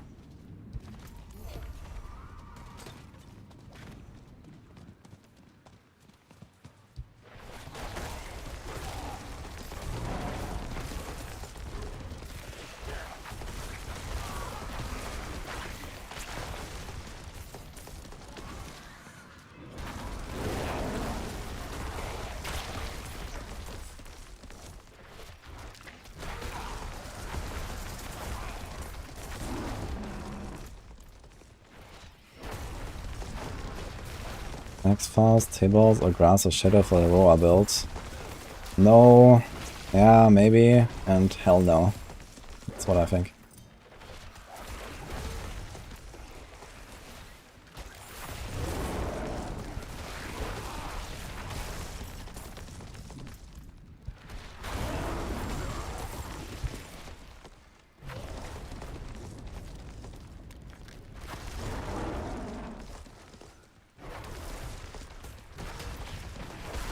Yeah, Grass of Shadow is no more than like a filler item until you get a real glove. So... is this Overpower build or Tempest Raw? I really want to see a Tempest Raw build with Polarized, that would be funny.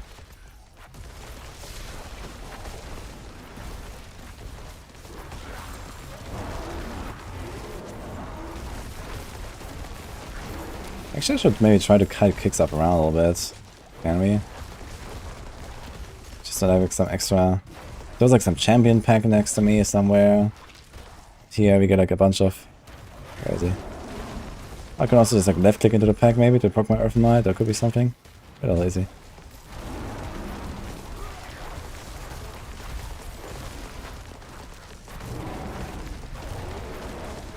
I really regret not taking my See what's will so far. See what's will. Could I blast this guy?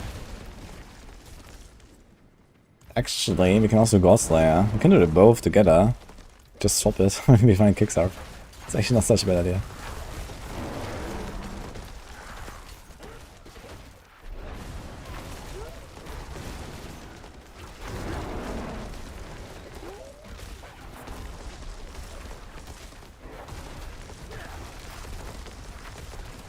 I shouldn't do Kickstarter, it just takes too long. I'm gonna skip it next time. We're already like short on time, we have 52 minutes. We are definitely behind right now. Also the world boss. So let's hurry a bit.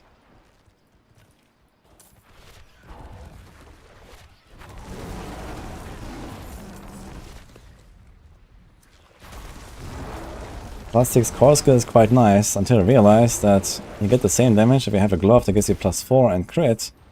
And then you have the benefits of crit, you know, like Umbrus aspect, poison imbue. And oh well, you actually get an aspect that does something in a glove too. If you have a normal glove and not Grass of Shadows. And then you realize, oh shit, maybe I should not use Grass of Shadows.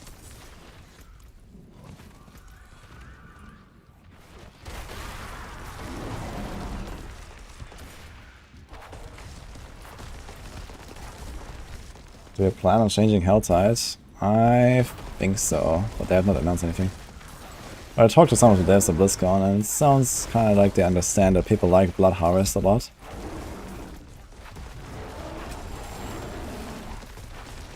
And why?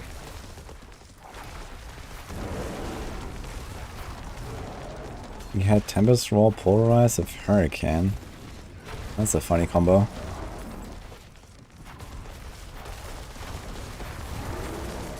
Well, I guess you can use Nature's Fury and reset your Hurricane by spamming Polarize, right? Wait, is that a thing? You need the aspect for it as well, right? So that's like another aspect. Okay, but then it's getting a bit costly, I guess. Sounds funny though.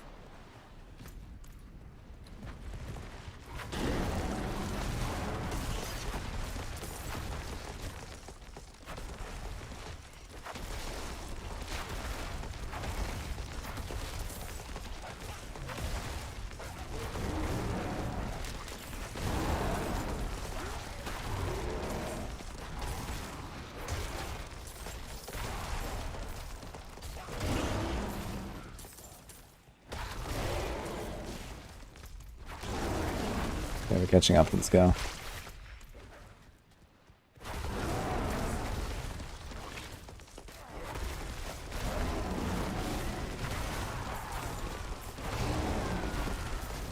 It's very dark today, huh?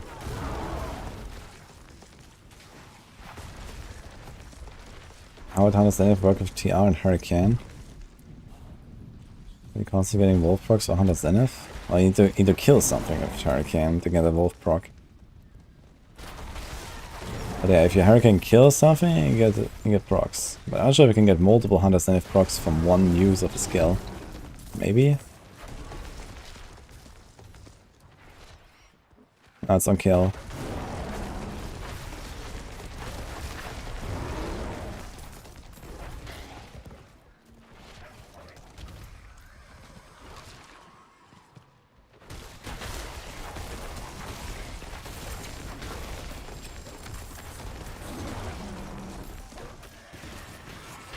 Oh, actually, I just realized when I go in my mount, I actually remove all of my Overpower buffs, right? So when there's elites and stuff, I should probably not do that. Okay, I removed the 20 kill counter, I removed the Overpower counter in the other one. It's kind of annoying.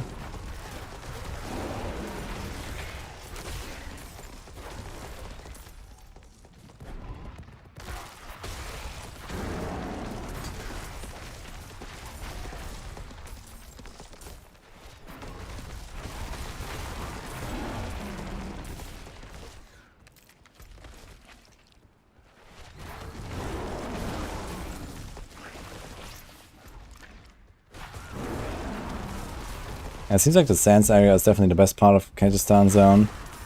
Got a lot of sinners here. think we kind of like grinded through most of it now.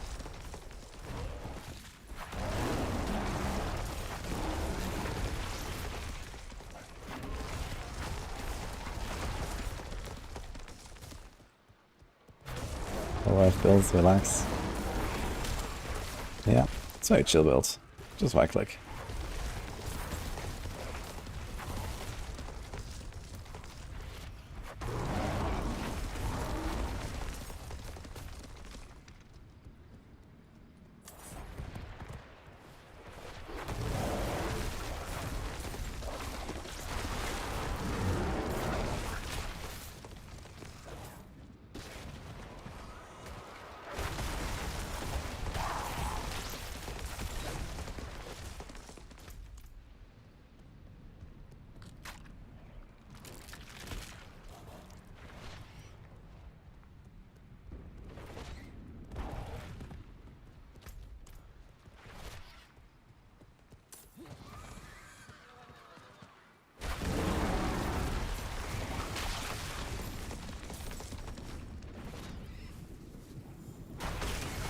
I think Blizzard is aware of players wanting them to bring pets back.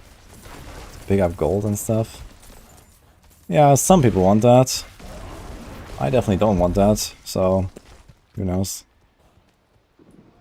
I'd be surprised to see it in this game, to be honest.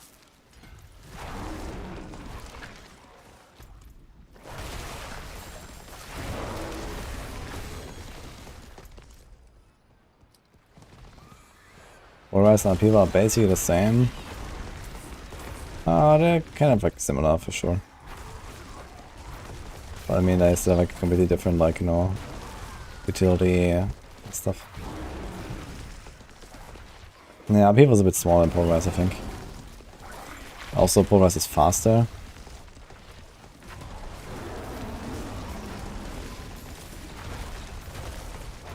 Polaris is faster and larger.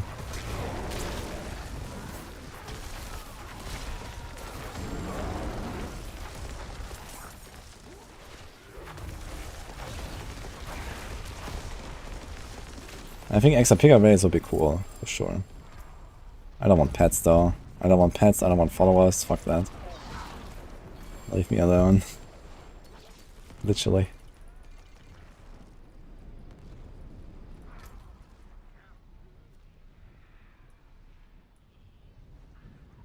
It's here, I guess. Oh, thanks for the sub flowers.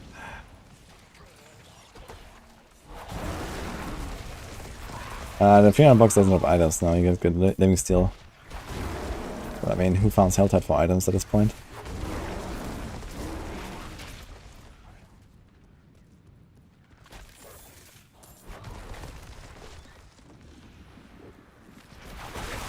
Just pro companions. Yeah, exactly. I have 9 companions, but I don't want a follower, I don't want a pet.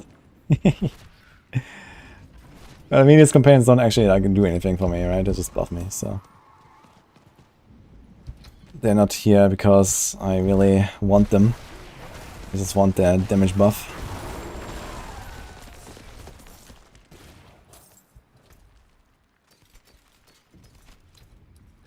We have whispers here.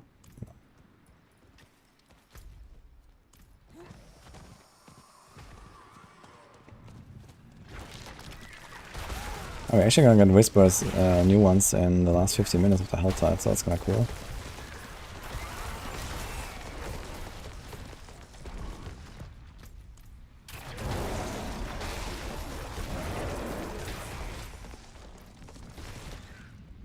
Hello for Foster Loss.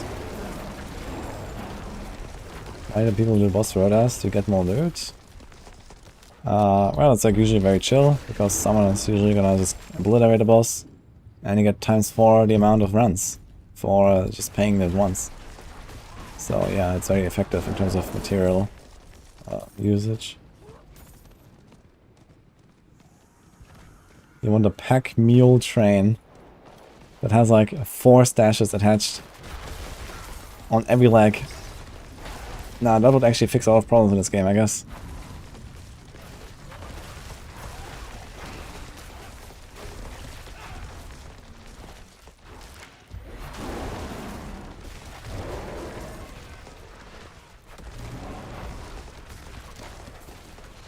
Yeah.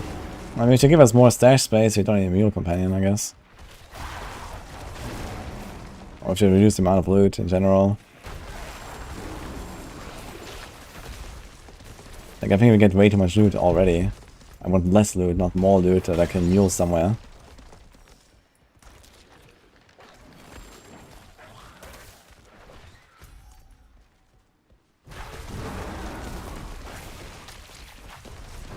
Hello, burn. How is my build going to end up? It's most likely going to be no companions and Banish Lord's Talisman build. With Petrify and some stuff. But for now we keep going with this, yeah. I want to see if I can actually take this to T100, but I think I might be a bit squishy without Bulwark and stuff.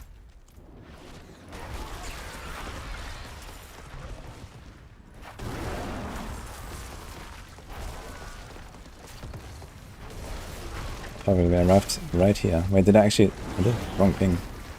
Okay. Onager, let's go. 300, perfect.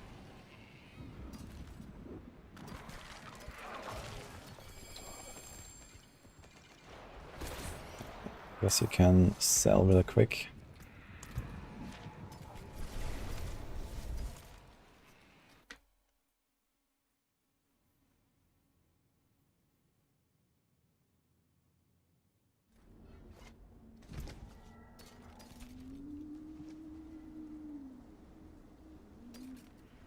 The forge is ready for whatever. Once I fix Codex, stash space is enough. Yeah, that is true. If there was like no need to carry around like 1,000 legendaries in your stash for Codex, or like, you know, for printing purposes, then we would be in a pretty good spot actually.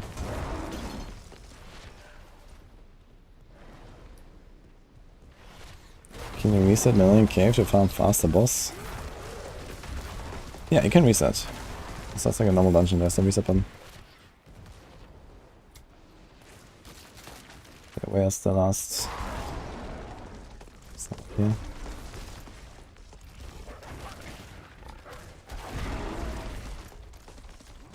Okay, we have 10 minutes for 285 cynics, that should be fine.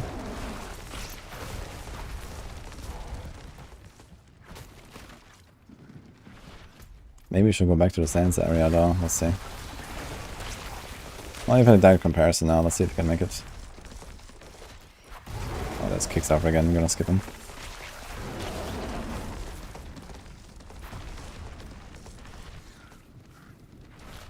You have 13 points in pull, 35% crit on Druids, a slow fight for any high 9 dimension boss. Yeah, what you need is Banished Lord's Talisman. It's a pretty good item. Then gets lucky with Overnight procs. And get a Gold Stack crown. The T-Balls well. And then you destroy. Hello Big Hutch. Overall thoughts on BlizzCon. Oh, it was really cool. I made a video about BlizzCon actually. Yesterday. Go check that.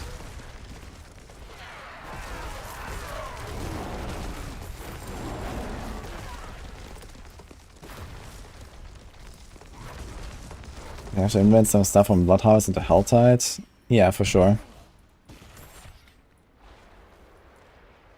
I do read both chats, Chris. I read YouTube and Twitch, don't worry.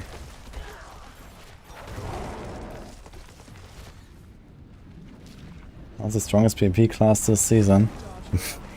Who knows, dude? Technically, dot builds should be profiting a lot, so I guess rogues.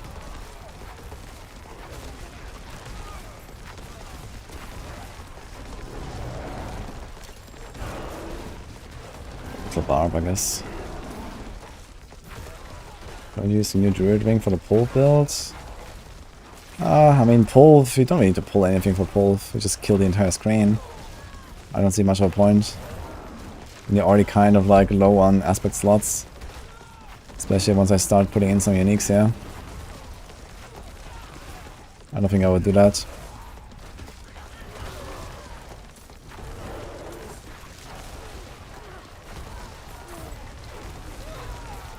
Unkillable Druid with the low life stuff. Yeah, I guess that works.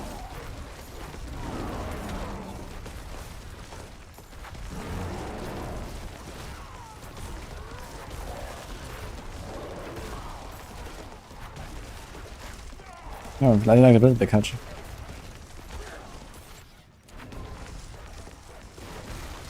The best Rouge build, in my opinion. It's TB or pinch shot.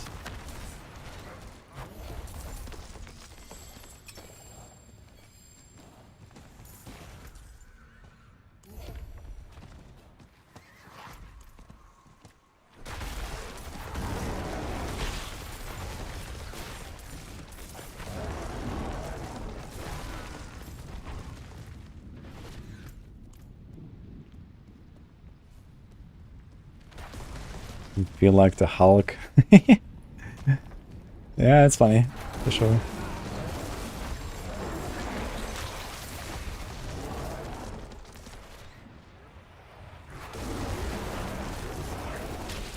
Didn't enjoy starting Tornado. Yeah, Tornado is usually something people play like in the end game, not the early game.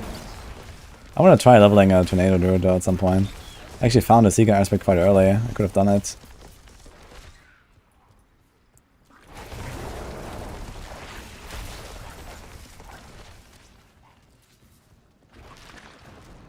I have people for tomorrow's Duriel, yes. We have 4 people, each bringing 25 Duriels.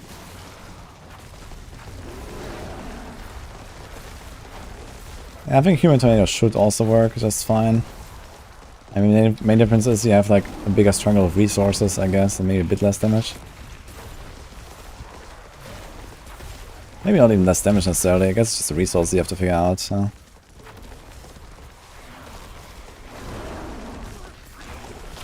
And less speed, maybe.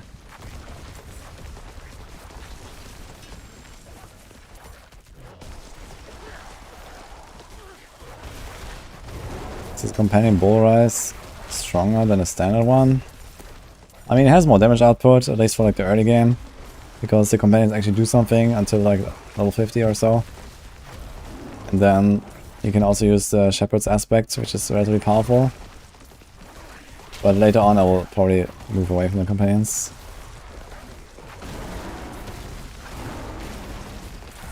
You just don't need the defensive skills in the early game, so they're kind of pointless, but later I think they're pretty good.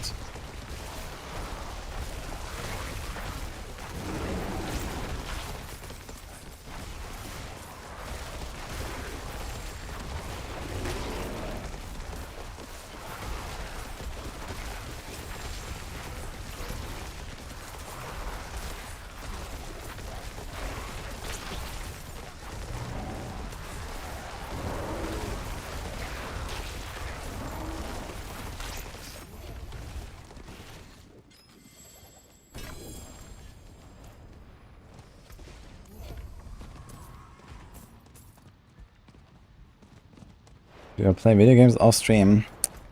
Not really these days. I mean, usually when I'm not streaming, I'm doing YouTube. When I'm not doing YouTube, I'm doing max roll. When I'm not doing max roll, I'm sleeping.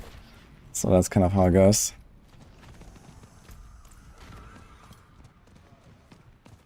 Human-nado is equal to Sharknado. And then there's Wolf-nado. And Shred-nado. Sounds very scary, actually.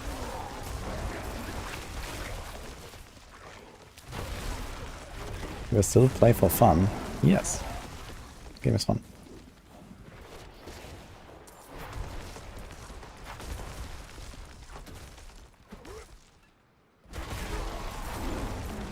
Is there a video? Yeah, I can type exclamation mark one tab if you want to see real boss damage on the rogue.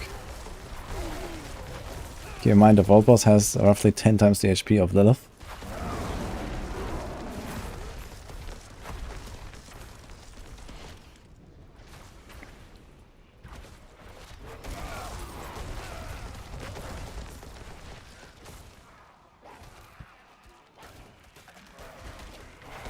A bit dark here, huh?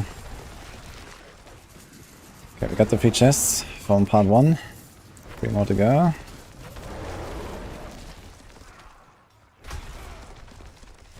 We don't have the command on YouTube, unfortunately. I need to like... Is there a way to like convert all my commands to YouTube as well? That'd be cool. Need to check that out. But I can link the clip there.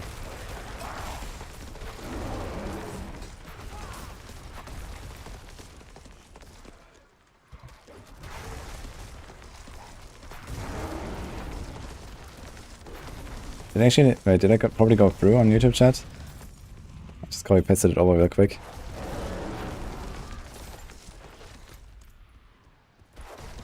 Why am I so dark? It turns out that once a day the sun is setting.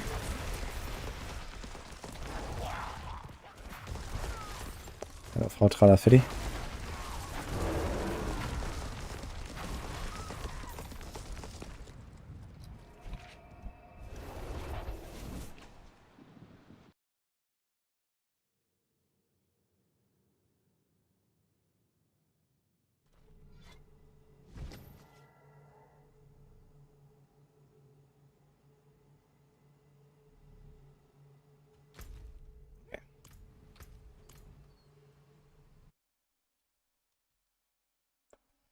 I am in the Euro region. Very badly, actually, yes.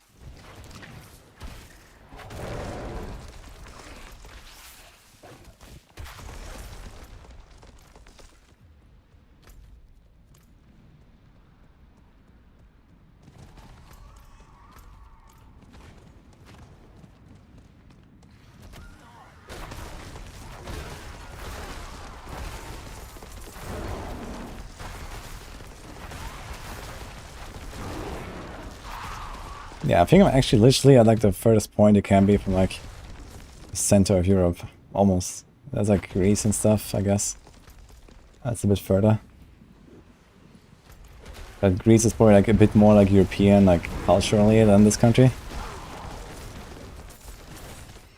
But yeah, technically I'm in Euro region.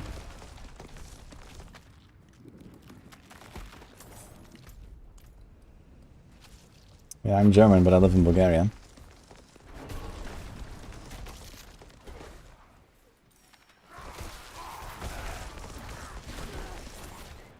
Yeah, I know, Flame Mage. I'm gonna check if I can do something about it.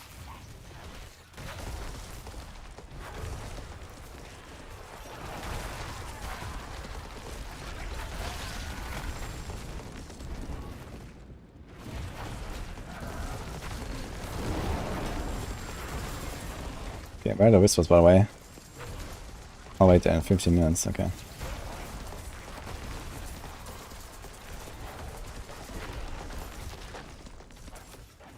Okay, where's the next chest? Oh, it's right here again. Okay, let's just find like the bottom area here and see.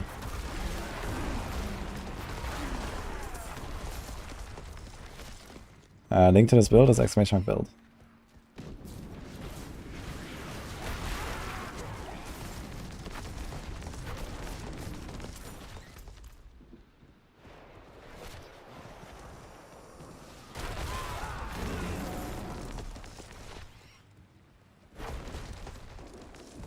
You should wait until World Tier 4 to farm steel. On World Tier 3 you only get 1, on World Tier 4 you get 3. It's definitely worth it to wait, I think. And you can kind of just rush through World Tier 3 and then farm Helltide in World Tier 4, you know, early.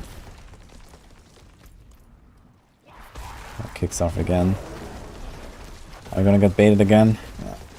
I should not get baited, but it kicks off. Just leave him.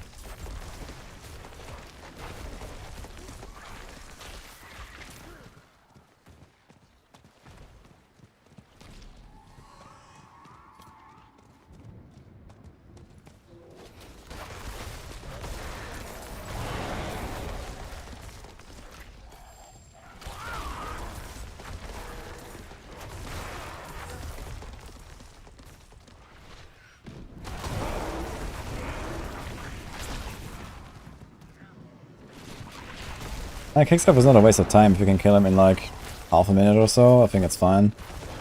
But this build can't, so I can easily spend like a minute or two. Oh, he aggroed on me. Down there.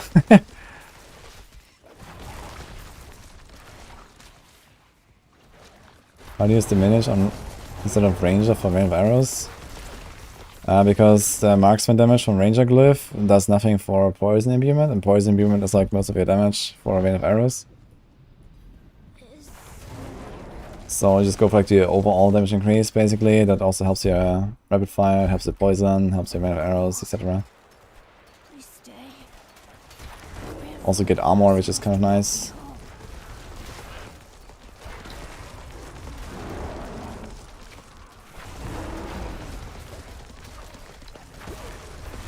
Dude, why is this boss health bar all the time?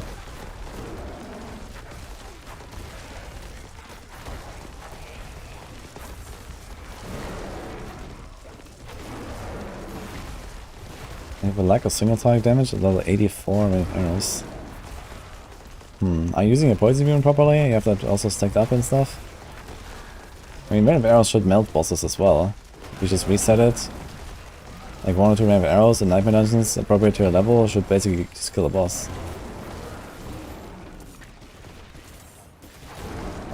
If you have not spec'd to it yet, you can also try to maybe unspec something on Paragons and take Eldritch Bounty earlier.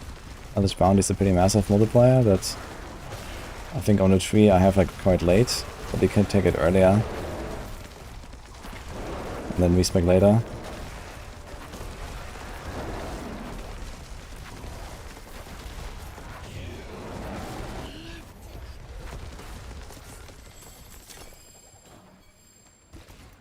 Random arrows hits really hard, yeah, when you have the right setup. That's really fun. I had a good time with random arrows this season.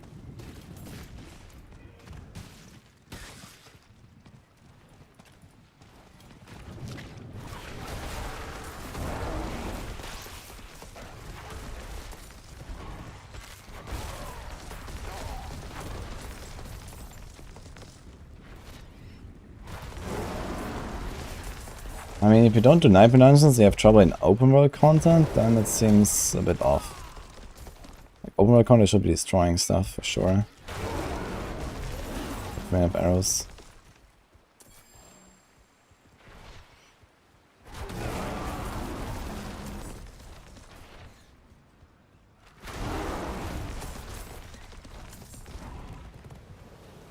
I mean, if you do mostly open world stuff and not high-end content, you can also run Theobald's Will when you have it. So there's like another damage multiplier.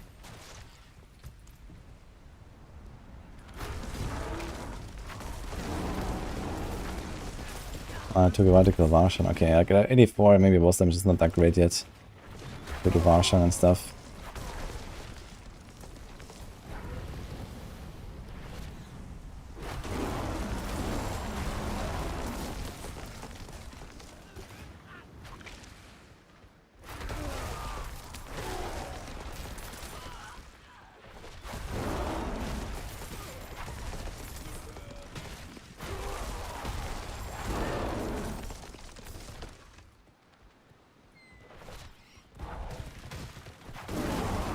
The reason I don't use Hammermancy in the rogue builds? I've done it on some. I don't think it's that crazy necessarily.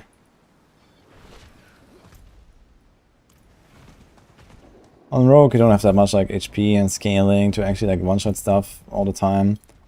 You also really fast and have good AoE in most builds.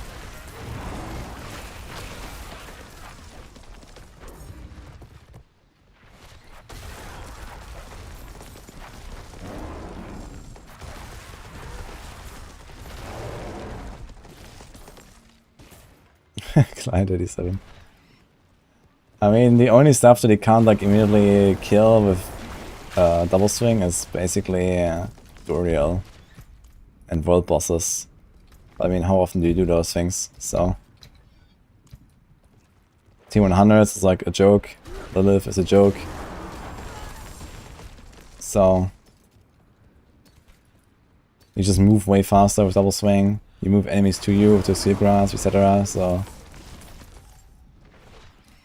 I don't think I could beat double swing with any build right now in a speed farming competition. Or like T100s, for example. I mean, maybe Hoda can do it. But Hoda AoE is so small. I mean, so is double swing, but double swing is just so fast that it doesn't matter too much. Or it's just up there actually.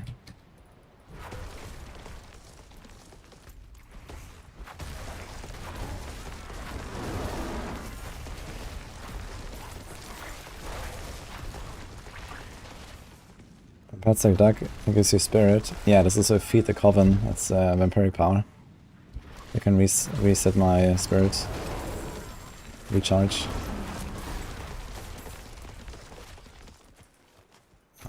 Is it here? Where is it?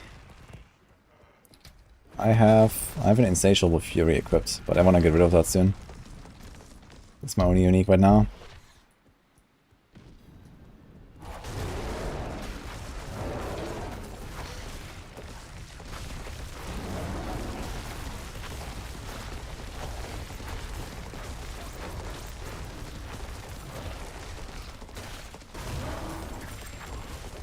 What's the point behind min-maxing gear if you one-shot the hardest content? Well, the point is you are patient for another 4 weeks, and then game one-shot you. It's gonna be fun.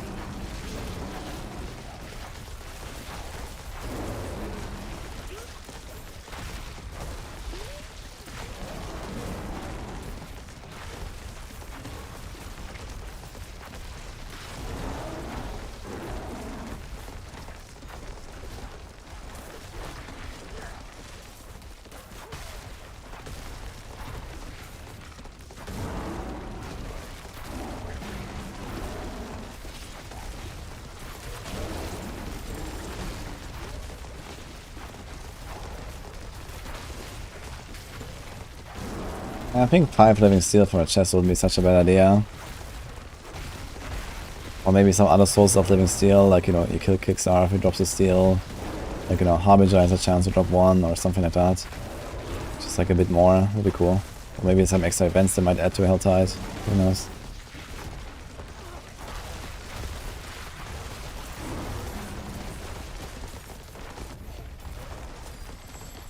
Oh, that was sick actually.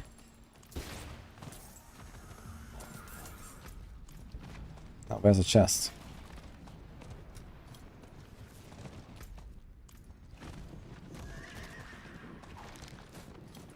I think it's supposed to be here. And it's not. Okay.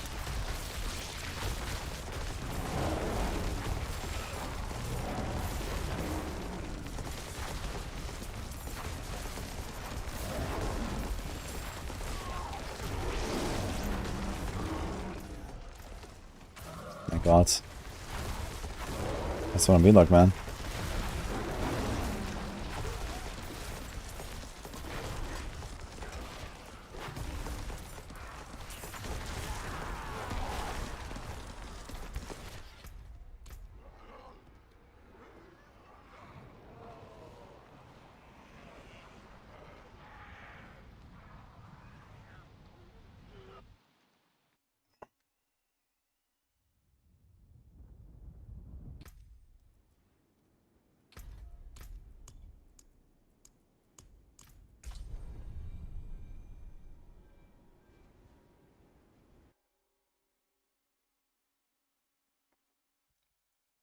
Must be literally impossible to find living steel without using the websites now.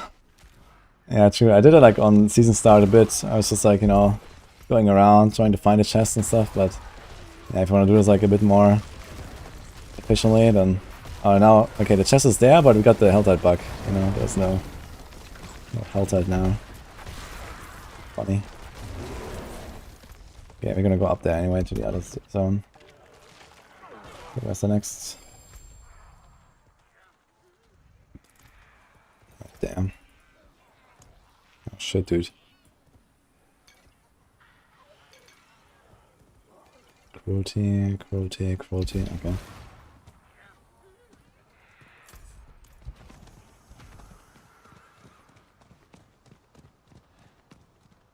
I'm gonna make more characters for Avatar Azir. Yeah, I don't have big plans besides Rogue for Avatar Azir. Because number 1, I have stash issues. Number 2, you know, the glyph is gonna be extremely grindy. So if I actually want to try to be like, you know, the highest rogue in the world, for example, I have to focus on only rogue, you know, because there will be people like grind the fuck out of that glyph. And the glyph is gonna be like a really strong factor in determining your success. And we don't know how long it will take to grind it out, but I imagine we're talking about, you know, dozens of hours minimum. So we'll see, I guess.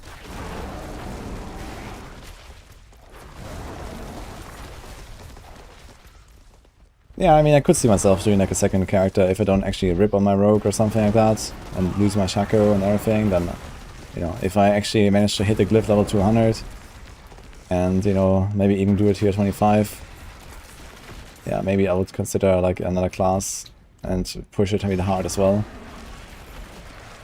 Let's go. I might dabble a little bit in Avatar Azir with some other classes, but yeah, we'll see.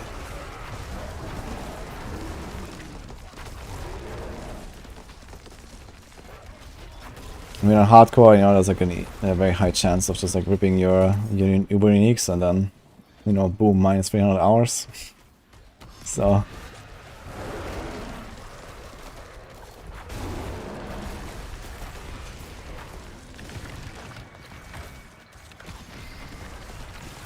I think I already got the Shaco, and I'm just gonna call my friends a Blizzard, it's fine.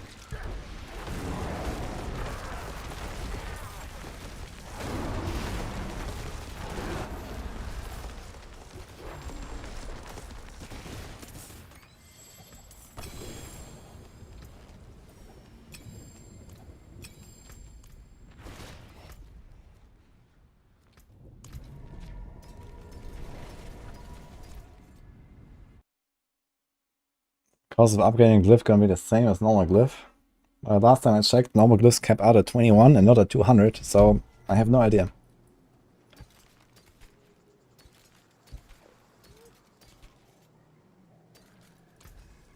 Don't ruin all that work. How many Overpower triggers does the bear have?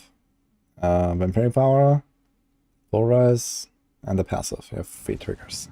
And then 4 with Banish Lord's Talisman, I guess, if you go there. Okay, it's almost there. Huh? Yo, Potato, thank you for the prime.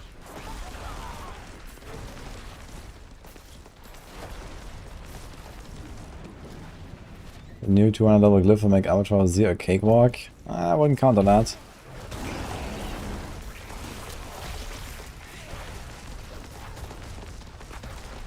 I mean, even if you have the damage, you still have to survive. Which a lot of people will have issues with already, I think. And then, yeah, I mean, who knows. I think 25 will be probably unbeaten. Maybe not.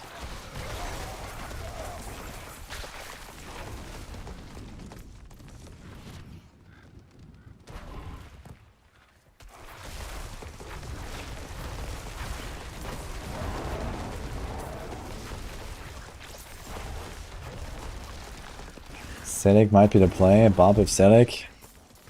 Barb with Selic sounds like you just gave up like 2/3 of your damage for no reason, if you ask me.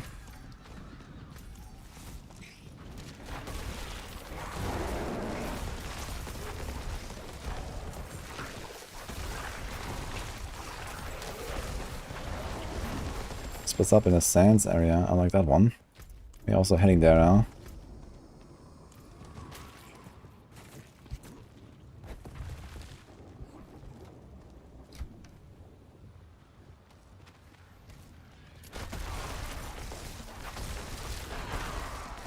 That's interesting math, Green Helix.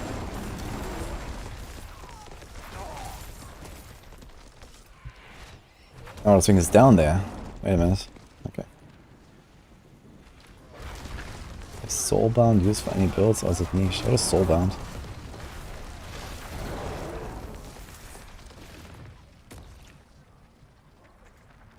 What's the benefit of playing companions? Lots of damage, actually. Just leave these elixirs, it's fine. Okay, where's the last? Oh, interesting, there's 2 living steel chests right next to Altar of Ruin. There's like... The other one was also here. One was here and one is here now. It's funny. Yeah, I have to relog King Cartonic to find a chest.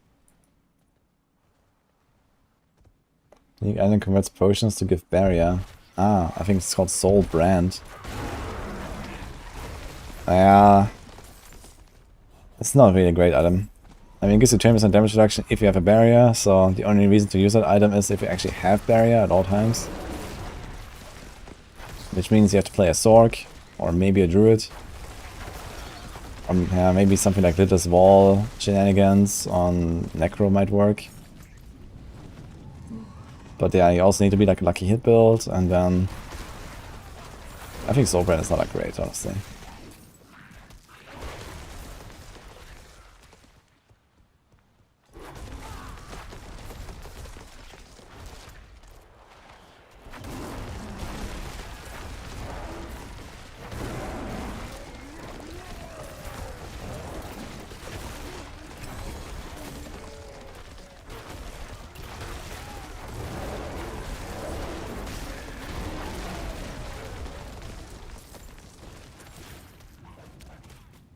We have 11 minutes.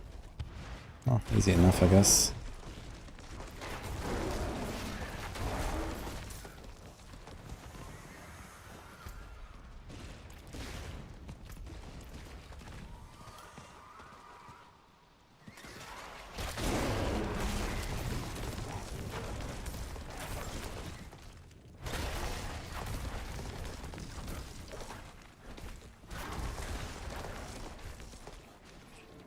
Alright, let me see that again, Green Helix, sorry. 2 from Skill Tree, 1 from Booms. 1 from Land Powers, 1 from Emerald. Oh, you're right, actually, it's 5, it's not 4. Sorry, that was my mistake, Green Helix.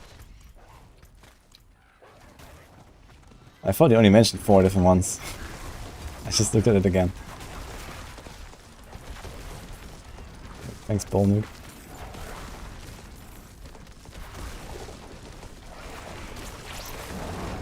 A new transition from Vote Tier 3 to Vote Tier 4? It's kind of like a gut feeling thing. Between like level 60 and 65 usually. But if you have like a really strong build, you can do it earlier.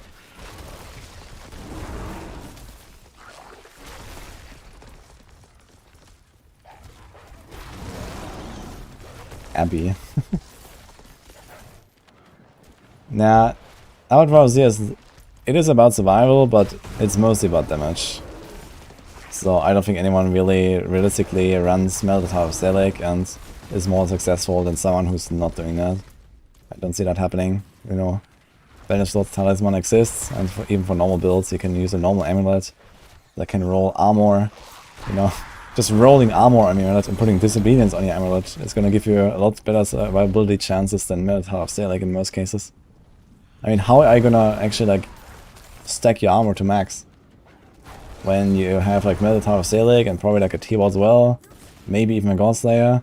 You have like maybe 1 or 2 items that can actually roll % armor, so you need disobedience to go with that, and that might not even be enough to cap out on armor. So Melted Heart of Stelic is not happening, I think, honestly. Not doing like this insane armor requirements.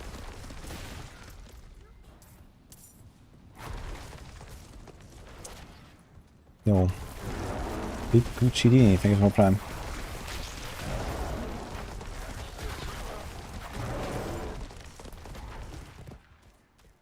Have I tried Keystone yet? What? The max actual usable armor is 30.3k right now, and then Avatar it's like more like 16k.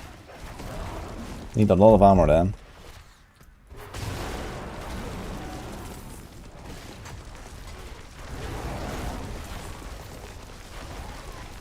Let's build when?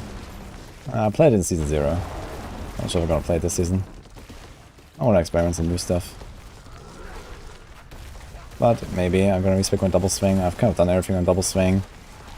And Kratos Barb is gonna be pretty good for Outwire, so maybe I'll try some stuff on Barb there.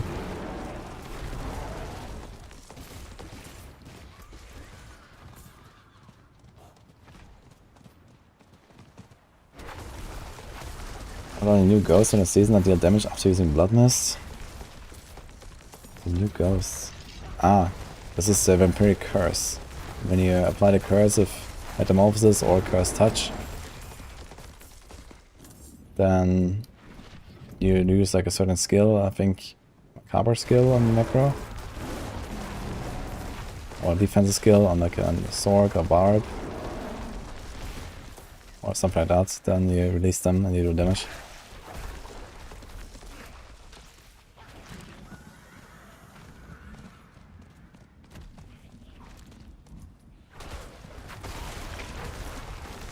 How much gold you can get with 50 distilled fear? Probably not much. I don't think there's many people farming Beast in the Eyes. Unless they're like really desperate for a certain unique drop there.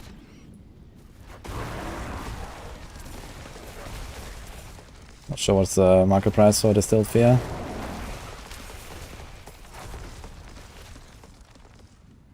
Where's the corpse? 1.5 mil per. Really? That sounds not bad actually.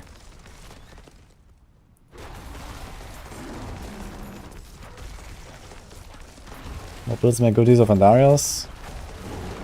Basically everything on Barb and Rogue, I'd say. Many builds mostly. Lifesteal is pretty insane.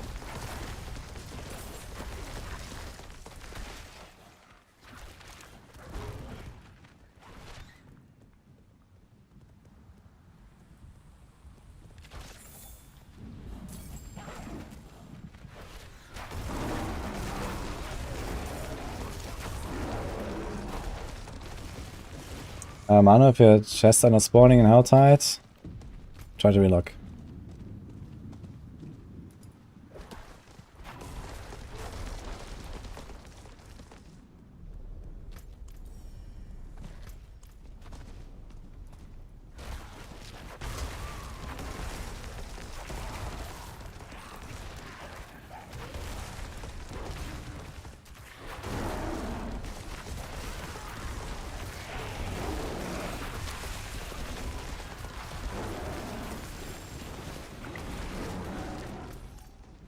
Okay, we actually have 5 minutes to spare here. Could have almost gone for 7 chests. If I hadn't done the world boss, I could have done 7, I guess. Not bad.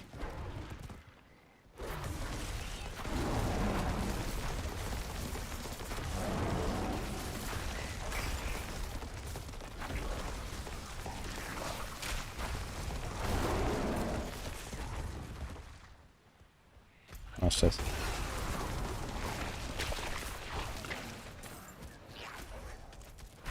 Should be here, so let's relock.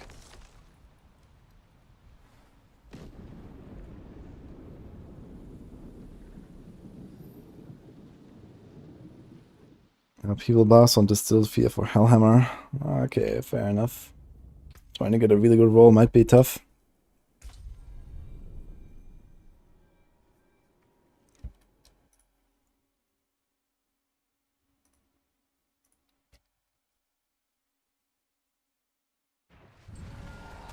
Oh, perfect.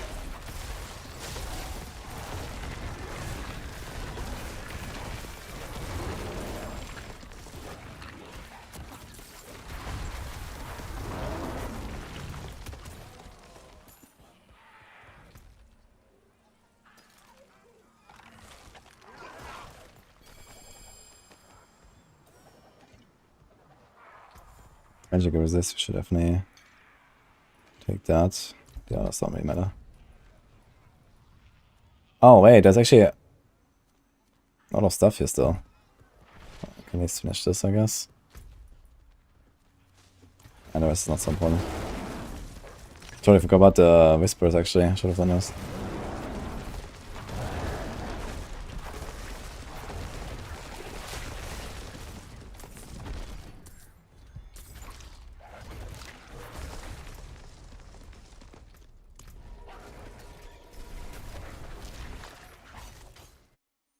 Can Bones be an Acro solo Uber Lilith?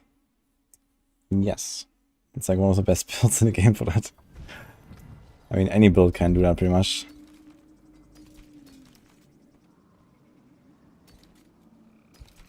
The forge is ready for whatever you need.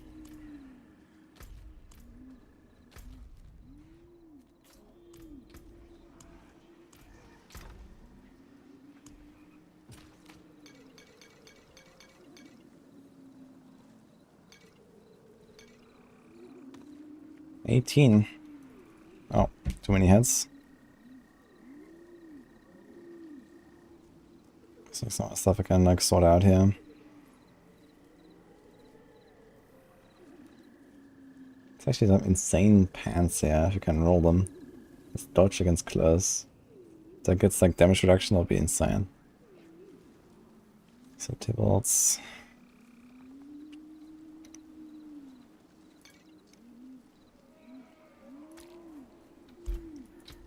Okay, can we do like a dimensional too, I guess? Desert underpass, that must be fun. I gotta do one.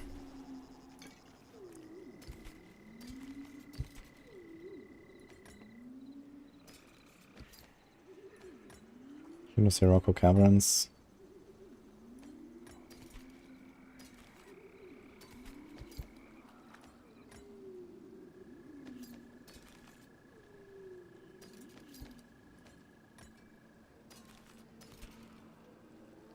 There's a lot of Sirocco.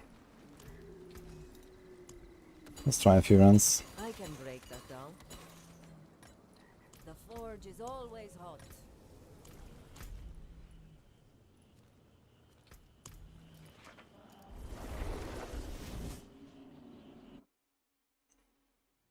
Only one Temerity? I think it's great, especially for spending Bloodhowl. Temerity? Nah, I mean, Druids are tanky enough, they don't need Temerity, and Temerity is only really like an option if, first of all, you have a lot of healing, and second of all, you actually don't have any defensive aspects you really want. Like, just like a good pair of pants that actually have, like, you know, armor, damage reduction, and all that is pretty much near equivalent to Temerity already. Especially if you combine it with like a good aspect. And on Druid, you know, I'm not running out of good aspects, I think, defensively. I think Deserted Underpass will actually be fun on Full Rise. Right? I don't have any trouble with killing all those spiders. It's kinda cool.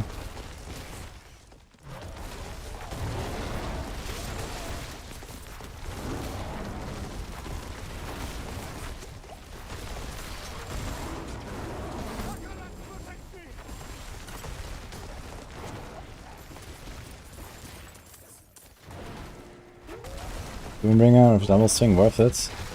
Yeah, I can do that. I think I have like a berserk ripping in the build, you can just drop that.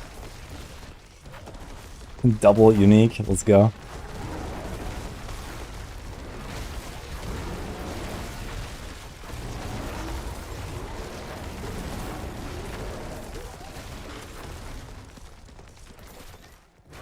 I mean, there's also the option to run a mace. Mace is kind of nice because you could get 3 points in the skills using bludgeoning weapons passive. I'm not sure what's the name. Blood up.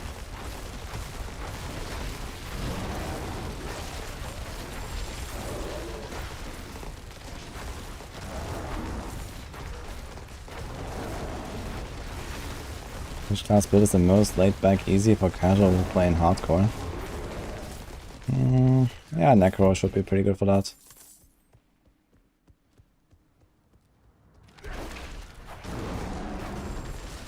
What's my thoughts on scaling Rogue Barrage builds?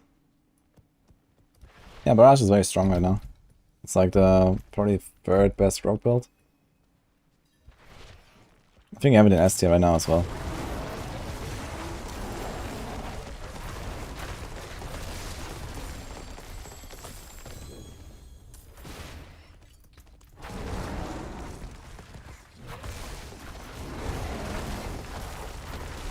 Wait, how did I make this guy vulnerable? Put it there.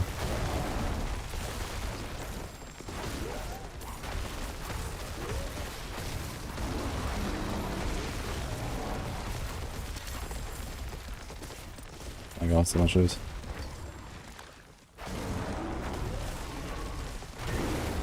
Tips for finding boosts for Duriel rotations. Yeah, that's basically all on Discord, I guess. Sanctuary Discord, you can use my Discord, people are doing rotations.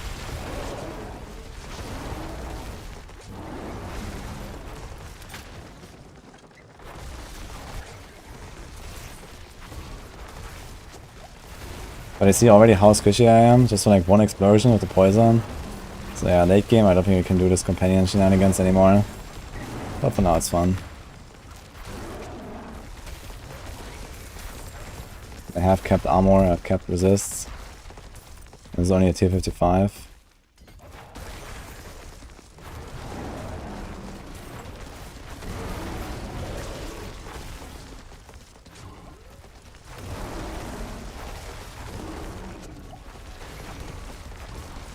Pulverized Druid, just Upheaval Barb? No, it's actually Pulverized Druid. But there's a bit of similarity, I guess.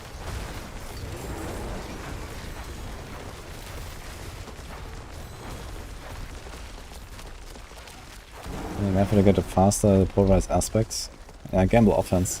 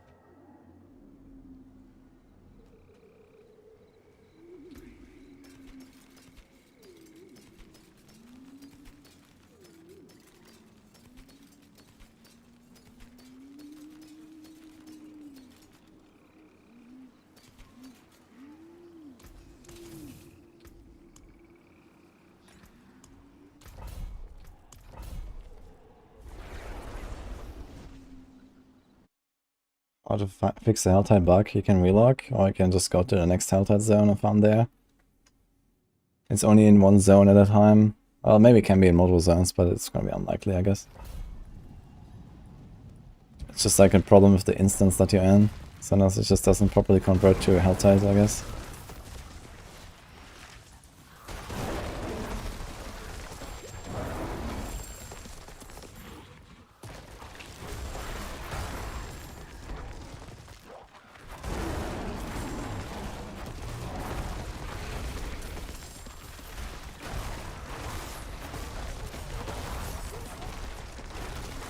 I started using daggers on Rogue because daggers are faster. That's really the main reason. Just more attack speeds. The crit damage on the swords is not that great. Even if you crit a lot and you're ranged, it doesn't really matter that much.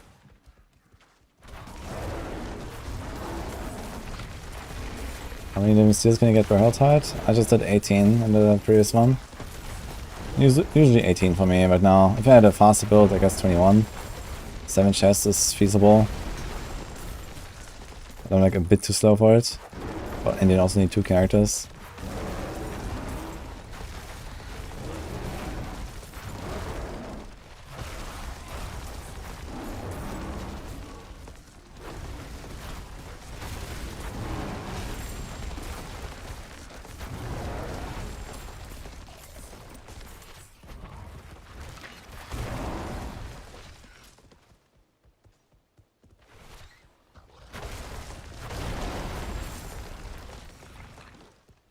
Actually, it feels solid.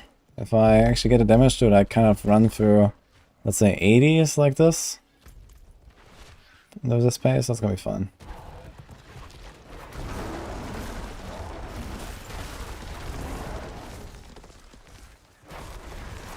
And you have 2 characters, you get 36. I mean, if you farm 300 cinders in 5 minutes, you can get 36 chests, yes. Good luck. 36 living still, I mean. I also have to open the chest in that time too.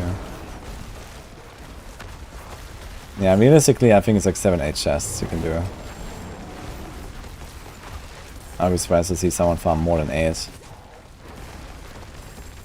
So that's 24 living steel. So you need 2 characters. Or maybe 3 or 4 even, depending on how the Helltide falls. It needs to be probably Havizar. Havizar seems to be the fastest for cinders.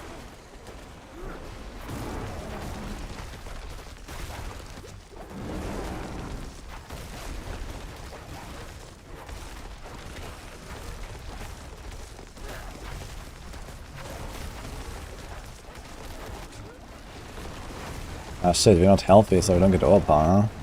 Okay.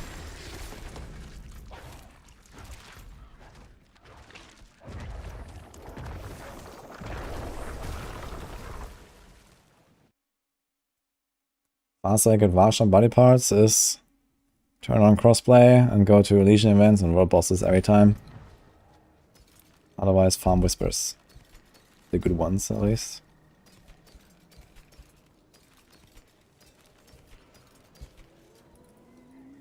The forge is ready for whatever you need. What else? I've forgotten soul count. I'm not sure if I want to check. But I'm doing it. 682, holy fuck. We're gonna hit like close to 1,000 tomorrow. If we do 5 more health lights. Maybe you're gonna hit 1,000 actually. You'll see you, Tom. Glad you enjoyed it, man.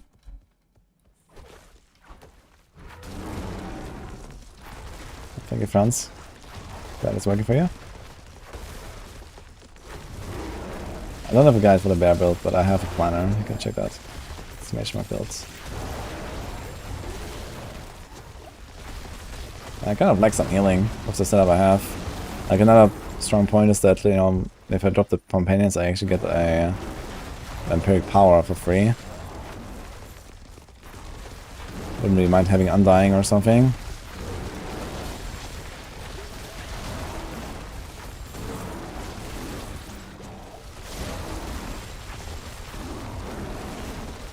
But then these spider dungeons or shockwave is definitely something cool. I was sure that probably even beats Shadow Imbue in the excitement, man. Shadow Imbue is also fun here.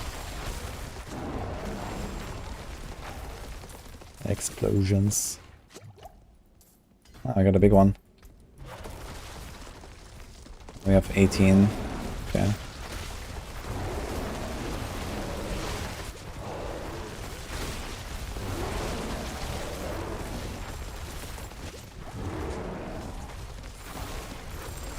This rocket counts S tier dungeon? Yeah, that's like the best dungeon in the game right now for XP farm at least. If you want to level up, you do this one. And which one else? There's like one other that's already have an S tier right now. It's really bad for Glyph though, and you mostly really care about Glyph XP to be honest. Oh, I think this is a Bloodseeker here. What's going on?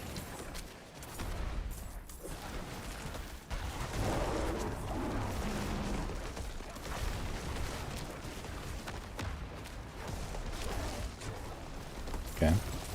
Bloodseekers are a bit tanky here. One crit. I'm leveling Sork next. Probably not, because my stash is too fucked. So I guess realistically my next character will be my blue rogue. I think. And you get rid of my mule there and like the stuff I have in the stash. The good thing is on blue rogue I also don't have to put any additional stuff into the stash, so that's great. But yeah, I'll release some pressure once I finish my Blue Rogue project. So I might do that next actually.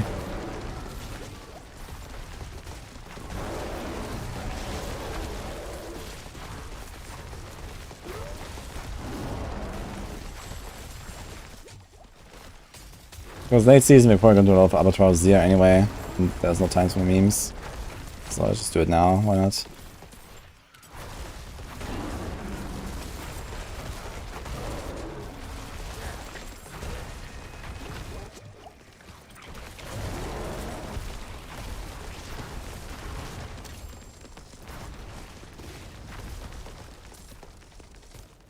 Can I make dummy characters and put stuff in the inventory? Well, unluckily, you can only have 12 characters in this game. And like 7 of them are exactly that already.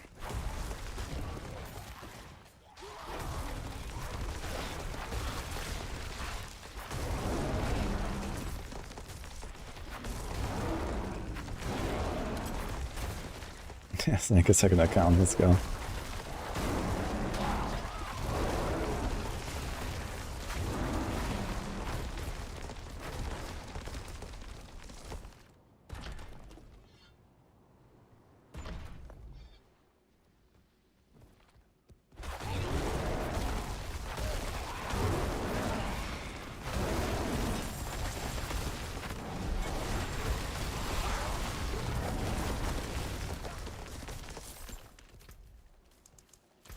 It's so fast over the glyphs and it's only like tier 55.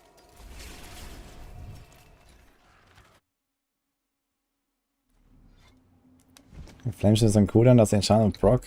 It should, yes. I've not specifically tested that, but I don't see why not. I mean, it procs when you don't have Flameshield on the bar.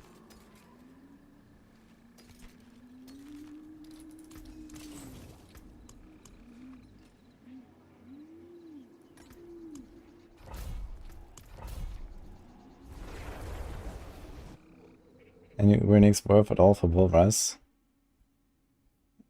Shako, at least. Could consider a Havarion maybe, but maybe not really. Because he needs shockwave power on the two-handed, I guess.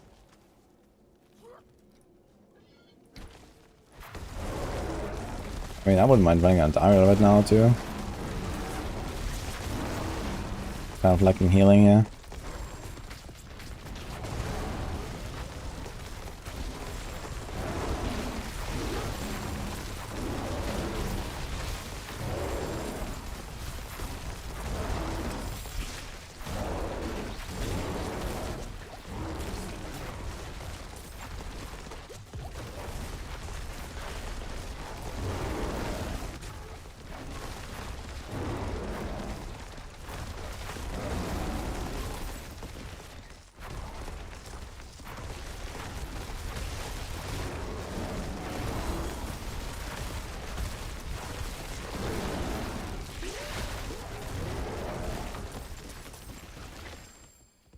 And actually playing dungeons with this build is kind of cool.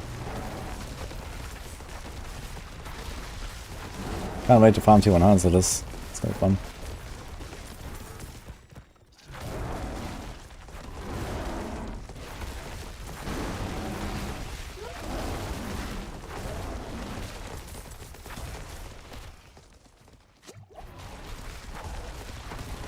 Corridor wiping, yes. For this dungeon here, it's insane actually, man. Because there's no spider left behind, you know, like you actually clean up. So you don't lose anything behind. Like, I can't remember how often I actually like rage quit this dungeon because there was like a spider here.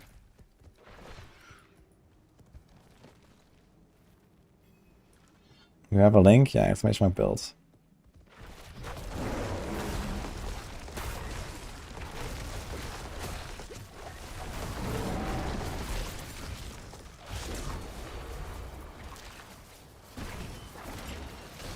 Yeah, I really like rage quitting Deserted Underpass this season. There's like a shitty spider chilling somewhere in the back.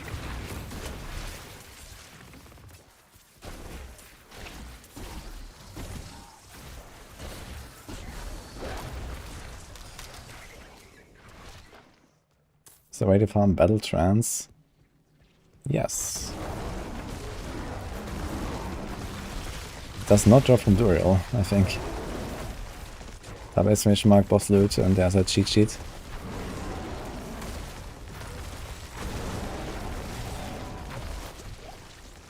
There's a bloodbuster waiting for me. Okay.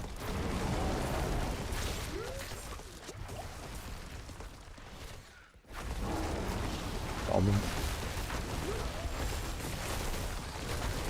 Fucking spiders, man.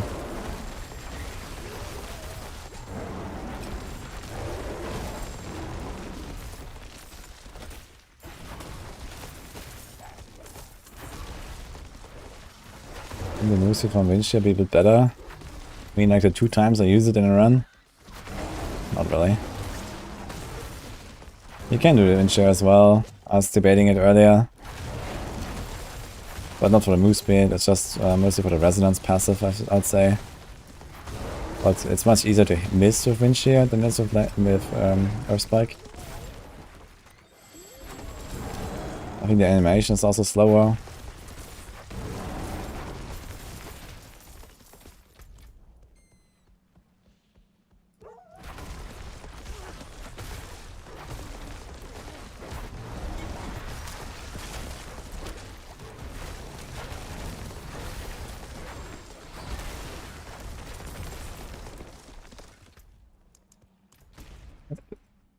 Let's see if we can get a glyph to 15, actually.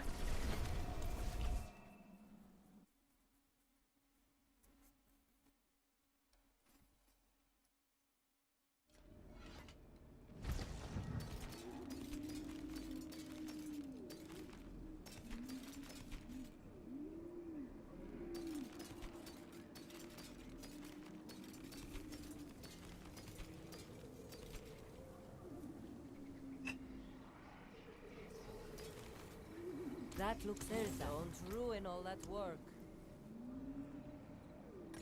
Okay, once again, melee defender down. This might be my last run actually, guys. We have meeting in 12 minutes.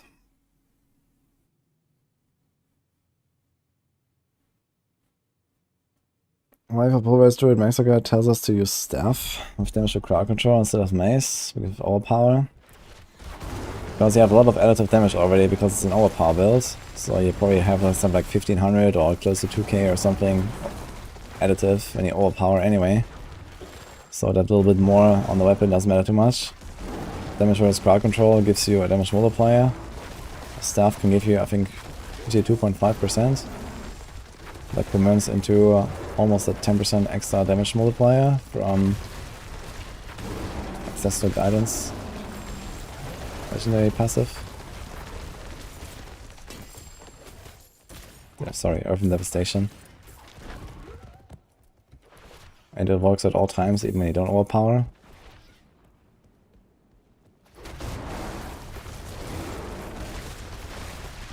And then on the second hit you still get, you know, some additive. Even when you don't overpower. I'll get an axe, so they're waxing gibbers. Yes, it is. Yeah.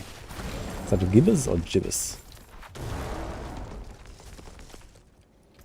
Yo, we need to try that at some point. That seems like a nice item. I really want to try that.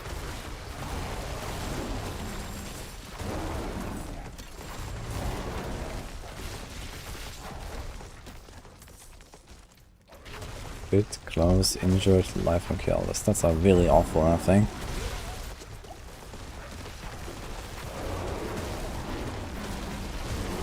Oh, maybe not that terrible actually. You don't go for overpower or nothing, but no stats. No core stats.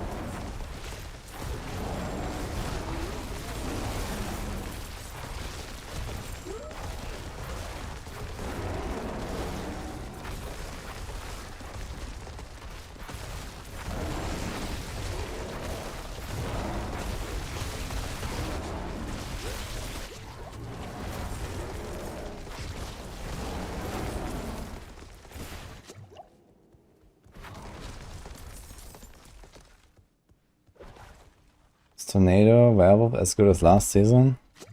It's like not like the absolute top build anymore, but it's still very good.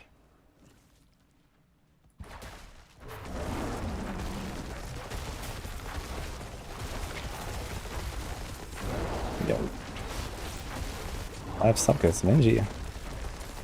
Thank you so much. Appreciate the subs.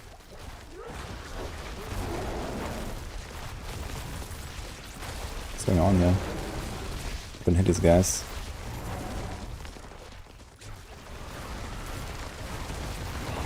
Oh, they're melee defenders as well, right? I remember. So that is actually going pretty well here.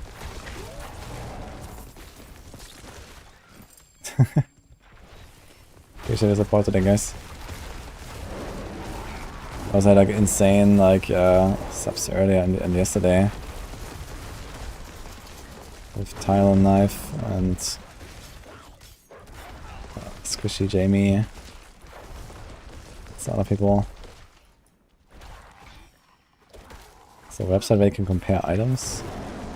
And default plan you can do that. You can just create 2 items and then check your stats with when they're out and stuff if you want to do that. Soon we're also gonna add like DPS calculations there, but we don't have them yet.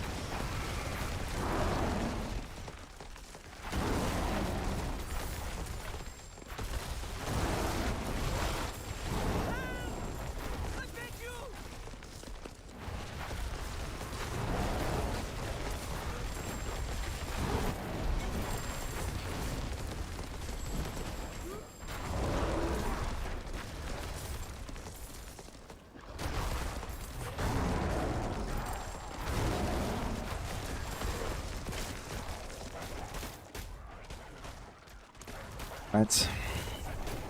What Druid builds were used on Duriels? Ooh, not that many opportunities, I guess. Because Tempest Roar. Well, you don't need Tempest Roar on Stormclaw, for example, right? You only really need on Tornado. I think even Lightning Storm can be played without. But I guess Lightning Storm we still want Tempest Roar, so probably not Tempest Roar on Tornado, but anything else can do it.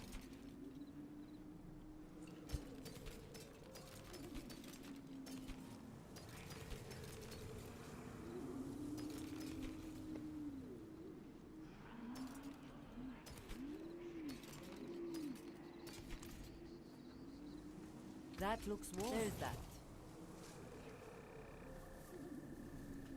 The softcore version was built with more damage. This build is as softcore as it gets right now.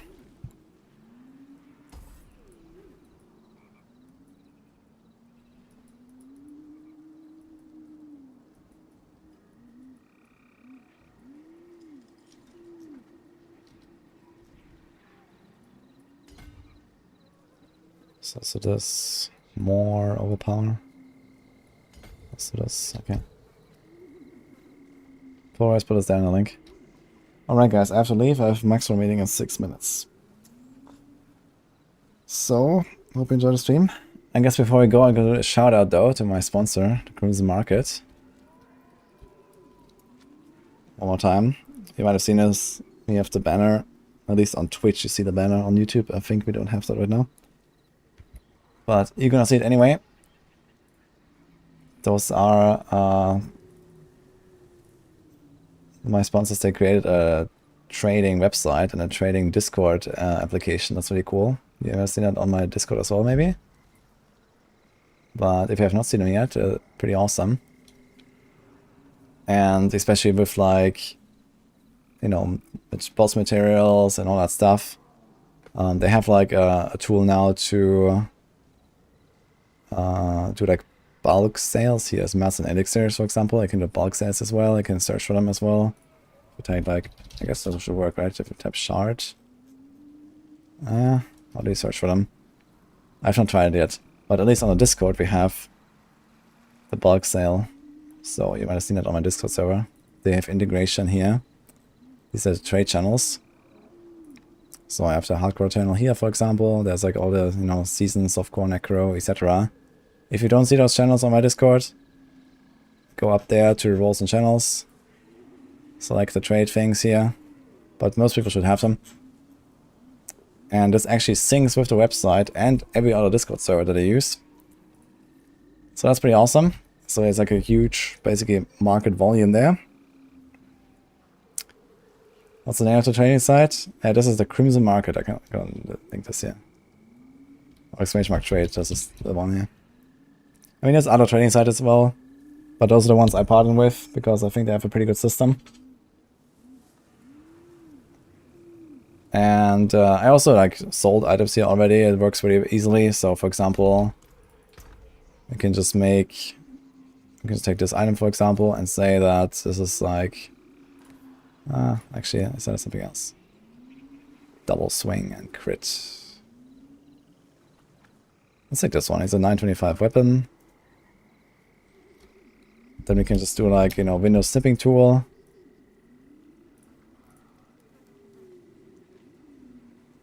And you just cut this out.